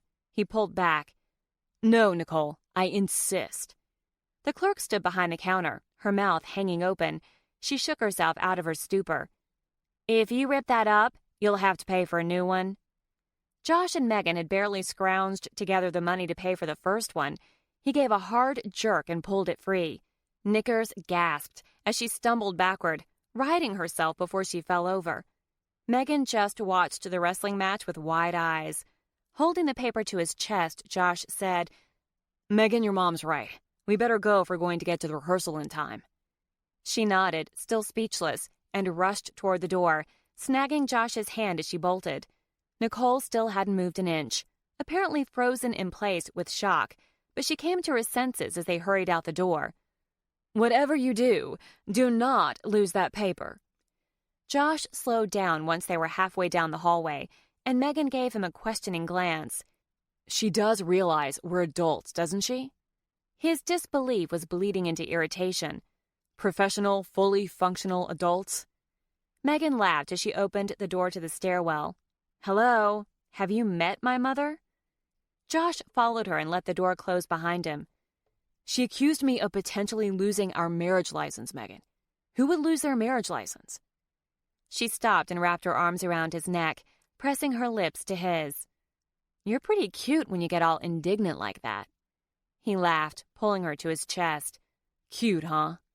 A playful grin spread across her face as she looked up at him and said in a mock-serious tone, "Okay, you looked so sexy wrestling that paper from my 58-year-old mother."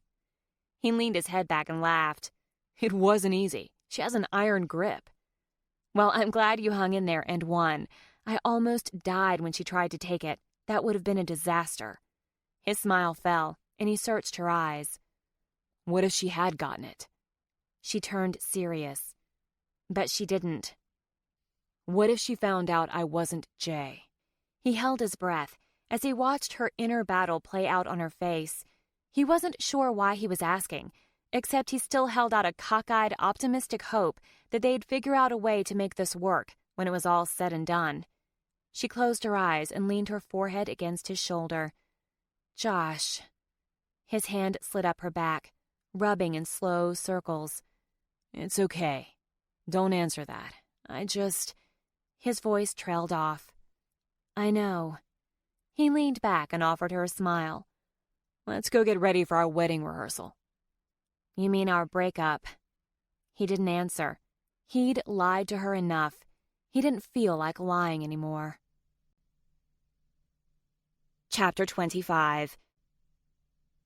Hours later, Josh was frustrated for so many reasons. He and Megan hadn't counted on how badly Friday rush hour traffic would delay their drive to her parents' home. Knickers had shown up only minutes behind them, along with everyone else, to get ready for the evening. Everyone congregated in the living room as Knickers barked out last-minute orders, as if she were in the Marines with Kevin. Megan was already on edge, thinking dinner would be ground zero for their breakup. So when Knickers announced that he needed to pack his belongings because he wouldn't be spending the night at the Vandermeer home, Megan flipped her shit. What? Megan, Knickers had said, in her snooty, condescending tone. It's the night before your wedding. You can't spend the night together. Megan stood at the base of the stairs. I'm a grown woman. I can make my own decisions. Her mother pursed her lips with determination. It's already been decided. Your father and I have booked a hotel room for Josh. You can't just decide on something like that without asking us first, Megan shouted. Josh was proud of her for finally taking a stand, even if it was for a cause she had to see as pointless. She thought he was breaking up with her tonight, in which case he wouldn't have stayed at the house anyway. But he worried that she was going to spill everything. That couldn't happen yet, not when he and Noah were so close to getting the answers they needed. Josh put a hand on Megan's arm. Megan, it's okay. She turned to look up at him, tears in her eyes. No, it's not, Josh. Then it hit him. She was upset that he was leaving. Period. Relief seeped through him before the aftertaste of guilt bit in. While he was grateful for the confirmation that she wanted more with him, he hated to see her this upset. He pulled her into his arms. It's okay, Meggie, he whispered in her ear as he stroked the back of her head. We'll work everything out. I promise. She clung to him, and in that moment, he wanted nothing more than to run away with her. But he couldn't, as much as it killed him. His employees were in trouble because of someone else's wrongdoing, and they needed his help. Nicole, he said, over the top of Megan's head. It's fine. I'll pack up before we leave, and I'll have Noah take me to the hotel later. Noah's welcome to stay here tonight, or he can stay with you if you'd like, Knickers said. Noah stood next to the sofa, watching the scene unfold. Josh cast a glance toward his brother, who gave him a short shake of his head. They hadn't found the original plans, so Noah probably wanted to search the basement. Finding the documents would spell game over for PMV Engineering. It would be proof enough to convince their investor to hang tight. That's okay. I'm going to be anxious and nervous. Noah won't get any sleep if he stays with me. Graham had been standing to the side, watching. I'll go with him. Knickers rolled her eyes. Mother, you can't stay with Josh at the hotel. He promised to help me with my research on nudist colonies in Belize. He hasn't done it yet. Josh couldn't help but grin. I bet he'd feel less anxious about the wedding if I kept him company. We could have a yoga session. It does wonders for stress. Josh was pretty sure he'd be anxious about something else. What do you have to feel nervous about, Josh? Kevin asked with a sneer, leaning his shoulder against the door jamb to the kitchen and crossing his arms over his chest. Having second thoughts about marrying my sister? Josh's anger surged, but he tried to control it. This was Megan's brother, after all.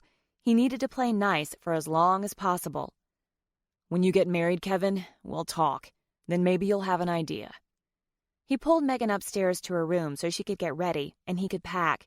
She'd settled down some, but he could tell she was still fluttering with nervous energy. We need to figure out how you're going to break up with me. Wrapping his arms around her, he tugged her to him. Maybe we can put it off. She pulled free. How can we put it off? The wedding is tomorrow. We have to break up, Josh. He hesitated, worried about pushing her, especially since she was already distraught. What if we don't? She froze, her face a mask. What does that mean? He pulled her to the bed and sat down beside her, holding her hand. Look, the wedding is paid for whether we get married or not, right? She shook her head in confusion. Well, yeah, but... Wait, he said, a little more desperately than he would have liked. Just hear me out, okay? Okay. She looked uncertain. What if we don't break up tonight? His brain scrambled to come up with a plan. He knew he needed one, but he had yet to think of anything that might actually work. What if I break up with you before the wedding? You're going to ditch me at the altar? She asked in dismay. Do you have any idea how humiliating that would be? He hadn't thought about it that way.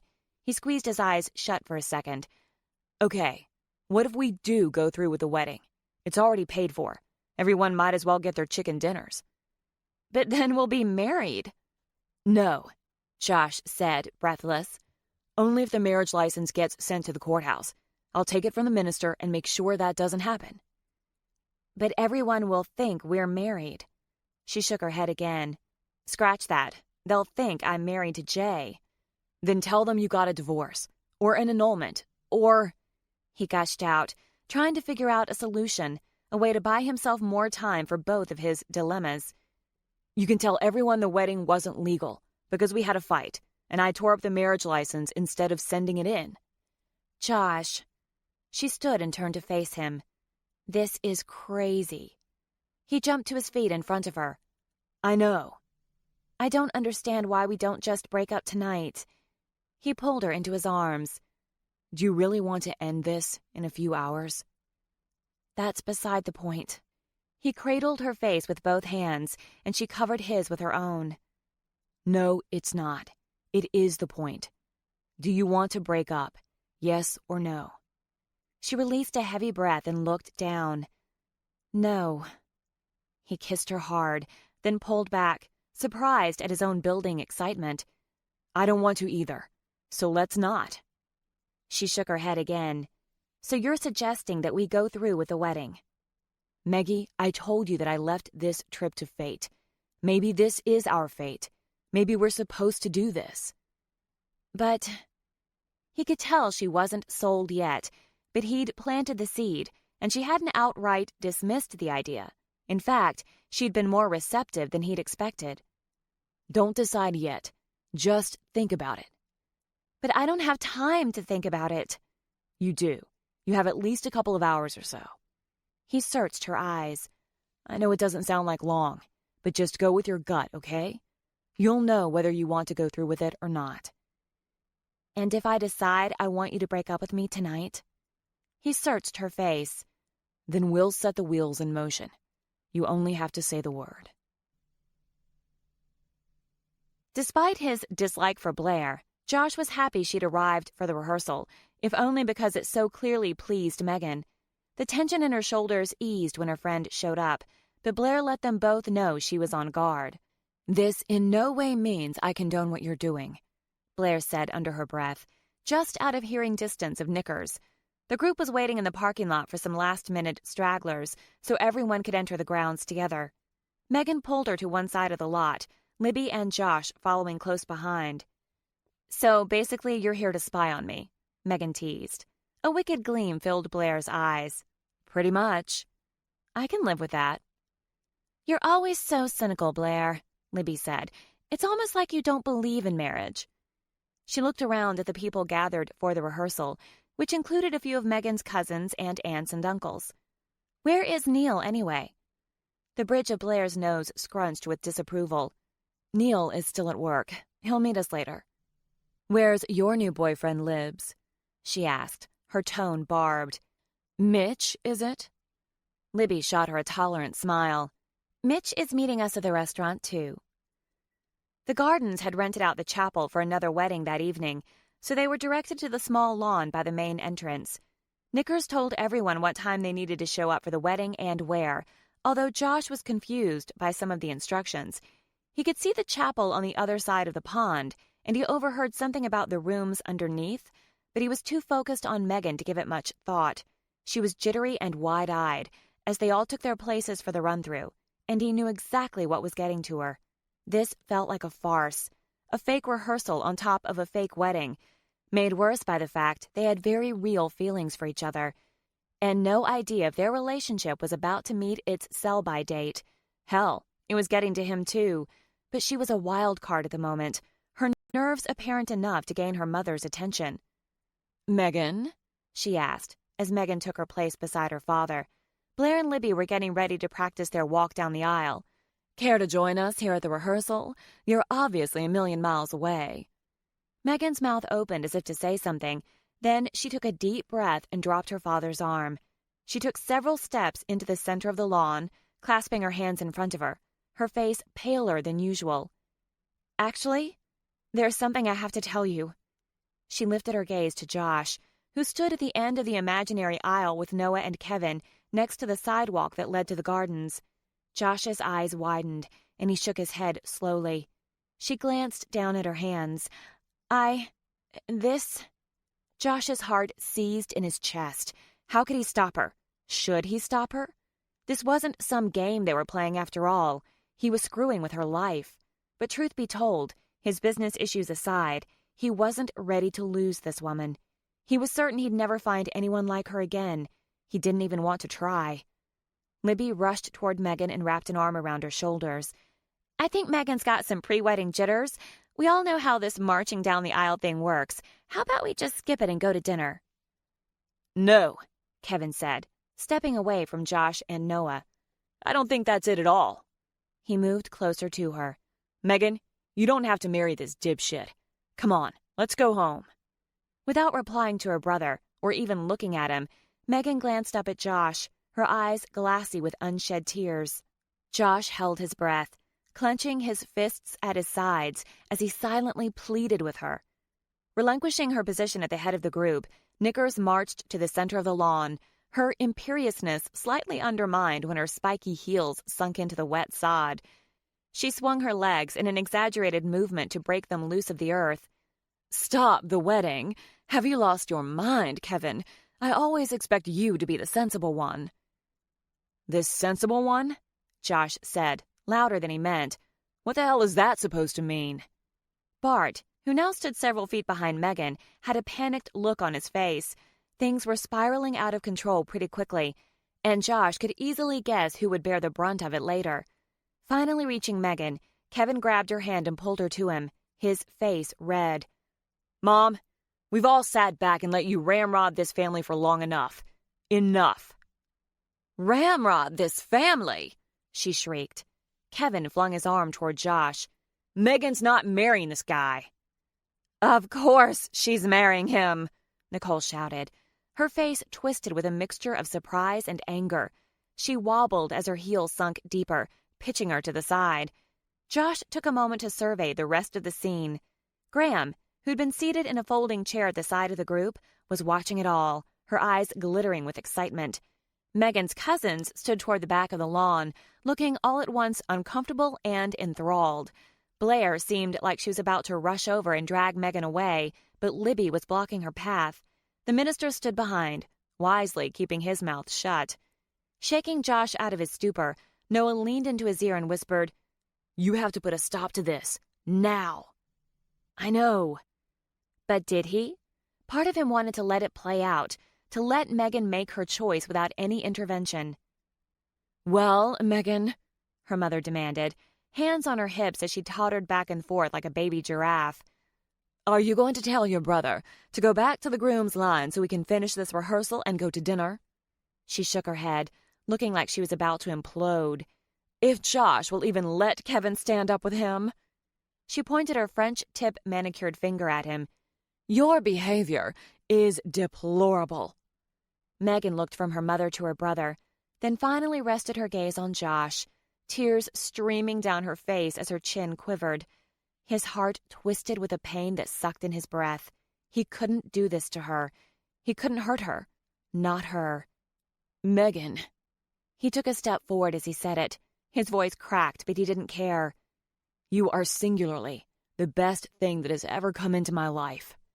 She dropped Kevin's hand and studied Josh as a fresh trail of tears tumbled down her cheeks. Kevin's fists balled at his sides, but Josh didn't let that stop him. He continued to take slow steps toward Megan, moving around Knickers. "You fell into my life and turned it upside down. You've made me question everyone and everything, but when I sort through it all, the only thing that makes sense is you." He stopped in front of her, her eyes looking up at him in confusion and sorrow. He cupped her cheeks, his thumbs wiping her tears. "Don't cry, Meggie. We'll do whatever you want. You just say the word. If you want to end this right now, we can. I won't fight you. But if you want to keep going..." He pushed past the lump in his throat, ignoring the fact they had an audience. "Can I tell you how I feel before you make your decision?" She nodded, fresh tears breaking free, the sight hurting his heart even more. "I can't imagine walking away from this mess without you. I don't know how this happened. I only know it did. You know how I said I left it all up to fate?" She nodded, sucking in her lower lip to stop her chin from quivering. He smiled at her and picked up her hand, cradling it between his own. "We're supposed to be together. I know it. I don't want to go back to Seattle without you. Don't give up on us, okay? Don't give up on me." She watched him, indecision wavering in her eyes. He pressed his forehead to hers, lowering his voice to a whisper. "It's up to you, Meggie. Either I walk away or we keep going. I just want you to be happy. What will make you happy?" A soft smile lifted her mouth. "You make me happy, Josh. I've never been happier than I am with you." Relief flooded through him, and he released the breath he'd been holding. "So what do you want to do about it? Do you want me to take you away from this mess?" She looked around at her family, then at the crowd of Botanical Gardens visitors who now lined the sidewalk by their practice lawn. They were watching with open mouths, as if they had happened upon a particularly trashy episode of reality television. Finally, she returned her gaze to him, her orneriness returning. "And walk away from a 50-grand party? Not on your life." He kissed her, his joy overshadowing the fear that lurked in the shadows of his heart. He still had to come clean, but not yet, not now. He might lose her when he did, and he wasn't ready to take that risk. She wrapped her arms around his neck, clinging to him and kissing him back. The crowd of onlookers, strangers and friends and family alike, broke into applause and a round of woots, undoubtedly led by Libby. When he lifted his head, he noticed two people were not participating, Kevin and Blair. They stood together now, glaring at him as if he were public enemy number one. He could deal with their animosity, even hatred, as long as they didn't try to take Megan from him. "Well," Knickers said, breaking into the celebration, "now that this nonsense has been taken care of, can we finish the rehearsal?" She pointed a finger at Kevin. "I'll deal with you later." Josh returned to the other end of the lawn next to Noah, Kevin shooting darts of hate at him the whole time. Too relieved to care, Josh took a deep breath, letting himself relax. He couldn't believe how close he'd come to losing her. He couldn't believe how panicked he'd felt at the prospect. Noah clapped his hand on Josh's shoulder and leaned in close. "Good save there, Joshy." Anger rushed over him, and before he could think about it, he hissed, "This isn't a game, Noah. She's important to me." An uncharacteristic solemnity covered Noah's face. "I know she is." Josh blinked, words escaping him. "I know you, Josh. You love this girl. I'm sorry for what I—" He cleared his throat. "We'll figure out a way to make it work." In the entirety of his 29 years, Josh couldn't remember Noah taking the side of love or romance. He thought it was a hyped-up emotion that quickly ran its course. But as he sorted through his shock, he registered the word Noah had used: love. Josh started to protest, but Kevin, who'd been standing as far from them as the situation could warrant, leaned closer. "Do you boys have something you want to tell me about my sister?" Josh shook his head, his back tensing. No. If this wedding were real, he'd be tempted to invite Kevin to the parking lot to discuss this further. But he reminded himself that Megan's brother's animosity was really for Jay. He wasn't sure whether to deck him or cheer him on for finally coming to her defense. Kevin edged closer, not stopping until he stood a foot away. "I don't trust you. Something strange is going on here, and I'm going to prove it before Megan makes the biggest mistake of her life." "Kevin!" Nicole shouted, while pointing to his preordained spot. "This is your last warning. Get back into place." Knickers began the practice drill, and since Josh's job seemed to consist mostly of standing at the front, he had time to think about his brother's words. Could Noah have read him correctly? He really liked Megan.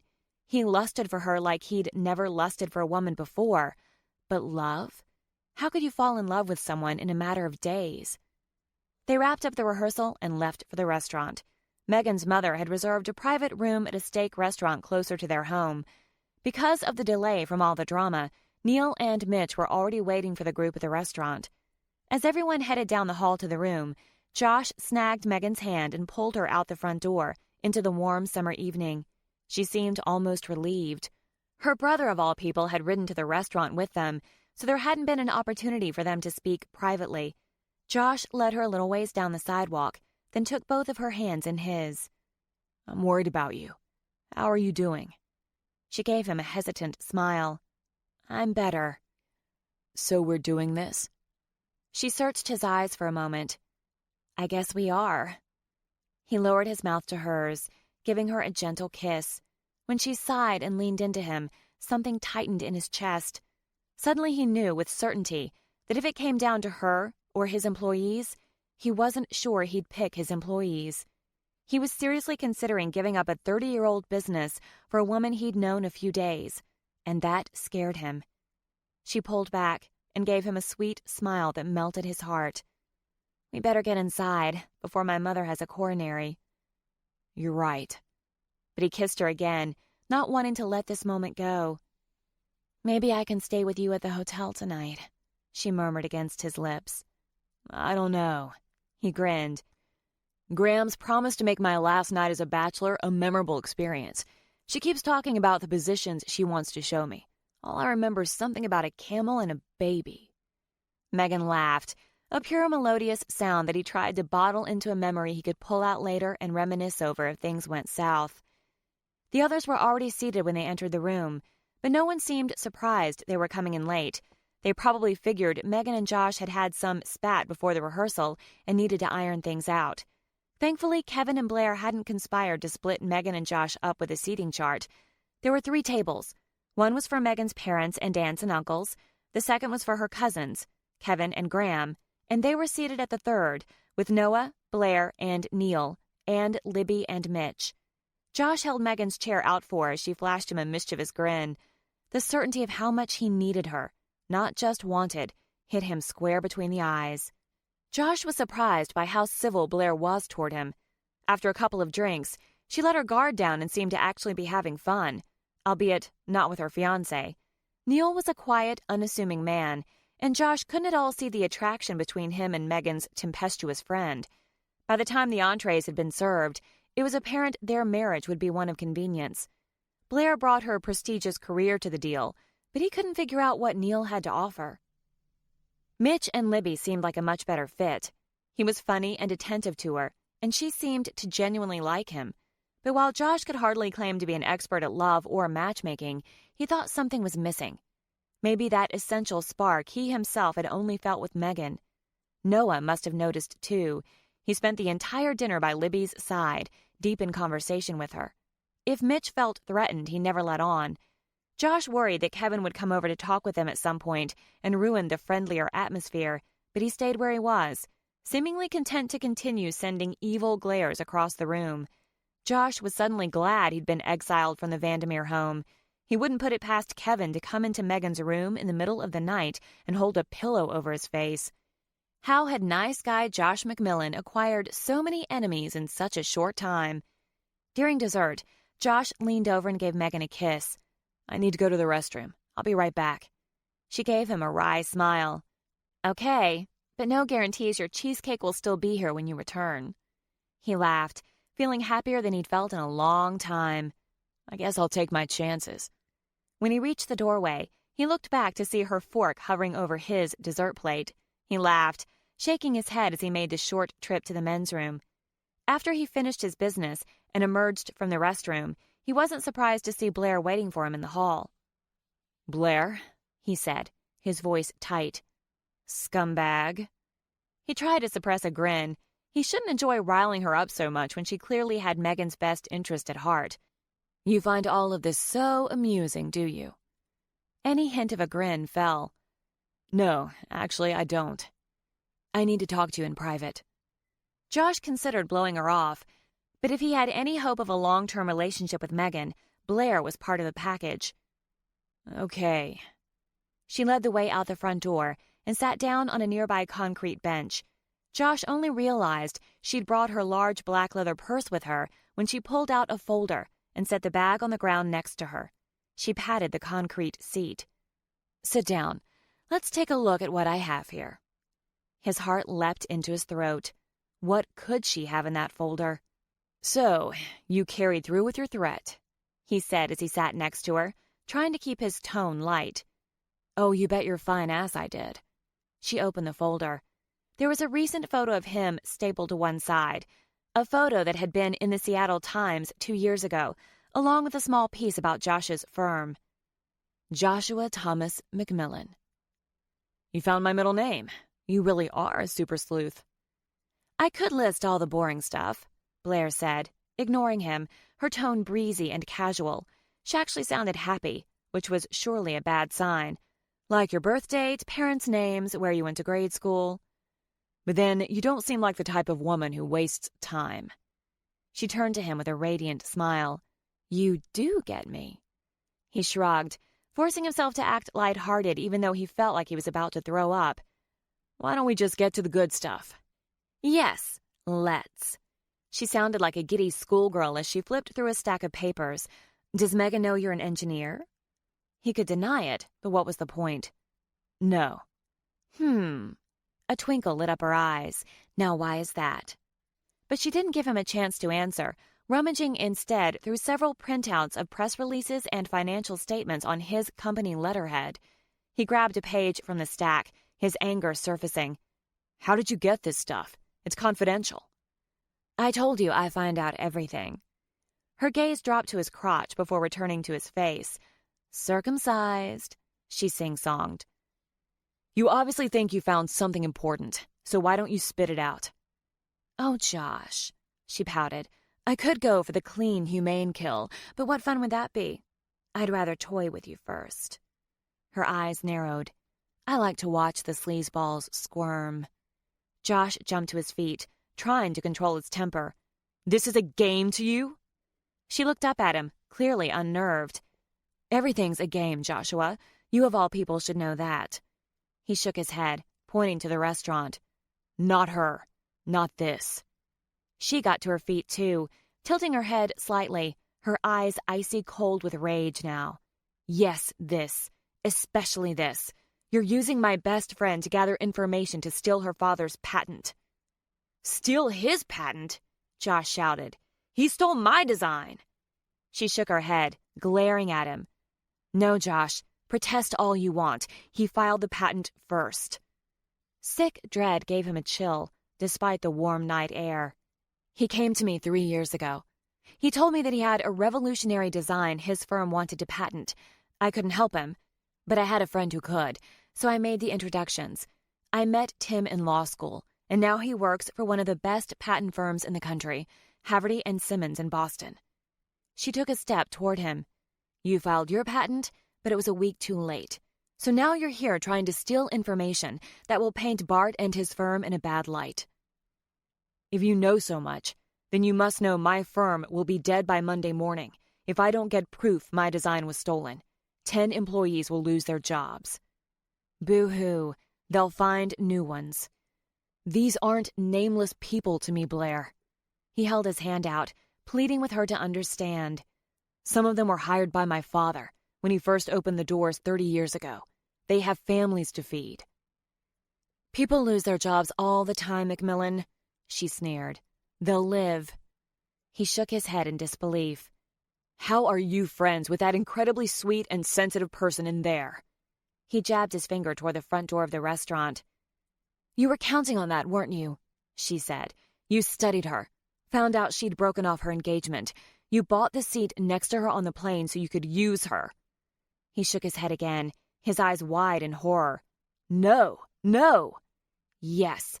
You purposely sat by her and played her like a freaking fiddle. Her face contorted with hate. You took advantage of her vulnerability and used her. He took a step back, trying not to panic. What if she told Megan her twisted version of events? Worse, what if Megan believed her? She shook her head in disgust. I swear to God, if I had a gun right now, I'd be tempted to shoot you myself. He ran his hands through his hair. I'm surprised you're not inside right now, presenting your case to that room full of people.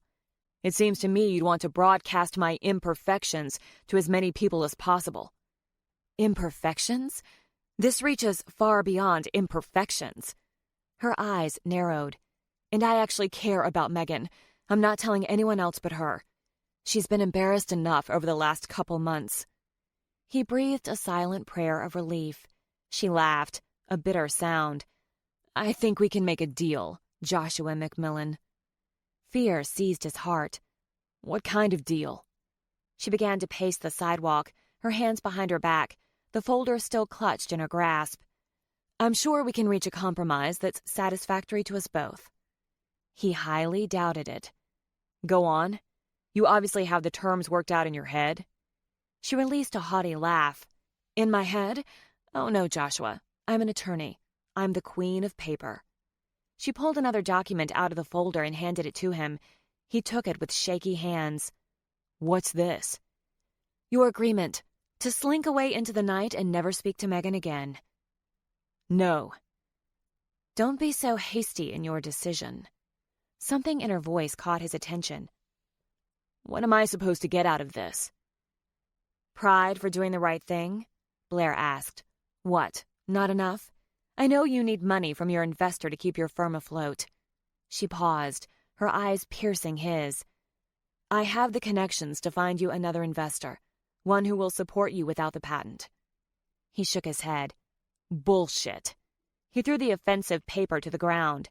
And even if you could, no deal. He turned to head back into the building, but she ran in front of him, blocking his path. Don't be so hasty, Josh. I thought you wanted to save those employees of yours. No, not like this. I love her, Blair. I can't just walk away from her. Not like this. They both gasped at his declaration. He loved her? But he knew it was true as soon as he said it. As impossible as it seemed, he loved Megan. Love her? Who are you trying to fool here? Is this a bargaining chip? What? God, no. He spat in disgust as he walked away from her. You can take your fucking deal and ride your broom back to hell. One persistent thought ran through his head. He had to get to Megan before Blair did. Your brother agreed to it. Blair's calm voice called out into the night air. He froze, his eyes sinking closed. Oh yeah, Noah couldn't sign that deal fast enough. He turned around and watched as she squatted and picked up the paper. You didn't notice his signature? He stomped over and snatched the document from her hands. Sure enough, Noah's unmistakable scrawl was at the bottom. Fury rushed through him. Noah had betrayed him. Again. Josh ripped the paper in half, then ripped it again and threw it into the air. Here's what I think of your deal, and my original suggestion stands. Go to hell. He marched toward the front door of the restaurant.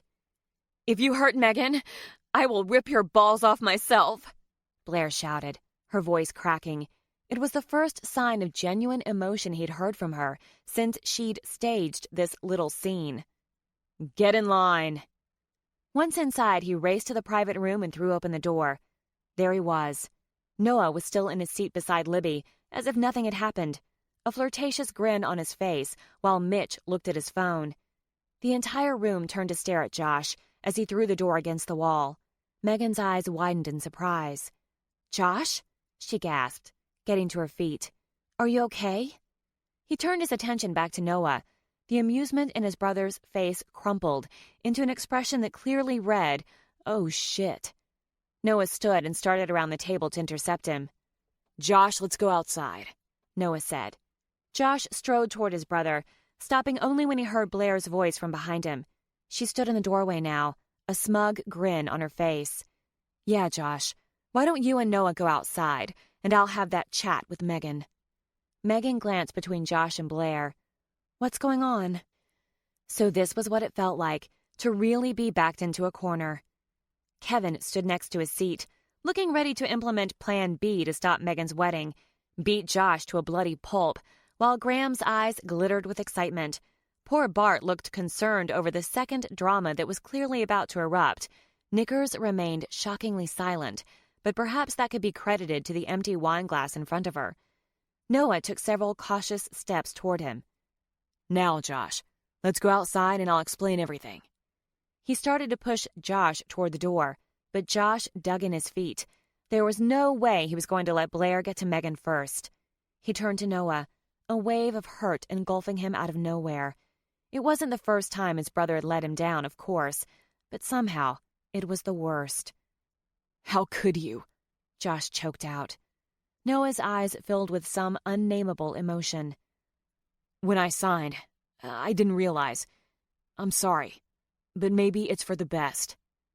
"Like hell it is," Josh growled as he swung his fist into his brother's face. Noah stumbled backward, holding his hand up to his eye as the room erupted into chaos. Knickers finally sprang into action. "Someone tell me what's going on here, right this instant," she shouted, standing next to her seat. Josh turned to Megan and held out his throbbing hand toward her. "Come with me," he pleaded. "Please." She took one hesitant step toward him and paused for a moment before quickening her pace. "Go! Go where?" Knickers screeched. Blair blocked Megan's path, but she cast a confused glance to Josh, as though no longer certain what to make of him. Josh hoped to God she realized how wrong she was, but her indecision faded, quickly replaced by cold determination. "Don't do it, Megan. There are things you don't know." "Megan, please," Josh called to her, desperate. Megan looked between the two of them, then shoved Blair to the side. "Sorry, Blair." She hurried to him, and he nearly cried with relief as she took his hand. He led her outside into the passenger's seat of her Explorer. Then he got into the driver's seat and took off without a word, wanting to get the two of them as far from reality as possible. Chapter 26. Megan was terrified as Josh drove away from the restaurant, but not for her own safety. She knew he would never harm her. In fact, she had a feeling this was an attempt to save her somehow. She just didn't know what he was protecting her from. "Josh, what happened?" His hands tightened on the steering wheel, and he shook his head, his jaw clenching as he swallowed. "Okay, we don't have to talk about it yet. Where do you want to go?" He was quiet for several moments. "Our spot." Our spot. How could two little words fill her with such contentment and hope? "Okay, we can try it. It's a Friday night in June. It might already be taken." "Let's try anyway." His hands on the wheel relaxed. She tried to release some of the tension in her neck. What had Noah done to elicit such rage from his brother? What had Blair done to instigate it? Because this had Blair's handiwork all over it.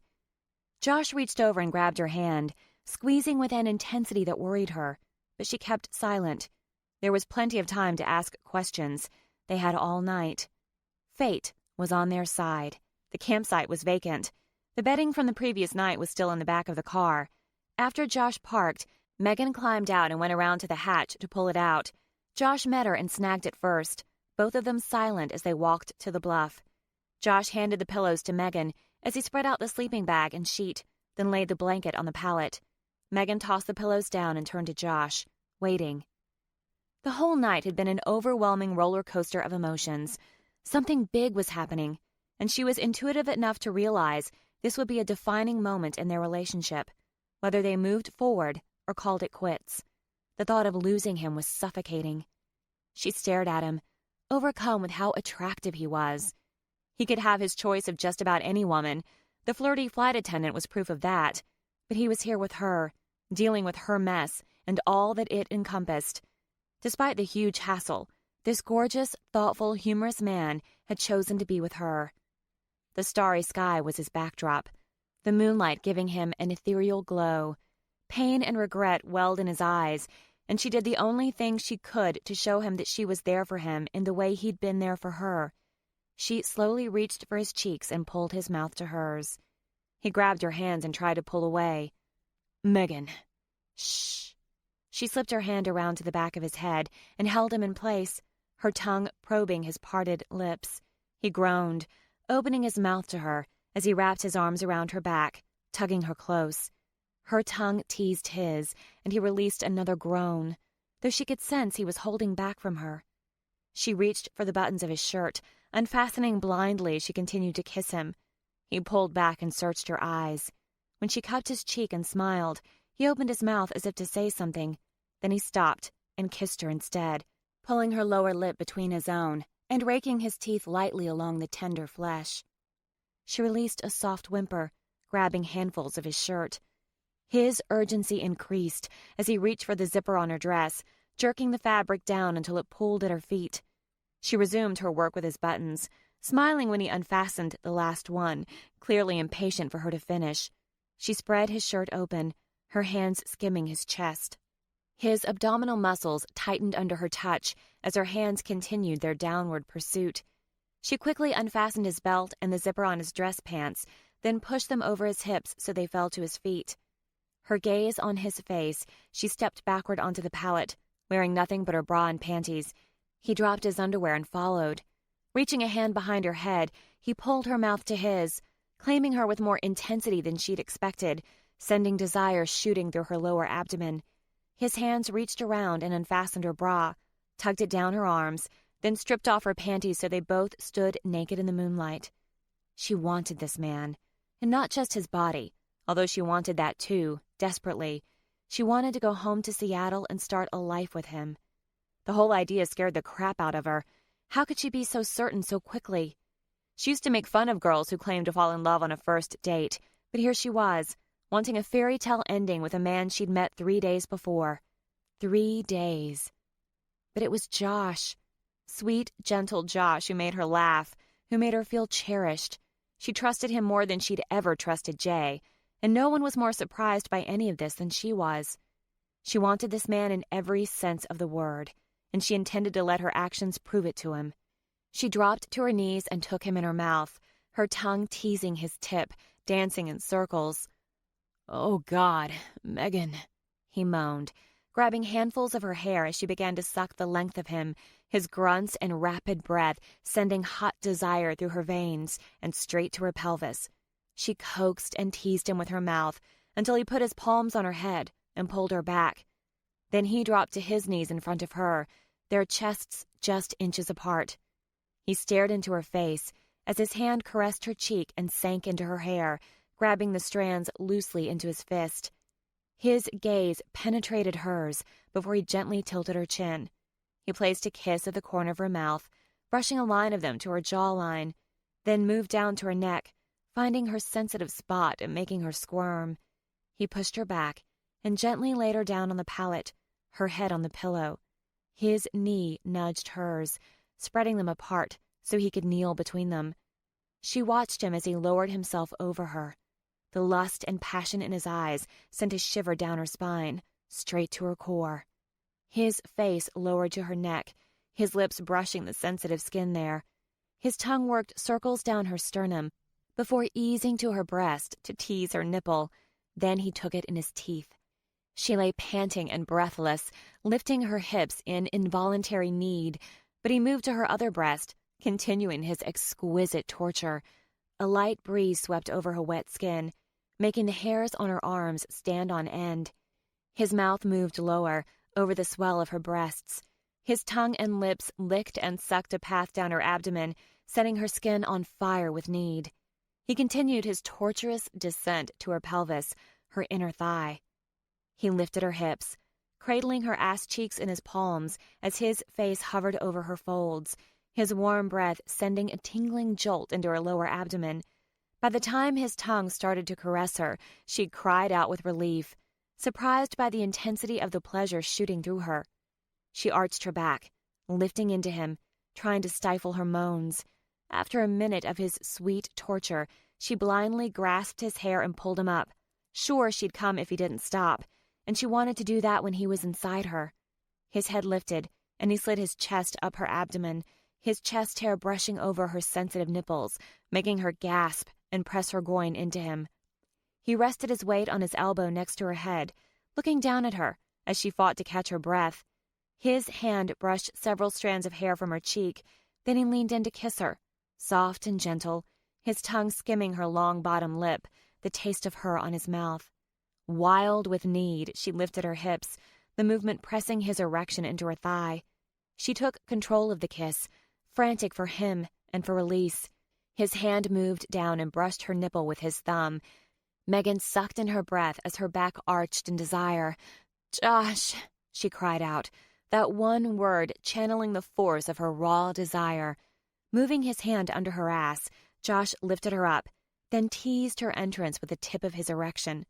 She moved under him, encouraging him to take her completely.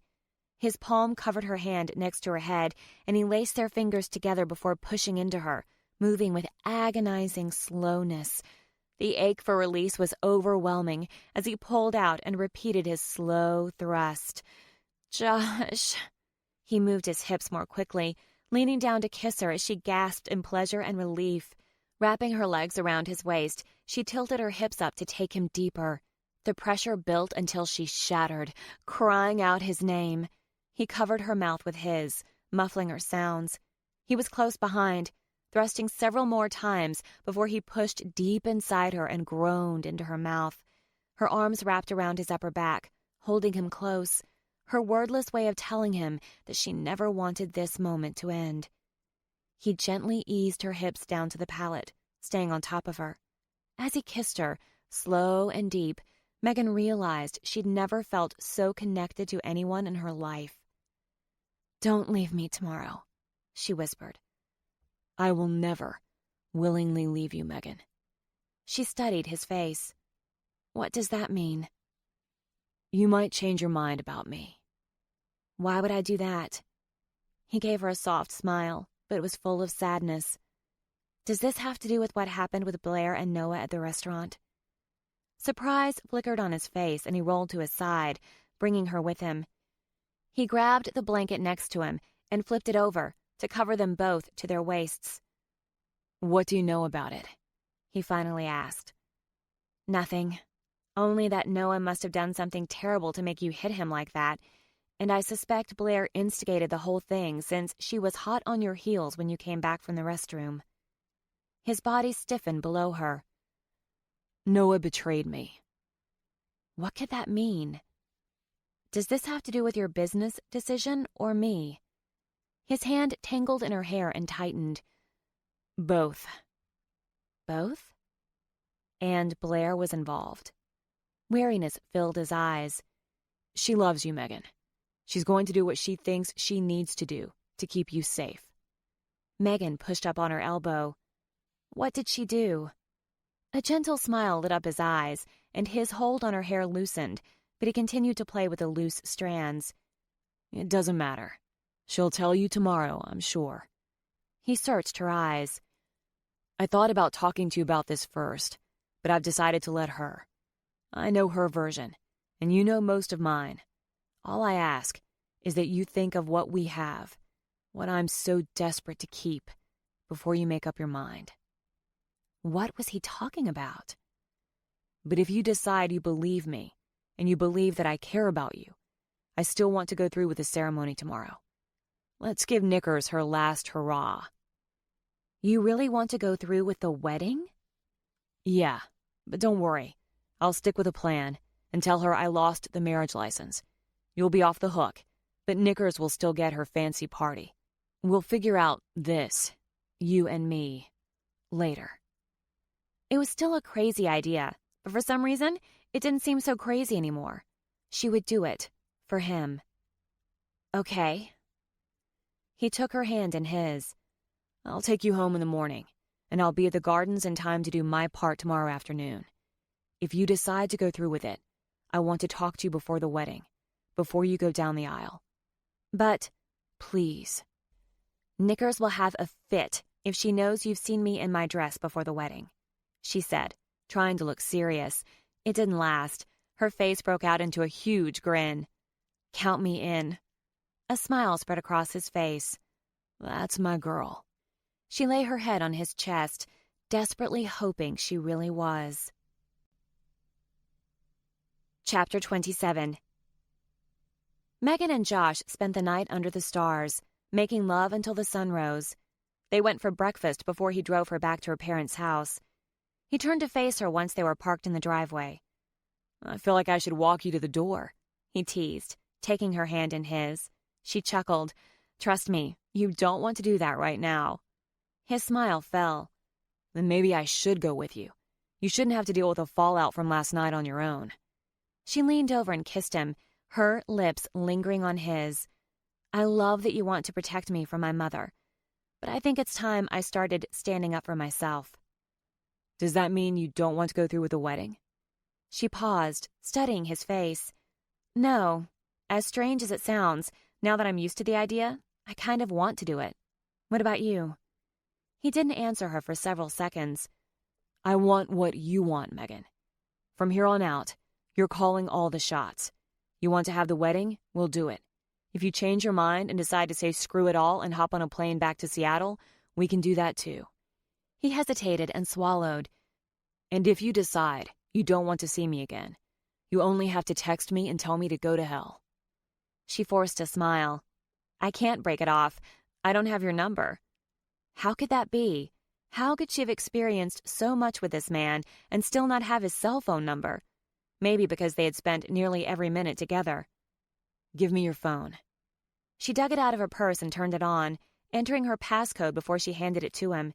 He entered his number and gave the phone back to her. "See you at our wedding."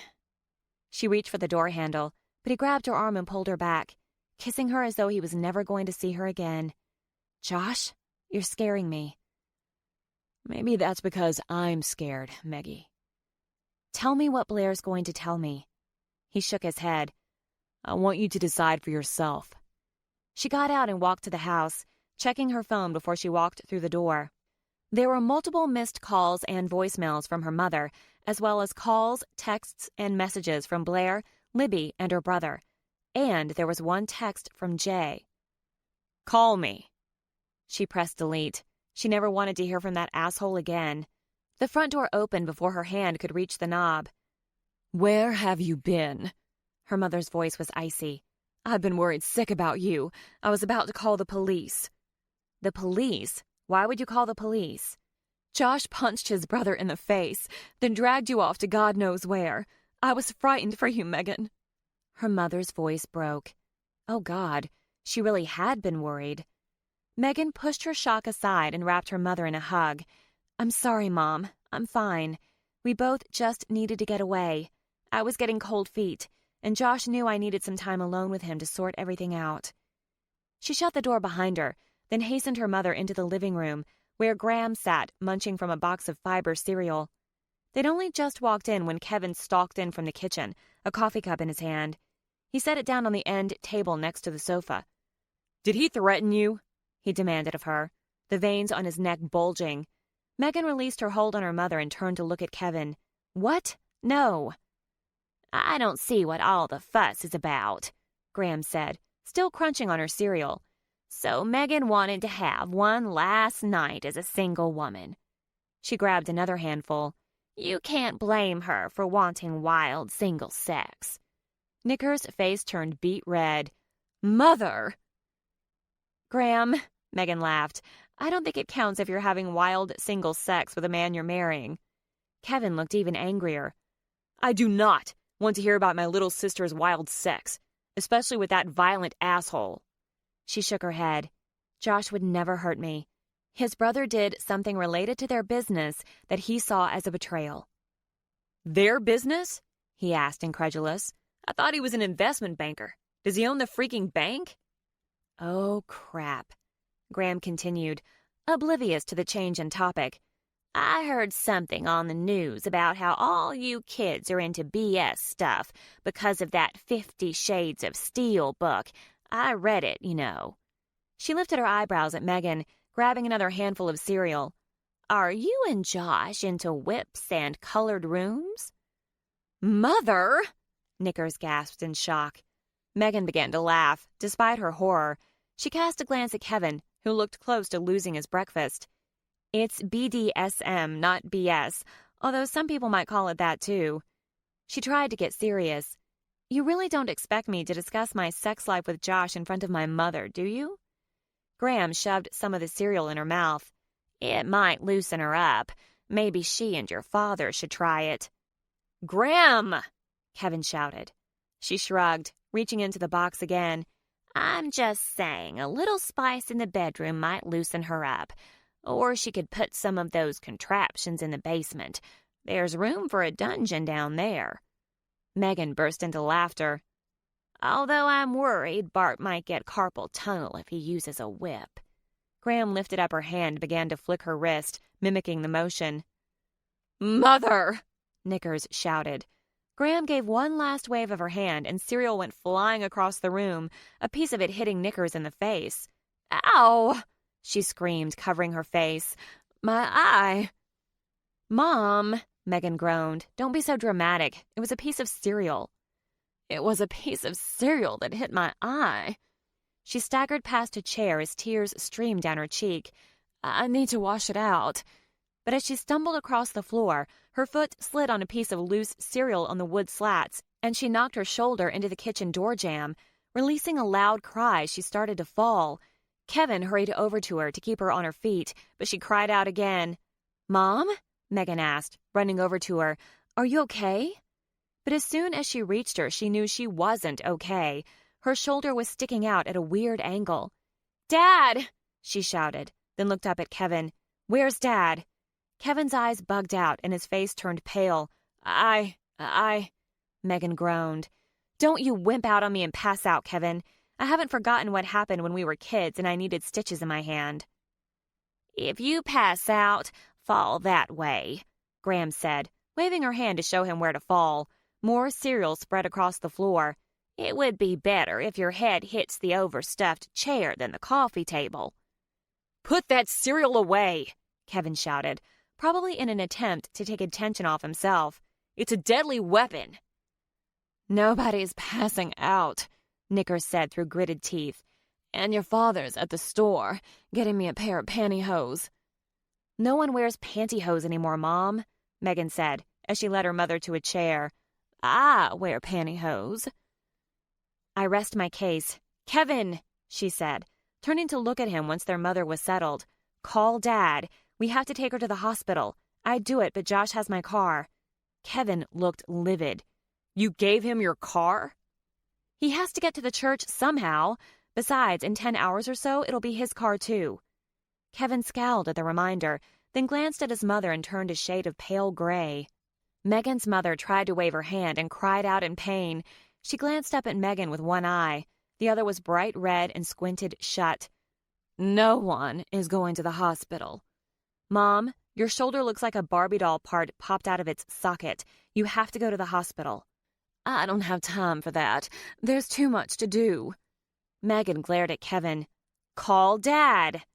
He stood next to the front door, peering through the side window and looking like he was preparing to bolt.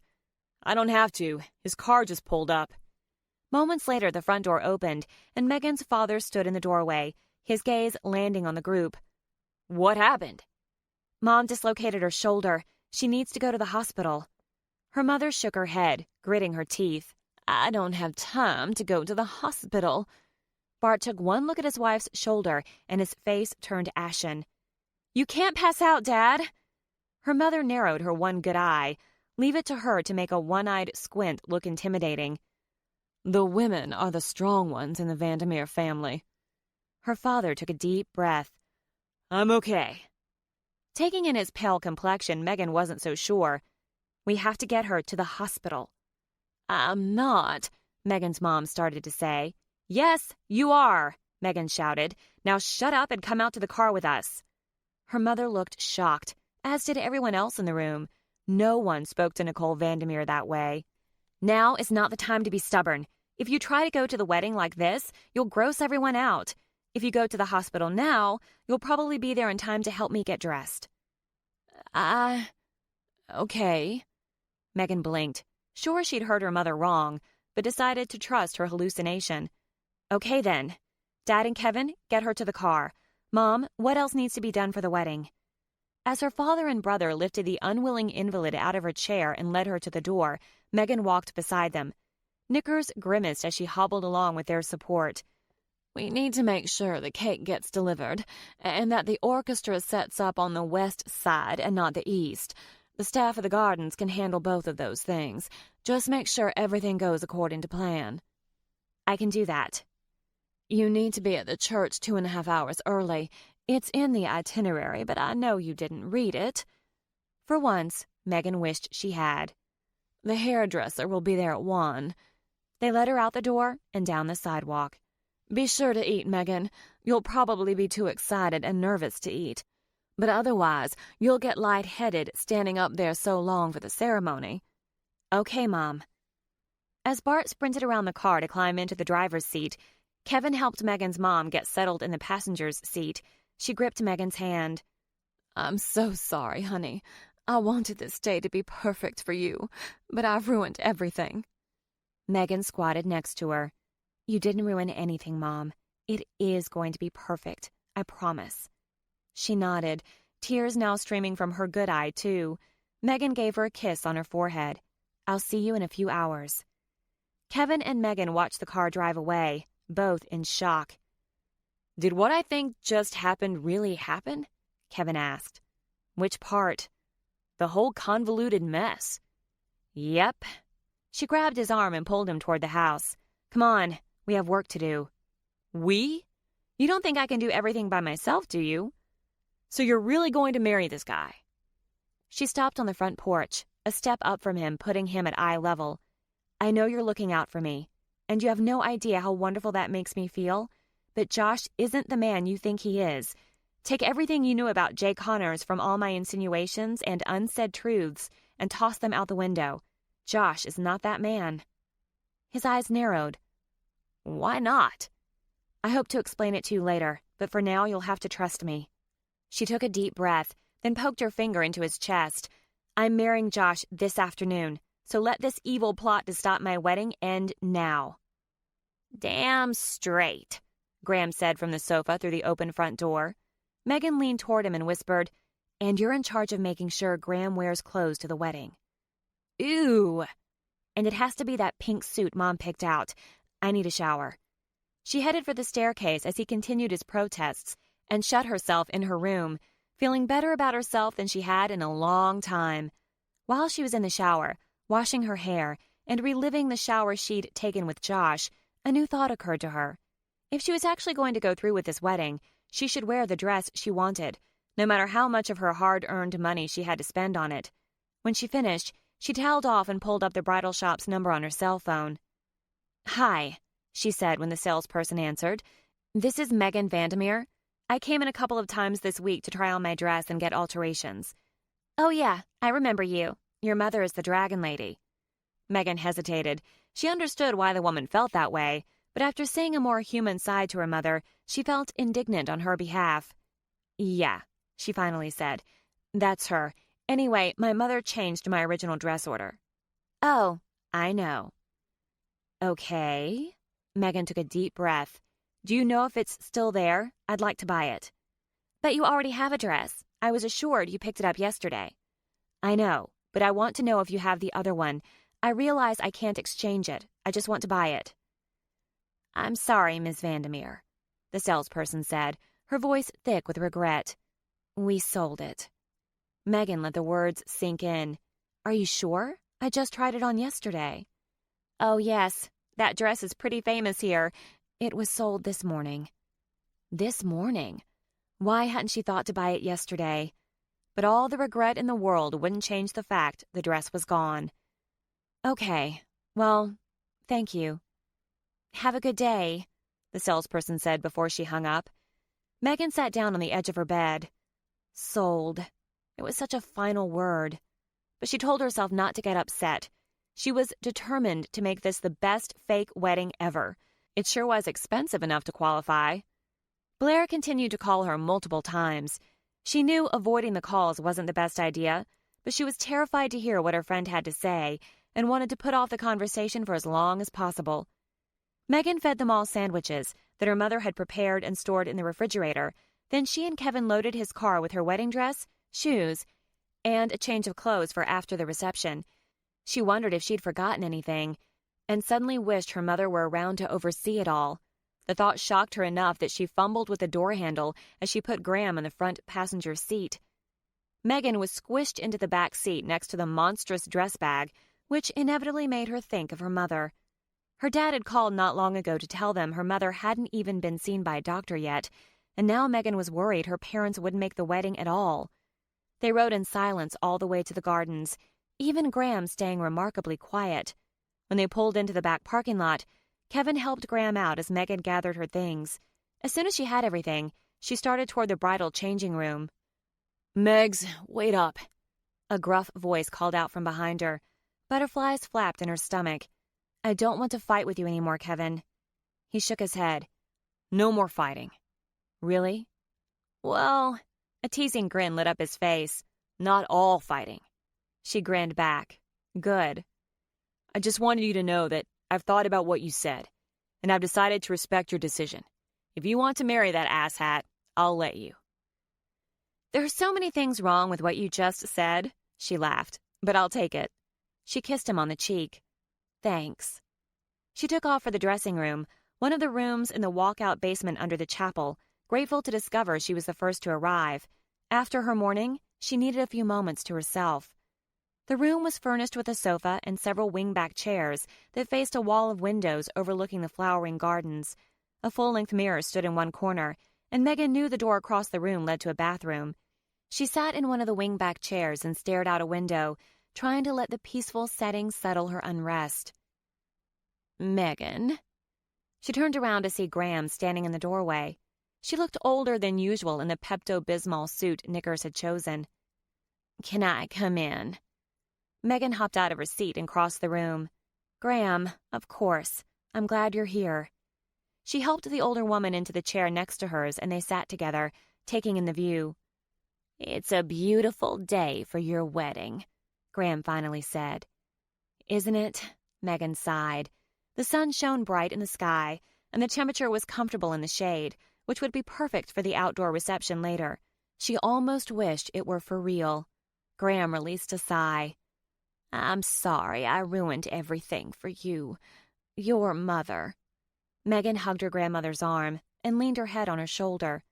Good heavens, Graham. You didn't ruin anything. Think of the stories we'll tell. Graham chuckled. Your mother will never let me live it down. True, Megan laughed, and it will be awesome. I know you two have your differences, but a girl should have her mother with her on her wedding day. She'll get here in time. I know it. The older woman fingered her pearls, then smoothed an imaginary wrinkle from her skirt. There's a reason your mother acts this way, you know. Megan sat up and turned to face the older woman, who patted her hand. I kept hoping she'd tell you herself one day, but she never did. She can hardly admit it to herself. She swung her gaze to the gardens. You wonder why you never saw your Aunt Heather again. I know your mother told you some ridiculous story about a fight over toilet paper." Her mouth lifted into a weak smile. Megan took her grandmother's hand in her own, sensing what she had to tell her would be bigger than she ever anticipated. "It wasn't true, of course. Heather was always interested in your father, but he only had eyes for your mother. I hoped Heather would get over her infatuation, and I honestly thought it had died down. But one day, when you were 11, your mother came home and found your father and Heather together." "Together?" Megan asked in confusion. Then horrified understanding set in. "Oh, no." Graham nodded. "They were in your mother's bed." She took a deep breath and released it. "Your mother was devastated. She saw it as the ultimate betrayal. Her sister and her husband in her own bed. You and Kevin came and stayed with your grandpa and me for a week. Remember?" "Yeah." "That's when it happened. Your mother didn't take it well, as you can imagine. She and your father vowed to stay together, and your father was truly sorry. He did his best to make it up to her, giving her anything and everything she wanted. He still does. But Nicole was certain he'd cheated on her because she wasn't enough. She'd always thought Heather was the prettier of the two of them. Since that day, she's tried her best to be perfect, and she's made herself and everyone around her miserable in the process." Megan closed her eyes, fighting back tears. "I can't believe Daddy cheated on her." "He's always sworn it was a one-time thing, and I believe him. Heather was a lot like your Libby." Megan started to protest, but Graham squeezed her hand. "No, Libby would never try to steal another woman's husband, especially from someone she cares about. But Libby catches men's attention without even trying." She sighed. "Heather was like that too, only she had no scruples. Bart wasn't the first married man she went after, and I'm sure he wasn't the last. As her mother, I tried to ignore it for many years. Until Nicole." She was silent for a moment. "Heather had tried to snag your father since your mother first brought him home. I'm sure she just happened to catch him at a weak moment." Her voice turned stern. "I'm in no way condoning what your father did, but I do believe he regretted it." "Yeah, because he was caught," Megan said in disgust. "Maybe. Maybe not. But he truly loves your mother." Poor Mom. She could sympathize with her mother after Jay's betrayal. Now she wished she'd come clean weeks ago. Her mother would have probably understood. And she really hasn't spoken to Aunt Heather since? No. Aunt Heather died in an accident several years ago, so they never had a chance to reconcile. She released a heavy sigh. She loves you, Megan. She just has a hard time letting anyone close now. She's always waiting for them to betray her. Had her mother viewed many of Megan's decisions as betrayals? And please don't hold this against your father. Even though this is news to you, it happened nearly 20 years ago. Water under the bridge for both of them. Trust me, he's more than paid for his crime. Graham climbed to her feet, releasing a groan.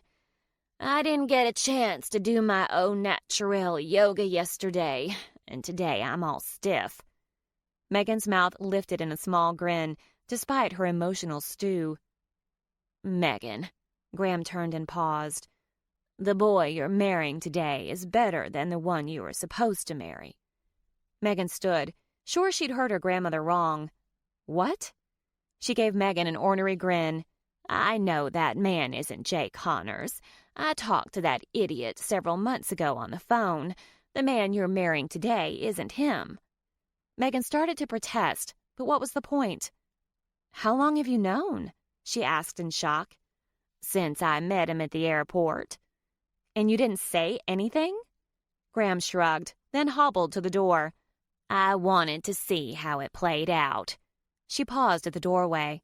I could tell he was a good man, and I figured you'd come clean eventually. We're not really getting married, Graham. It's all a misunderstanding. I was afraid to tell Mom I broke up with Jay. She'd spent so much money. You don't have to explain, but I hope you don't give that boy up after this wedding. She winked. He does have a very nice patootie. Megan started to assure her that she had no plans to let Josh go, then stopped herself. She needed to save the assurances for after Blair dropped her bombshell. She only hoped her heart wasn't blown to pieces when Blair was done.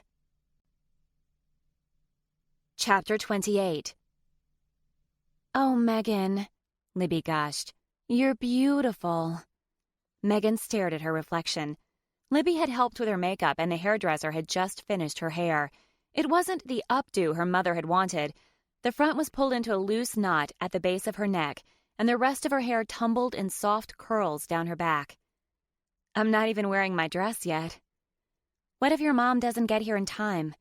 Megan chuckled, but her stomach twisted with nerves. She'll be here. Dad says she's raising holy hell, insisting it shouldn't take so long to fix a dislocated shoulder and a scratched cornea. It had been hard to talk to her dad on the phone without confronting him, but she'd forced herself to set her anger aside. She knew without a doubt he loved her mother. His voice practically broadcasted as he relayed Nicole's current status, and was mature enough to realize things weren't always black and white. She only had to look at her own mess to see that. Still, a new heaviness had settled over her heart. Her father wasn't the perfect man she'd always believed him to be. Do you think she'll really wear an eye patch? Libby asked. Maybe she's wishing she'd picked a pirate wedding theme instead. Libby laughed. If anyone can pull off pirate chic, your mother can. I know. Megan cast a glance at the door, feeling heavy-hearted. I don't think Blair's coming. Libby put her hands on Megan's upper arms. Blair will show up. We all made a promise to each other. The pact. Yes, the wedding pact. We promised we would be married by the time we were 30. We'd be in each other's weddings, and we'd be the first ones to see each other in our dresses on our wedding days. We were 9 years old, Libby. But it still means something to us all, whether she admits it or not. She'll be here. It's almost time to get dressed. Megan's nerves were getting the best of her. She hates me.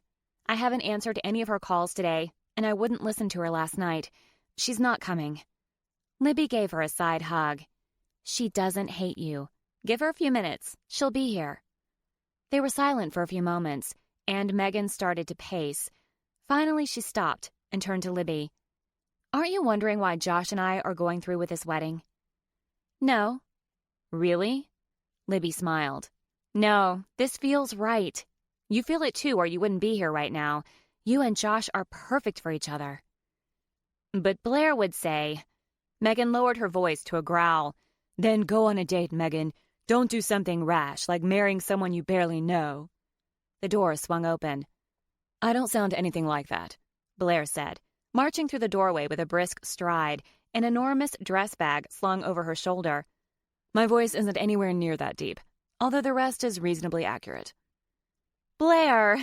Megan clutched her hands in front of her, feeling like she was about to puke. You've been ignoring my calls, texts, emails, voicemails, and carrier pigeons, Megs. Blair not only showed up but used her nickname. Megan grinned. I never got the carrier pigeons. Aha! Blair pointed at her. You just admitted that you received and ignored the other 3. You're playing the role of an attorney, Blair. I need you here as my friend. Well, you're going to have to tolerate the attorney for a little while longer, because there's something I need to talk to you about. If you feel like going through with this preposterous endeavor once I've said my piece, I will be here for you 100%. Tears stung Megan's eyes. Thank you. Don't thank me yet. She hung the garment bag on the rack that held Megan's wedding dress, spread out in all its bedazzled organza glory. Blair stopped in her tracks as she took in the side of it, her mouth gaping. She pointed to the dress, then Megan, then back at the dress. Really? Megan shrugged. Over it already. Knickers. Blair looked around. Where is she anyway? I expected to find her here with a riding crop and a whistle to keep us malcontents in line. Libby snickered. I haven't heard her call us malcontents for years. She's not here. And after Graham asked me earlier today if Josh and I were into BDSM, I don't want to hear another mention of whips or crops for a very long time. Megan shuddered. She's at the hospital with a dislocated shoulder and a scratched cornea. She'll be here soon. You're kidding. I'm more interested in finding out how Graham knows about BDSM, Libby said. Megan rolled her eyes. She says she read 50 Shades of Grey. Libby burst out laughing. That explains so much. Tell me about it, Megan grumbled, her nerves pinging with anxiety. She was ready to seal her fate. Blair lifted her eyebrows. What happened to your mother? Megan sighed. It's a long story, but I'm more interested in the story you have to tell me. I'm ready to hear it now. When Blair blinked in surprise, Megan added, I know you have something important to say. Josh told me that much, but not the details. You investigated him, didn't you, after I expressly ordered you not to? All the fight left Blair, who looked more vulnerable than Megan had seen her in years. What would you have me do, Megan? I wasn't willing to stand by and watch you get hurt by one more jerk, especially when the last one still can't seem to take no for an answer. I swear if Jay makes one more annoying call... What are you talking about? That man's been calling me nonstop since Friday morning. Finally, after your fiasco of a rehearsal dinner last night, I told him you were in Kansas City, which meant you couldn't go out to dinner with him, so he should stop calling me. To his credit, he seemed genuinely surprised to hear you were here. I said the only way you would even fathom going out with him was if he hopped on a plane, found you here in KC, and groveled at your feet. Thank God that seemed to do the trick, and my phone has been mercifully silent ever since. Why would you tell him that? I wouldn't go out with him if he were the last man on earth, especially after meeting Josh. Yeah, well, you shouldn't put Josh on a pedestal just yet. She put a hand on her hip and cocked her head. What did he tell you? I told you he didn't tell me anything. I figured out you had something to do with it after he punched his brother. Oh, God, she said, realization hitting her. I have no idea where Noah is or where he stayed last night. Libby's mouth contorted. I know the answer to both of those questions. Megan froze, narrowing her eyes. How do you know? You didn't, Blair gasped. Libby's back stiffened in defense. What? He didn't have anywhere to go, and he was really upset. Libby, Blair said. What about Mitch? What about him? She asked in genuine confusion. Oh, you think... No, I didn't cheat on Mitch. Disgust washed over her face. Is that really what you think of me? There was that one time. Blair's voice trailed off. I was a kid, barely 19, and he told me that he and his girlfriend had broken up. He was cheating on his girlfriend. But I would never purposely cheat, especially after Megan found that prick. Her voice trailed off. Megan grabbed Libby's hand. It's okay, Libby. I'm over it. I'm thankful for it. Otherwise, I might be marrying said prick now. She gave a shudder. There's nothing between me and Noah. He just needed a friend last night. A friend? Blair asked, turning her attention to Libby. That kind of guy doesn't do friends. Yeah, I know, Libby said. That's what was so confusing. We stayed up almost all night, talking. She widened her eyes, as if sensing they were about to pounce on her. What? It's true. And he never once made a move on me. Honestly, I think he's lonely. Blair stared at her, speechless for several seconds before shaking her head. Lonely? Whatever. One Macmillan man at a time. She turned her gaze to Megan. There are a few things you need to know. I can't believe he didn't tell you everything before I could get to you. No, Blair, Megan said, her tone brisk. He told me to listen to what you had to say, then make up my own mind. Blair sighed. He's playing you, Megs. No, Blair. He trusts my judgment. He said if I decide I don't want to see him again, he'll respect my choice. She took a deep breath. So tell me. Blair cast a glance toward the still silent Libby. Libby can stay, Megan said. She's part of this too. I think you should sit. Megan obeyed and fought her rising nausea as Blair told her about the patent, Josh's business, and how she wasn't sure it was a coincidence that he'd sat next to her on the plane, and when she was finished, all three women sat in silence. Megan stood and wandered over to the window, looking out at the flowering gardens. Parts of it made sense. She knew Josh's company was in trouble. He'd told her that he had two choices. Either his employees would lose their jobs, or he'd hurt someone he cared about. She had thought that someone was Noah. Turns out, it was her. So why had he continued with this charade? Because he hadn't stolen the information he needed yet. If he left, he couldn't look for it. She felt like an idiot when she realized she'd given her father's password to him, providing him with carte blanche to all of her father's electronic files. What had she done? She was going to throw up. Then she thought about the man she'd gotten to know, a man who would never steal something for personal gain. He had too much integrity. It might not look that way, since he'd helped her for reasons that weren't on the up and up, but she couldn't ignore how he'd refused to have sex with her that first night. He'd wanted to, badly, but he'd stopped because he was afraid of hurting her. But what about his feelings now? When she examined every minute they'd spent together, she kept coming up with the same answer. What he felt for her, what they felt for each other, was genuine. Why was he so upset with Noah? She finally asked, turning to face Blair. How should I know? Megan stared at her, lifting her eyebrows. Try again. I know you had a part in it. Why would I interfere with their relationship? Tell me. Blair released a sigh. You know how much I love you, Megan. I may not say it often, but I figure actions speak louder than words. So I acted. What did you do? Her words were tightly controlled. I had a document prepared. After I presented my key evidence, I gave Josh an out. I found another investor to take the original one's place, one of my divorce clients who received a very large settlement.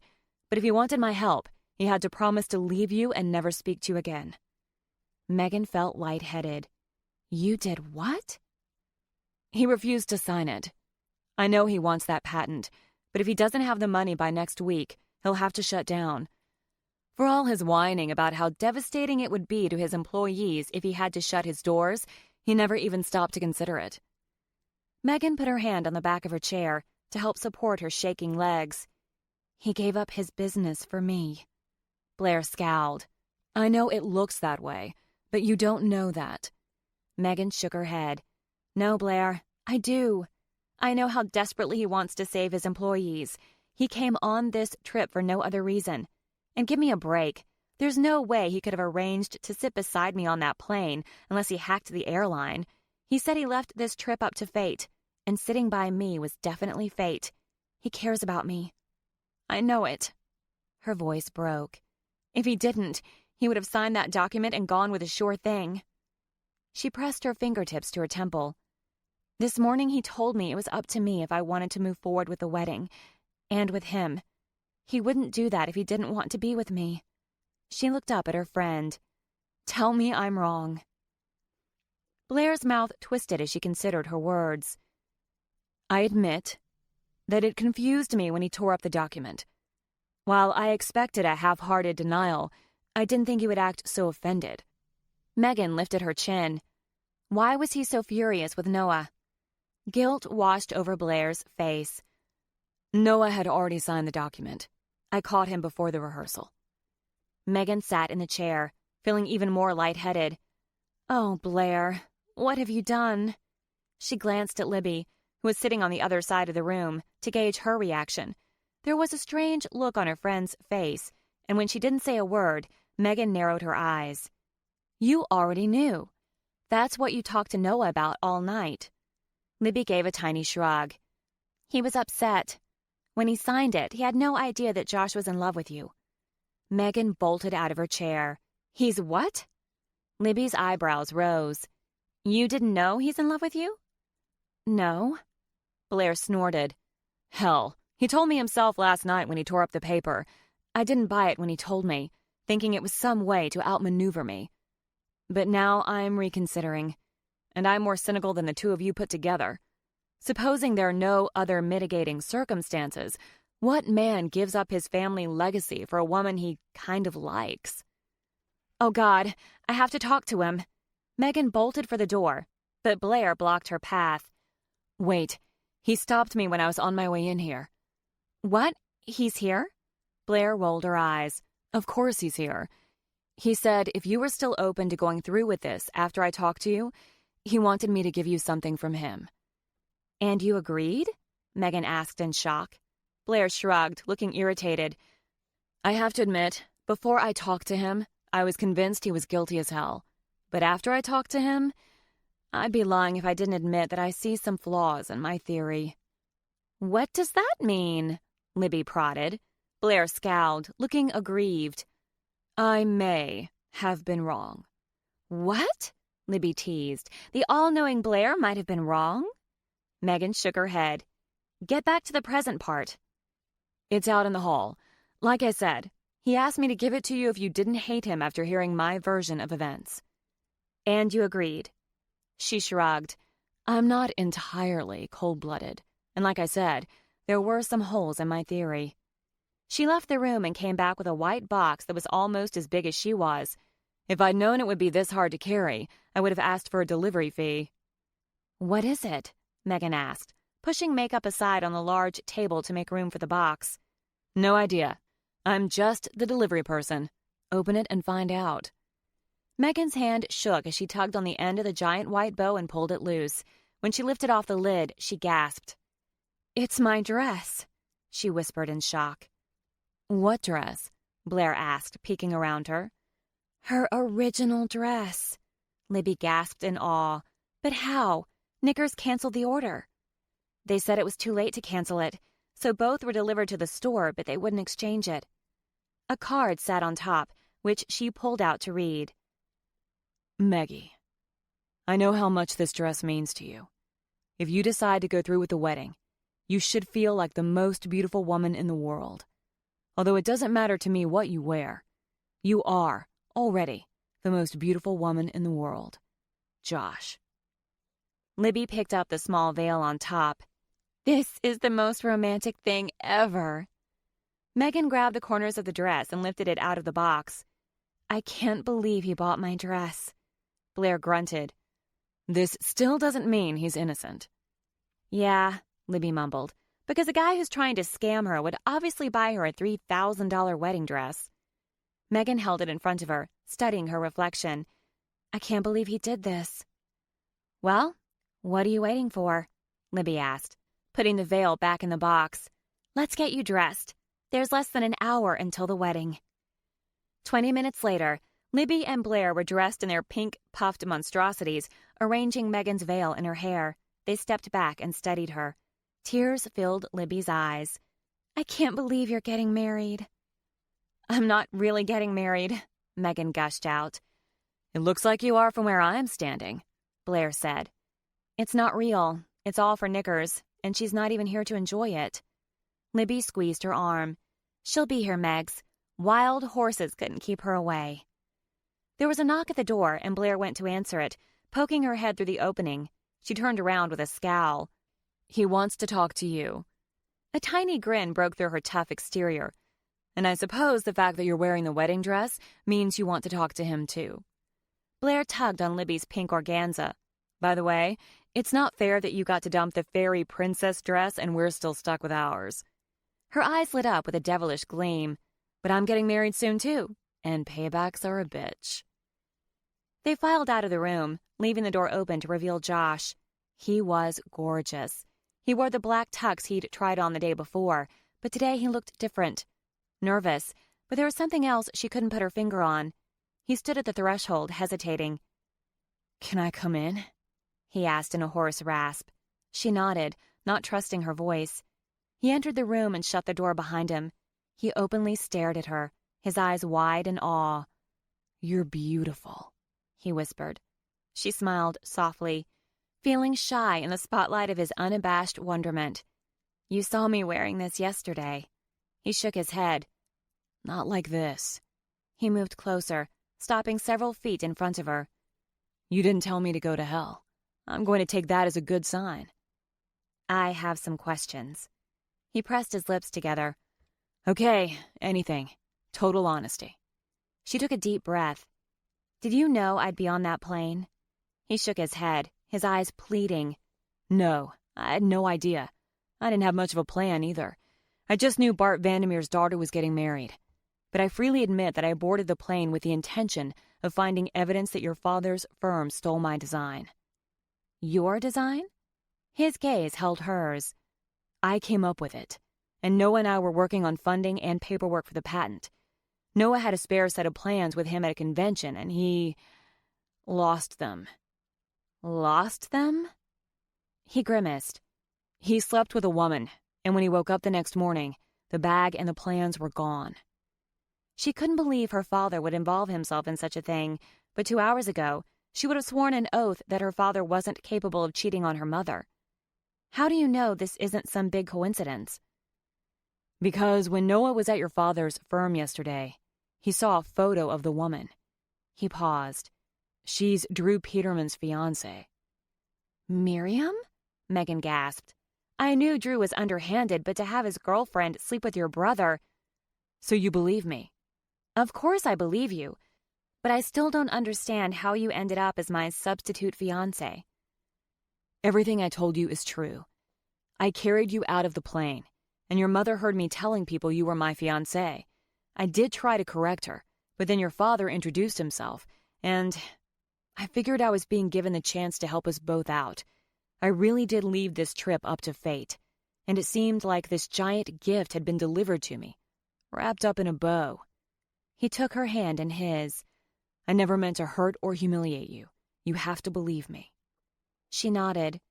So the reason you didn't want to break up with me in the beginning was because you hadn't found what you needed? Yes, at first. And then Noah came to help. It seemed like a good idea at the time. And then yesterday, when you used my father's computer... I was ready to let the business die. After our night together, I knew I couldn't lose you. But something changed. When I checked my email, I got a note from our business manager, Angie. She told me that an employee who's been with the firm for over 30 years had a heart attack. He swallowed and reached forward to squeeze her hand. He's counting on me, Megan. How will he survive if my business fails? I felt like I had to make a choice between saving him and the other people in my firm and my own happiness. I've sacrificed so much for this business, but I didn't want to give you up. It ripped my heart out to even consider it. She closed the distance between them and kissed him. You're not giving me up. He squeezed his eyes shut and pulled her into a hug, kissing her softly for several seconds before releasing her. Do you have any hard evidence against my father's company yet? Guilt flickered in his eyes. No, just circumstantial. She hesitated, not knowing if she wanted the answer to her next question, but she was tired of hiding from the truth. Is my father involved? He didn't answer, and she pushed out a breath, trying not to cry. We don't know, Megan. That's circumstantial, too. But there was a good chance he was involved somehow, and the thought nearly killed her. How'd he pay for this wedding, Josh? My parents don't have that kind of money. I don't know. She pressed her lips together and nodded, taking in a deep breath. So we need to get the evidence to save your business, right? You want to help me? You have people depending on you, don't you? Well, yes, but... Do you have a plan? He shook his head, as though letting the realization that Megan was there for him, that she wanted to help him, sink in. Drew Peterman and his fiancée are supposedly coming to the wedding. Noah is going to pull her away and try to get her to confess to stealing the plans and capture it with a video recording. If we can get her confession, the rest falls into place. And how does Noah plan to get her to confess? His face reddened. He has his methods. Oh, she was sure he did. Libby's agreed to help him too. She's going to record it all. When her eyes widened in surprise, he added, Noah stayed with her last night. Supposedly they're BFFs now. I heard. And what about you and Noah? He grimaced. We're working it out. He's making an effort. So if Libby and Noah are trying to get a confession, what is there for me to do? I want to help you. His eyes were soft as he smiled at her. Your job is easy. You just be you. And what's your job in this? To stand next to you and be the luckiest man in the world. Her face flushed. Were Libby and Blair right? Did he actually love her? Did she love him? She glanced down at her dress. Thank you for this. If we're going through with this, I wanted today to be as wonderful for you as possible. He started pacing, then stopped in front of her and said, I have another gift, if you'll accept it. Why was he so nervous? Okay. He reached into his coat pocket and pulled out a silver ring. The band was engraved with an intricate pattern. Two smaller but still good-sized diamonds flanked a large round diamond. I don't want to stand in front of all your mother's friends and go through with this ceremony with Jay Connor's ring on your finger.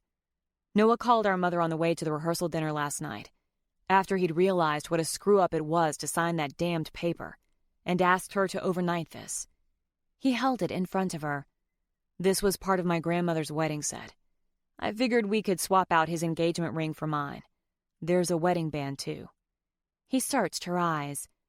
And maybe, when the ceremony is over, you'll keep wearing the engagement ring. Her mouth dropped open in shock as he got down on one knee.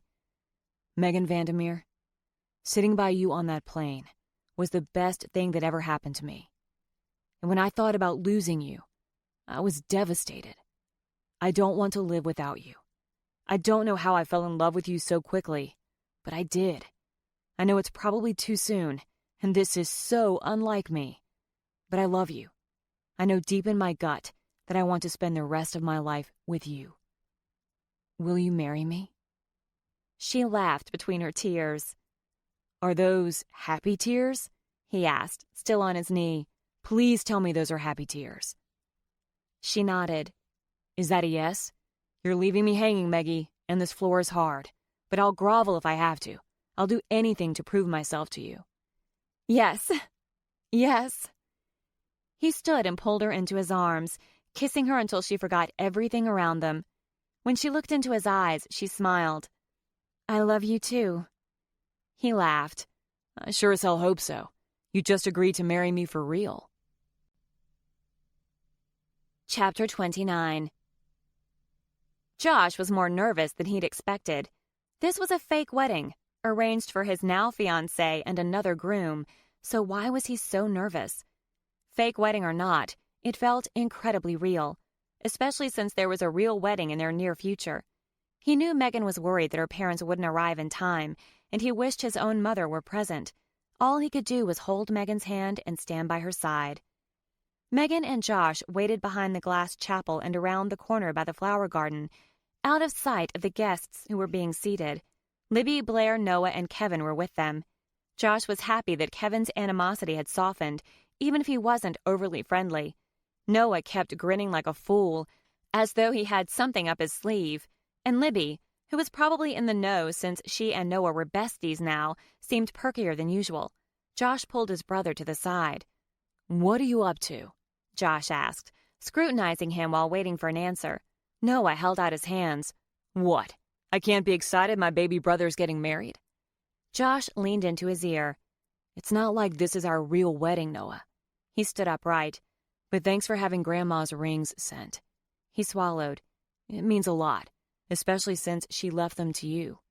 Noah clapped his brother's upper arm. You and Megan deserve them and all the happiness that comes with them. He glanced over his shoulder at the bride. It looks good on her finger. Josh studied his brother before whispering, She's going to keep wearing it after the ceremony. I asked her to marry me, and she said yes. He expected more surprise from his cynical brother, but Noah's face lit up with a radiant smile. That's the best news I've heard in a long time. You, a firm believer that true love doesn't exist, think me proposing to a woman I've known for 4 days is the best news you've heard in a long time? Noah shrugged, glancing at Libby, then back at him. What can I say? I've been convinced this is true love, and I have to admit that I've never seen you happier. He turned serious. You deserve all this happiness, and so much more, Josh. A lump clogged Josh's throat. Thanks, Noah. Noah shrugged again, an arrogant grin slowly spreading across his face as he straightened his tie. I'll try not to outshine you up there. With that black eye? He winked his bruised eye, then winced, still grinning. It only adds to my rugged charm. Josh's gaze fell on Megan. Once again, stunned, this woman who was so beautiful, inside and out, was his. We're both going to be outshone. Noah rested his hand on Josh's shoulder, following his gaze. I think you're right about that one, little brother. Bart and Nicole arrived with minutes to spare. Nicole hopped up on painkillers, with an arm sling on her right side and an eye patch on her left. The instant Megan saw her parents, all the tension drained from her body, leaving her with a radiant glow. She gave the go-ahead to start the wedding procession. Thanks for keeping me calm, but I'm good now. Megan reached up and placed a gentle kiss on his lips. See you at the altar, Mr. McMillan. Her mother's unfocused eyes darted around. Did she just call him Mr. McMillan? But just then the usher came around the corner to lead her to her seat. Josh started to head for the chapel, but stopped when he saw Nicole pull away from the usher and stumble toward her daughter. She was probably planning to give her an earful about letting Josh see her dress. This wedding might not be real, but he wasn't going to let her mother screw this up for her any more than she already had. Sensing that Megan's mother was chemically impaired, the usher reached for her good arm to lead her away, but she shrugged him off again.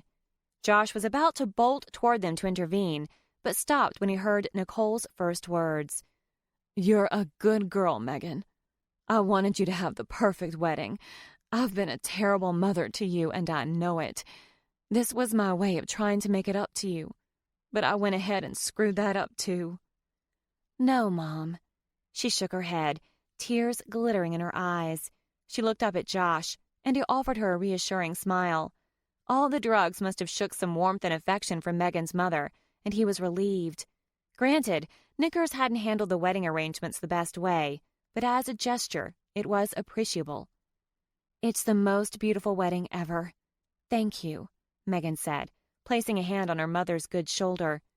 Assured that Megan was okay, Josh took his place at the altar of the all-glass chapel, the view of which overlooked the gardens. Knickers had outdone herself with the organza draping gracing the ends of each pew. Flowers were everywhere, roses in varying shades of white and pale pink. Josh hated to admit it, but Knickers' wedding madness had paid off. The glass chapel was gorgeous on its own. The plethora of flowers made it stunning. Kevin stood on the altar with him, and Noah stood in the best man position. He leaned over and whispered in Josh's ear. I know Knickers was worried about your side of the church being too bare. He pointed to the right. There's a surprise for you. Josh turned his attention to the front row and was shocked to see his mother. Tears filled her eyes, and she gave him a warm smile. He turned back to Noah, silently demanding an explanation. You can't get married without Mom. She'd kill us both. When Josh didn't avert his gaze, he continued. When I asked for the rings, she demanded to know why, so I told her everything. She overnighted the rings, but her plane barely landed in time. Josh leaned closer to Noah's ear. But this wedding isn't real. Noah smirked. You just keep telling yourself that. The string quartet switched to the wedding march, setting Josh's heart to racing, and first Libby, then Blair walked down the aisle. Bart walked down the aisle next, Megan on his arm. She was gorgeous in her white silk dress, her dark hair hanging down her back. A short veil, the one the sales clerk had recommended, was pinned to the top of her head. She carried a bouquet of soft pink roses.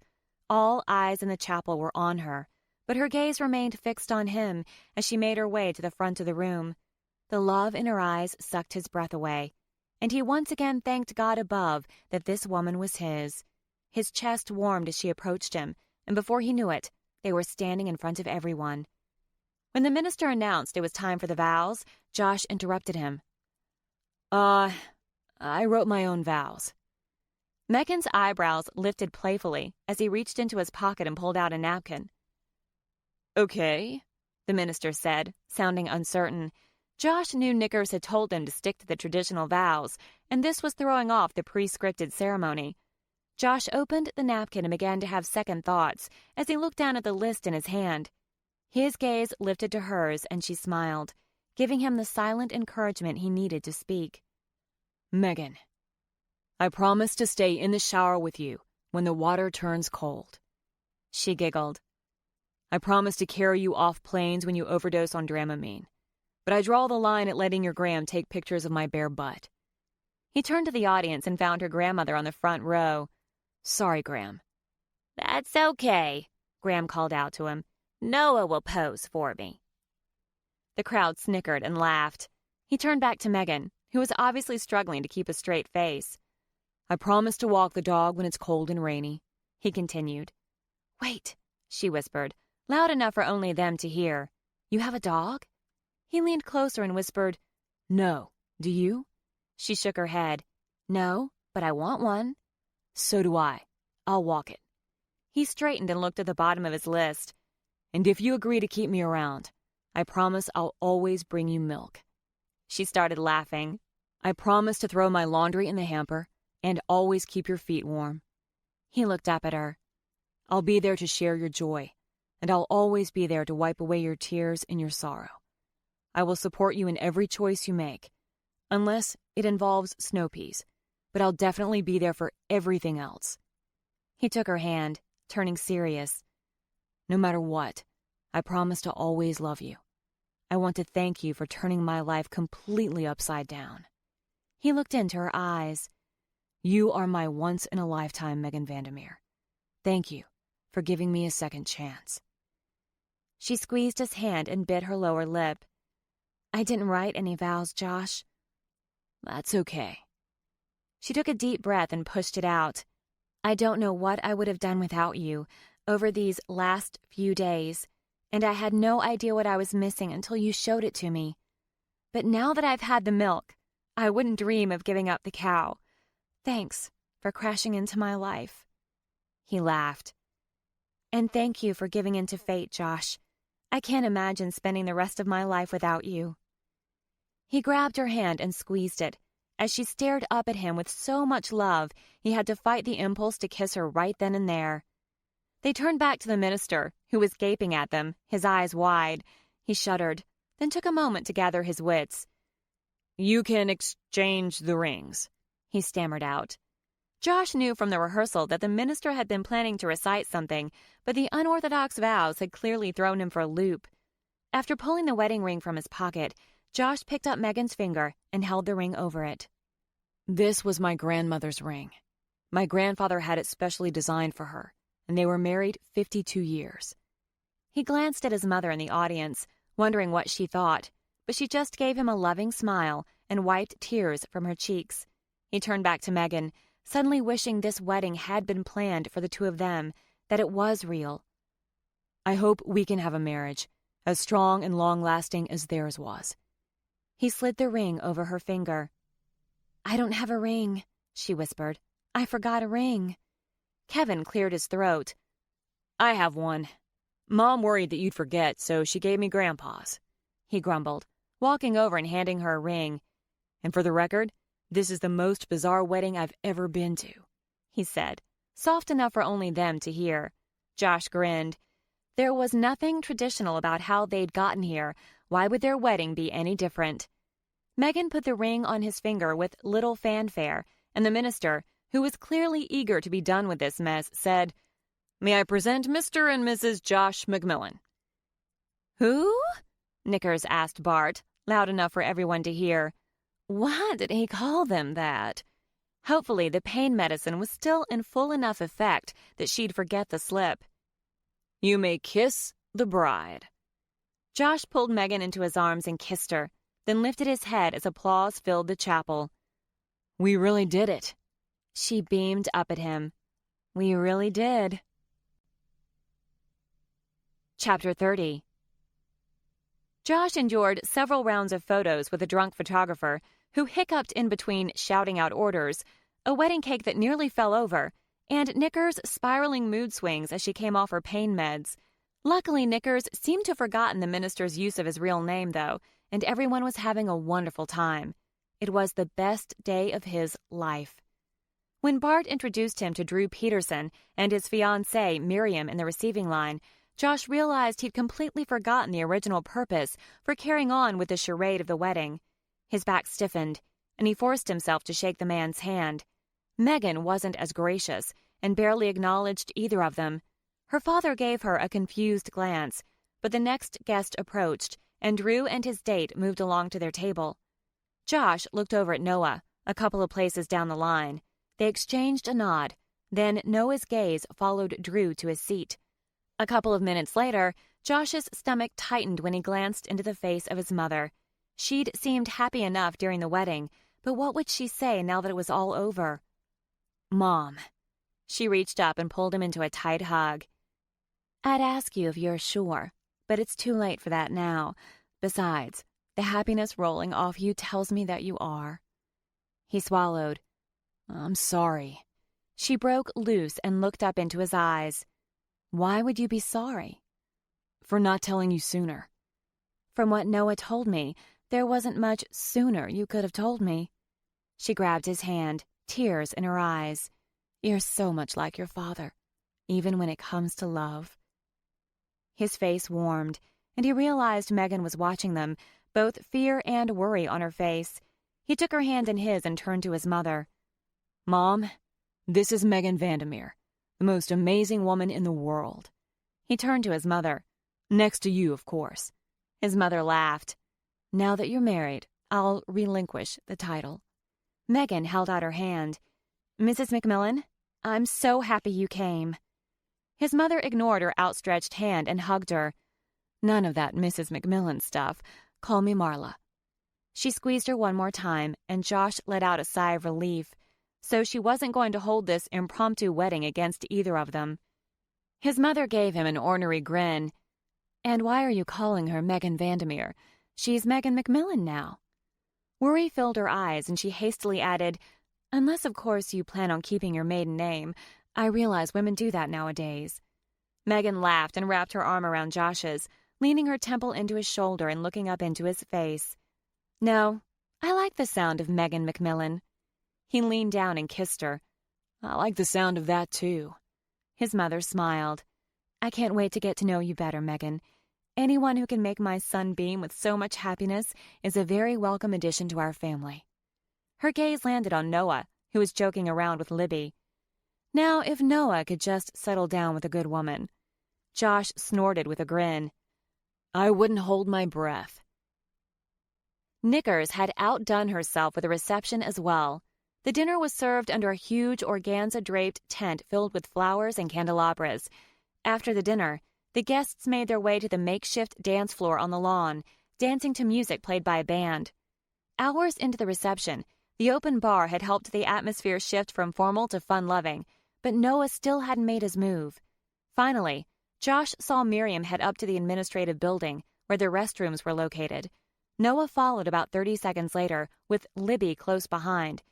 The heavy sense of responsibility that had been plaguing him finally sloughed away. Josh spun Megan around on the dance floor under the stars. The band Knickers had hired was surprisingly good. He knew they should be mingling with their guests, but he couldn't bring himself to lose this perfect moment with her. A couple of dances later, Megan noticed his attention drift up the small hill, and she glanced around. "Where's Noah?" Josh gave her a knowing look. "He's getting our proof." "Do you think he'll get it?" He grinned. "Yeah." "What about my dad?" Worry lines wrinkled her forehead. "Hey." She looked up at him. "Let's find out what Miriam tells Noah, then go from there." "Okay." She nodded. "Did you get the marriage license from Noah yet?" Josh had told the minister he'd take care of mailing the license, but he'd seen the minister hand the stamped envelope to Noah, who'd been evasive about it all evening. "No, but I'll get it. I promise." "Josh, what if Noah loses it?" He stopped dancing and kissed her, making them both forget about Noah and what he was up to. "How much longer do we have to stay at this thing?" he asked, his lips brushing hers. "I'm very eager to start our honeymoon. Although, I just now realized that I have no idea where we're staying tonight." She giggled. "As much as I love making love to you under the stars, I need a bed tonight." A wicked gleam filled his eyes. "All this talk about beds is only making me want to drag you away now." "Patience, Mr. McMillan." His gaze returned to the small hill. He had to at least stay and see how Noah's scheme played out. 10 minutes later, Noah emerged from the administrative building, searching the crowd. Josh nodded, then gave Megan a lingering kiss. "Keep that up, and I'll want to skip the rest of my own reception." He grinned. "Hold that thought. I need to talk to Noah." "Okay." "Your mother has been shooting us dirty looks for the last 5 minutes. Why don't you go appease her, and after I finish with Noah, I'll steal you away." "Deal." He made his way through the crowd and met Noah at the edge of the tent Knickers had rented for the reception. "Did you get it?" Josh asked, keeping his gaze on Megan. "Piece of cake. Peterman's kid put her up to it. His dad didn't want to make him a part of the firm, so he needed to give them something they couldn't refuse. We were at the same conference, and Peterman knew about the design because I ran my mouth a bit too much. His girlfriend was with him, and you know the rest of that part." Josh scowled. "It's the next part I'm interested in." Drew gave the plans to his dad, passing them off as his own. "So no one else knew they were stolen?" "No, I don't think so." "But what about the email from the attorneys and Bart's personal email?" Noah grinned. "I cracked his email." "What? When?" "While you and Megan were busy making goo-goo eyes at each other during dinner. I kept trying different combinations until I broke it." "Combinations of what?" "His nicknames for Megan." That made sense. "And?" "It looks like Bart caught wind of our application being denied. He realized that Drew had acquired the plans illegally. He was checking to see what ramifications it would have on the firm, given that the other principals had no prior knowledge of the crime." "That means Bart is innocent." "In this, yes." Josh lifted his eyebrow in question. "There's still the issue of him taking money from his company, but that's their problem, not ours." "So we won?" Josh asked, incredulous. Noah looked over at Megan. "You won, all right." Libby slipped out the side door of the building and walked over to them, a sly grin on her face. "Has it been taken care of?" Noah asked. Libby's grin widened. A man walked up to the party, his gaze scanning the crowd. He looked to be in his early 30s, with dark hair and a medium build. He wore jeans and a polo shirt, so he obviously didn't belong at the wedding. Something about him set Josh's nerves on edge. But something else told him that Libby and Noah were the more immediate concern. "Has what been taken care of?" "Your wedding gift," Libby said. Libby had his full attention. "Why am I suddenly scared?" "There's no reason to be scared," Noah said. "It's exactly what you wanted. Megan." Josh's chest tightened. What had they done? "I already have Megan." "This is more permanent." Looking pleased with himself, Noah slapped Josh's arm. "Libby put your marriage license in the mail. I told you this was the real deal." Terror washed over him. What was Megan going to say? Would she think he tricked her in this, too? "Get it back." "No can do, Joshy," Noah laughed. "It's a public mailbox. Breaking in is a federal offense." "Fix this." "It is fixed. It's done." Josh turned back to the crowd, trying to sort through his options. Surely Megan wouldn't hold it against him if he could get Noah and Libby to confess. His eye caught the man at the edge of the crowd. He studied him closer, thinking he'd seen him somewhere, then realized he looked like an actor on Dawson's Creek. The guy stood on the periphery, his body stiff, as though he were looking for a fight. How did he know him? Josh turned to Libby, his heart racing now. "Who is that guy?" The man started to push his way none too gently through the crowd, heading straight for Megan. "Oh, God," Libby said, breathless. "It's Jay." "Shit." He took off running, his heartbeat pounding in his ears as he pushed people out of the way. Megan was talking to her mother and several of her friends, oblivious to the booby trap headed toward her. Jay reached her first. He grabbed her arm and spun her around to face him. "What the hell is going on here?" he shouted, still holding her arm. She cried out in surprise and tried to pull out of his grasp, but he held on tight. Finally reaching Megan, Josh positioned himself beside her, hands balling into fists at his sides. "Get your hand off her now." His voice was calm, but it held a deadly edge. Knickers appeared from behind him, livid at what she had to see as a wedding crasher, one who was accosting her daughter, no less. "Just who do you think you are?" Who am I? Jay shouted, spittle flying out of his mouth. I am Jay Connors, the groom. A collective gasp spread across the crowd. What the hell is going on here, Megan? He jerked on her arm. Josh wanted to beat the shit out of the dirtbag, but the guy had to let go of Megan first. I'm warning you, Josh said, taking a step forward. Let go of her now. Who the hell do you think you are? I'm her husband. Now let her go. Josh weighed his options as the other man turned to face him, his mouth gaping wide open. He could try to deck Jay, but he didn't want Megan to get caught in the middle. He heard someone come up behind him, and when he glanced back, he wasn't surprised to see that Noah literally had his back. Megan's face was pale, and she cast a glance at her mother, then at her ex-fiancé. Jay, let's go somewhere more private, and I'll explain. A black look washed over his face. Oh, you're going to explain, all right. He moved through the crowd, dragging Megan with him. As Josh followed, he waved over Libby and Blair, who'd hurried over to them. Call the police. Blair held up her phone. Already done. Jay didn't stop until he reached a concrete pad at the edge of the gardens. Josh took comfort in the fact that it was at least a somewhat private place. Not that this was a private moment. There were 6 people watching Jay maul Megan. Kevin had joined the group, looking like he was going to murder Jay Connors himself, but one look at Megan's face told Josh how humiliated she was. Start talking, Megan.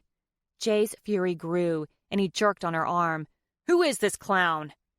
Josh's own temper raged, and he started to lunge for the man out of instinct, but Noah held his arm and growled under his breath. Not yet. Megan took a deep breath to keep from crying. Josh? She shot a glance at her mother. Josh McMillan. Anger spread across Nicker's face when she realized she'd been duped. Josh, Jay said with a sneer. Were you screwing him while we were together? What? She asked in horror. Then her fear gave way to anger and she glared at him. No, Jay, I'm not a cheating bastard like you are. We broke up 6 weeks ago, Megan, and you're marrying this... He waved his hand toward Josh. This shithead? You're telling me you weren't sleeping with him all along? He jerked on her arm again and she winced in pain. Josh had about reached his limit. If you care about her at all, let her go. You mean care about her like you do? He released a bitter laugh. I love her. Josh held up his hands, pulling loose from Noah's hold. I wouldn't dream of hurting her, but you're hurting her now, so let her go and we'll talk about this like adults. Jay shook his head, seeming to just notice the others who'd trailed after them. This doesn't concern the rest of you. Everyone leave, but you. He pointed at Josh. Nicker's face twisted with rage. You are manhandling my daughter, you miscreant. Let go of her now. She was a force to behold. Jay's gaze turned to Megan's mother, and his grip loosened as if by instinct. Megan took the opportunity to stomp on his foot and elbow him in the stomach. Releasing her arm with an angry shout, Jay reached up to hit her. Josh didn't waste a second. He lunged for Jay, knocking him to the ground as Noah pulled Megan out of harm's way. You son of a bitch! Keep your hands off my wife! He swung at Jay, connecting with his jaw. You never deserved her! Jay pushed Josh away from him, then got to his feet and punched Josh in the stomach. Jay! Megan shouted. Leave him alone! She tried to lunge for them, but Noah held her back. Josh got 2 more punches in before the men broke apart and leered at each other. What do you want, Connors? Josh asked, breathless. Do you want her to say she cheated on you? Why? So you won't feel like such a fool for letting her go? He clenched his fist, then flexed it. That's why you're here in Kansas City, right? Because you realized what a complete idiot you were to cheat on her? Now she's moved on, and you can't accept responsibility for that, so it's easier to blame her. He stepped closer and jabbed his finger at Jay's chest. But that's on you. You had 2 years to treat her right, but you were too stupid to see what you had. Jay's face hardened. She's not yours. We're married. Deal with it. Jay swung at him again, and Josh stepped backward and out of the way. Hundreds of sprays of water suddenly shot straight up from the ground in a 20-foot diameter. They pulsed, spraying on and off, completely drenching the 2 men. So that explained the concrete pad. Jay swung at him again, and Josh took another step back, evading his fist. Enough! Megan's mother shouted, the authority in her voice unmistakable. Both of them stopped and turned to face her, still standing in the oscillating water sprays. Jay Connors, you have 5 seconds to leave my sight. Never contact my daughter again. Her eyes narrowed. And if you do, I will hunt you down all the way to the Pacific West and chop off important parts of you that you'd probably prefer to keep.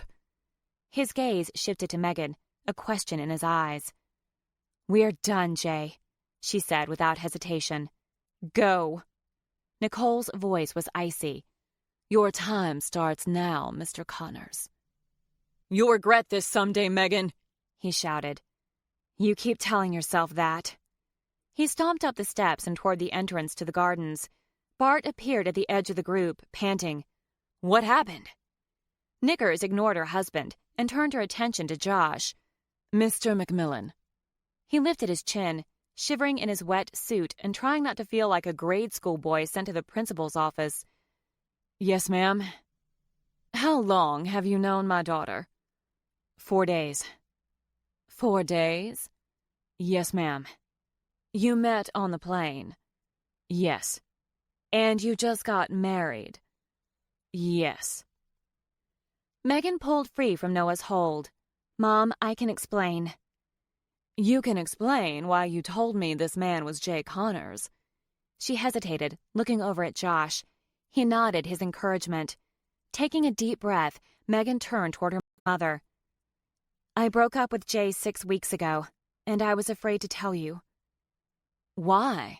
Her mother demanded. Do you really think I would want you to marry a man who would cheat on you? Megan looked torn. You kept telling me how much the wedding cost and that you couldn't get refunds. The fury in her mother's face dissolved into sorrow, and her shoulders sagged. You really think I'm that much of a monster? Megan started to say something, but kept her mouth shut. So you chose to marry a stranger, rather than tell me your fiancé cheated on you? We're not married. It wasn't real. Josh cringed. Things were about to get uglier, as if that were possible. He took several steps toward her and out of the fountain, water dripping from his hair onto his face. Meggie, we are. Confusion wrinkled her brow. We are what? His eyes pleaded with hers. We're married. She blinked. What? The marriage license got mailed in. We can't get it back. What? How? Libby raised her hand, a sheepish look washing over her face. Me? And me. Noah stepped up next to her, as if presenting himself for punishment. Libby stepped up beside him. Josh didn't know anything about it. We had just told him when Jay showed up. Josh knew he had to take control. It doesn't matter. As far as I'm concerned, this wedding couldn't be any more real. I'm glad they mailed it in, but they should have consulted us first. He searched Megan's face, hoping to get a read on how she felt, but it remained expressionless. He decided to go for broke and took several steps toward Knickers, his hand extended as he presented his case. I love her. I've never met anyone like her before, and I know it's crazy. I know it, but it's right, too. Knickers watched him for several seconds before turning to Megan. We can get this annulled. What? Josh asked in panic. Noah and Libby voiced their own protests too, but he was too distraught to register what they said. Megan gasped. You would do that? Of course I would do that. Her no-nonsense countenance had returned, and she was ready to take charge once again. You're not stuck with this. I'll take care of it. Megan looked between Josh and her mother and took a deep breath. What if I want to be stuck with this? Josh leaned over his knees, weak from relief. Oh, thank God, he mumbled under his breath. Knickers' eyes widened. Why on earth would you want that, Megan? Because I love him. How? You hardly know him. I don't know. I just do. So you're married to Josh McMillan? She gave him a bright smile that sucked his breath away. Yes, I suppose I am. Epilogue. 2 months later, Megan McMillan pushed open her apartment door, terrified she was too late. Josh? In the bedroom. She shut the door behind her and dropped her purse on the entry table before she hurried down the hall. Josh was bent over a suitcase, zipping it closed. I got tied up at work, and I thought I missed you. Her voice broke, and she felt ridiculous. He might be flying to Kansas City, but she'd see him in 2 days. Josh stood upright and turned to her, the look in his eyes making her tingle from head to toe. How could he always look at her with such wonder, as though he were seeing her for the first time?